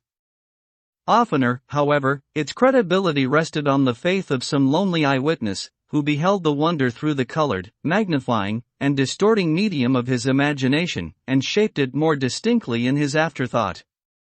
It was, indeed, a majestic idea that the destiny of nations should be revealed, in these awful hieroglyphics, on the cope of heaven. A scroll so wide might not be deemed too expansive for Providence to write a people's doom upon. The belief was a favorite one with our forefathers, as betokening that their infant commonwealth was under a celestial guardianship of peculiar intimacy and strictness. But what shall we say, when an individual discovers a revelation, addressed to himself alone, on the same vast sheet of record? In such a case, it could only be the symptom of a highly disordered mental state, when a man, rendered morbidly self-contemplative by long, intense, and secret pain, had extended his egotism over the whole expanse of nature, until the firmament itself should appear no more than a fitting page for his soul's history and fate. We impute it, therefore, solely to the disease in his own eye and heart, that the minister, looking upward to the zenith, beheld there the appearance of an immense letter, the letter A, marked out in lines of dull red light. Not but the meteor may have shown itself at that point, burning duskily through a veil of cloud, but with no such shape as his guilty imagination gave it, or, at least, with so little definiteness, that another's guilt might have seen another symbol in it. There was a singular circumstance that characterized Mr. Dimmesdale's psychological state, at this moment. All the time that he gazed upward to the zenith, he was, nevertheless, perfectly aware that little Pearl was pointing her finger towards old Roger Chillingworth, who stood at no great distance from the scaffold. The minister appeared to see him, with the same glance that discerned the miraculous letter. To his features, as to all other objects, the meteoric light imparted a new expression, or it might well be that the physician was not careful then, as at all other times, to hide the malevolence with which he looked upon his victim. Certainly, if the meteor kindled up the sky, and disclosed the earth, with an awfulness that admonished Hester Prynne and the clergyman of the day of judgment, then might Roger Chillingworth have passed with them for the archfiend, standing there, with a smile and scowl, to claim his own. So vivid was the expression, or so intense the minister's perception of it, that it seemed still to remain painted on the darkness, after the meteor had vanished, with an effect as if the street and all things else were at once annihilated. "Who is that man, Hester?" gasped Mr. Dimmesdale, overcome with terror. "I shiver at him." "Dost thou know the man?" "I hate him, Hester." She remembered her oath, and was silent. "I tell thee, my soul shivers at him," muttered the minister again. "Who is he? Who is he? Canst thou do nothing for me? I have a nameless horror of the man." "Minister," said little Pearl, "I can tell thee who he is." "Quickly, then, child," said the minister, bending his ear close to her lips. "Quickly, and as low as thou canst whisper." Pearl mumbled something into his ear, that sounded, indeed, like human language, but was only such gibberish as children may be heard amusing themselves with, by the hour together. At all events, if it involved any secret information in regard to old Roger Chillingworth, it was in a tongue unknown to the erudite clergyman, and did but increase the bewilderment of his mind. The elvish child then laughed aloud. "Dost thou mock me now?" said the minister. "Thou wast not bold, thou wast not true," answered the child. "Thou wouldst not promise to take my hand, and mother's hand, tomorrow noontide." "Worthy sir," said the physician, who had now advanced to the foot of the platform. "Pious Master Dimmesdale. Can this be you? Well, well, indeed. We men of study, whose heads are in our books, have need to be straitly looked after. We dream in our waking moments, and walk in our sleep. Come, good sir, and my dear friend, I pray you, let me lead you home." "How knewest thou that I was here?" asked the minister, fearfully. "Verily, and in good faith," answered Roger Chillingworth, "I knew nothing of the matter. I had spent the better part of the night at the bedside of the worshipful Governor Winthrop, doing what my poor skill might to give him ease. He going home to a better world, I, likewise, was on my way homeward, when this strange light shone out. Come with me, I beseech you, reverend sir, else you will be poorly able to do Sabbath duty tomorrow. Aha! See now, how they trouble the brain, these books, these books. You should study less, good sir, and take a little pastime, or these night whimsies will grow upon you." "I will go home with you," said Mr. Dimmesdale. With a chill despondency, like one awaking, all nerveless, from an ugly dream, he yielded himself to the physician, and was led away. The next day, however, being the Sabbath, he preached a discourse which was held to be the richest and most powerful, and the most replete with heavenly influences, that had ever proceeded from his lips. Souls, it is said, more souls than one, were brought to the truth by the efficacy of that sermon, and vowed within themselves to cherish a holy gratitude towards Mr. Dimmesdale throughout the long hereafter. But, as he came down the pulpit steps, the grey-bearded sexton met him, holding up a black glove, which the minister recognized as his own. "It was found," said the sexton, "this morning, on the scaffold, where evil-doers are set up to public shame. Satan dropped it there, I take it, intending a scurrilous jest against your reverence. But, indeed, he was blind and foolish, as he ever and always is. A pure hand needs no glove to cover it." "Thank you, my good friend," said the minister gravely, but startled at heart, for, so confused was his remembrance, that he had almost brought himself to look at the events of the past night as visionary. "Yes, it seems to be my glove indeed. And, since Satan saw fit to steal it, your reverence must needs handle him without gloves, henceforward," remarked the old sexton, grimly smiling. "But did your reverence hear of the portent that was seen last night? A great red letter in the sky, the letter A, which we interpret to stand for angel. For, as our good Governor Winthrop was made an angel this past night, it was doubtless held fit that there should be some notice thereof." "No," answered the minister.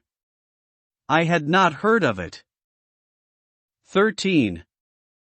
Another view of Hester.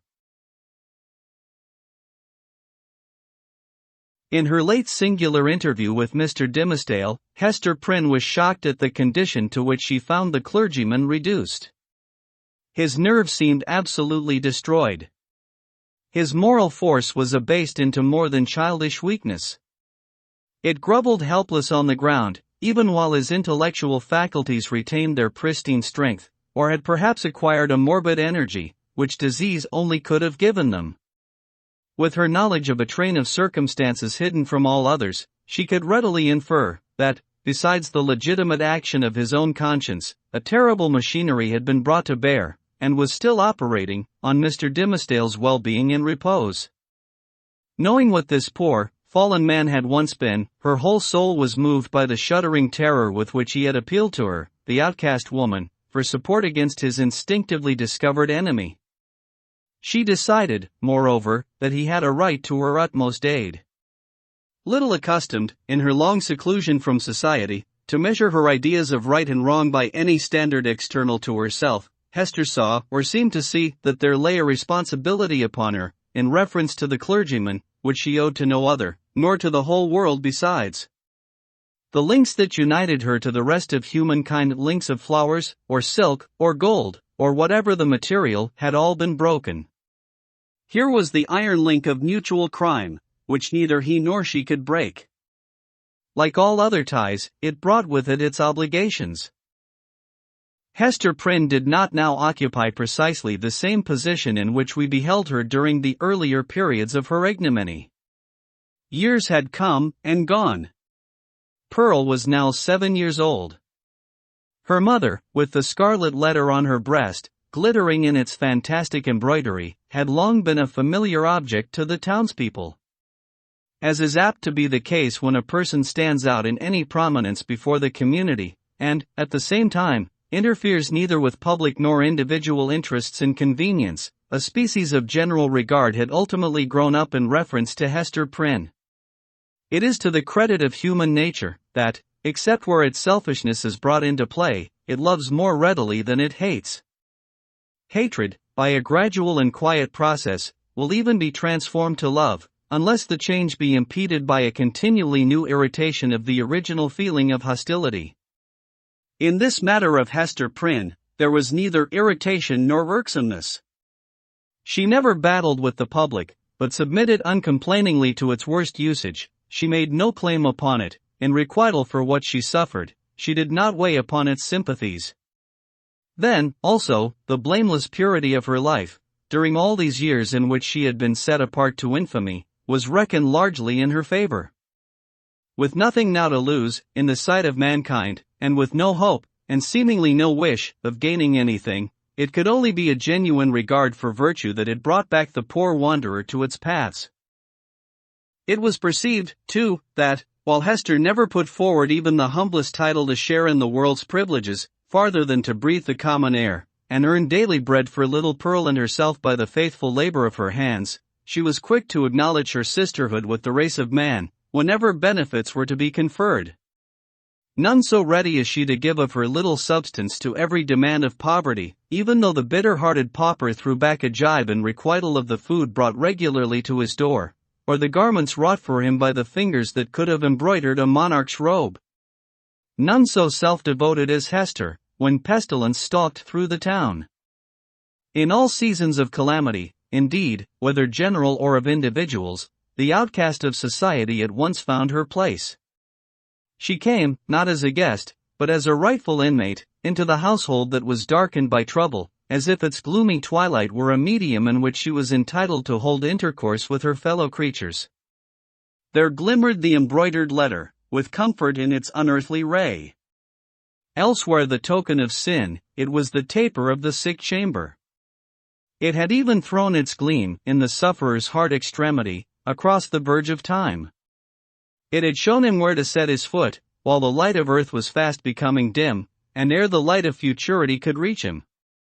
In such emergencies, Hester's nature showed itself warm and rich, a wellspring of human tenderness, unfailing to every real demand, and inexhaustible by the largest. Her breast, with its badge of shame, was but the softer pillow for the head that needed one. She was self-ordained a sister of mercy, or, we may rather say, the world's heavy hand had so ordained her, when neither the world nor she looked forward to this result. The letter was the symbol of her calling. Such helpfulness was found in her. So much power to do, and power to sympathize, that many people refuse to interpret the Scarlet A by its original signification. They said that it meant able, so strong was Hester Prynne, with a woman's strength. It was only the darkened house that could contain her. When sunshine came again, she was not there. Her shadow had faded across the threshold. The helpful inmate had departed, without one backward glance to gather up the meed of gratitude, if any were in hearts of those whom she had served so zealously. Meeting them in the street, she never raised her head to receive their greeting. If they were resolute to accost her, she laid her finger on the Scarlet Letter, and passed on. This might be pride, but was so like humility, that it produced all the softening influence of the latter quality on the public mind. The public is despotic in its temper, it is capable of denying common justice, when too strenuously demanded as a right, but quite as frequently it awards more than justice, when the appeal is made, as despots love to have it made, entirely to its generosity. Interpreting Hester Prynne's deportment as an appeal of this nature, society was inclined to show its former victim a more benign countenance than she cared to be favored with, or, perchance, than she deserved. The rulers, and the wise and learned men of the community, were longer in acknowledging the influence of Hester's good qualities than the people. The prejudices which they shared in common with the latter were fortified in themselves by an iron framework of reasoning, that made it a far tougher labor to expel them. Day by day, nevertheless, their sour and rigid wrinkles were relaxing into something which, in the due course of years, might grow to be an expression of almost benevolence. Thus it was with the men of rank, on whom their eminent position imposed the guardianship of the public morals. Individuals in private life, meanwhile, had quite forgiven Hester Prynne for her frailty, nay, more, they had begun to look upon the Scarlet Letter as the token, not of that one sin, for which she had borne so long and dreary a penance, but of her many good deeds since. "Do you see that woman with the embroidered badge?" they would say to strangers. "It is our Hester, the town's own Hester, who is so kind to the poor, so helpful to the sick, so comfortable to the afflicted." Then, it is true, the propensity of human nature to tell the very worst of itself, when embodied in the person of another, would constrain them to whisper the black scandal of bygone years. It was none the less a fact, however, that, in the eyes of the very men who spoke thus, the Scarlet Letter had the effect of the cross on a nun's bosom. It imparted to the wearer a kind of sacredness, which enabled her to walk securely amid all peril. Had she fallen among thieves, it would have kept her safe. It was reported, and believed by many, that an Indian had drawn his arrow against the badge, and that the missile struck it, but fell harmless to the ground. The effect of the symbol, or rather, of the position in respect to society that was indicated by it, on the mind of Hester Prynne herself, was powerful and peculiar. All the light and graceful foliage of her character had been withered up by this red-hot brand, and had long ago fallen away, leaving a bare and harsh outline, which might have been repulsive, had she possessed friends or companions to be repelled by it. Even the attractiveness of her person had undergone a similar change. It might be partly owing to the studied austerity of her dress, and partly to the lack of demonstration in her manners. It was a sad transformation, too, that her rich and luxuriant hair had either been cut off, or was so completely hidden by a cap, that not a shining lock of it ever once gushed into the sunshine. It was due in part to all these causes, but still more to something else, that there seemed to be no longer anything in Hester's face for love to dwell upon, nothing in Hester's form, though majestic and statue-like, that passion would ever dream of clasping in its embrace, nothing in Hester's bosom, to make it ever again the pillow of affection. Some attribute had departed from her, the permanence of which had been essential to keep her a woman. Such is frequently the fate, and such the stern development, of the feminine character in person, when a woman has encountered, and lived through, an experience of peculiar severity. If she be all tenderness, she will die. If she survive, the tenderness will either be crushed out of her, or, and the outward semblance is the same, crushed so deeply into her heart that it can never show itself more. The latter is perhaps the truest theory. She who has once been woman, and ceased to be so, might at any moment become a woman again, if there were only the magic touch to effect the transfiguration. We shall see whether Hester Prynne were ever afterwards so touched, and so transfigured. Much of the marble coldness of Hester's impression was to be attributed to the circumstance that her life had turned, in a great measure, from passion and feeling, to thought. Standing alone in the world, alone, as to any dependence on society, and with little Pearl to be guided and protected. Alone, and hopeless of retrieving her position, even had she not scorned to consider it desirable, she cast away the fragments of a broken chain. The world's law was no law for her mind. It was an age in which the human intellect, newly emancipated, had taken a more active and a wider range than for many centuries before. Men of the sword had overthrown nobles and kings. Men bolder than these had overthrown and rearranged, not actually, but within the sphere of theory, which was their most real abode, the whole system of ancient prejudice, wherewith was linked much of ancient principle. Hester Prynne imbibed this spirit. She assumed a freedom of speculation, then common enough on the other side of the Atlantic, but which our forefathers, had they known of it, would have held to be a deadlier crime than that stigmatized by the Scarlet Letter. In her lonesome cottage, by the seashore, thoughts visited her, such as dared to enter no other dwelling in New England, shadowy guests, that would have been as perilous as demons to their entertainer. Could they have been seen so much as knocking at her door? It is remarkable that persons who speculate the most boldly often conform with the most perfect quietude to the external regulations of society. The thought suffices them, without investing itself in the flesh and blood of action. So it seemed to be with Hester.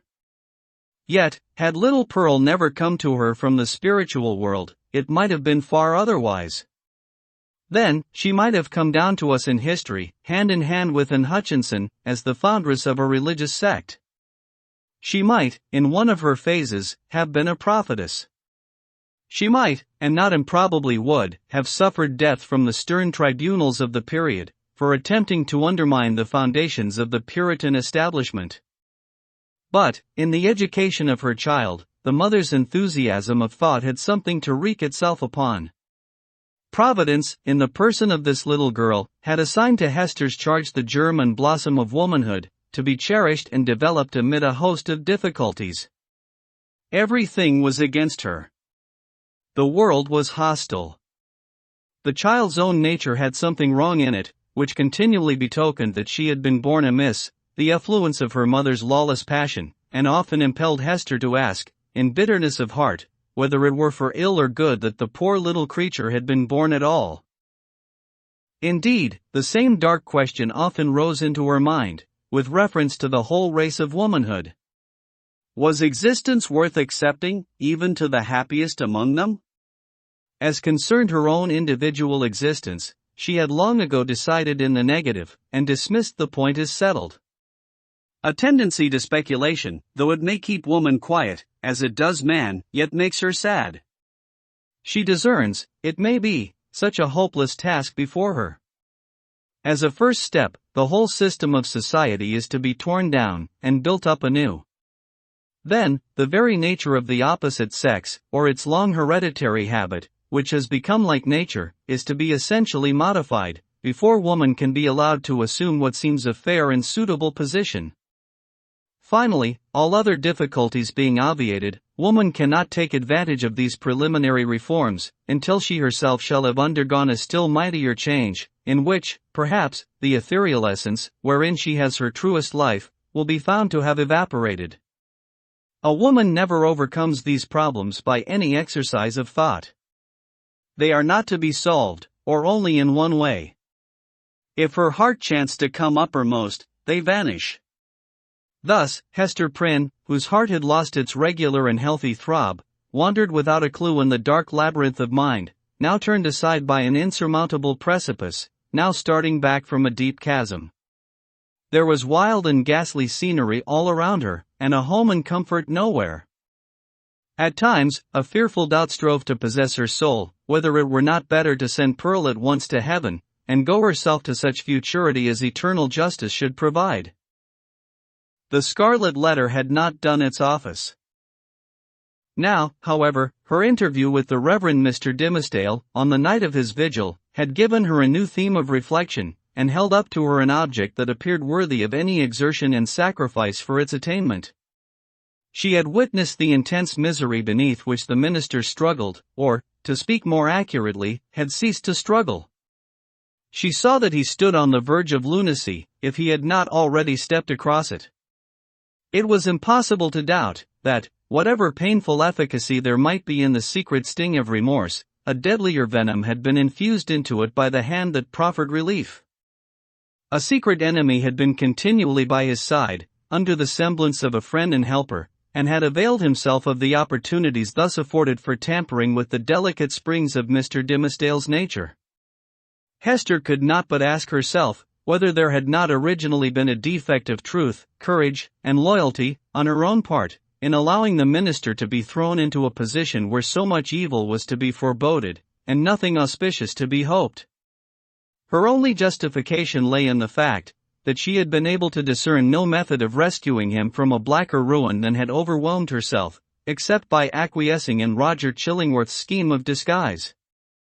Under that impulse, she had made her choice, and had chosen, as it now appeared, the more wretched alternative of the two.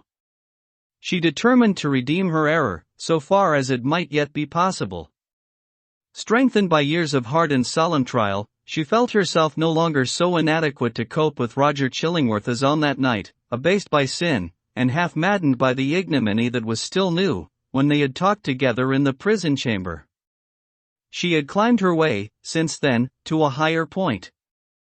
The old man, on the other hand, had brought himself nearer to her level, or perhaps below it, by the revenge which he had stooped for.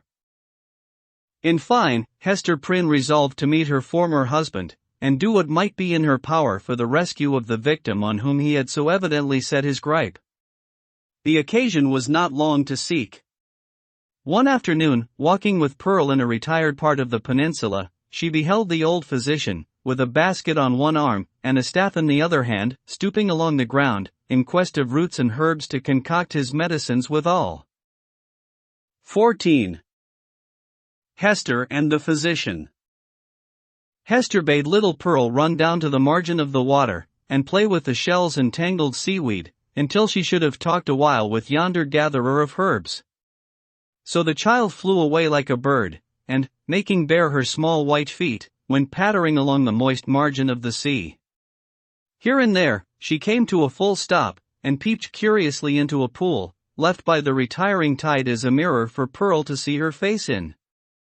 Forth peeped at her, out of the pool, with dark, glistening curls around her head, and an elf smile in her eyes, the image of a little maid, whom Pearl, having no other playmate, invited to take her hand and run a race with her. But the visionary little maid, on her part, beckoned likewise, as if to say, "This is a better place. Come thou into the pool." And Pearl, stepping in, mid-leg deep, beheld her own white feet at the bottom, while, out of a still lower depth, came the gleam of a kind of fragmentary smile, floating to and fro in the agitated water. Meanwhile, her mother had accosted the physician. "I would speak a word with you," said she, "a word that concerns us much." "Aha! And is it Mistress Hester that has a word for old Roger Chillingworth?" answered he, raising himself from his stooping posture. "With all my heart. Why, mistress, I hear good tidings of you on all hands. No longer ago than yestereve, a magistrate, a wise and godly man, was discoursing of your affairs, Mistress Hester, and whispered me that there had been question concerning you in the council. It was debated whether or no, with safety to the commonweal, yonder Scarlet Letter might be taken off your bosom. On my life, Hester, I made my entreaty to the worshipful magistrate that it might be done forthwith. It lies not in the pleasure of the magistrates to take off this badge," calmly replied Hester. "Were I worthy to be quit of it, it would fall away of its own nature, or be transformed into something that should speak a different purport." "Nay, then, wear it, if it suit you better," rejoined he. "A woman must needs follow her own fancy, touching the adornment of her person. The letter is gaily embroidered, and shows right bravely on your bosom." All this while, Hester had been looking steadily at the old man, and was shocked, as well as wonder-smitten, to discern what a change had been wrought upon him within the past 7 years. It was not so much that he had grown older, for though the traces of advancing life were visible, he bore his age well, and seemed to retain a wiry vigor and alertness. But the former aspect of an intellectual and studious man, calm and quiet, which was what she best remembered in him, had altogether vanished, and been succeeded by an eager, searching, almost fierce, yet carefully guarded look. It seemed to be his wish and purpose to mask this expression with a smile, but the latter played him false, and flickered over his visage so derisively, that the spectator could see his blackness all the better for it. Ever and anon, too, there came a glare of red light out of his eyes, as if the old man's soul were on fire, and kept on smoldering duskily within his breast, until, by some casual puff of passion, it was blown into a momentary flame. This he repressed as speedily as possible, and strove to look as if nothing of the kind had happened. In a word, old Roger Chillingworth was a striking evidence of man's faculty of transforming himself into a devil, if he will only, for a reasonable space of time, undertake a devil's office. This unhappy person had effected such a transformation by devoting himself, for 7 years, to the constant analysis of a heart full of torture, and deriving his enjoyment thence, and adding fuel to those fiery tortures which he analyzed and gloated over. The Scarlet Letter burned on Hester Prynne's bosom. Here was another ruin, the responsibility of which came partly home to her. "What see you in my face," asked the physician, "that you look at it so earnestly?" "Something that would make me weep, if there were any tears bitter enough for it," answered she. "But let it pass. It is of yonder miserable man that I would speak." "And what of him?" cried Roger Chillingworth eagerly, as if he loved the topic, and were glad of an opportunity to discuss it with the only person of whom he could make a confidant.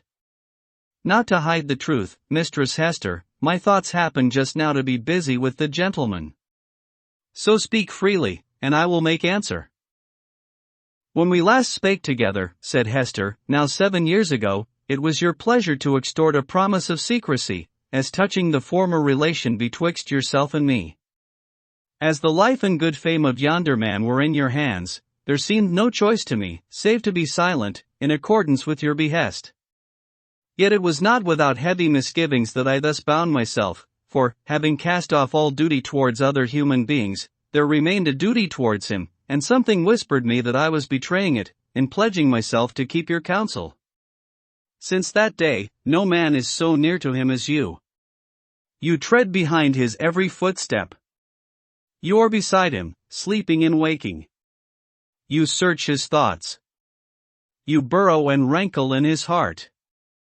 Your clutch is on his life, and you cause him to die daily a living death, and still he knows you not. In permitting this, I have surely acted a false part by the only man to whom the power was left me to be true." "What choice had you?" asked Roger Chillingworth. "My finger, pointed at this man, would have hurled him from his pulpit into a dungeon, thence, peradventure, to the gallows."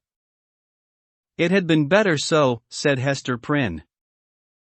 "What evil have I done the man?" asked Roger Chillingworth again. "I tell thee, Hester Prynne, the richest fee that ever physician earned from monarch could not have bought such care as I have wasted on this miserable priest. But for my aid, his life would have burned away in torments, within the first 2 years after the perpetration of his crime and thine. For, Hester, his spirit lacked the strength that could have borne up, as thine has, beneath a burden like thy Scarlet Letter. Oh, I could reveal a goodly secret. But enough. What art can do, I have exhausted on him. That he now breathes, and creeps about on earth, is owing all to me." "Better he had died at once," said Hester Prynne. "Yea, woman, thou sayest truly," cried old Roger Chillingworth, letting the lurid fire of his heart blaze out before her eyes. "Better had he died at once. Never did mortal suffer what this man has suffered. And all, in the sight of his worst enemy. He has been conscious of me. He has felt an influence dwelling always upon him like a curse. He knew, by some spiritual sense, for the Creator never made another being so sensitive as this, he knew that no friendly hand was pulling at his heartstrings, and that an eye was looking curiously into him, which sought only evil, and found it. But he knew not that the eye and hand were mine. With the superstition common to his brotherhood, he fancied himself given over to a fiend, to be tortured with frightful dreams, and desperate thoughts, the sting of remorse, and despair of pardon, as a foretaste of what awaits him beyond the grave. But it was the constant shadow of my presence, the closest propinquity of the man whom he had most vilely wronged, and who had grown to exist only by this perpetual poison of the direst revenge. Yea, indeed, he did not err, there was a fiend at his elbow. A mortal man, with once a human heart, has become a fiend for his especial torment. The unfortunate physician, while uttering these words, lifted his hands with a look of horror, as if he had beheld some frightful shape, which he could not recognize, usurping the place of his own image in a glass. It was one of those moments, which sometimes occur only at the interval of years, when a man's moral aspect is faithfully revealed to his mind's eye. Not improbably, he had never before viewed himself as he did now. Hast thou not tortured him enough? Said Hester, noticing the old man's look. Has he not paid thee all? No, he has but increased the debt, answered the physician, and, as he proceeded, his manner lost its fiercer characteristics, and subsided into gloom. Dost thou remember me, Hester, as I was 9 years agone? Even then, I was in the autumn of my days, nor was it the early autumn. But all my life had been made up of earnest, studious, thoughtful, quiet years, bestowed faithfully for the increase of mine own knowledge, and faithfully, too, though this latter object was but casual to the other, faithfully for the advancement of human welfare. No life had been more peaceful and innocent than mine, few lives so rich with benefits conferred. Dost thou remember me? Was I not, though you might deem cold, nevertheless a man thoughtful for others, craving little for himself, kind, true, just, and of constant, if not warm affections? Was I not all this? All this, and more, said Hester. And what am I now? Demanded he, looking into her face, and permitting the whole evil within him to be written on his features. I have already told thee what I am. A fiend. Who made me so? It was myself, cried Hester, shuddering. It was I, not less than he. Why hast thou not avenged thyself on me? I have left thee to the Scarlet Letter, replied Roger Chillingworth. If that have not avenged me, I can do no more. He laid his finger on it, with a smile. It has avenged thee, answered Hester Prynne. I judged no less, said the physician. And now, what wouldst thou with me touching this man? I must reveal the secret, answered Hester, firmly. He must discern thee in thy true character. What may be the result, I know not. But this long debt of confidence, due from me to him, whose bane and ruin I have been, shall at length be paid. So far as concerns the overthrow or preservation of his fair fame and his earthly state, and perchance his life, he is in thy hands. Nor do I, whom the Scarlet Letter has disciplined to truth, though it be the truth of red-hot iron, entering into the soul, nor do I perceive such advantage in his living any longer a life of ghastly emptiness, that I shall stoop to implore thy mercy. Do with him as thou wilt. There is no good for him, no good for me, no good for thee. There is no good for little Pearl. There is no path to guide us out of this dismal maze. Woman, I could well nigh pity thee, said Roger Chillingworth, unable to restrain a thrill of admiration too, for there was a quality almost majestic in the despair which she expressed. Thou hadst great elements. Peradventure, hadst thou met earlier with a better love than mine, this evil had not been.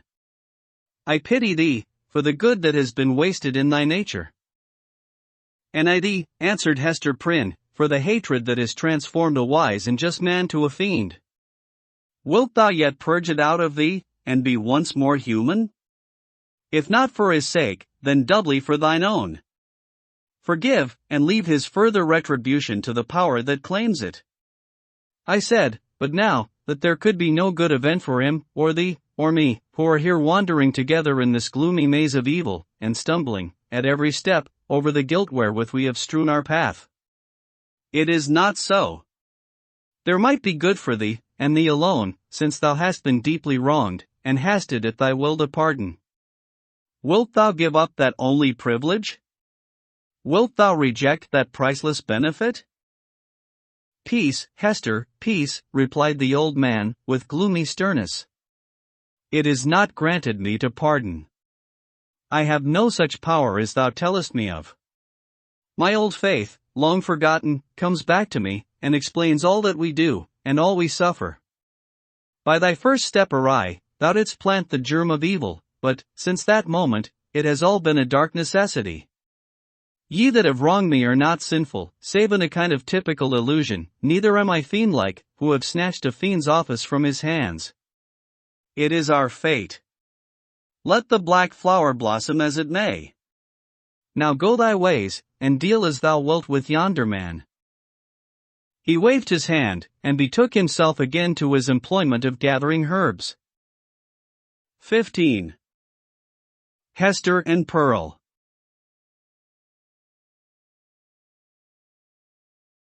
So Roger Chillingworth, a deformed old figure, with a face that haunted men's memories longer than they liked, took leave of Hester Prynne, and went stooping away along the earth. He gathered here and there an herb, or grubbed up a root, and put it into the basket on his arm. His grey beard almost touched the ground, as he crept onward. Hester gazed after him a little while, looking with a half-fantastic curiosity to see whether the tender grass of early spring would not be blighted beneath him, and show the wavering track of his footsteps, sere and brown, across its cheerful verdure. She wondered what sort of herbs they were, which the old man was so sedulous to gather. Would not the earth, quickened to an evil purpose by the sympathy of his eye, greet him with poisonous shrubs, of species hitherto unknown, that would start up under his fingers? Or might it suffice him, that every wholesome growth should be converted into something deleterious and malignant at his touch? Did the sun, which shone so brightly everywhere else, really fall upon him? Or was there, as it rather seemed, a circle of ominous shadow moving along with his deformity, whichever way he turned himself? And whither was he now going? Would he not suddenly sink into the earth, leaving a barren and blasted spot, where, in due course of time, would be seen deadly nightshade, dogwood, henbane, and whatever else of vegetable wickedness the climate could produce, all flourishing with hideous luxuriance? Or would he spread bat's wings and flee away, looking so much the uglier, the higher he rose towards heaven? "Be it sin or no," said Hester Prynne bitterly, as she still gazed after him, "I hate the man." She upbraided herself for the sentiment, but could not overcome or lessen it. Attempting to do so, she thought of those long-past days, in a distant land, when he used to emerge at eventide from the seclusion of his study, and sit down in the firelight of their home, and in the light of her nuptial smile. He needed to bask himself in that smile, he said, in order that the chill of so many lonely hours among his books might be taken off the scholar's heart. Such scenes had once appeared not otherwise than happy, but now, as viewed through the dismal medium of her subsequent life, they classed themselves among her ugliest remembrances. She marveled how such scenes could have been. She marveled how she could ever have been wrought upon to marry him. She deemed it her crime most to be repented of, that she had ever endured, and reciprocated, the lukewarm grasp of his hand, and had suffered the smile of her lips and eyes to mingle and melt into his own. And it seemed a fouler offense committed by Roger Chillingworth, than any which had since been done him, that, in the time when her heart knew no better, he had persuaded her to fancy herself happy by his side. "Yes, I hate him," repeated Hester, more bitterly than before. "He betrayed me. He has done me worse wrong than I did him." Let men tremble to win the hand of woman, unless they win along with it the utmost passion of her heart. Else it may be their miserable fortune, as it was Roger Chillingworth's, when some mightier touch than their own may have awakened all her sensibilities, to be reproached even for the calm content, the marble image of happiness, which they will have imposed upon her as the warm reality. But Hester ought long ago to have done with this injustice. What did it betoken? Had 7 long years, under the torture of the Scarlet Letter, inflicted so much of misery, and wrought out no repentance? The emotions of that brief space, while she stood gazing after the crooked figure of old Roger Chillingworth, threw a dark light on Hester's state of mind, revealing much that she might not otherwise have acknowledged to herself. He being gone, she summoned back her child. "Pearl! Little Pearl! Where are you?" Pearl, whose activity of spirit never flagged, had been at no loss for amusement while her mother talked with the old gatherer of herbs. At first, as already told, she had flirted fancifully with her own image in a pool of water, beckoning the phantom forth, and, as it declined to venture, seeking a passage for herself into its sphere of impalpable earth and unattainable sky. Soon finding, however, that either she or the image was unreal, she turned elsewhere for better pastime.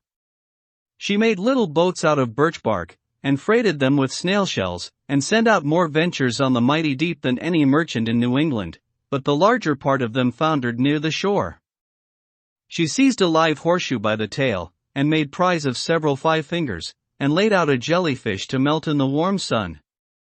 Then she took up the white foam that streaked the line of the advancing tide, and threw it upon the breeze, scampering after it with winged footsteps, to catch the great snowflakes ere they fell.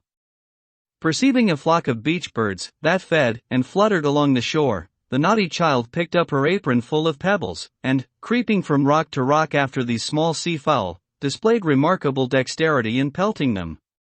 One little gray bird, with a white breast, Pearl was almost sure, had been hit by a pebble and fluttered away with a broken wing. But then the elf child sighed, and gave up her sport, because it grieved her to have done harm to a little being that was as wild as the sea breeze, or as wild as Pearl herself. Her final employment was to gather seaweed, of various kinds, and make herself a scarf, or mantle, and a headdress, and thus assume the aspect of a little mermaid. She inherited her mother's gift for devising drapery and costume. As the last touch to her mermaid's garb, Pearl took some eelgrass, and imitated, as best she could, on her own bosom, the decoration with which she was so familiar on her mother's. A letter, the letter A, but freshly green, instead of scarlet. The child bent her chin upon her breast, and contemplated this device with strange interest, even as if the one only thing for which she had been sent into the world was to make out its hidden import. I wonder if Mother will ask me what it means, thought Pearl. Just then, she heard her mother's voice, and, flitting along as lightly as one of the little seabirds, appeared before Hester Prynne, dancing, laughing, and pointing her finger to the ornament upon her bosom. My little Pearl, said Hester, after a moment's silence, the green letter, and on thy childish bosom, has no purport. But dost thou know, my child, what this letter means which thy mother is doomed to wear? Yes, mother, said the child. It is the great letter A, thou hast taught it me in the hornbook. Hester looked steadily into her little face, but, though there was that singular expression which she had so often remarked in her black eyes, she could not satisfy herself whether Pearl really attached any meaning to the symbol. She felt a morbid desire to ascertain the point. Dost thou know, child, wherefore thy mother wears this letter? Truly do I, answered Pearl, looking brightly into her mother's face. It is for the same reason that the minister keeps his hand over his heart. And what reason is that? Asked Hester, half smiling at the absurd incongruity of the child's observation, but, on second thoughts, turning pale. What has the letter to do with any heart, save mine? Nay, mother, I have told all I know, said Pearl, more seriously than she was wont to speak. Ask yonder old man whom thou hast been talking with. It may be he can tell. But in good earnest now, mother dear, what does this scarlet letter mean, and why dost thou wear it on thy bosom, and why does the minister keep his hand over his heart? She took her mother's hand in both her own, and gazed into her eyes with an earnestness that was seldom seen in her wild and capricious character. The thought occurred to Hester, that the child might really be seeking to approach her with childlike confidence, and doing what she could, and as intelligently as she knew how, to establish a meeting point of sympathy. It showed Pearl in an unwanted aspect. Heretofore, the mother, while loving her child with the intensity of a soul affection, had schooled herself to hope for little other return than the waywardness of an April breeze, which spends its time in airy sport, and has its gusts of inexplicable passion, and is petulant in its best of moods, and chills oftener than caresses you, when you take it to your bosom, in requital of which misdemeanors, it will sometimes, of its own vague purpose, kiss your cheek with a kind of doubtful tenderness, and play gently with your hair, and then be gone about its other idle business, leaving a dreamy pleasure at your heart. And this, moreover, was a mother's estimate of the child's disposition. Any other observer might have seen few but unamiable traits, and have given them a far darker coloring. But now the idea came strongly into Hester's mind, that Pearl, with her remarkable precocity and acuteness, might already have approached the age when she could be made a friend, and entrusted with as much of her mother's sorrows as could be imparted, without irreverence either to the parent or the child. In the little chaos of Pearl's character, there might be seen emerging, and could have been, from the very first, the steadfast principles of an unflinching courage, an uncontrollable will, a sturdy pride, which might be disciplined into self-respect, and a bitter scorn of many things, which, when examined, might be found to have the taint of falsehood in them. She possessed affections, too, though hitherto acrid and disagreeable, as are the richest flavors of unripe fruit. With all these sterling attributes, thought Hester, the evil which she inherited from her mother must be great indeed, if a noble woman do not grow out of this elfish child. Pearl's inevitable tendency to hover about the enigma of the Scarlet Letter seemed an innate quality of her being. From the earliest epoch of her conscious life, she had entered upon this as her appointed mission. Hester had often fancied that Providence had a design of justice and retribution in endowing the child with this marked propensity, but never, until now, had she bethought herself to ask, whether, linked with that design, there might not likewise be a purpose of mercy and beneficence. If little Pearl were entertained with faith and trust, as a spirit messenger no less than an earthly child, might it not be her errand to soothe away the sorrow that lay cold in her mother's heart, and converted it into a tomb, and to help her to overcome the passion, once so wild, and even yet neither dead nor asleep, but only imprisoned within the same tomb-like heart? Such were some of the thoughts that now stirred in Hester's mind, with as much vivacity of impression as if they had actually been whispered into her ear. And there was little Pearl, all this while, holding her mother's hand in both her own, and turning her face upward, while she put these searching questions, once and again, and still a third time. "What does the letter mean, mother, and why dost thou wear it, and why does the minister keep his hand over his heart?" "What shall I say?" thought Hester to herself. "No.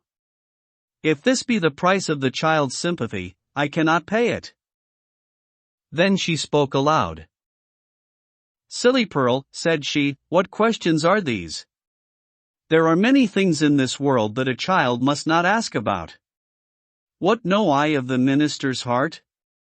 And as for the Scarlet Letter, I wear it for the sake of its gold thread." In all the 7 bygone years, Hester Prynne had never before been false to the symbol on her bosom. It may be that it was the talisman of a stern and severe, but yet a guardian spirit, who now forsook her, as recognizing that, in spite of his strict watch over her heart, some new evil had crept into it, or some old one had never been expelled. As for little Pearl, the earnestness soon passed out of her face. But the child did not see fit to let the matter drop. 2 or 3 times, as her mother and she went homeward, and as often at supper time, and while Hester was putting her to bed, and once after she seemed to be fairly asleep, Pearl looked up, with mischief gleaming in her black eyes. "Mother," said she, "what does the Scarlet Letter mean?" And the next morning, the first indication the child gave of being awake was by popping up her head from the pillow, and making that other inquiry, which she had so unaccountably connected with her investigations about the Scarlet Letter. "Mother, mother, why does the minister keep his hand over his heart?" "Hold thy tongue, naughty child," answered her mother, with an asperity that she had never permitted to herself before. "Do not tease me, else I shall shut thee into the dark closet." 16. A Forest Walk. Hester Prynne remained constant in her resolve to make known to Mr. Dimmesdale, at whatever risk of present pain or ulterior consequences, the true character of the man who had crept into his intimacy. For several days, however, she vainly sought an opportunity of addressing him in some of the meditative walks which she knew him to be in the habit of taking, along the shores of the peninsula, or on the wooded hills of the neighboring country. There would have been no scandal, indeed, nor peril to the holy whiteness of the clergyman's good fame, had she visited him in his own study, where many a penitent, ere now, had confessed sins of perhaps as deep a dye as the one betokened by the Scarlet Letter. But, partly that she dreaded the secret or undisguised interference of old Roger Chillingworth, and partly that her conscious heart imputed suspicion where none could have been felt, and partly that both the minister and she would need the whole wide world to breathe in, while they talked together, for all these reasons, Hester never thought of meeting him in any narrower privacy than beneath the open sky. At last, while attending in a sick chamber, whither the Reverend Mr. Dimmesdale had been summoned to make a prayer, she learnt that he had gone, the day before, to visit the Apostle Eliot, among his Indian converts. 1 He would probably return, by a certain hour, in the afternoon of the morrow. Betimes, therefore, the next day, Hester took little Pearl, who was necessarily the companion of all her mother's expeditions, however inconvenient her presence, and set forth. The road, after the two wayfarers had crossed from the peninsula to the mainland, was no other than a footpath. It straggled onward into the mystery of the primeval forest. This hemmed it in so narrowly, and stood so black and dense on either side, and disclosed such imperfect glimpses of the sky above, that, to Hester's mind, it imaged not amiss the moral wilderness in which she had so long been wandering. The day was chill and somber. Overhead was a grey expanse of cloud, slightly stirred, however, by a breeze, so that a gleam of flickering sunshine might now and then be seen at its solitary play along the path. This flitting cheerfulness was always at the farther extremity of some long vista through the forest. The sportive sunlight, feebly sportive, at best, in the predominant pensiveness of the day and scene, withdrew itself as they came nigh, and left the spots where it had danced the drearier, because they had hoped to find them bright. "Mother," said little Pearl, "the sunshine does not love you. It runs away and hides itself, because it is afraid of something on your bosom. Now, see. There it is, playing, a good way off. Stand you here, and let me run and catch it. I am but a child. It will not flee from me, for I wear nothing on my bosom yet." "Nor ever will, my child, I hope," said Hester. "And why not, mother?" asked Pearl, stopping short, just at the beginning of her race. "Will not it come of its own accord, when I am a woman grown?" "Run away, child," answered her mother, "and catch the sunshine. It will soon be gone."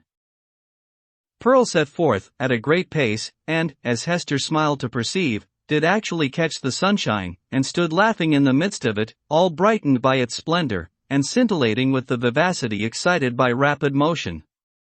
The light lingered about the lonely child, as if glad of such a playmate, until her mother had drawn almost nigh enough to step into the magic circle too. "It will go now," said Pearl, shaking her head. "See," answered Hester, smiling. "Now I can stretch out my hand, and grasp some of it." As she attempted to do so, the sunshine vanished, or, to judge from the bright expression that was dancing on Pearl's features, her mother could have fancied that the child had absorbed it into herself, and would give it forth again, with a gleam about her path, as they should plunge into some gloomier shade. There was no other attribute that so much impressed her with a sense of new and untransmitted vigor in Pearl's nature, as this never-failing vivacity of spirits. She had not the disease of sadness, which almost all children, in these latter days, inherit, with the scrofulous X from the troubles of their ancestors.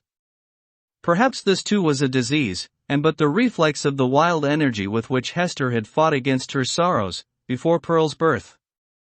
It was certainly a doubtful charm, imparting a hard, metallic luster to the child's character. She wanted, what some people want throughout life, a grief that should deeply touch her, and thus humanize and make her capable of sympathy. But there was time enough yet for little Pearl. "Come, my child," said Hester, looking about her, from the spot where Pearl had stood still in the sunshine. "We will sit down a little way within the wood, and rest ourselves." "I am not a-weary, mother," replied the little girl. "But you may sit down, if you will tell me a story meanwhile." "A story, child," said Hester. "And about what?" "Oh, a story about the black man," answered Pearl, taking hold of her mother's gown, and looking up, half earnestly, half mischievously, into her face. "How he haunts this forest, and carries a book with him, a big, heavy book, with iron clasps, and how this ugly black man offers his book and an iron pen to every body that meets him here among the trees, and they are to write their names with their own blood. And then he sets his mark on their bosoms." "Didst thou ever meet the black man, mother?" "And who told you this story, Pearl?" asked her mother, recognizing a common superstition of the period. "It was the old dame in the chimney corner, at the house where you watched last night," said the child. "But she fancied me asleep while she was talking of it. She said that 1,000 and 1,000 people had met him here, and had written in his book, and have his mark on them. And that ugly-tempered lady, old Mistress Hibbins, was one.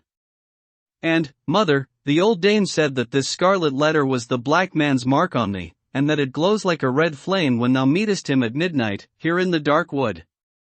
Is it true, mother? And dost thou go to meet him in the night time? Didst thou ever awake, and find thy mother gone? Asked Hester. Not that I remember, said the child. If thou fearest to leave me in our cottage, thou mightest take me along with thee. I would very gladly go. But, mother, tell me now. Is there such a black man? And didst thou ever meet him? And is this his mark? Wilt thou let me be at peace, if I once tell thee? Asked her mother. Yes, if thou tellest me all, answered Pearl. Once in my life I met the black man, said her mother. This scarlet letter is his mark. Thus conversing, they entered sufficiently deep into the wood to secure themselves from the observation of any casual passenger along the forest track. Here they sat down on a luxuriant heap of moss, which, at some epoch of the preceding century, had been a gigantic pine, with its roots and trunk in the darksome shade, and its head aloft in the upper atmosphere. It was a little dell where they had seated themselves, with a leaf-strewn bank rising gently on either side, and a brook flowing through the midst, over a bed of fallen and drowned leaves. The trees impending over it had flung down great branches, from time to time, which choked up the current, and compelled it to form eddies in black depths at some points, while, in its swifter and livelier passages, there appeared a channelway of pebbles, and brown, sparkling sand. Letting the eyes follow along the course of the stream, they could catch the reflected light from its water, at some short distance within the forest, but soon lost all traces of it amid the bewilderment of tree trunks and underbrush, and here and there a huge rock, covered over with grey lichens. All these giant trees and boulders of granite seemed intent on making a mystery of the course of this small brook, fearing, perhaps, that, with its never-ceasing loquacity, it should whisper tales out of the heart of the old forest whence it flowed, or mirror its revelations on the smooth surface of a pool. Continually, indeed, as it stole onward, the streamlet kept up a babble, kind, quiet, soothing, but melancholy, like the voice of a young child that was spending its infancy without playfulness, and knew not how to be merry among sad acquaintance and events of somber hue. "O brook! O foolish and tiresome little brook," cried Pearl, after listening a while to its talk. "Why art thou so sad? Pluck up a spirit, and do not be all the time sighing and murmuring." But the brook, in the course of its little lifetime among the forest trees, had gone through so solemn an experience that it could not help talking about it, and seemed to have nothing else to say. Pearl resembled the brook, inasmuch as the current of her life gushed from a wellspring as mysterious, and had flowed through scenes shadowed as heavily with gloom. But, unlike the little stream, she danced and sparkled, and prattled airily along her course. "What does this sad little brook say, mother?" inquired she. "If thou hadst a sorrow of thine own, the brook might tell thee of it," answered her mother, "even as it is telling me of mine. But now, Pearl, I hear a footstep along the path, and the noise of one putting aside the branches. I would have thee betake thyself to play, and leave me to speak with him that comes yonder." "Is it the black man?" asked Pearl. "Wilt thou go and play, child?" repeated her mother. "But do not stray far into the wood.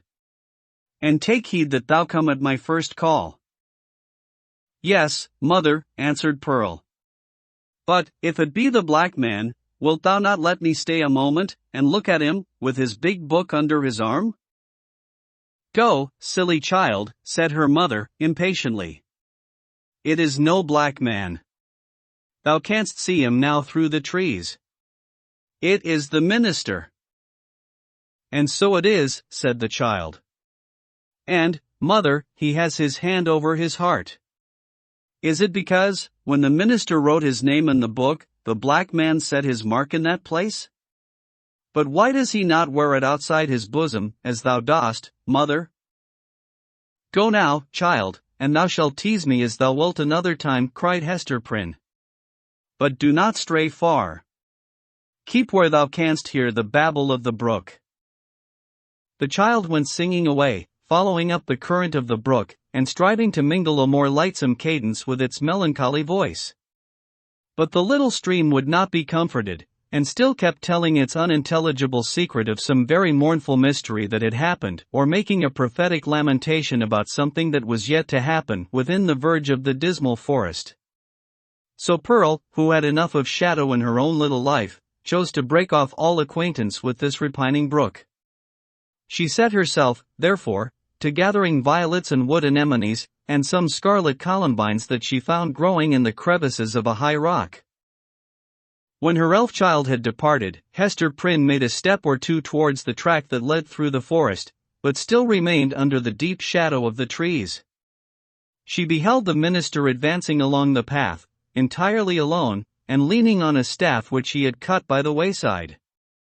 He looked haggard and feeble, and betrayed a nerveless despondency in his air, which had never so remarkably characterized him in his walks about the settlement, nor in any other situation where he deemed himself liable to notice.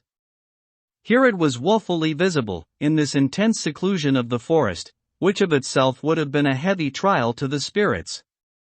There was a listlessness in his gait, as if he saw no reason for taking one step farther, nor felt any desire to do so, but would have been glad, could he be glad of anything, to fling himself down at the root of the nearest tree, and lie there passive forevermore. The leaves might bestrew him, and the soil gradually accumulate and form a little hillock over his frame, no matter whether there were life in it or no. Death was too definite an object to be wished for, or avoided. To Hester's eye, the Reverend Mr. Dimmesdale exhibited no symptom of positive and vivacious suffering, except that, as little Pearl had remarked, he kept his hand over his heart. 17. The pastor and his parishioner. Slowly as the minister walked, he had almost gone by, before Hester Prynne could gather voice enough to attract his observation. At length, she succeeded.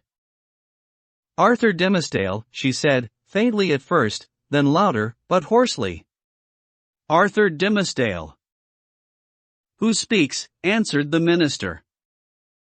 Gathering himself quickly up, he stood more erect, like a man taken by surprise in a mood to which he was reluctant to have witnesses. Throwing his eyes anxiously in the direction of the voice, he indistinctly beheld a form under the trees, clad in garments so somber, and so little relieved from the grey twilight into which the clouded sky and the heavy foliage had darkened the noontide, that he knew not whether it were a woman or a shadow.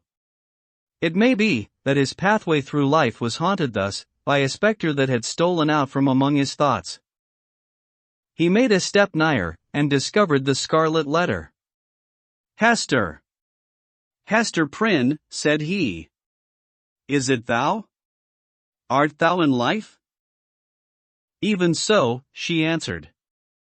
"In such life as has been mine these 7 years past." "And thou, Arthur Dimmesdale, dost thou yet live?" It was no wonder that they thus questioned one another's actual and bodily existence, and even doubted of their own. So strangely did they meet, in the dim wood, that it was like the first encounter, in the world beyond the grave, of two spirits who had been intimately connected in their former life, but now stood coldly shuddering, in mutual dread, as not yet familiar with their state, nor wanted to the companionship of disembodied beings. Each a ghost, and awe-stricken at the other ghost. They were awe-stricken likewise at themselves, because the crisis flung back to them their consciousness, and revealed to each heart its history and experience, as life never does, except at such breathless epochs. The soul beheld its features in the mirror of the passing moment. It was with fear, and tremulously, and, as it were, by a slow, reluctant necessity, that Arthur Dimmesdale put forth his hand, chill as death, and touched the chill hand of Hester Prynne. The grasp, cold as it was, took away what was dreariest in the interview.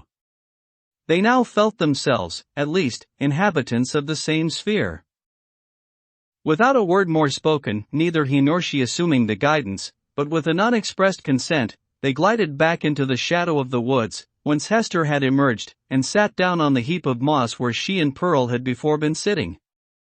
When they found voice to speak, it was, at first, only to utter remarks and inquiries such as any two acquaintances might have made, about the gloomy sky, the threatening storm, and, next, the health of each.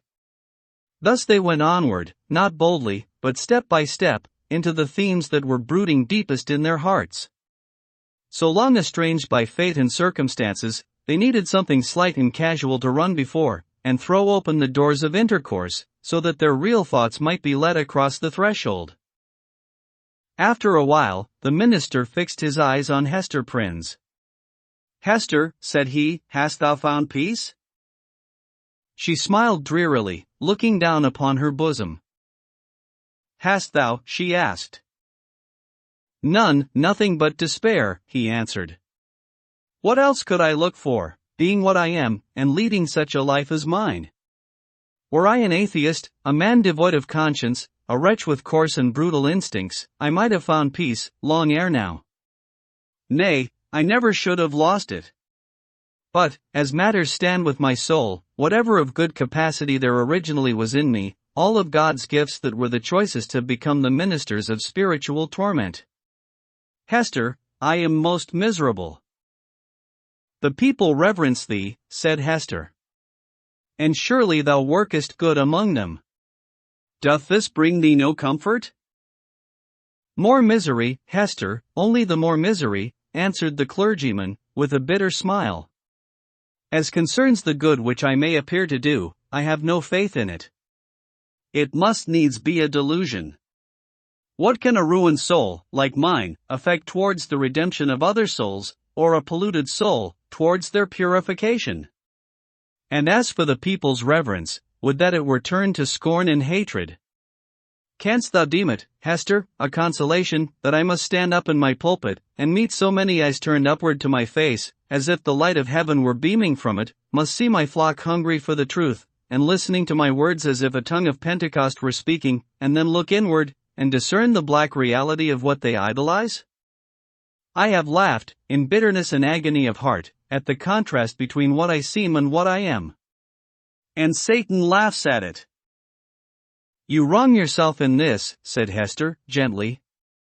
"You have deeply and sorely repented. Your sin is left behind you, in the days long past. Your present life is not less holy, in very truth, than it seems in people's eyes. Is there no reality in the penitence thus sealed and witnessed by good works? And wherefore should it not bring you peace?"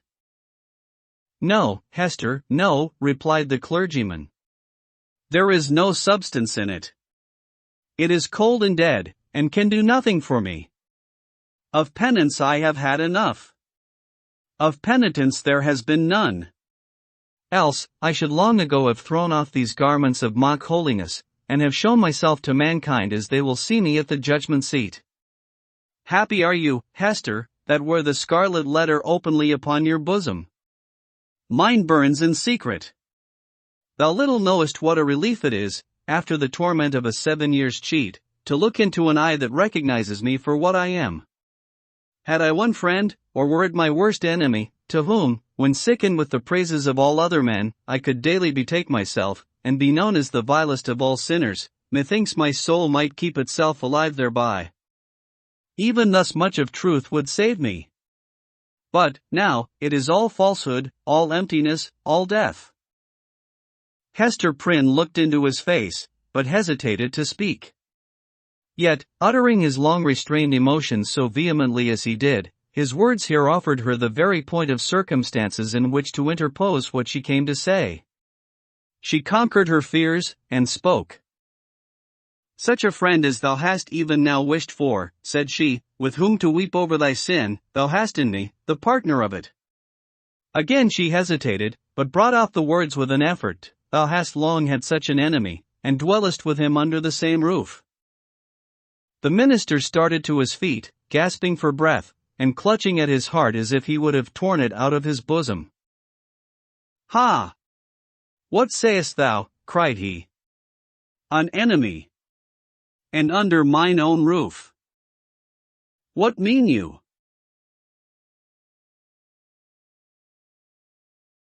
Hester Prynne was now fully sensible of the deep injury for which she was responsible to this unhappy man, in permitting him to lie for so many years, or, indeed, for a single moment, at the mercy of one, whose purposes could not be other than malevolent. The very contiguity of his enemy, beneath whatever mask the latter might conceal himself, was enough to disturb the magnetic sphere of a being so sensitive as Arthur Dimmesdale. There had been a period when Hester was less alive to this consideration, or, perhaps, in the misanthropy of her own trouble, she left the minister to bear what she might picture to herself as a more tolerable doom. But of late, since the night of his vigil, all her sympathies towards him had been both softened and invigorated. She now read his heart more accurately. She doubted not that the continual presence of Roger Chillingworth, the secret poison of his malignity, infecting all the air about him, and his authorized interference, as a physician, with the minister's physical and spiritual infirmities, that these bad opportunities had been turned to a cruel purpose. By means of them, the sufferer's conscience had been kept in an irritated state, the tendency of which was, not to cure by wholesome pain, but to disorganize and corrupt his spiritual being. Its result, on earth, could hardly fail to be insanity, and hereafter, that eternal alienation from the good and true, of which madness is perhaps the earthly type. Such was the ruin to which she had brought the man, once, nay, why should we not speak it, still so passionately loved? Hester felt that the sacrifice of the clergyman's good name, and death itself, as she had already told Roger Chillingworth, would have been infinitely preferable to the alternative which she had taken upon herself to choose. And now, rather than have had this grievous wrong to confess, she would gladly have lain down on the forest leaves, and died there, at Arthur Dimmesdale's feet. "Oh, Arthur," cried she, "forgive me. In all things else, I have striven to be true. Truth was the one virtue which I might have held fast, and did hold fast through all extremity, save when thy good, thy life, thy fame, were put in question. Then I consented to a deception. But a lie is never good, even though death threaten on the other side. Dost thou not see what I would say? That old man, the physician, he whom they call Roger Chillingworth, he was my husband."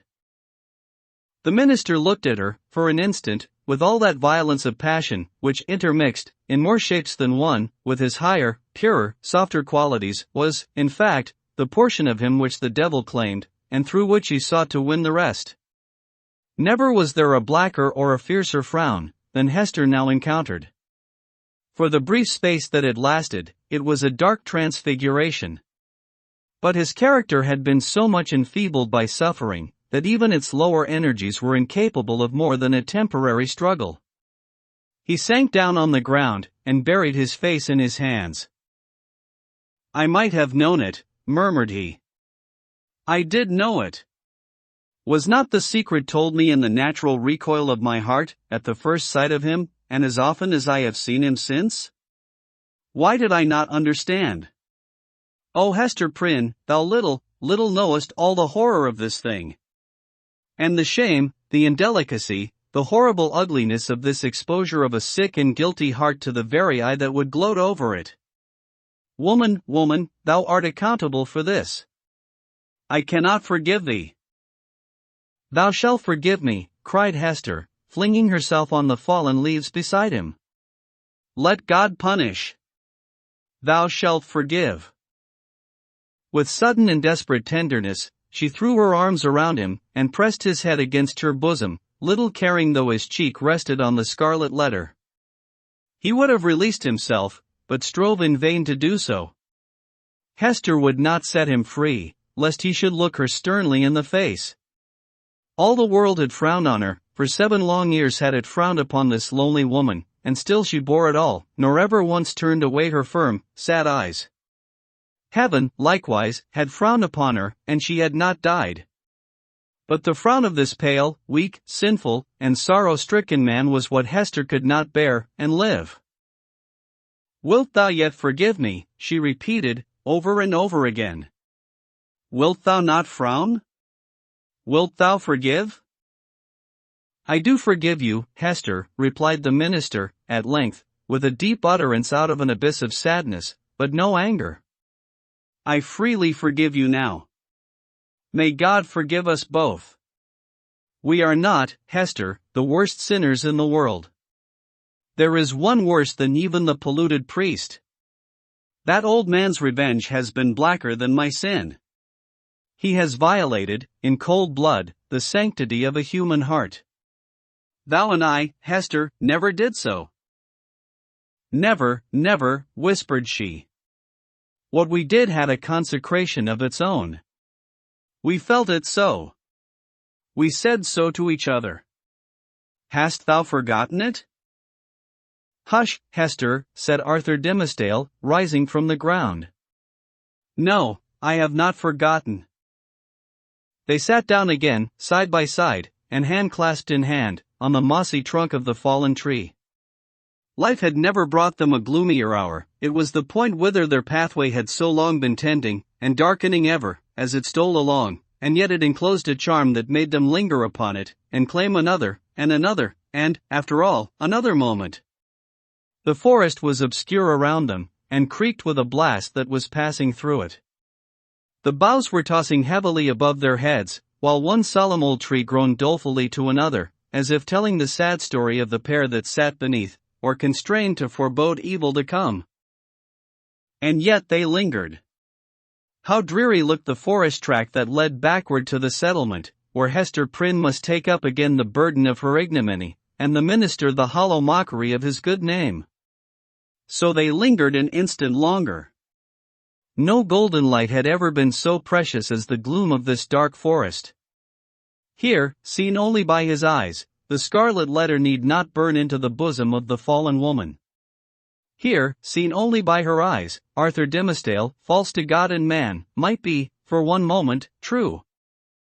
He started at a thought that suddenly occurred to him. Hester, cried he, here is a new horror. Roger Chillingworth knows your purpose to reveal his true character. Will he continue, then, to keep our secret? What will now be the course of his revenge? There is a strange secrecy in his nature, replied Hester, thoughtfully, and it has grown upon him by the hidden practices of his revenge. I deem it not likely that he will betray the secret. He will doubtless seek other means of satiating his dark passion. And how am I to live longer, breathing the same air with this deadly enemy? Exclaimed Arthur Dimmesdale, shrinking within himself, and pressing his hand nervously against his heart, a gesture that had grown involuntary with him. Think for me, Hester. Thou art strong. Resolve for me. Thou must dwell no longer with this man, said Hester, slowly and firmly. Thy heart must be no longer under his evil eye. It were far worse than death, replied the minister. But how to avoid it? What choice remains to me? Shall I lie down again on these withered leaves, or I cast myself when thou didst tell me what he was? Must I sink down there, and die at once?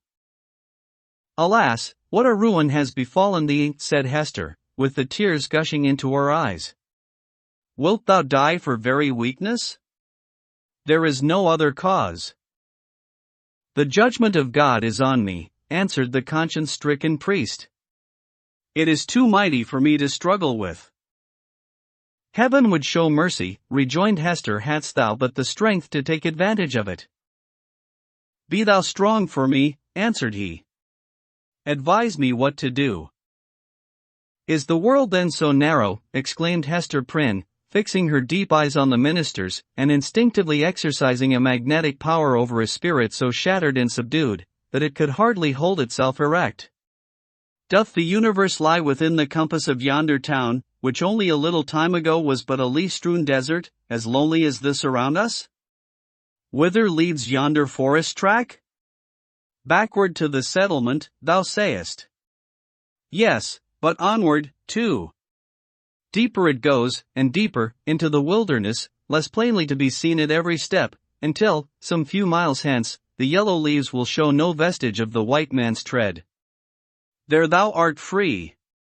So brief a journey would bring thee from a world where thou hast been most wretched, to one where thou mayest still be happy.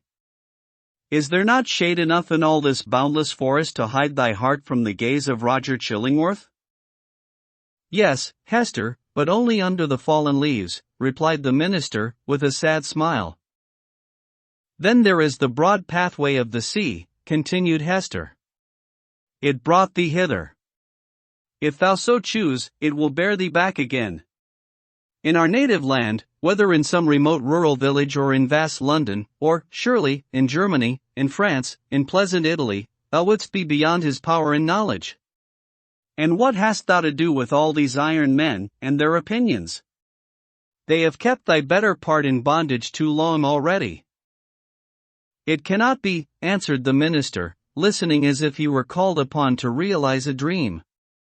I am powerless to go. Wretched and sinful as I am, I have had no other thought than to drag on my earthly existence in the sphere where Providence hath placed me. Lost as my own soul is, I would still do what I may for other human souls. I dare not quit my post, though an unfaithful sentinel, whose sure reward is death and dishonor, when his dreary watch shall come to an end. Thou art crushed under the 7 years' weight of misery, replied Hester, fervently resolved to buoy him up with her own energy. But thou shalt leave it all behind thee. It shall not cumber thy steps, as thou treadest along the forest path, neither shalt thou freight the ship with it, if thou prefer to cross the sea. Leave this wreck and ruin here where it hath happened. Meddle no more with it. Begin all anew. Hast thou exhausted possibility in the failure of this one trial? Not so. The future is yet full of trial and success. There is happiness to be enjoyed. There is good to be done. Exchange this false life of thine for a true one. Be, if thy spirit summon thee to such a mission, the teacher and apostle of the red men. Or, as is more thy nature, be a scholar and a sage among the wisest and the most renowned of the cultivated world. Preach. Write. Act. Do anything, save to lie down and die. Give up this name of Arthur Dimmesdale, and make thyself another, and a high one, such as thou canst wear without fear or shame. Why shouldst thou tarry so much as one other day in the torments that have so gnawed into thy life, that have made thee feeble to will and to do, that will leave thee powerless even to repent? Up, and away. O Hester, cried Arthur Dimmesdale, in whose eyes a fitful light, kindled by her enthusiasm, flashed up and died away, thou tellest of running a race to a man whose knees are tottering beneath him. I must die here. There is not the strength or courage left me to venture into the wide, strange, difficult world, alone. It was the last expression of the despondency of a broken spirit. He lacked energy to grasp the better fortune that seemed within his reach. He repeated the word. Alone, Hester. Thou shalt not go alone, answered she, in a deep whisper. Then, all was spoken. 18. A flood of sunshine. Arthur Dimmesdale gazed into Hester's face with a look in which hope and joy shone out, indeed, but with fear betwixt them, and a kind of horror at her boldness, who had spoken what he vaguely hinted at, but dared not speak. But Hester Prynne, with a mind of native courage and activity, and for so long a period not merely estranged, but outlawed, from society, had habituated herself to such latitude of speculation as was altogether foreign to the clergyman. She had wandered, without rule or guidance, in a moral wilderness, as vast, as intricate and shadowy, as the untamed forest, amid the gloom of which they were now holding a colloquy that was to decide their fate. Her intellect and heart had their home, as it were, in desert places, where she roamed as freely as the wild Indian in his woods. For years past she had looked from this estranged point of view at human institutions, and whatever priests or legislators had established, criticizing all with hardly more reverence than the Indian would feel for the clerical band, the judicial robe, the pillory, the gallows, the fireside, or the church. The tendency of her fate and fortunes had been to set her free. The Scarlet Letter was her passport into regions where other women dared not tread. Shame, despair, solitude. These had been her teachers, stern and wild ones, and they had made her strong, but taught her much amiss. The minister, on the other hand, had never gone through an experience calculated to lead him beyond the scope of generally received laws, although, in a single instance, he had so fearfully transgressed one of the most sacred of them. But this had been a sin of passion, not of principle, nor even purpose. Since that wretched epoch, he had watched, with morbid zeal and minuteness, not his acts, for those it was easy to arrange, but each breath of emotion, and his every thought. At the head of the social system, as the clergyman of that day stood, he was only the more trammeled by its regulations, its principles, and even its prejudices. As a priest, the framework of his order inevitably hemmed him in. As a man who had once sinned, but who kept his conscience all alive and painfully sensitive by the fretting of an unhealed wound, he might have been supposed safer within the line of virtue than if he had never sinned at all. Thus, we seem to see that, as regarded Hester Prynne, the whole 7 years of outlaw and ignominy had been little other than a preparation for this very hour. But Arthur Dimmesdale, were such a man once more to fall, what plea could be urged in extenuation of his crime? None, unless it avail him somewhat, that he was broken down by long and exquisite suffering, that his mind was darkened and confused by the very remorse which harrowed it, that, between fleeing as an avowed criminal, and remaining as a hypocrite, conscience might find it hard to strike the balance, that it was human to avoid the peril of death and infamy, and the inscrutable machinations of an enemy, that, finally, to this poor pilgrim, on his dreary and desert path, faint, sick, miserable, there appeared a glimpse of human affection and sympathy, a new life, and a true one, in exchange for the heavy doom which he was now expiating. And be the stern and sad truth spoken, that the breach which guilt has once made into the human soul is never, in this mortal state, repaired. It may be watched and guarded, so that the enemy shall not force his way again into the citadel, and might even, in his subsequent assaults, select some other avenue, in preference to that where he had formerly succeeded. But there is still the ruined wall, and, near it, the stealthy tread of the foe that would win over again his unforgotten triumph. The struggle, if there were one, need not be described. Let it suffice, that the clergyman resolved to flee, and not alone. If, in all these past 7 years, thought he, I could recall one instant of peace or hope, I would yet endure, for the sake of that earnest of heaven's mercy. But now, since I am irrevocably doomed, wherefore should I not snatch the solace allowed to the condemned culprit before his execution? Or, if this be the path to a better life, as Hester would persuade me, I surely give up no fairer prospect by pursuing it. Neither can I any longer live without her companionship, so powerful is she to sustain, so tender to soothe. O thou to whom I dare not lift mine eyes, wilt thou yet pardon me? Thou wilt go, said Hester calmly, as he met her glance. The decision once made, a glow of strange enjoyment threw its flickering brightness over the trouble of his breast.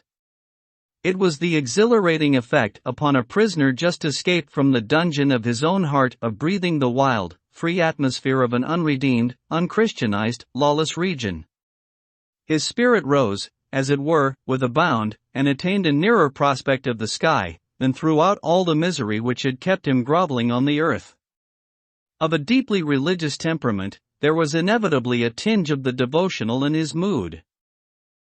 Do I feel joy again? Cried he, wondering at himself. Methought the germ of it was dead in me. O Hester, thou art my better angel. I seem to have flung myself, sick, sin-stained, and sorrow-blackened down upon these forest leaves, and to have risen up all made anew, and with new powers to glorify him that hath been merciful. This is already the better life. Why did we not find it sooner? Let us not look back, answered Hester Prynne. The past is gone. Wherefore should we linger upon it now? See. With this symbol, I undo it all, and make it as it had never been. So speaking, she undid the clasp that fastened the scarlet letter, and, taking it from her bosom, threw it to a distance among the withered leaves. The mystic token alighted on the hither verge of the stream.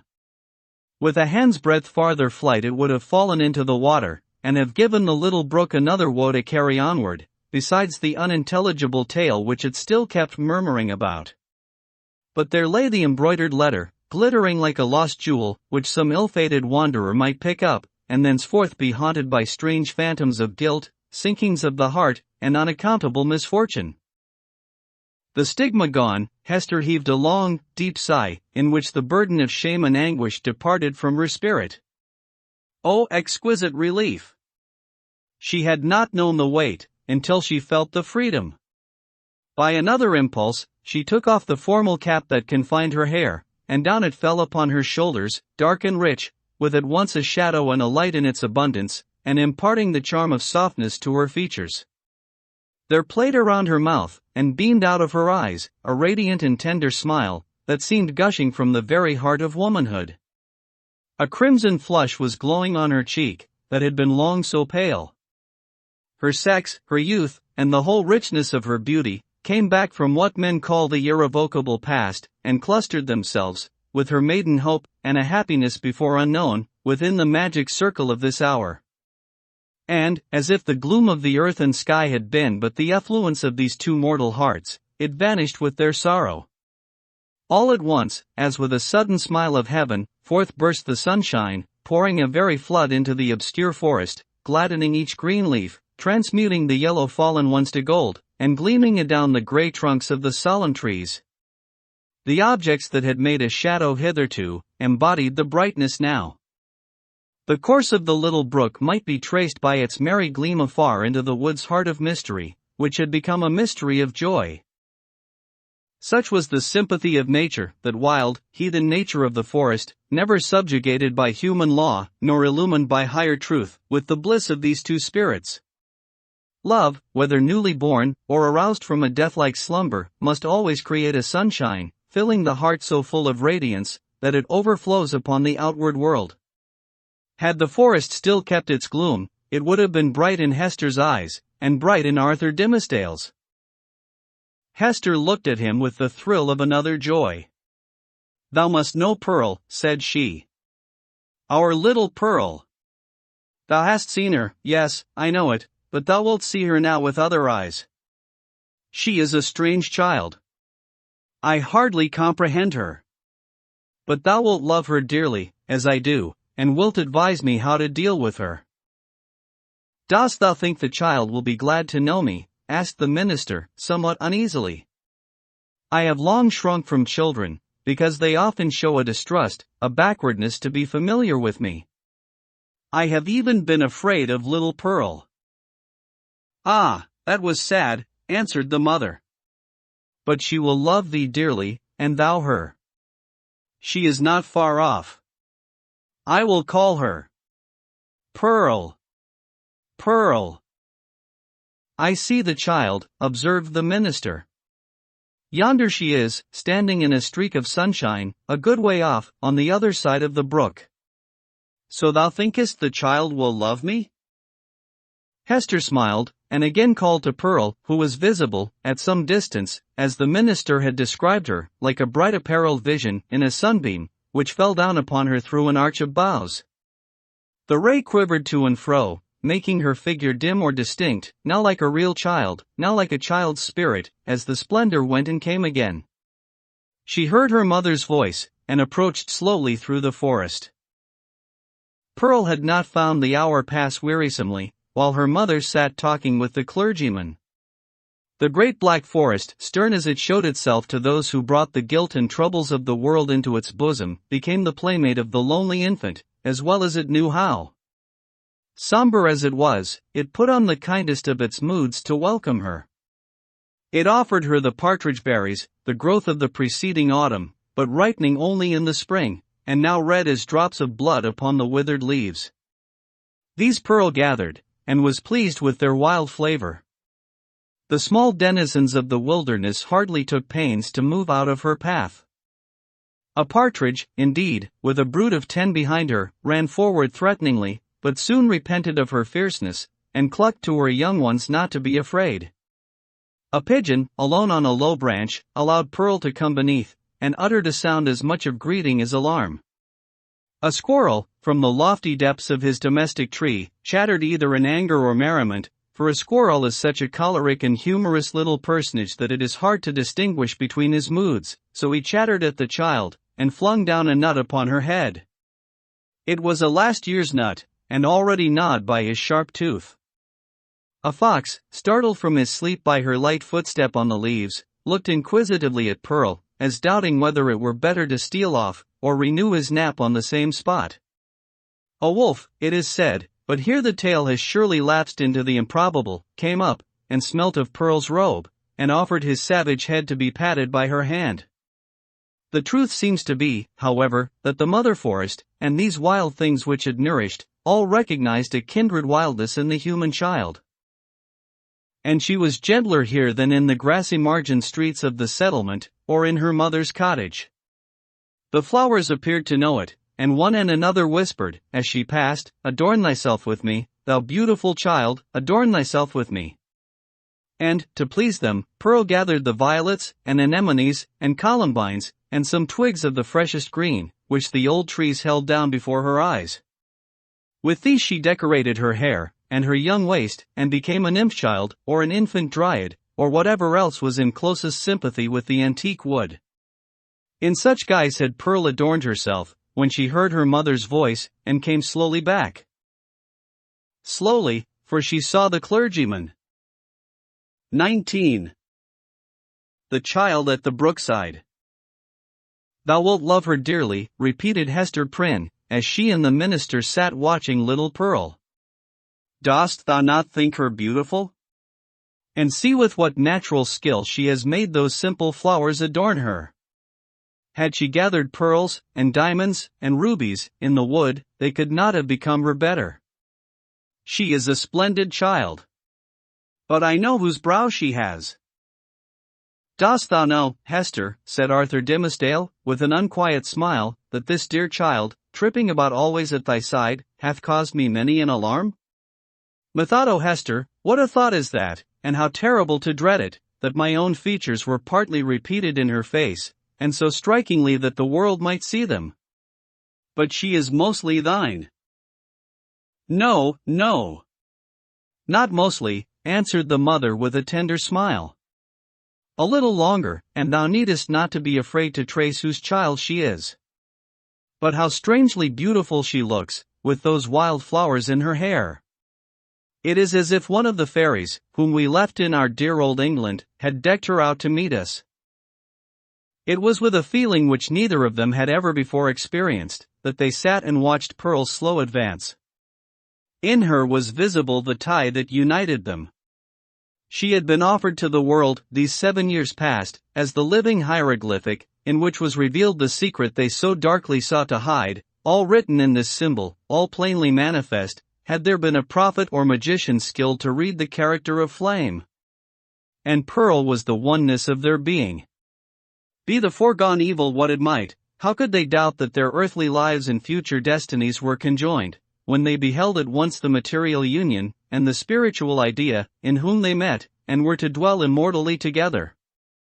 Thoughts like these, and perhaps other thoughts, which they did not acknowledge or define, threw an awe about the child, as she came onward. "Let her see nothing strange, no passion nor eagerness, in thy way of accosting her," whispered Hester. "Our Pearl is a fitful and fantastic little elf, sometimes. Especially, she is seldom tolerant of emotion, when she does not fully comprehend the why and wherefore. But the child hath strong affections. She loves me, and will love thee." "Thou canst not think," said the minister, glancing aside at Hester Prynne, "how my heart dreads this interview, and yearns for it. But, in truth, as I already told thee, children are not readily won to be familiar with me. They will not climb my knee, nor prattle in my ear, nor answer to my smile, but stand apart, and eye me strangely. Even little babes, when I take them in my arms, weep bitterly. Yet Pearl, twice in her little lifetime, hath been kind to me. The first time, thou knowest it well. The last was when thou ledst her with thee to the house of yonder stern old governor. And thou didst plead so bravely in her behalf and mine," answered the mother. "I remember it, and so shall little Pearl. Fear nothing. She may be strange and shy at first, but will soon learn to love thee. By this time Pearl had reached the margin of the brook, and stood on the farther side, gazing silently at Hester and the clergyman, who still sat together on the mossy tree trunk, waiting to receive her. Just where she had paused the brook chanced to form a pool, so smooth and quiet that it reflected a perfect image of her little figure, with all the brilliant picturesqueness of her beauty, in its adornment of flowers and wreathed foliage, but more refined and spiritualized than the reality. This image, so nearly identical with the living Pearl, seemed to communicate somewhat of its own shadowy and intangible quality to the child herself. It was strange, the way in which Pearl stood, looking so steadfastly at them through the dim medium of the forest gloom, herself, meanwhile, all glorified with a ray of sunshine, that was attracted thitherward as by a certain sympathy. In the brook beneath stood another child, another and the same, with likewise its ray of golden light. Hester felt herself, in some indistinct and tantalizing manner, estranged from Pearl, as if the child, in her lonely ramble through the forest, had strayed out of the sphere in which she and her mother dwelt together, and was now vainly seeking to return to it. There was both truth and error in the impression. The child and mother were estranged, but through Hester's fault, not Pearl's. Since the latter rambled from her side, another inmate had been admitted within the circle of the mother's feelings, and so modified the aspect of them all, that Pearl, the returning wanderer, could not find her wonted place, and hardly knew where she was. "I have a strange fancy," observed the sensitive minister, "that this brook is the boundary between two worlds, and that thou canst never meet thy Pearl again. Or is she an elfish spirit, who, as the legends of our childhood taught us, is forbidden to cross a running stream? Pray hasten her, for this delay has already imparted a tremor to my nerves." "Come, dearest child," said Hester encouragingly, and stretching out both her arms. "How slow thou art! When hast thou been so sluggish before now? Here is a friend of mine, who must be thy friend also.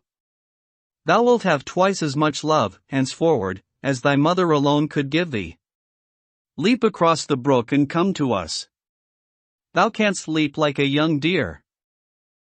Pearl, without responding in any manner to these honey-sweet expressions, remained on the other side of the brook. Now she fixed her bright, wild eyes on her mother, now on the minister, and now included them both in the same glance, as if to detect and explain to herself the relation which they bore to one another. For some unaccountable reason, as Arthur Dimmesdale felt the child's eyes upon himself, his hand, with that gesture so habitual as to have become involuntary, stole over his heart. At length, assuming a singular air of authority, Pearl stretched out her hand, with the small forefinger extended, and pointing evidently towards her mother's breast. And beneath, in the mirror of the brook, there was the flower-girdled and sunny image of little Pearl, pointing her small forefinger too. "Thou strange child, why dost thou not come to me?" exclaimed Hester. Pearl still pointed with her forefinger, and a frown gathered on her brow, the more impressive from the childish, the almost baby-like aspect of the features that conveyed it. As her mother still kept beckoning to her, and arraying her face in a holiday suit of unaccustomed smiles, the child stamped her foot with a yet more imperious look and gesture. In the brook, again, was the fantastic beauty of the image, with its reflected frown, its pointed finger, and imperious gesture, giving emphasis to the aspect of little Pearl. "Hasten, Pearl, or I shall be angry with thee," cried Hester Prynne, who, however inured to such behavior on the elf child's part at other seasons, was naturally anxious for a more seemly deportment now. "Leap across the brook, naughty child, and run hither. Else I must come to thee." But Pearl, not a whit startled at her mother's threats, any more than mollified by her entreaties, now suddenly burst into a fit of passion, gesticulating violently and throwing her small figure into the most extravagant contortions. She accompanied this wild outbreak with piercing shrieks, which the woods reverberated on all sides, so that, alone as she was in her childish and unreasonable wrath, it seemed as if a hidden multitude were lending her their sympathy and encouragement. Seen in the brook, once more, was the shadowy wrath of Pearl's image, crowned and girdled with flowers, but stamping its foot, wildly gesticulating, and, in the midst of all, still pointing its small forefinger at Hester's bosom. "I see what ails the child," whispered Hester to the clergyman, and turning pale in spite of a strong effort to conceal her trouble and annoyance. "Children will not abide the slightest, change in the accustomed aspect of things that are daily before their eyes. Pearl misses something which she has always seen me wear." "I pray you," answered the minister, "if thou hast any means of pacifying the child, do it forthwith. Save it were the cankered wrath of an old witch, like Mistress Hibbins," added he, attempting to smile. "I know nothing that I would not sooner encounter than this passion in a child. In Pearl's young beauty, as in the wrinkled witch, it has a preternatural effect. Pacify her, if thou lovest me." Hester turned again towards Pearl, with a crimson blush upon her cheek, a conscious glance aside at the clergyman, and then a heavy sigh, while, even before she had time to speak, the blush yielded to a deadly pallor. "Pearl," said she, sadly, "look down at thy feet. There, before thee, on the hither side of the brook." The child turned her eyes to the point indicated, and there lay the Scarlet Letter, so close upon the margin of the stream, that the gold embroidery was reflected in it. "Bring it hither," said Hester. "Come thou and take it up," answered Pearl. "Was ever such a child?" observed Hester aside to the minister. "Oh, I have much to tell thee about her. But, in very truth, she is right as regards this hateful token. I must bear its torture yet a little longer, only a few days longer, until we shall have left this region, and look back hither as to a land which we have dreamed of. The forest cannot hide it. The mid-ocean shall take it from my hand, and swallow it up forever." With these words, she advanced to the margin of the brook, took up the Scarlet Letter, and fastened it again into her bosom. Hopefully, but a moment ago, as Hester had spoken of drowning it in the deep sea, there was a sense of inevitable doom upon her, as she thus received back this deadly symbol from the hand of fate. She had flung it into infinite space, she had drawn an hour's free breath, and here again was the scarlet misery, glittering on the old spot. So it ever is, whether thus typified or no, that an evil deed invests itself with the character of doom. Hester next gathered up the heavy tresses of her hair, and confined them beneath her cap. As if there were a withering spell in the sad letter, her beauty, the warmth and richness of her womanhood, departed, like fading sunshine, and a grey shadow seemed to fall across her. When the dreary change was wrought, she extended her hand to Pearl. "Dost thou know thy mother now, child?" asked she, reproachfully, but with a subdued tone. "Wilt thou come across the brook, and own thy mother, now that she has her shame upon her, now that she is sad?" "Yes, now I will," answered the child, bounding across the brook, and clasping Hester in her arms. "Now thou art my mother indeed. And I am thy little Pearl." In a mood of tenderness that was not usual with her, she drew down her mother's head, and kissed her brow and both her cheeks. But then, by a kind of necessity that always impelled this child to alloy whatever comfort she might chance to give with a throb of anguish, Pearl put up her mouth, and kissed the Scarlet Letter too. "That was not kind," said Hester. "When thou hast shown me a little love, thou mockest me." "Why doth the minister sit yonder?" asked Pearl. "He waits to welcome thee," replied her mother. "Come thou, and entreat his blessing. He loves thee, my little Pearl, and loves thy mother too. Wilt thou not love him? Come. He longs to greet thee." "Doth he love us?" said Pearl, looking up with acute intelligence into her mother's face. "Will he go back with us, hand in hand, we three together, into the town?" "Not now, dear child," answered Hester. "But in days to come he will walk hand in hand with us. We will have a home and fireside of our own, and thou shalt sit upon his knee, and he will teach thee many things, and love thee dearly. Thou wilt love him, wilt thou not?" "And will he always keep his hand over his heart?" inquired Pearl. "Foolish child, what a question is that?" exclaimed her mother. "Come and ask his blessing." But, whether influenced by the jealousy that seems instinctive with every petted child towards a dangerous rival, or from whatever caprice of her freakish nature, Pearl would show no favor to the clergyman. It was only by an exertion of force that her mother brought her up to him, hanging back, and manifesting her reluctance by odd grimaces, of which, ever since her babyhood, she had possessed a singular variety, and could transform her mobile physiognomy into a series of different aspects, with a new mischief in them, each and all.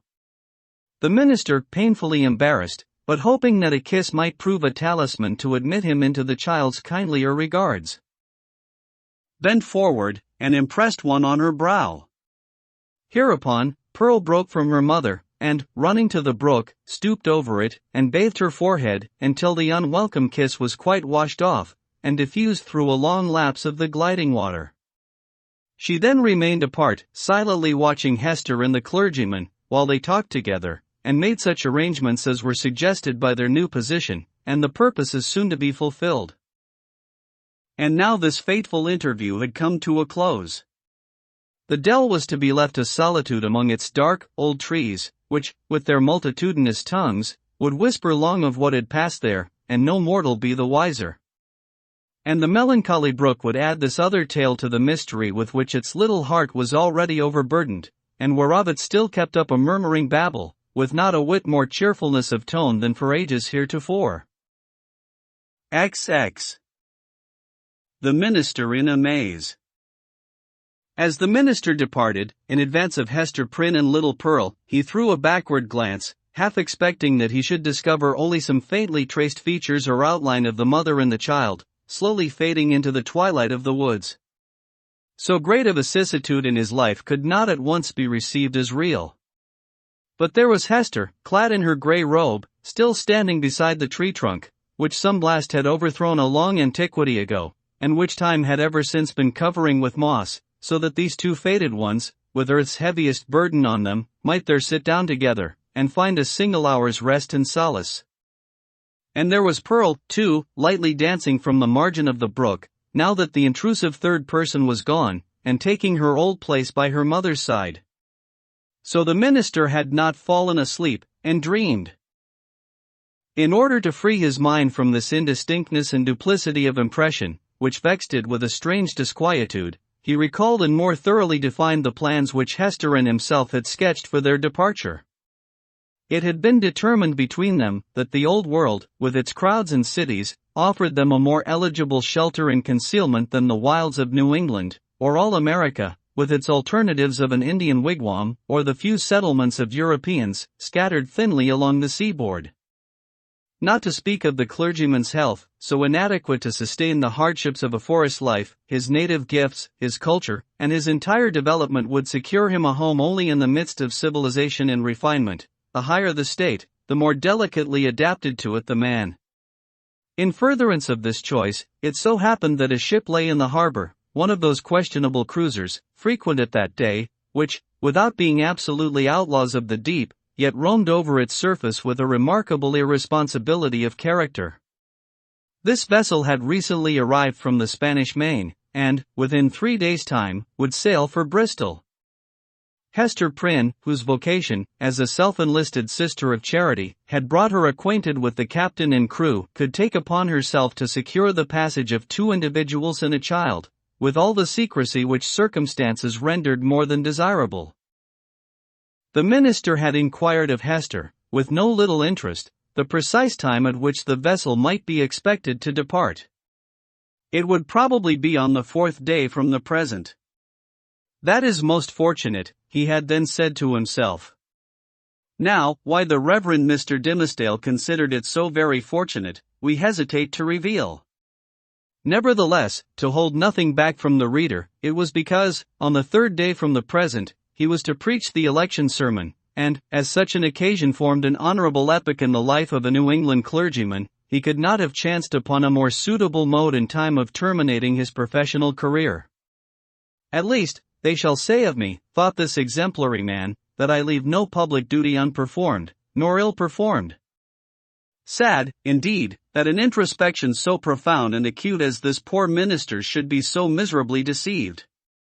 We have had, and may still have, worse things to tell of him, but none, we apprehend, so pitiably weak, no evidence, at once so slight and irrefragable, of a subtle disease, that had long since begun to eat into the real substance of his character.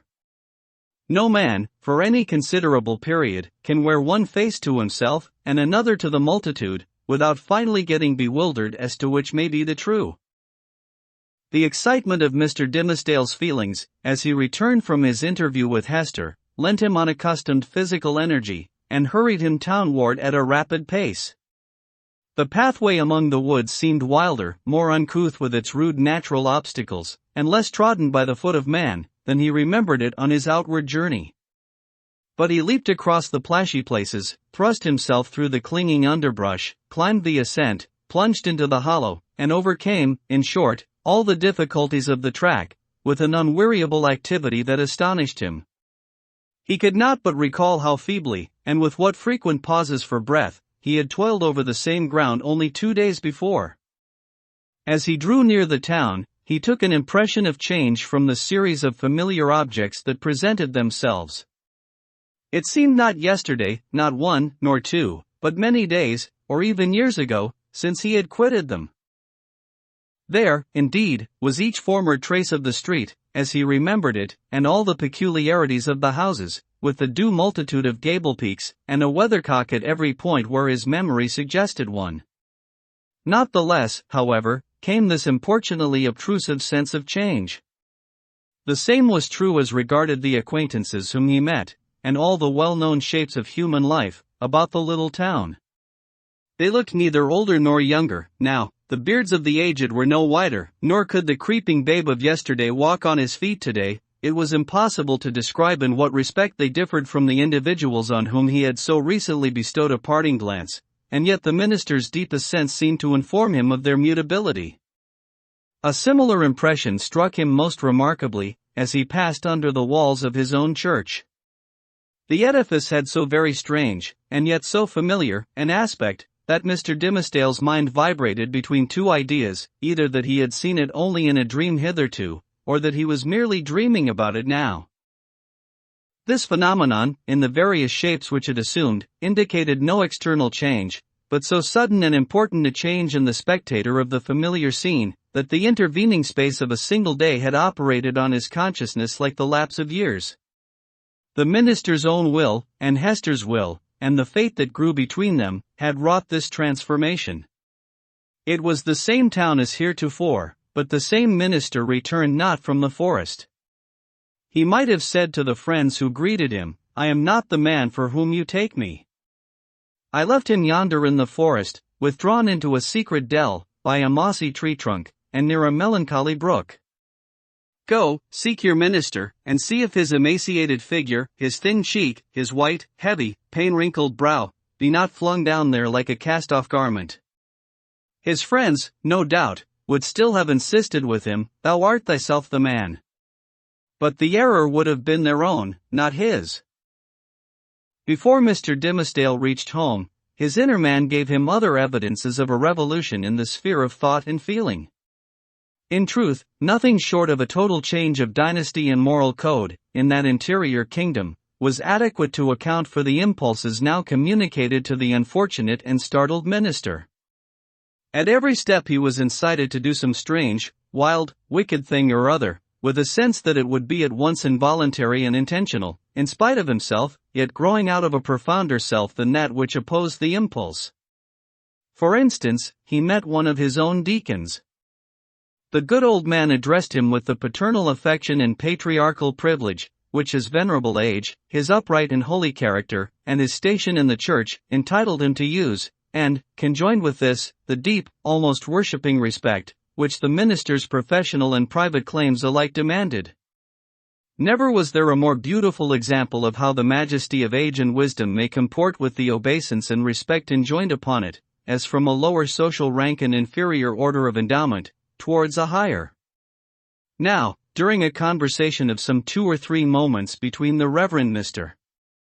Dimmesdale and this excellent and hoary-bearded deacon, it was only by the most careful self-control that the former could refrain from uttering certain blasphemous suggestions that rose into his mind, respecting the communion supper.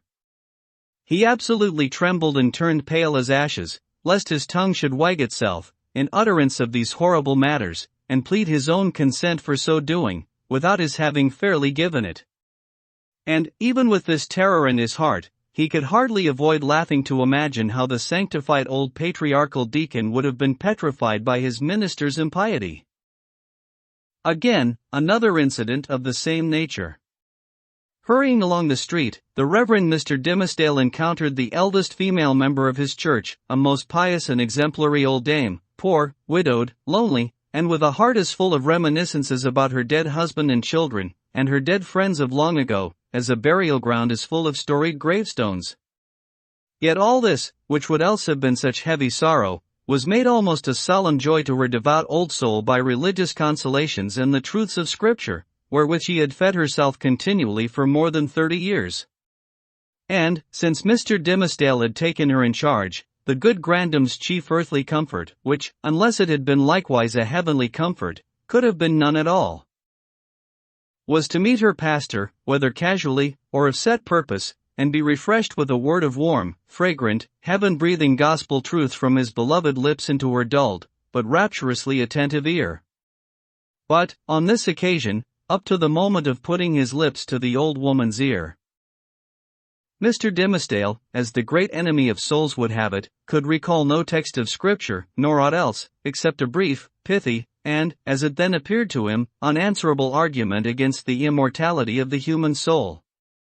The instilment thereof into her mind would probably have caused this aged sister to drop down dead, at once, as by the effect of an intensely poisonous infusion. What he really did whisper, the minister could never afterwards recollect.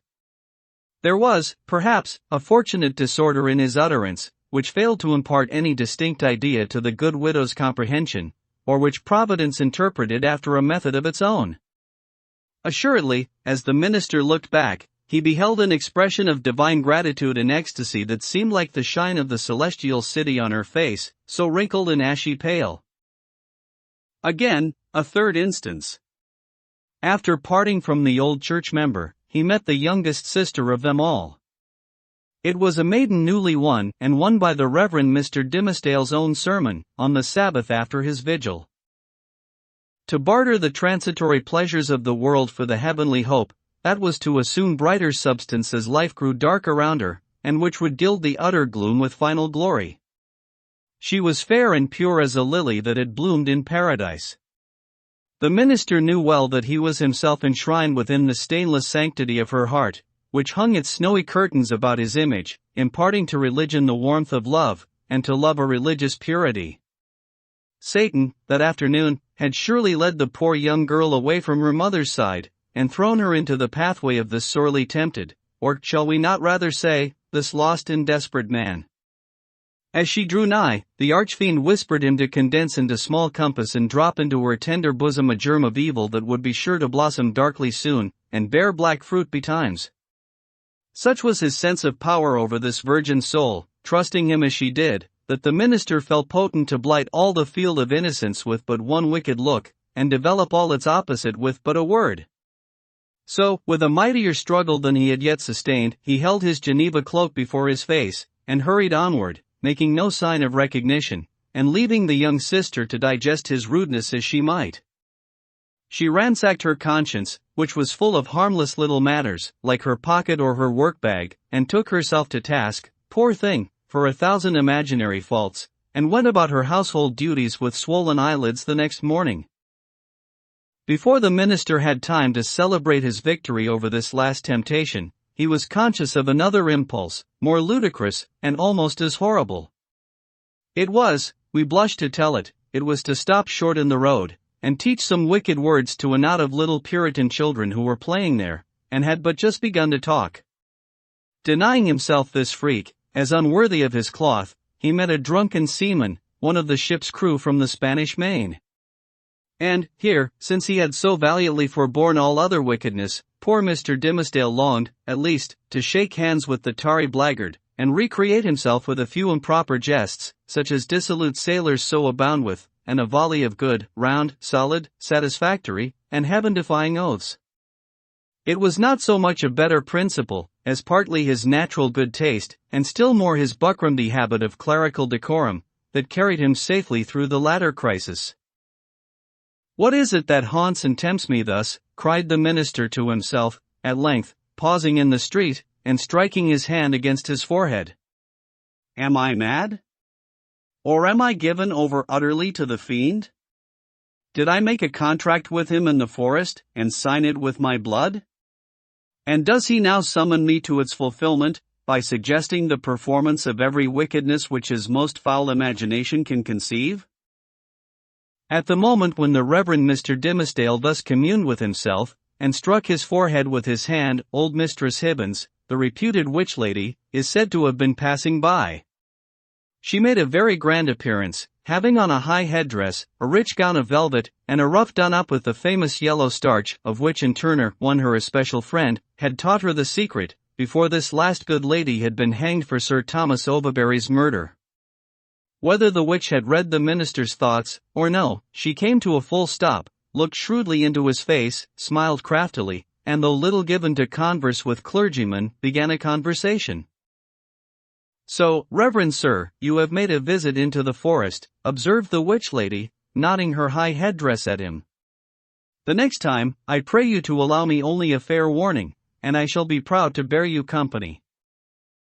Without taking over much upon myself, my good word will go far towards gaining any strange gentleman a fair reception from yonder potentate you wot of. I profess, madam, answered the clergyman, with a grave obeisance, such as the lady's rank demanded, and his own good breeding made imperative, I profess, on my conscience and character, that I am utterly bewildered as touching the purport of your words. I went not into the forest to seek a potentate, neither do I, at any future time, design a visit thither, with a view to gaining the favor of such personage. My one sufficient object was to greet that pious friend of mine, the Apostle Eliot, and rejoice with him over the many precious souls he hath won from heathendom. Ha, ha, ha, cackled the old witch lady, still nodding her high headdress at the minister. Well, well, we must needs talk thus in the daytime. You carry it off like an old hand. But at midnight, and in the forest, we shall have other talk together. She passed on with her aged stateliness, but often turning back her head and smiling at him, like one willing to recognize a secret intimacy of connection. Have I then sold myself, thought the minister, to the fiend whom, if men say true, this yellow-starched and velvet old hag has chosen for her prince and master? The wretched minister! He had made a bargain very like it. Tempted by a dream of happiness, he had yielded himself with deliberate choice, as he had never done before, to what he knew was deadly sin. And the infectious poison of that sin had been thus rapidly diffused throughout his moral system. It had stupefied all blessed impulses, and awakened into vivid life the whole brotherhood of bad ones. Scorn, bitterness, unprovoked malignity, gratuitous desire of ill, ridicule of whatever was good and holy, all awoke, to tempt, even while they frightened him. And his encounter with old Mistress Hibbins, if it were a real incident, did but show his sympathy and fellowship with wicked mortals and the world of perverted spirits. He had by this time reached his dwelling, on the edge of the burial ground, and, hastening up the stairs, took refuge in his study. The minister was glad to have reached this shelter, without first betraying himself to the world by any of those strange and wicked eccentricities to which he had been continually impelled while passing through the streets. He entered the accustomed room, and looked around him on its books, its windows, its fireplace, and the tapestried comfort of the walls, with the same perception of strangeness that had haunted him throughout his walk from the forest dell into the town, and thitherward. Here he had studied and written, here, gone through fast and vigil, and come forth half alive, here, striven to pray, here, borne 100,000 agonies. There was the Bible, in its rich old Hebrew, with Moses and the prophets speaking to him, and God's voice through all. There, on the table, with the inky pen beside it, was an unfinished sermon, with a sentence broken in the midst, where his thoughts had ceased to gush out upon the page 2 days before. He knew that it was himself, the thin and white-cheeked minister, who had done and suffered these things, and written thus far into the election sermon. But he seemed to stand apart, and eyed this former self with scornful, pitying, but half-envious curiosity. That self was gone. Another man had returned out of the forest, a wiser one, with a knowledge of hidden mysteries which the simplicity of the former never could have reached. A bitter kind of knowledge that. While occupied with these reflections, a knock came at the door of the study, and the minister said, "Come in," not wholly devoid of an idea that he might behold an evil spirit. And so he did. It was old Roger Chillingworth that entered. The minister stood, white and speechless, with one hand on the Hebrew scriptures, and the other spread upon his breast. "Welcome home, Reverend Sir," said the physician. "And how found you that godly man, the Apostle Eliot? But methinks, dear sir, you look pale, as if the travel through the wilderness had been too sore for you. Will not my aid be requisite to put you in heart and strength to preach your election sermon?" "Nay, I think not so," rejoined the Reverend Mr. Dimmesdale. "My journey, and the sight of the holy apostle yonder, and the free air which I have breathed, have done me good, after so long confinement in my study. I think to need no more of your drugs, my kind physician, good though they be, and administered by a friendly hand."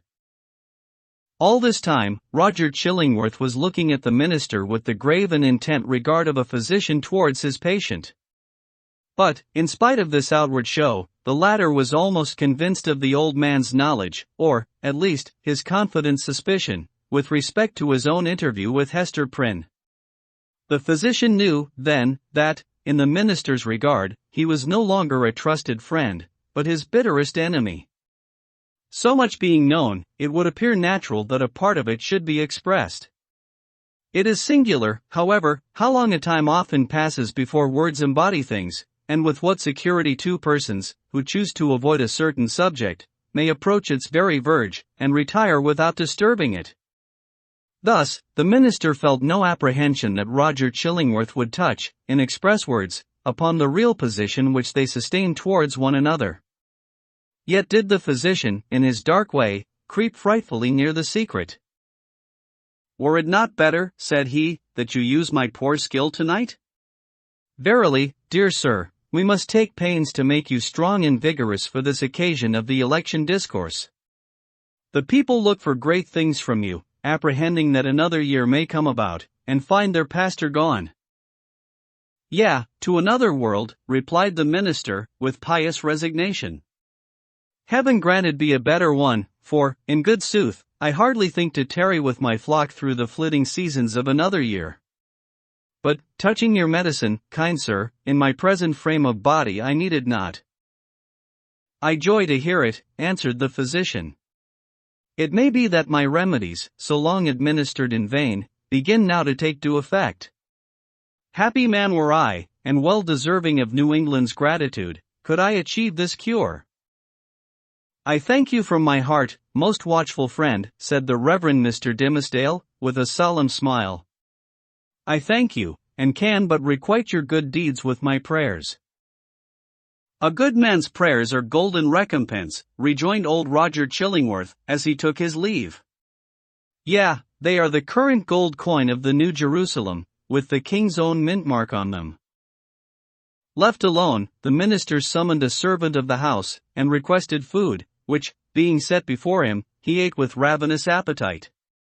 Then, flinging the already written pages of the election sermon into the fire, he forthwith began another, which he wrote with such an impulsive flow of thought and emotion, that he fancied himself inspired, and only wondered that heaven should see fit to transmit the grand and solemn music of its oracles through so foul an organ-pipe as he. However, leaving that mystery to solve itself, or go unsolved forever, he drove his task onward, with earnest haste and ecstasy.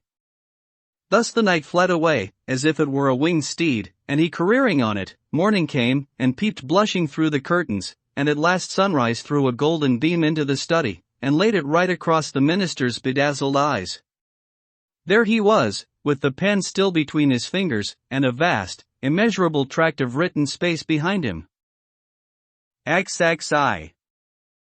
The New England Holiday. Betimes in the morning of the day on which the new governor was to receive his office at the hands of the people, Hester Prynne and little Pearl came into the marketplace. It was already thronged with the craftsmen and other plebeian inhabitants of the town, in considerable numbers, among whom, likewise, were many rough figures, whose attire of deerskins marked them as belonging to some of the forest settlements, which surrounded the little metropolis of the colony. On this public holiday, as on all other occasions, for 7 years past, Hester was clad in a garment of coarse grey cloth. Not more by its hue than by some indescribable peculiarity in its fashion, it had the effect of making her fade personally out of sight and outline, while, again, the Scarlet Letter brought her back from this twilight indistinctness, and revealed her under the moral aspect of its own illumination. Her face, so long familiar to the townspeople, showed the marble quietude which they were accustomed to behold there. It was like a mask, or rather, like the frozen calmness of a dead woman's features, owing this dreary resemblance to the fact that Hester was actually dead, in respect to any claim of sympathy, and had departed out of the world with which she still seemed to mingle. It might be, on this one day, that there was an expression unseen before, nor, indeed, vivid enough to be detected now, unless some preternaturally gifted observer should have first read the heart, and have afterwards sought a corresponding development in the countenance and mien. Such a spiritual seer might have conceived, that, after sustaining the gaze of the multitude through 7 miserable years as a necessity, a penance, and something which it was a stern religion to endure, she now, for one last time more, encountered it freely and voluntarily, in order to convert what had so long been agony into a kind of triumph. Look your last on the Scarlet Letter and its wearer. The people's victim and lifelong bondslave, as they fancied her, might say to them. Yet a little while, and she will be beyond your reach. A few hours longer, and the deep, mysterious ocean will quench and hide forever the symbol which ye have caused to burn upon her bosom. Nor were it an inconsistency too improbable to be assigned to human nature, should we suppose a feeling of regret in Hester's mind, at the moment when she was about to win her freedom from the pain which had been thus deeply incorporated with her being? Might there not be an irresistible desire to quaff a last, long, breathless draught of the cup of wormwood and aloes, with which nearly all her years of womanhood had been perpetually flavored? The wine of life, henceforth to be presented to her lips, must be indeed rich, delicious, and exhilarating, in its chaste and golden beaker, or else leave an inevitable and weary languor, after the lees of bitterness wherewith she had been drugged, as with a cordial of intensest potency. Pearl was decked out with airy gaiety. It would have been impossible to guess that this bright and sunny apparition owed its existence to the shape of gloomy grey, or that a fancy, at once so gorgeous and so delicate as must have been requisite to contrive the child's apparel, was the same that had achieved a task perhaps more difficult, in imparting so distinct a peculiarity to Hester's simple robe. The dress, so proper was it to little Pearl, seemed an effluence, or inevitable development and outward manifestation of her character, no more to be separated from her than the many-hued brilliancy from a butterfly's wing, or the painted glory from the leaf of a bright flower. As with these, so with the child, her garb was all of one idea with her nature. On this eventful day, moreover, there was a certain singular inquietude and excitement in her mood, resembling nothing so much as the shimmer of a diamond, that sparkles and flashes with the varied throbbings of the breast on which it is displayed. Children have always a sympathy in the agitations of those connected with them, always, especially, a sense of any trouble or impending revolution, of whatever kind, in domestic circumstances, and therefore Pearl, who was the gem on her mother's unquiet bosom, betrayed, by the very dance of her spirits, the emotions which none could detect in the marble passiveness of Hester's brow. This effervescence made her flit with a bird-like movement, rather than walk by her mother's side. She broke continually into shouts of a wild, inarticulate, and sometimes piercing music. When they reached the marketplace, she became still more restless, on perceiving the stir and bustle that enlivened the spot, for it was usually more like the broad and lonesome green before a village meeting-house, than the center of a town's business. "Why, what is this, mother?" cried she. "Wherefore have all the people left their work today? Is it a play-day for the whole world? See, there is the blacksmith. He has washed his sooty face, and put on his Sabbath-day clothes, and looks, as if he would gladly be merry, if any kind body would only teach him how. And there is Master Brackett, the old jailer, nodding and smiling at me. Why does he do so, mother? He remembers thee a little babe, my child, answered Hester. He should not nod and smile at me, for all that, the black, grim, ugly-eyed old man, said Pearl. He may nod at thee if he will, for thou art clad in grey, and wearest the scarlet letter. But, see, mother, how many faces of strange people, and Indians among them, and sailors. What have they all come to do here in the marketplace? They wait to see the procession pass, said Hester. For the governor and the magistrates are to go by, and the ministers, and all the great people and good people, with the music, and the soldiers marching before them. And will the minister be there? Asked Pearl. And will he hold out both his hands to me, as when thou ledst me to him from the brookside? He will be there, child, answered her mother. But he will not greet thee today, nor must thou greet him. What a strange, sad man is he, said the child, as if speaking partly to herself. In the dark night-time, he calls us to him, and holds thy hand in mine, as when we stood with him on the scaffold yonder. And in the deep forest, where only the old trees can hear, and the strip of sky see it, he talks with thee, sitting on a heap of moss. And he kisses my forehead, too, so that the little brook would hardly wash it off. But here in the sunny day, and among all the people, he knows us not, nor must we know him. A strange, sad man is he, with his hand always over his heart. Be quiet, Pearl. Thou understandest not these things, said her mother. Think not now of the minister, but look about thee, and see how cheery is everybody's face today. The children have come from their schools, and the grown people from their workshops and their fields, on purpose to be happy. For, today, a new man is beginning to rule over them, and so, as has been the custom of mankind ever since a nation was first gathered, they make merry and rejoice, as if a good and golden year were at length to pass over the poor old world. It was as Hester said, in regard to the unwonted jollity that brightened the faces of the people. Into this festal season of the year, as it already was, and continued to be during the greater part of 2 centuries, the Puritans compressed whatever mirth and public joy they deemed allowable to human infirmity, thereby so far dispelling the customary cloud, that, for the space of a single holiday, they appeared scarcely more grave than most other communities at a period of general affliction.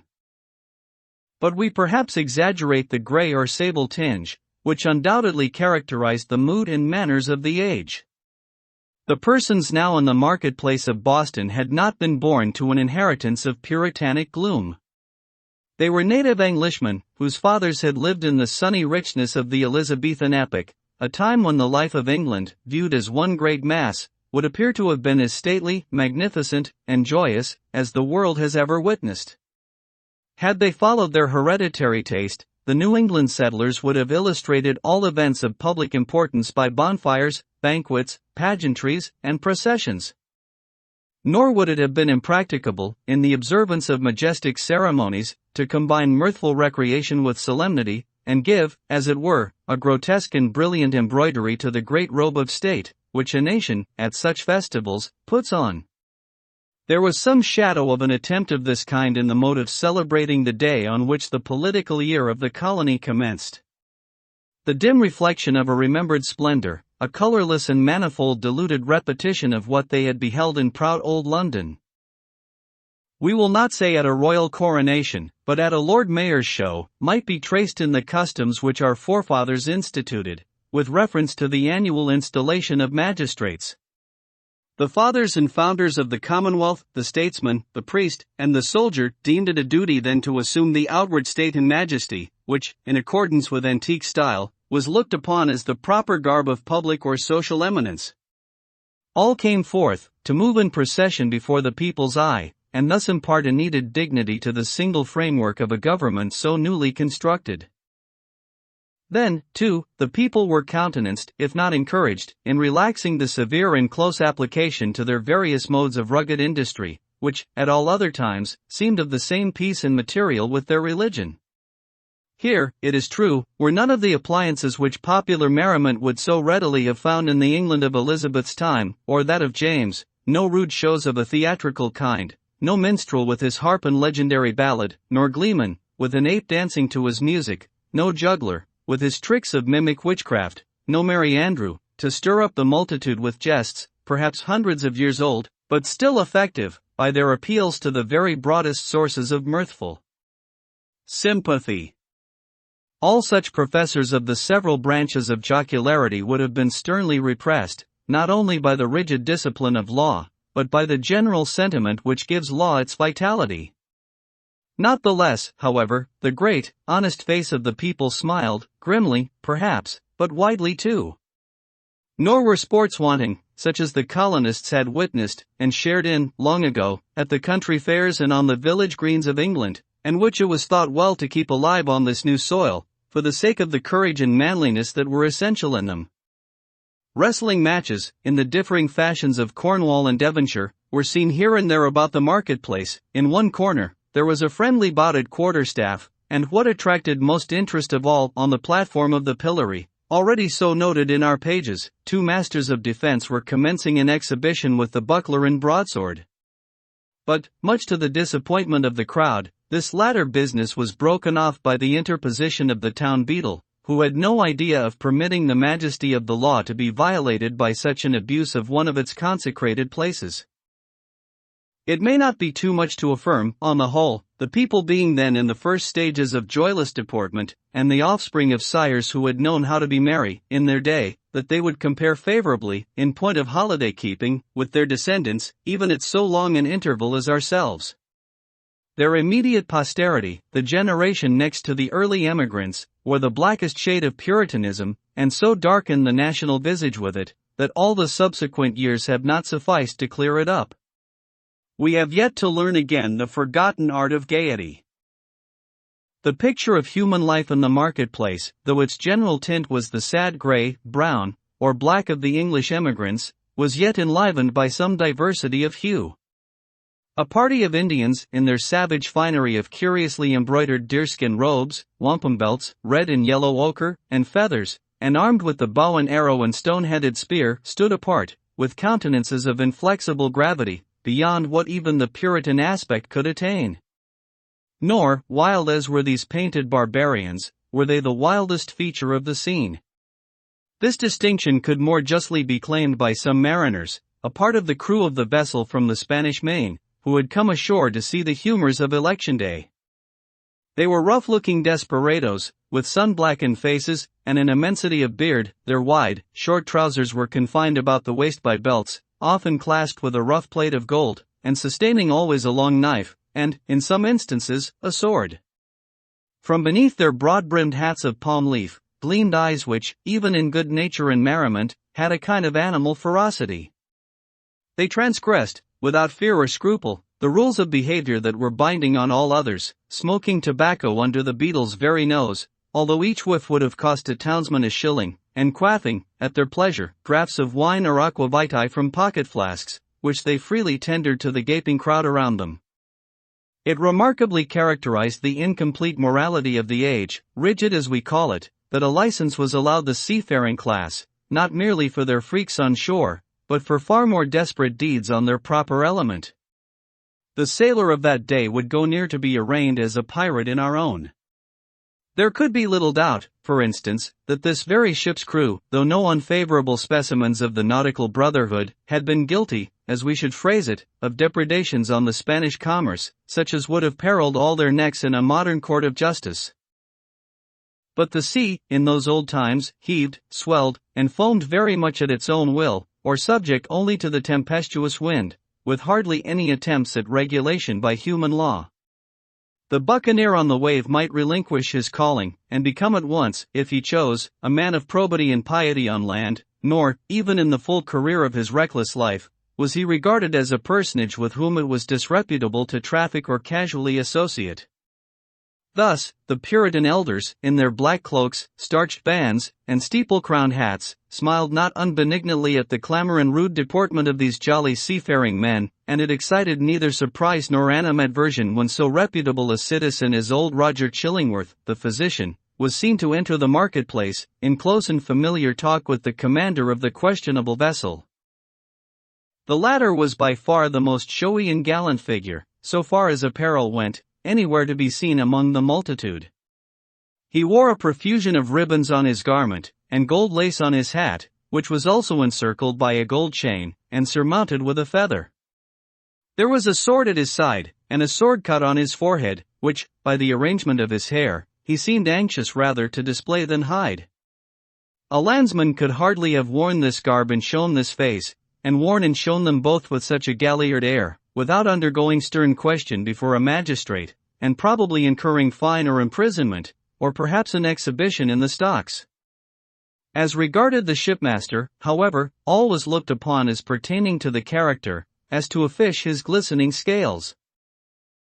After parting from the physician, the commander of the Bristol ship strolled idly through the marketplace, until, happening to approach the spot where Hester Prynne was standing, he appeared to recognize, and did not hesitate to address her.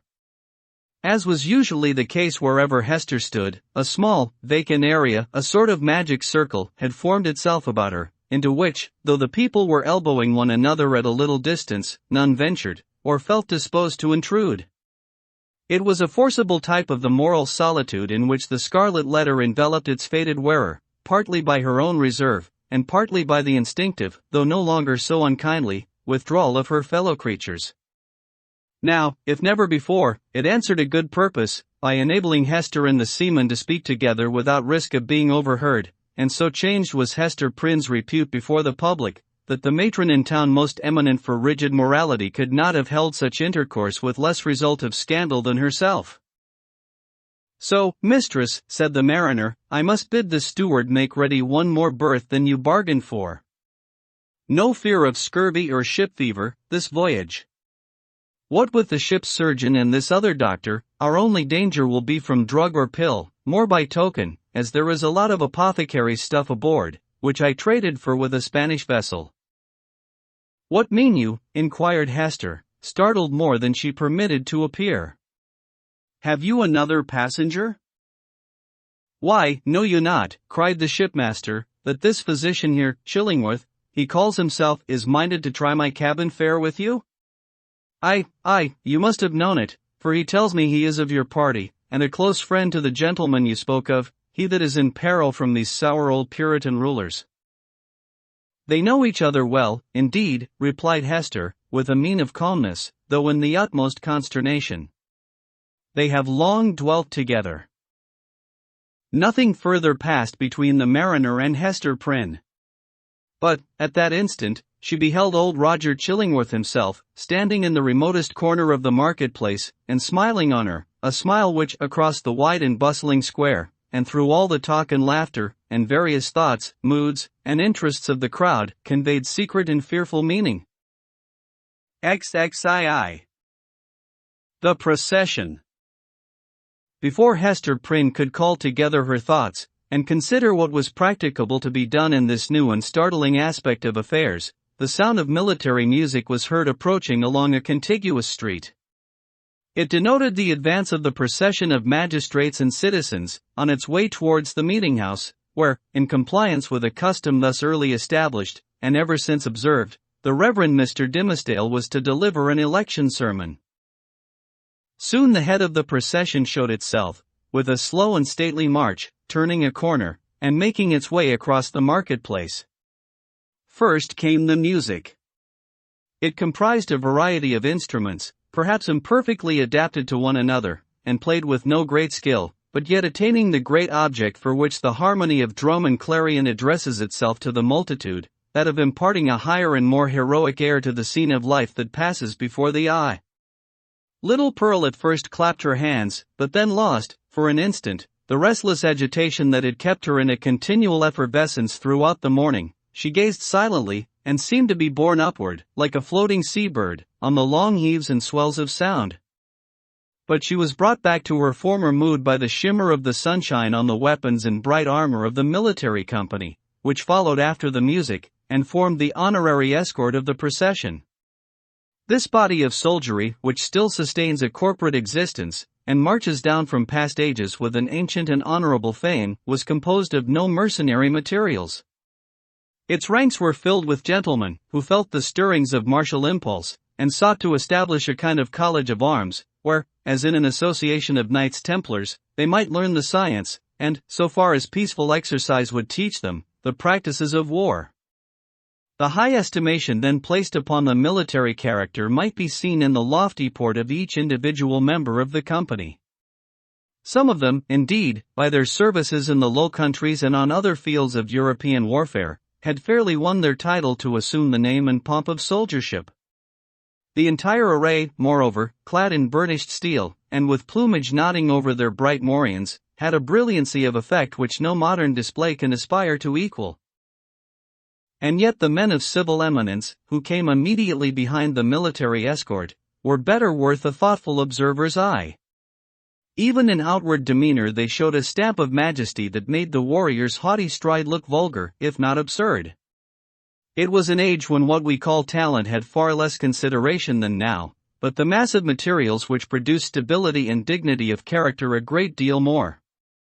The people possessed, by hereditary right, the quality of reverence, which, in their descendants, if it survive at all, exists in smaller proportion, and with a vastly diminished force in the selection and estimate of public men.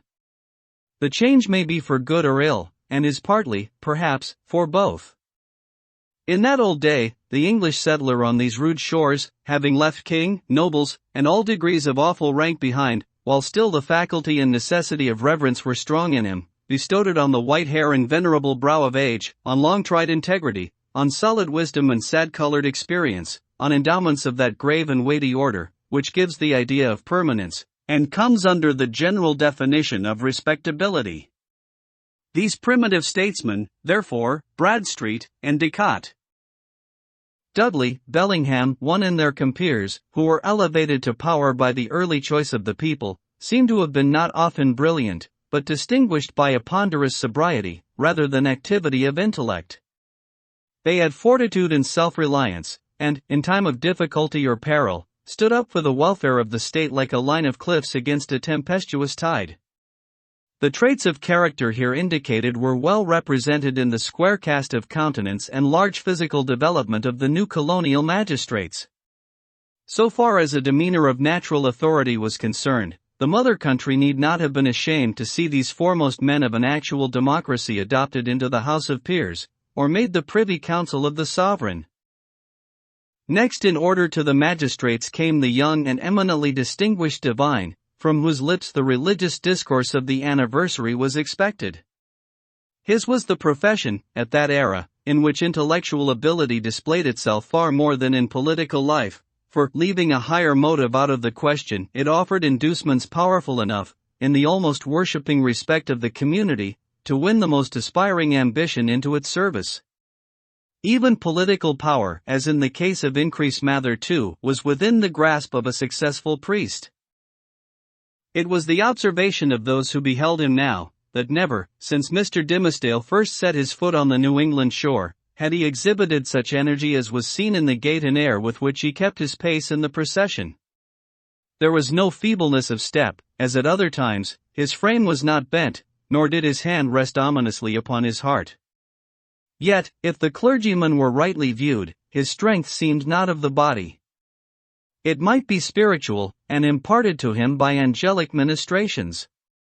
It might be the exhilaration of that potent cordial, which is distilled only in the furnace glow of earnest and long-continued thought. Or, perchance, his sensitive temperament was invigorated by the loud and piercing music, that swelled heavenward, and uplifted him on its ascending wave.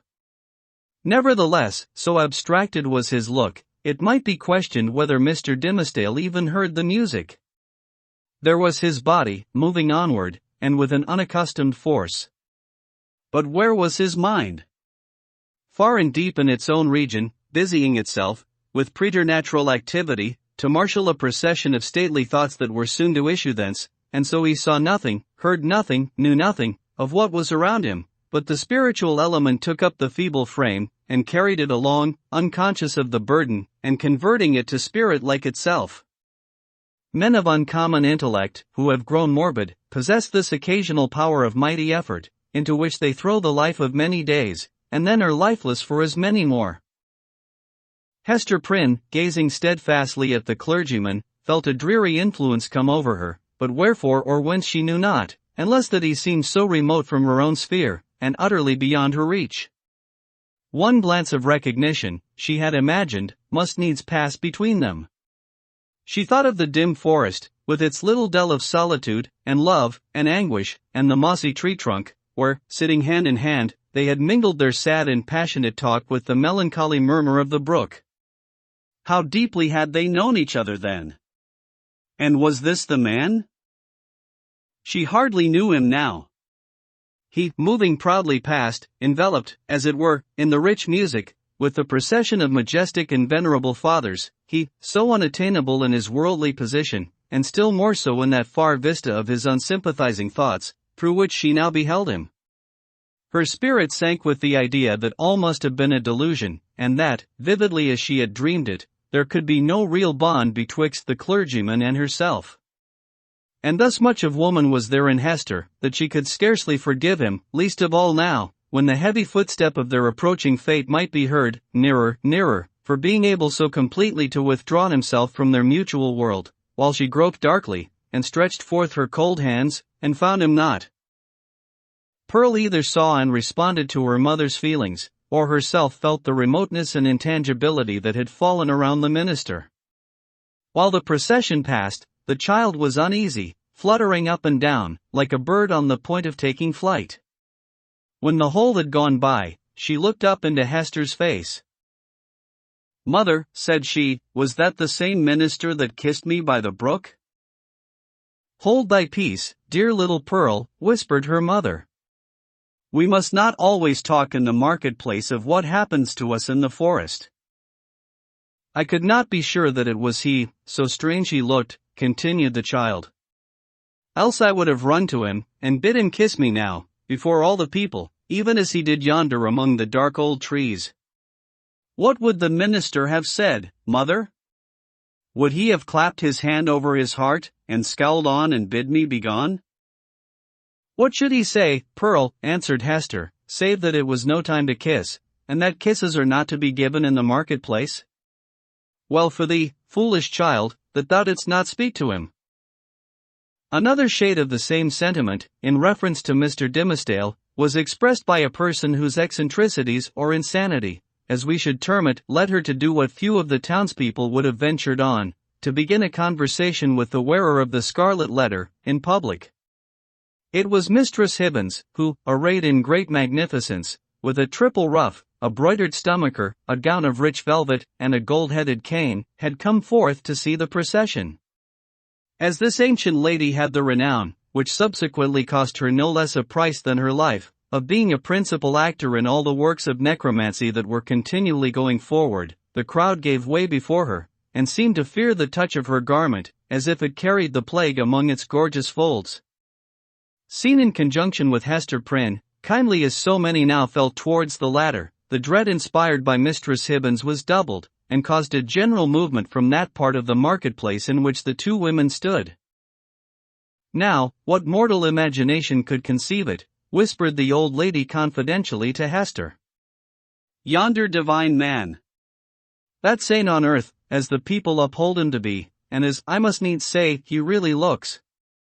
Who, now, that saw him pass in the procession, would think how little while it is since he went forth out of his study, chewing a Hebrew text of scripture in his mouth, I warrant, to take an airing in the forest." "Aha! We know what that means, Hester Prynne. But, truly, forsooth, I find it hard to believe him the same man. Many a church member saw I, walking behind the music, that has danced in the same measure with me, when somebody was fiddler, and, it might be, an Indian powwow or a Lapland wizard changing hands with us. That is but a trifle, when a woman knows the world. But this minister! Couldst thou surely tell, Hester, whether he was the same man that encountered thee on the forest path?" "Madam, I know not of what you speak," answered Hester Prynne, feeling Mistress Hibbins to be of infirm mind, yet strangely startled and awe-stricken by the confidence with which she affirmed a personal connection between so many persons, herself among them, and the evil one. "It is not for me to talk lightly of a learned and pious minister of the word, like the Reverend Mr. Dimmesdale.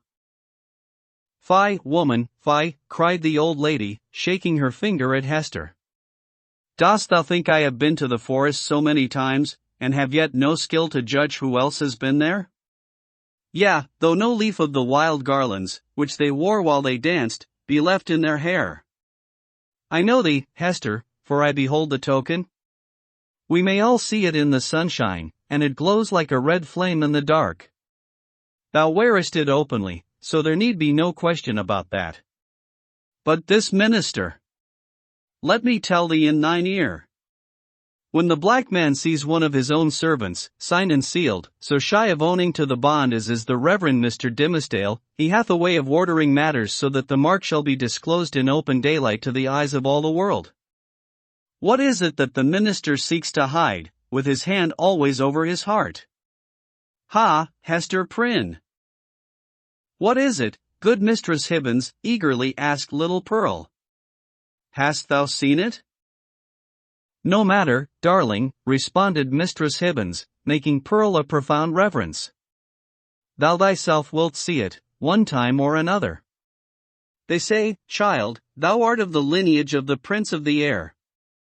Wilt thou ride with me, some fine night, to see thy father? Then thou shalt know wherefore the minister keeps his hand over his heart. Laughing so shrilly that all the marketplace could hear her, the weird old gentlewoman took her departure. By this time the preliminary prayer had been offered in the meeting-house, and the accents of the Reverend Mr. Dimmesdale were heard commencing his discourse. An irresistible feeling kept Hester near the spot. As the sacred edifice was too much thronged to admit another auditor, she took up her position close beside the scaffold of the pillory. It was in sufficient proximity to bring the whole sermon to her ears, in the shape of an indistinct, but varied, murmur and flow of the minister's very peculiar voice. This vocal organ was in itself a rich endowment, insomuch that a listener, comprehending nothing of the language in which the preacher spoke, might still have been swayed to and fro by the mere tone and cadence. Like all other music, it breathed passion and pathos, and emotions high or tender, in a tongue native to the human heart, wherever educated.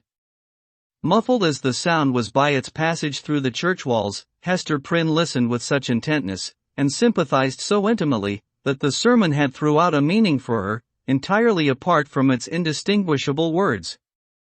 These, perhaps, if more distinctly heard, might have been only a grosser medium, and have clogged the spiritual sense. Now she caught the low undertone, as of the wind sinking down to repose itself, then ascended with it, as it rose through progressive gradations of sweetness and power, until its volume seemed to envelop her with an atmosphere of awe and solemn grandeur. And yet, majestic as the voice sometimes became, there was forever in it an essential character of plaintiveness. A loud or low expression of anguish, the whisper, or the shriek, as it might be conceived, of suffering humanity, that touched a sensibility in every bosom. At times this deep strain of pathos was all that could be heard, and scarcely heard, sighing amid a desolate silence. But even when the minister's voice grew high and commanding, when it gushed irrepressibly upward, when it assumed its utmost breadth and power, so overfilling the church as to burst its way through the solid walls, and diffuse itself in the open air, still, if the auditor listened intently, and for the purpose, he could detect the same cry of pain. What was it? The complaint of a human heart, sorrow-laden, perchance guilty, telling its secret, whether of guilt or sorrow, to the great heart of mankind, beseeching its sympathy or forgiveness, at every moment, in each accent, and never in vain. It was this profound and continual undertone that gave the clergyman his most appropriate power. During all this time Hester stood, statue-like, at the foot of the scaffold.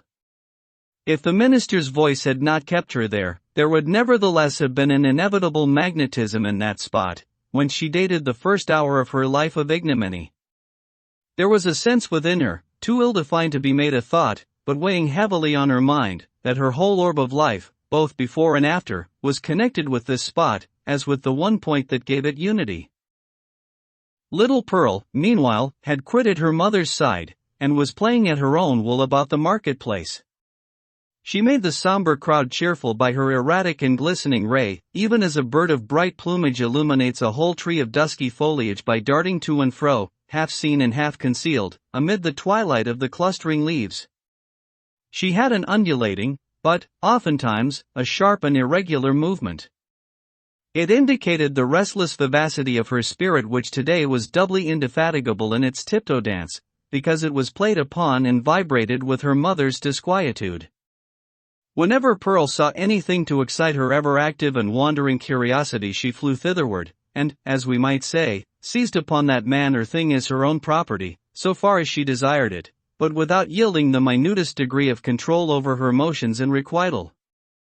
The Puritans looked on, and, if they smiled, were none the less inclined to pronounce the child a demon offspring, from the indescribable charm of beauty and eccentricity that shone through her little figure, and sparkled with its activity.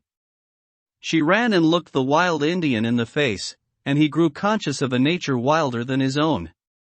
Thence, with native audacity, but still with a reserve as characteristic, she flew into the midst of a group of mariners, the swarthy-cheeked wild men of the ocean, as the Indians were of the land, and they gazed wonderingly and admiringly at Pearl, as if a flake of the sea foam had taken the shape of a little maid, and were gifted with a soul of the sea fire, that flashes beneath the prow in the night-time.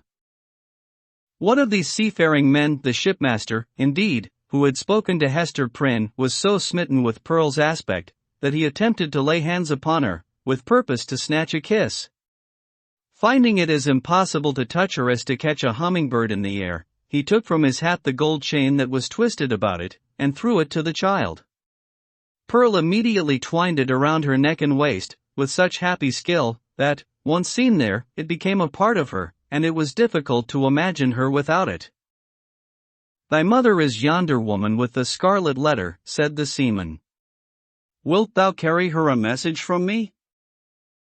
"If the message pleases me, I will," answered Pearl. "Then tell her," rejoined he, "that I spake again with the black-visaged, hump-shouldered old doctor, and he engages to bring his friend, the gentleman she wots of, aboard with him. So let thy mother take no thought, save for herself and thee. Wilt thou tell her this, thou witch baby?" "Mistress Hibbins says my father is the prince of the air," cried Pearl, with her naughty smile. "If thou callest me that ill name, I shall tell him of thee, and he will chase thy ship with a tempest." Pursuing a zigzag course across the marketplace, the child returned to her mother, and communicated what the mariner had said. Hester's strong, calm, steadfastly enduring spirit almost sank, at last, on beholding this dark and grim countenance of an inevitable doom, which at the moment when a passage seemed to open for the minister and herself out of their labyrinth of misery, showed itself, with an unrelenting smile, right in the midst of their path. With her mind harassed by the terrible perplexity in which the shipmaster's intelligence involved her, she was also subjected to another trial.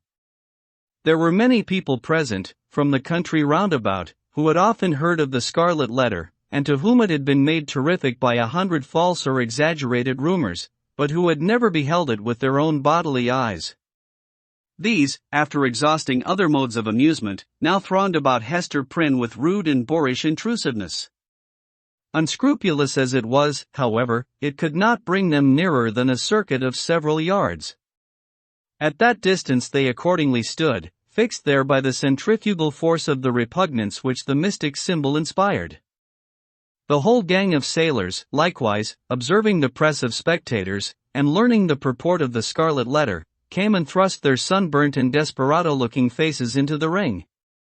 Even the Indians were affected by a sort of cold shadow of the white man's curiosity, and, gliding through the crowd, fastened their snake-like black eyes on Hester's bosom, conceiving, perhaps, that the wearer of this brilliantly embroidered badge must needs be a personage of high dignity among her people.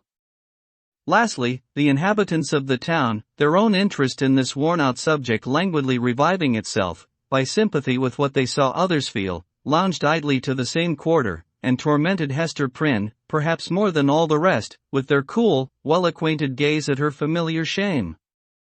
Hester saw and recognized the self-same faces of that group of matrons, who had awaited her forthcoming from the prison door, 7 years ago, all save one, the youngest and only compassionate among them, whose burial robe she had since made.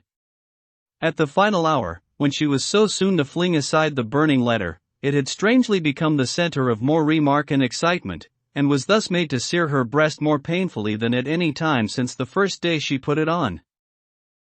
While Hester stood in that magic circle of ignominy, where the cunning cruelty of her sentence seemed to have fixed her forever, the admirable preacher was looking down from the sacred pulpit upon an audience, whose very inmost spirits had yielded to his control. The sainted minister in the church. The woman of the Scarlet Letter in the marketplace. What imagination would have been irreverent enough to surmise that the same scorching stigma was on them both? XCI. The revelation of the Scarlet Letter. The eloquent voice, on which the souls of the listening audience had been borne aloft, as on the swelling waves of the sea, at length came to a pause. There was a momentary silence, profound as what should follow the utterance of oracles. Then ensued a murmur and half-hushed tumult, as if the auditors, released from the high spell that had transported them into the region of another's mind, were returning into themselves, with all their awe and wonder still heavy on them. In a moment more, the crowd began to gush forth from the doors of the church. Now that there was an end, they needed other breath, more fit to support the gross and earthly life into which they relapsed, than that atmosphere which the preacher had converted into words of flame, and had burdened with the rich fragrance of his thought. In the open air their rapture broke into speech.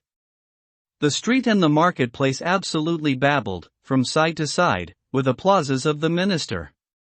His hearers could not rest until they had told one another of what each knew better than he could tell or hear.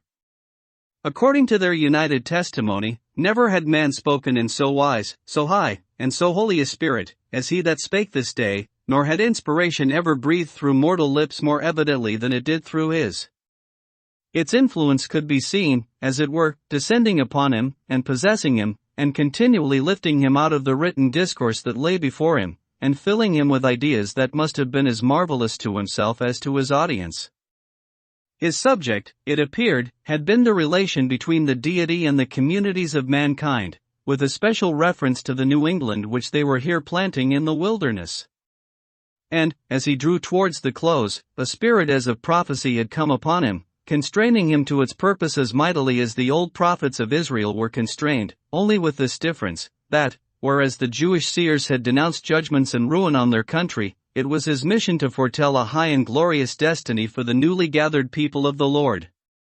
But, throughout it all, and through the whole discourse, there had been a certain deep, sad undertone of pathos, which could not be interpreted otherwise than as the natural regret of one soon to pass away.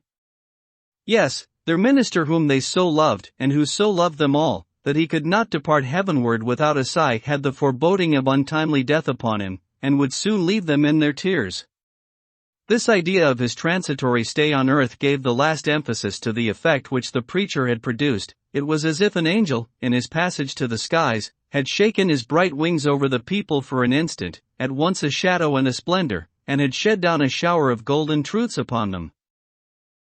Thus, there had come to the Reverend Mr. Dimmesdale, as to most men, in their various spheres, though seldom recognized until they see it far behind them, an epoch of life more brilliant and full of triumph than any previous one, or than any which could hereafter be. He stood, at this moment, on the very proudest eminence of superiority, to which the gifts of intellect, rich lore, prevailing eloquence, and a reputation of widest sanctity, could exalt a clergyman in New England's earliest days, when the professional character was of itself a lofty pedestal. Such was the position which the minister occupied, as he bowed his head forward on the cushions of the pulpit, at the close of his election sermon. Meanwhile, Hester Prynne was standing beside the scaffold of the pillory, with the scarlet letter still burning on her breast. Now was heard again the clangor of the music, and the measured tramp of the military escort, issuing from the church door. The procession was to be marshaled thence to the town hall, where a solemn banquet would complete the ceremonies of the day. Once more, therefore, the train of venerable and majestic fathers was seen moving through a broad pathway of the people, who drew back reverently, on either side, as the governor and magistrates, the old and wise men, the holy ministers, and all that were eminent and renowned, advanced into the midst of them. When they were fairly in the marketplace, their presence was greeted by a shout. This, though doubtless it might acquire additional force and volume from the childlike loyalty which the age awarded to its rulers, was felt to be an irrepressible outburst of the enthusiasm kindled in the auditors by that high strain of eloquence which was yet reverberating in their ears. Each felt the impulse in himself, and, in the same breath, caught it from his neighbor. Within the church, it had hardly been kept down; beneath the sky, it pealed upward to the zenith. There were human beings enough, and enough of highly wrought and symphonious feeling, to produce that more impressive sound than the organ tones of the blast, or the thunder, or the roar of the sea, even that mighty swell of many voices, blended into one great voice by the universal impulse which makes likewise one vast heart out of the many. Never, from the soil of New England, had gone up such a shout. Never, on New England soil, had stood the man so honored by his mortal brethren as the preacher. How fared it with him then? Were there not the brilliant particles of a halo in the air about his head? So etherealized by spirit as he was, and so apotheosized by worshipping admirers, did his footsteps in the procession really tread upon the dust of earth? As the ranks of military men and civil fathers moved onward, all eyes were turned towards the point where the minister was seen to approach among them. The shout died into a murmur, as one portion of the crowd after another obtained a glimpse of him. How feeble and pale he looked amid all his triumph! The energy, or say, rather, the inspiration which had held him up, until he should have delivered the sacred message that brought its own strength along with it from heaven, was withdrawn, now that it had so faithfully performed its office. The glow, which they had just before beheld burning on his cheek, was extinguished, like a flame that sinks down hopelessly among the late decaying embers. It seemed hardly the face of a man alive, with such a death-like hue; it was hardly a man with life in him, that tottered on his path so nervelessly, yet tottered, and did not fall. One of his clerical brethren, it was the venerable John Wilson, observing the state in which Mr. Dimmesdale was left by the retiring wave of intellect and sensibility, stepped forward hastily to offer his support. The minister tremulously, but decidedly, repelled the old man's arm. He still walked onward, if that movement could be so described, which rather resembled the wavering effort of an infant, with its mother's arms in view, outstretched to tempt him forward. And now, almost imperceptible as were the latter steps of his progress, he had come opposite the well-remembered and weather-darkened scaffold, where, long since, with all that dreary lapse of time between, Hester Prynne had encountered the world's ignominious stare. There stood Hester, holding little Pearl by the hand. And there was the Scarlet Letter on her breast. The minister here made a pause, although the music still played the stately and rejoicing march to which the procession moved. It summoned him onward to the festival, but here he made a pause. Bellingham, for the last few moments, had kept an anxious eye upon him. He now left his own place in the procession, and advanced to give assistance, judging from Mr. Dimmesdale's aspect that he must otherwise inevitably fall. But there was something in the latter's expression that warned back the magistrate, although a man not readily obeying the vague intimations that pass from one spirit to another. The crowd, meanwhile, looked on with awe and wonder. This earthly faintness was, in their view, only another phase of the minister's celestial strength, nor would it have seemed a miracle too high to be wrought for one so holy, had he ascended before their eyes, waxing dimmer and brighter, and fading at last into the light of heaven. He turned towards the scaffold, and stretched forth his arms. "Hester," said he, "come hither. Come, my little Pearl." It was a ghastly look with which she regarded them, but there was something at once tender and strangely triumphant in it. The child, with the bird-like motion which was one of her characteristics, flew to him, and clasped her arms about his knees. Hester Prynne as slowly, as if impelled by inevitable fate, and against her strongest will likewise drew near, but paused before she reached him. At this instant old Roger Chillingworth thrust himself through the crowd, or, perhaps, so dark, disturbed, and evil was his look, he rose up out of some nether region, to snatch back his victim from what he sought to do. Be that as it might, the old man rushed forward and caught the minister by the arm. "Madman, hold!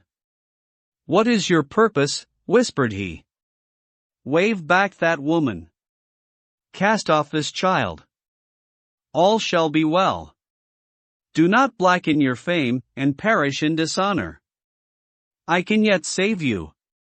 Would you bring infamy on your sacred profession? Ha, tempter! Methinks thou art too late, answered the minister, encountering his eye, fearfully, but firmly. Thy power is not what it was.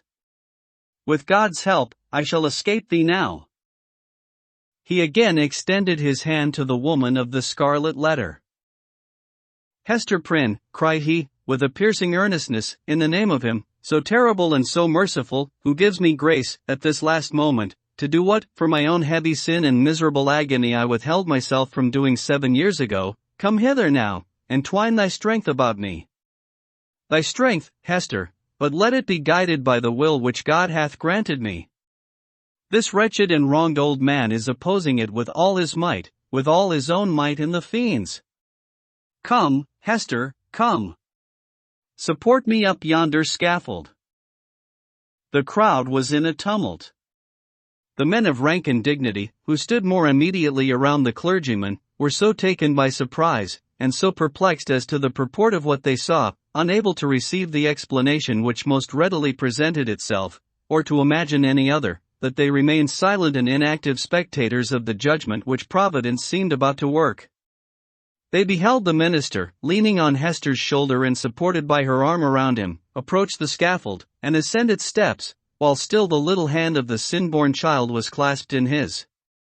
Old Roger Chillingworth followed, as one intimately connected with the drama of guilt and sorrow in which they had all been actors, and well entitled, therefore, to be present at its closing scene. Hadst thou sought the whole earth over, said he, looking darkly at the clergyman, there was no one place so secret, no high place nor lowly place, where thou couldst have escaped me, save on this very scaffold. Thanks be to him who hath led me hither, answered the minister. Yet he trembled, and turned to Hester with an expression of doubt and anxiety in his eyes, not the less evidently betrayed, that there was a feeble smile upon his lips. Is not this better, murmured he, than what we dreamed of in the forest? I know not. I know not, she hurriedly replied. Better? Yeah, so we may both die, and little Pearl with us. For thee and Pearl, be it as God shall order, said the minister, and God is merciful. Let me now do the will which he hath made plain before my sight. For, Hester, I am a dying man. So let me make haste to take my shame upon me.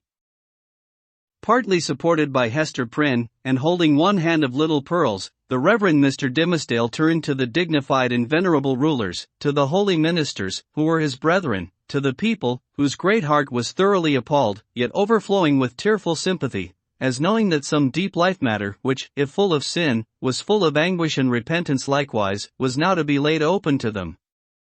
The sun, but little past its meridian, shone down upon the clergyman, and gave a distinctness to his figure, as he stood out from all the earth to put in his plea of guilty at the bar of eternal justice. People of New England, cried he, with a voice that rose over them, high, solemn, and majestic, yet had always a tremor through it, and sometimes a shriek, struggling up out of a fathomless depth of remorse and woe, ye, that have loved me, ye, that have deemed me holy, behold me here, the one sinner of the world. At last, I stand upon the spot where, 7 years since, I should have stood, here, with this woman, whose arm, more than the little strength wherewith I have crept hitherward, sustains me, at this dreadful moment, from groveling down upon my face. Lo, the scarlet letter which Hester wears. Ye have all shuddered at it. Wherever her walk hath been, wherever, so miserably burdened, she may have hoped to find repose, it hath cast a lurid gleam of awe and horrible repugnance round about her. But there stood one in the midst of you, at whose brand of sin and infamy ye have not shuddered. It seemed, at this point, as if the minister must leave the remainder of his secret undisclosed. But he fought back the bodily weakness, and, still more, the faintness of heart, that was striving for the mastery with him. He threw off all assistance, and stepped passionately forward a pace before the woman and the child. It was on him, he continued, with a kind of fierceness, so determined was he to speak out the whole. God's eye beheld it. The angels were forever pointing at it. The devil knew it well, and fretted it continually with the touch of his burning finger. But he hid it cunningly from men, and walked among you with the mien of a spirit, mournful, because so pure in a sinful world, and sad, because he missed his heavenly kindred. Now, at the death hour, he stands up before you. He bids you look again at Hester's scarlet letter. He tells you that, with all its mysterious horror, it is but the shadow of what he bears on his own breast, and that even this, his own red stigma, is no more than the type of what has seared his inmost heart. Stand any here that question God's judgment on a sinner? Behold! Behold a dreadful witness of it. With a convulsive motion he tore away the ministerial band from before his breast. It was revealed. But it were irreverent to describe that revelation. For an instant the gaze of the horror-stricken multitude was concentred on the ghastly miracle, while the minister stood with a flush of triumph in his face, as one who, in the crisis of acutest pain, had won a victory. Then, down he sank upon the scaffold. Hester partly raised him, and supported his head against her bosom. Old Roger Chillingworth knelt down beside him, with a blank, dull countenance, out of which the life seemed to have departed. "Thou hast escaped me," he repeated more than once. "Thou hast escaped me." "May God forgive thee," said the minister. "Thou, too, hast deeply sinned." He withdrew his dying eyes from the old man, and fixed them on the woman and the child. "My little Pearl," said he feebly, and there was a sweet and gentle smile over his face, as of a spirit sinking into deep repose. Nay, now that the burden was removed, it seemed almost as if he would be sportive with the child. "Dear little Pearl, wilt thou kiss me now? Thou wouldst not yonder, in the forest. But now thou wilt?" Pearl kissed his lips. A spell was broken. The great scene of grief, in which the wild infant bore a part, had developed all her sympathies, and as her tears fell upon her father's cheek, they were the pledge that she would grow up amid human joy and sorrow, nor forever do battle with the world, but be a woman in it. Towards her mother, too, Pearl's errand as a messenger of anguish was all fulfilled. "Hester," said the clergyman, "farewell." "Shall we not meet again?" whispered she, bending her face down close to his. "Shall we not spend our immortal life together? Surely, surely, we have ransomed one another, with all this woe. Thou lookest far into eternity, with those bright dying eyes. Then tell me what thou sayest." "Hush, Hester, hush," said he, with tremulous solemnity. "The law we broke, the sin here so awfully revealed, let these alone be in thy thoughts. I fear. It may be, that, when we forgot our God, when we violated our reverence each for the other's soul, it was thenceforth vain to hope that we could meet hereafter, in an everlasting and pure reunion. God knows, and he is merciful. He hath proved his mercy, most of all, in my afflictions, by giving me this burning torture to bear upon my breast. By sending yonder dark and terrible old man, to keep the torture always at red heat. By bringing me hither, to die this death of triumphant ignominy before the people. Had either of these agonies been wanting, I had been lost forever. Praised be his name. His will be done. Farewell." That final word came forth with the minister's expiring breath. The multitude, silent till then, broke out in a strange, deep voice of awe and wonder, which could not as yet find utterance, save in this murmur that rolled so heavily after the departed spirit. Ziv. Conclusion. After many days, when time sufficed for the people to arrange their thoughts in reference to the foregoing scene, there was more than one account of what had been witnessed on the scaffold. Most of the spectators testified to having seen, on the breast of the unhappy minister, a scarlet letter the very semblance of that worn by Hester Prynne, imprinted in the flesh. As regarded its origin, there were various explanations, all of which must necessarily have been conjectural. Some affirmed that the Reverend Mr. Dimmesdale, on the very day when Hester Prynne first wore her ignominious badge, had begun a course of penance, which he afterwards, in so many futile methods, followed out, by inflicting hideous torture on himself. Others contended that the stigma had not been produced until a long time subsequent, when old Roger Chillingworth, being a potent necromancer, had caused it to appear, through the agency of magic and poisonous drugs. Others, again, and those best able to appreciate the minister's peculiar sensibility, and the wonderful operation of his spirit upon the body, whispered their belief, that the awful symbol was the effect of the ever-active tooth of remorse, gnawing from the inmost heart outwardly, and at last manifesting heaven's dreadful judgment by the visible presence of the letter. The reader may choose among these theories. We have thrown all the light we could acquire upon the portent, and would gladly, now that it has done its office, erase its deep print out of our own brain, where long meditation has fixed it in very undesirable distinctness.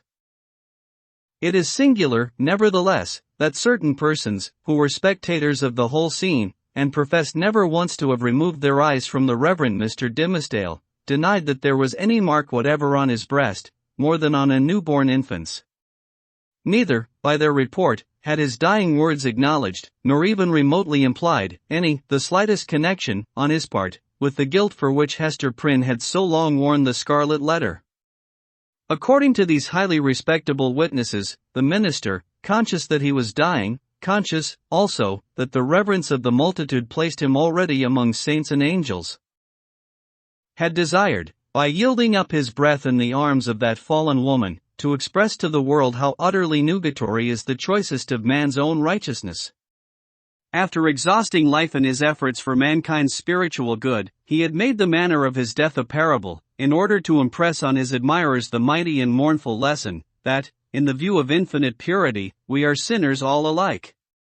It was to teach them, that the holiest among us has but attained so far above his fellows as to discern more clearly the mercy which looks down, and repudiate more utterly the phantom of human merit, which would look aspiringly upward. Without disputing a truth so momentous, we must be allowed to consider this version of Mr. Dimmesdale's story is only an instance of that stubborn fidelity with which a man's friends, and especially a clergyman's, will sometimes uphold his character, when proofs, clear as the midday sunshine on the Scarlet Letter, establish him a false and sin-stained creature of the dust. The authority which we have chiefly followed, a manuscript of old date, drawn up from the verbal testimony of individuals, some of whom had known Hester Prynne, while others had heard the tale from contemporary witnesses, fully confirms the view taken in the foregoing pages. Among many morals which press upon us from the poor minister's miserable experience, we put only this into a sentence: be true. Be true. Be true. Show freely to the world, if not your worst, yet some trait whereby the worst may be inferred. Nothing was more remarkable than the change which took place, almost immediately after Mr. Dimmesdale's death, in the appearance and demeanor of the old man known as Roger Chillingworth. All his strength and energy, all his vital and intellectual force seemed at once to desert him, insomuch that he positively withered up, shriveled away, and almost vanished from mortal sight, like an uprooted weed that lies wilting in the sun.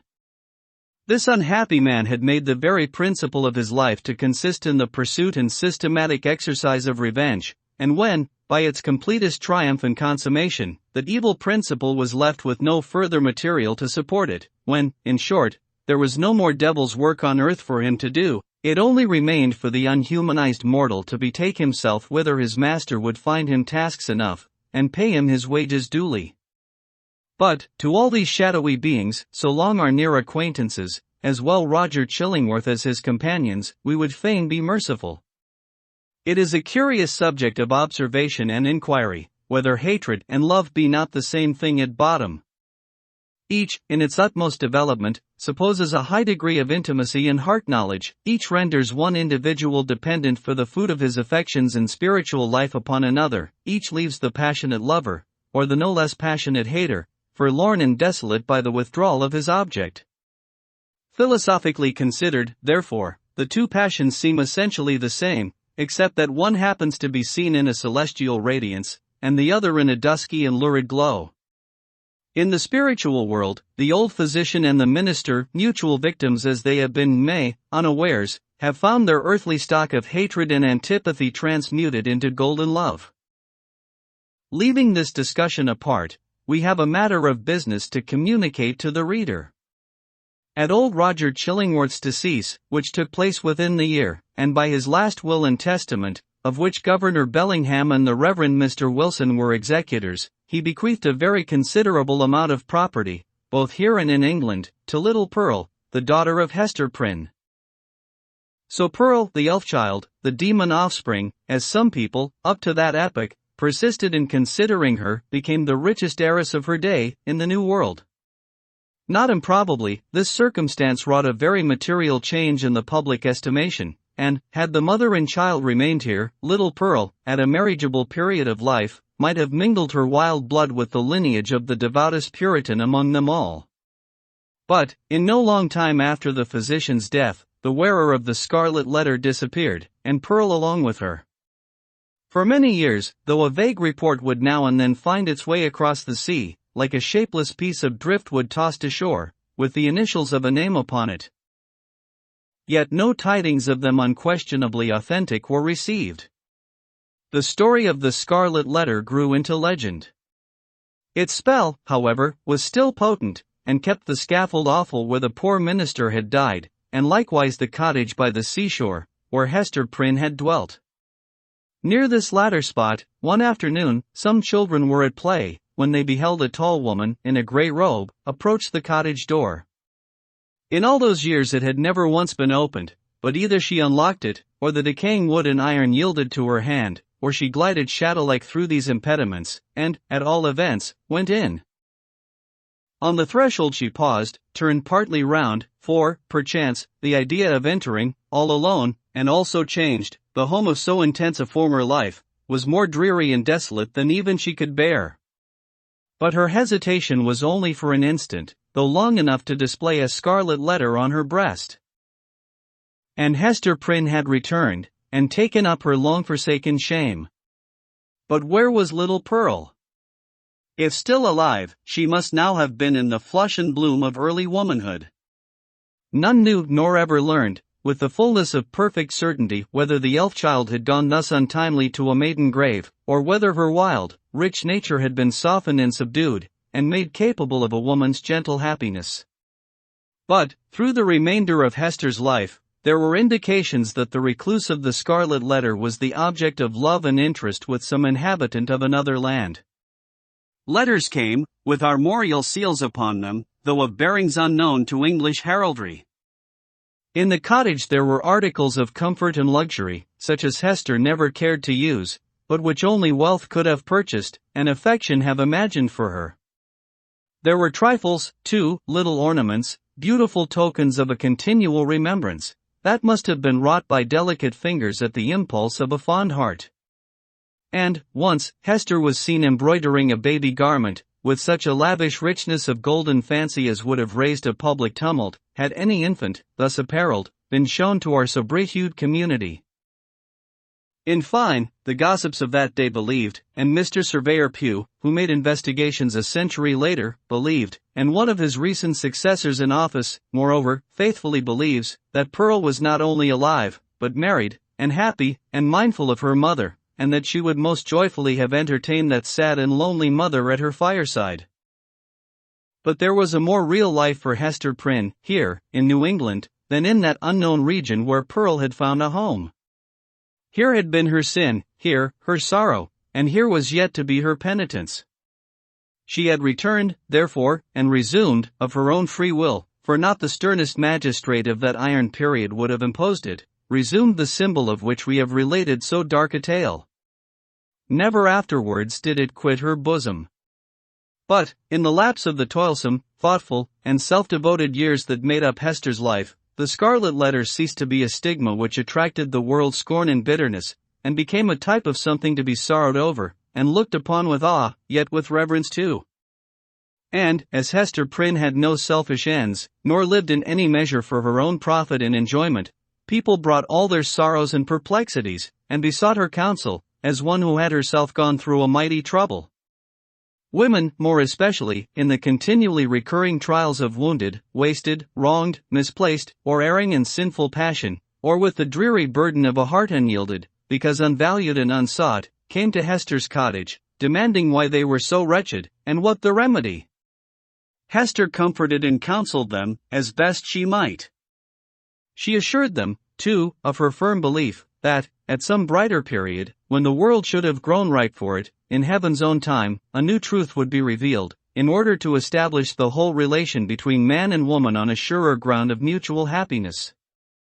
Earlier in life, Hester had vainly imagined that she herself might be the destined prophetess, but had long since recognized the impossibility that any mission of divine and mysterious truth should be confided to a woman stained with sin, bowed down with shame, or even burdened with a lifelong sorrow. The angel and apostle of the coming revelation must be a woman, indeed, but lofty, pure, and beautiful, and wise, moreover, not through dusky grief, but the ethereal medium of joy, and showing how sacred love should make us happy, by the truest test of a life successful to such an end. So said Hester Prynne, and glanced her sad eyes downward at the Scarlet Letter. And, after many, many years, a new grave was delved, near an old and sunken one, in that burial ground beside which King's Chapel has since been built.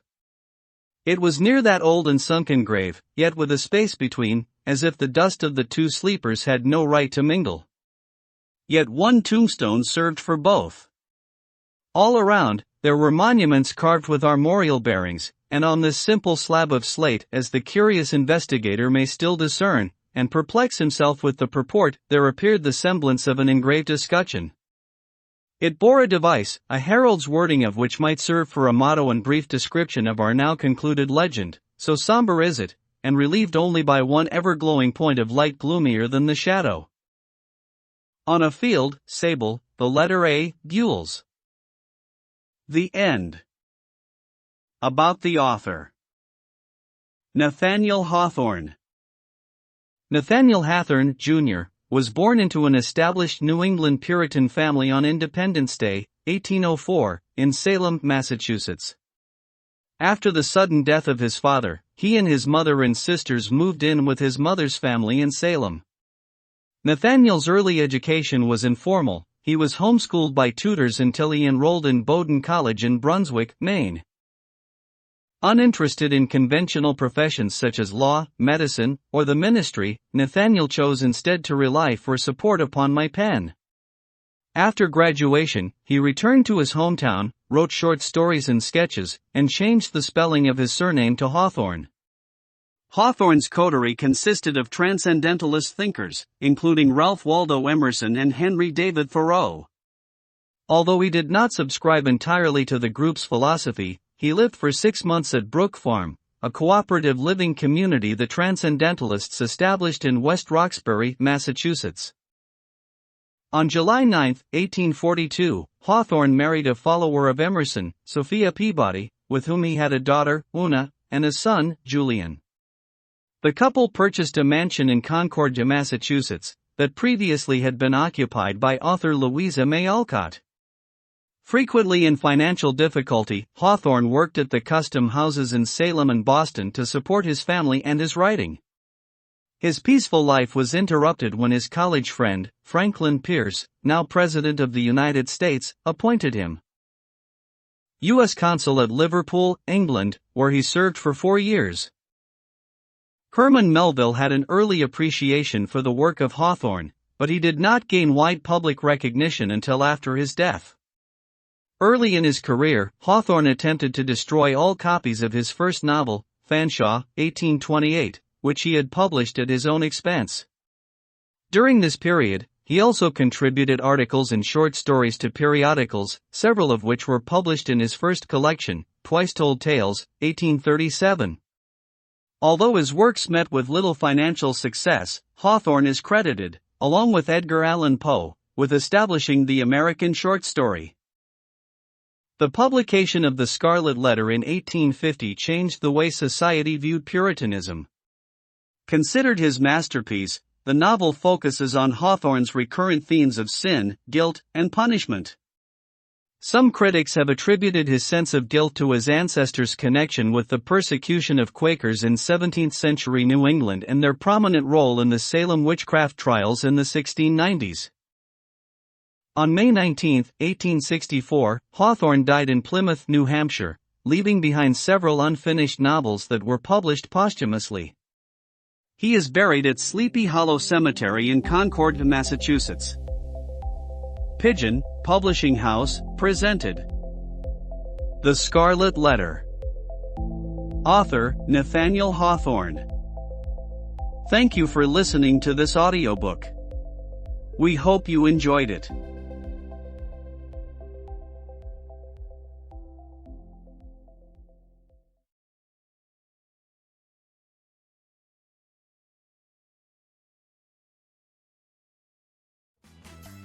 If you enjoyed this classic, follow the show and leave a quick review, and join us every Tuesday and Thursday for more timeless stories.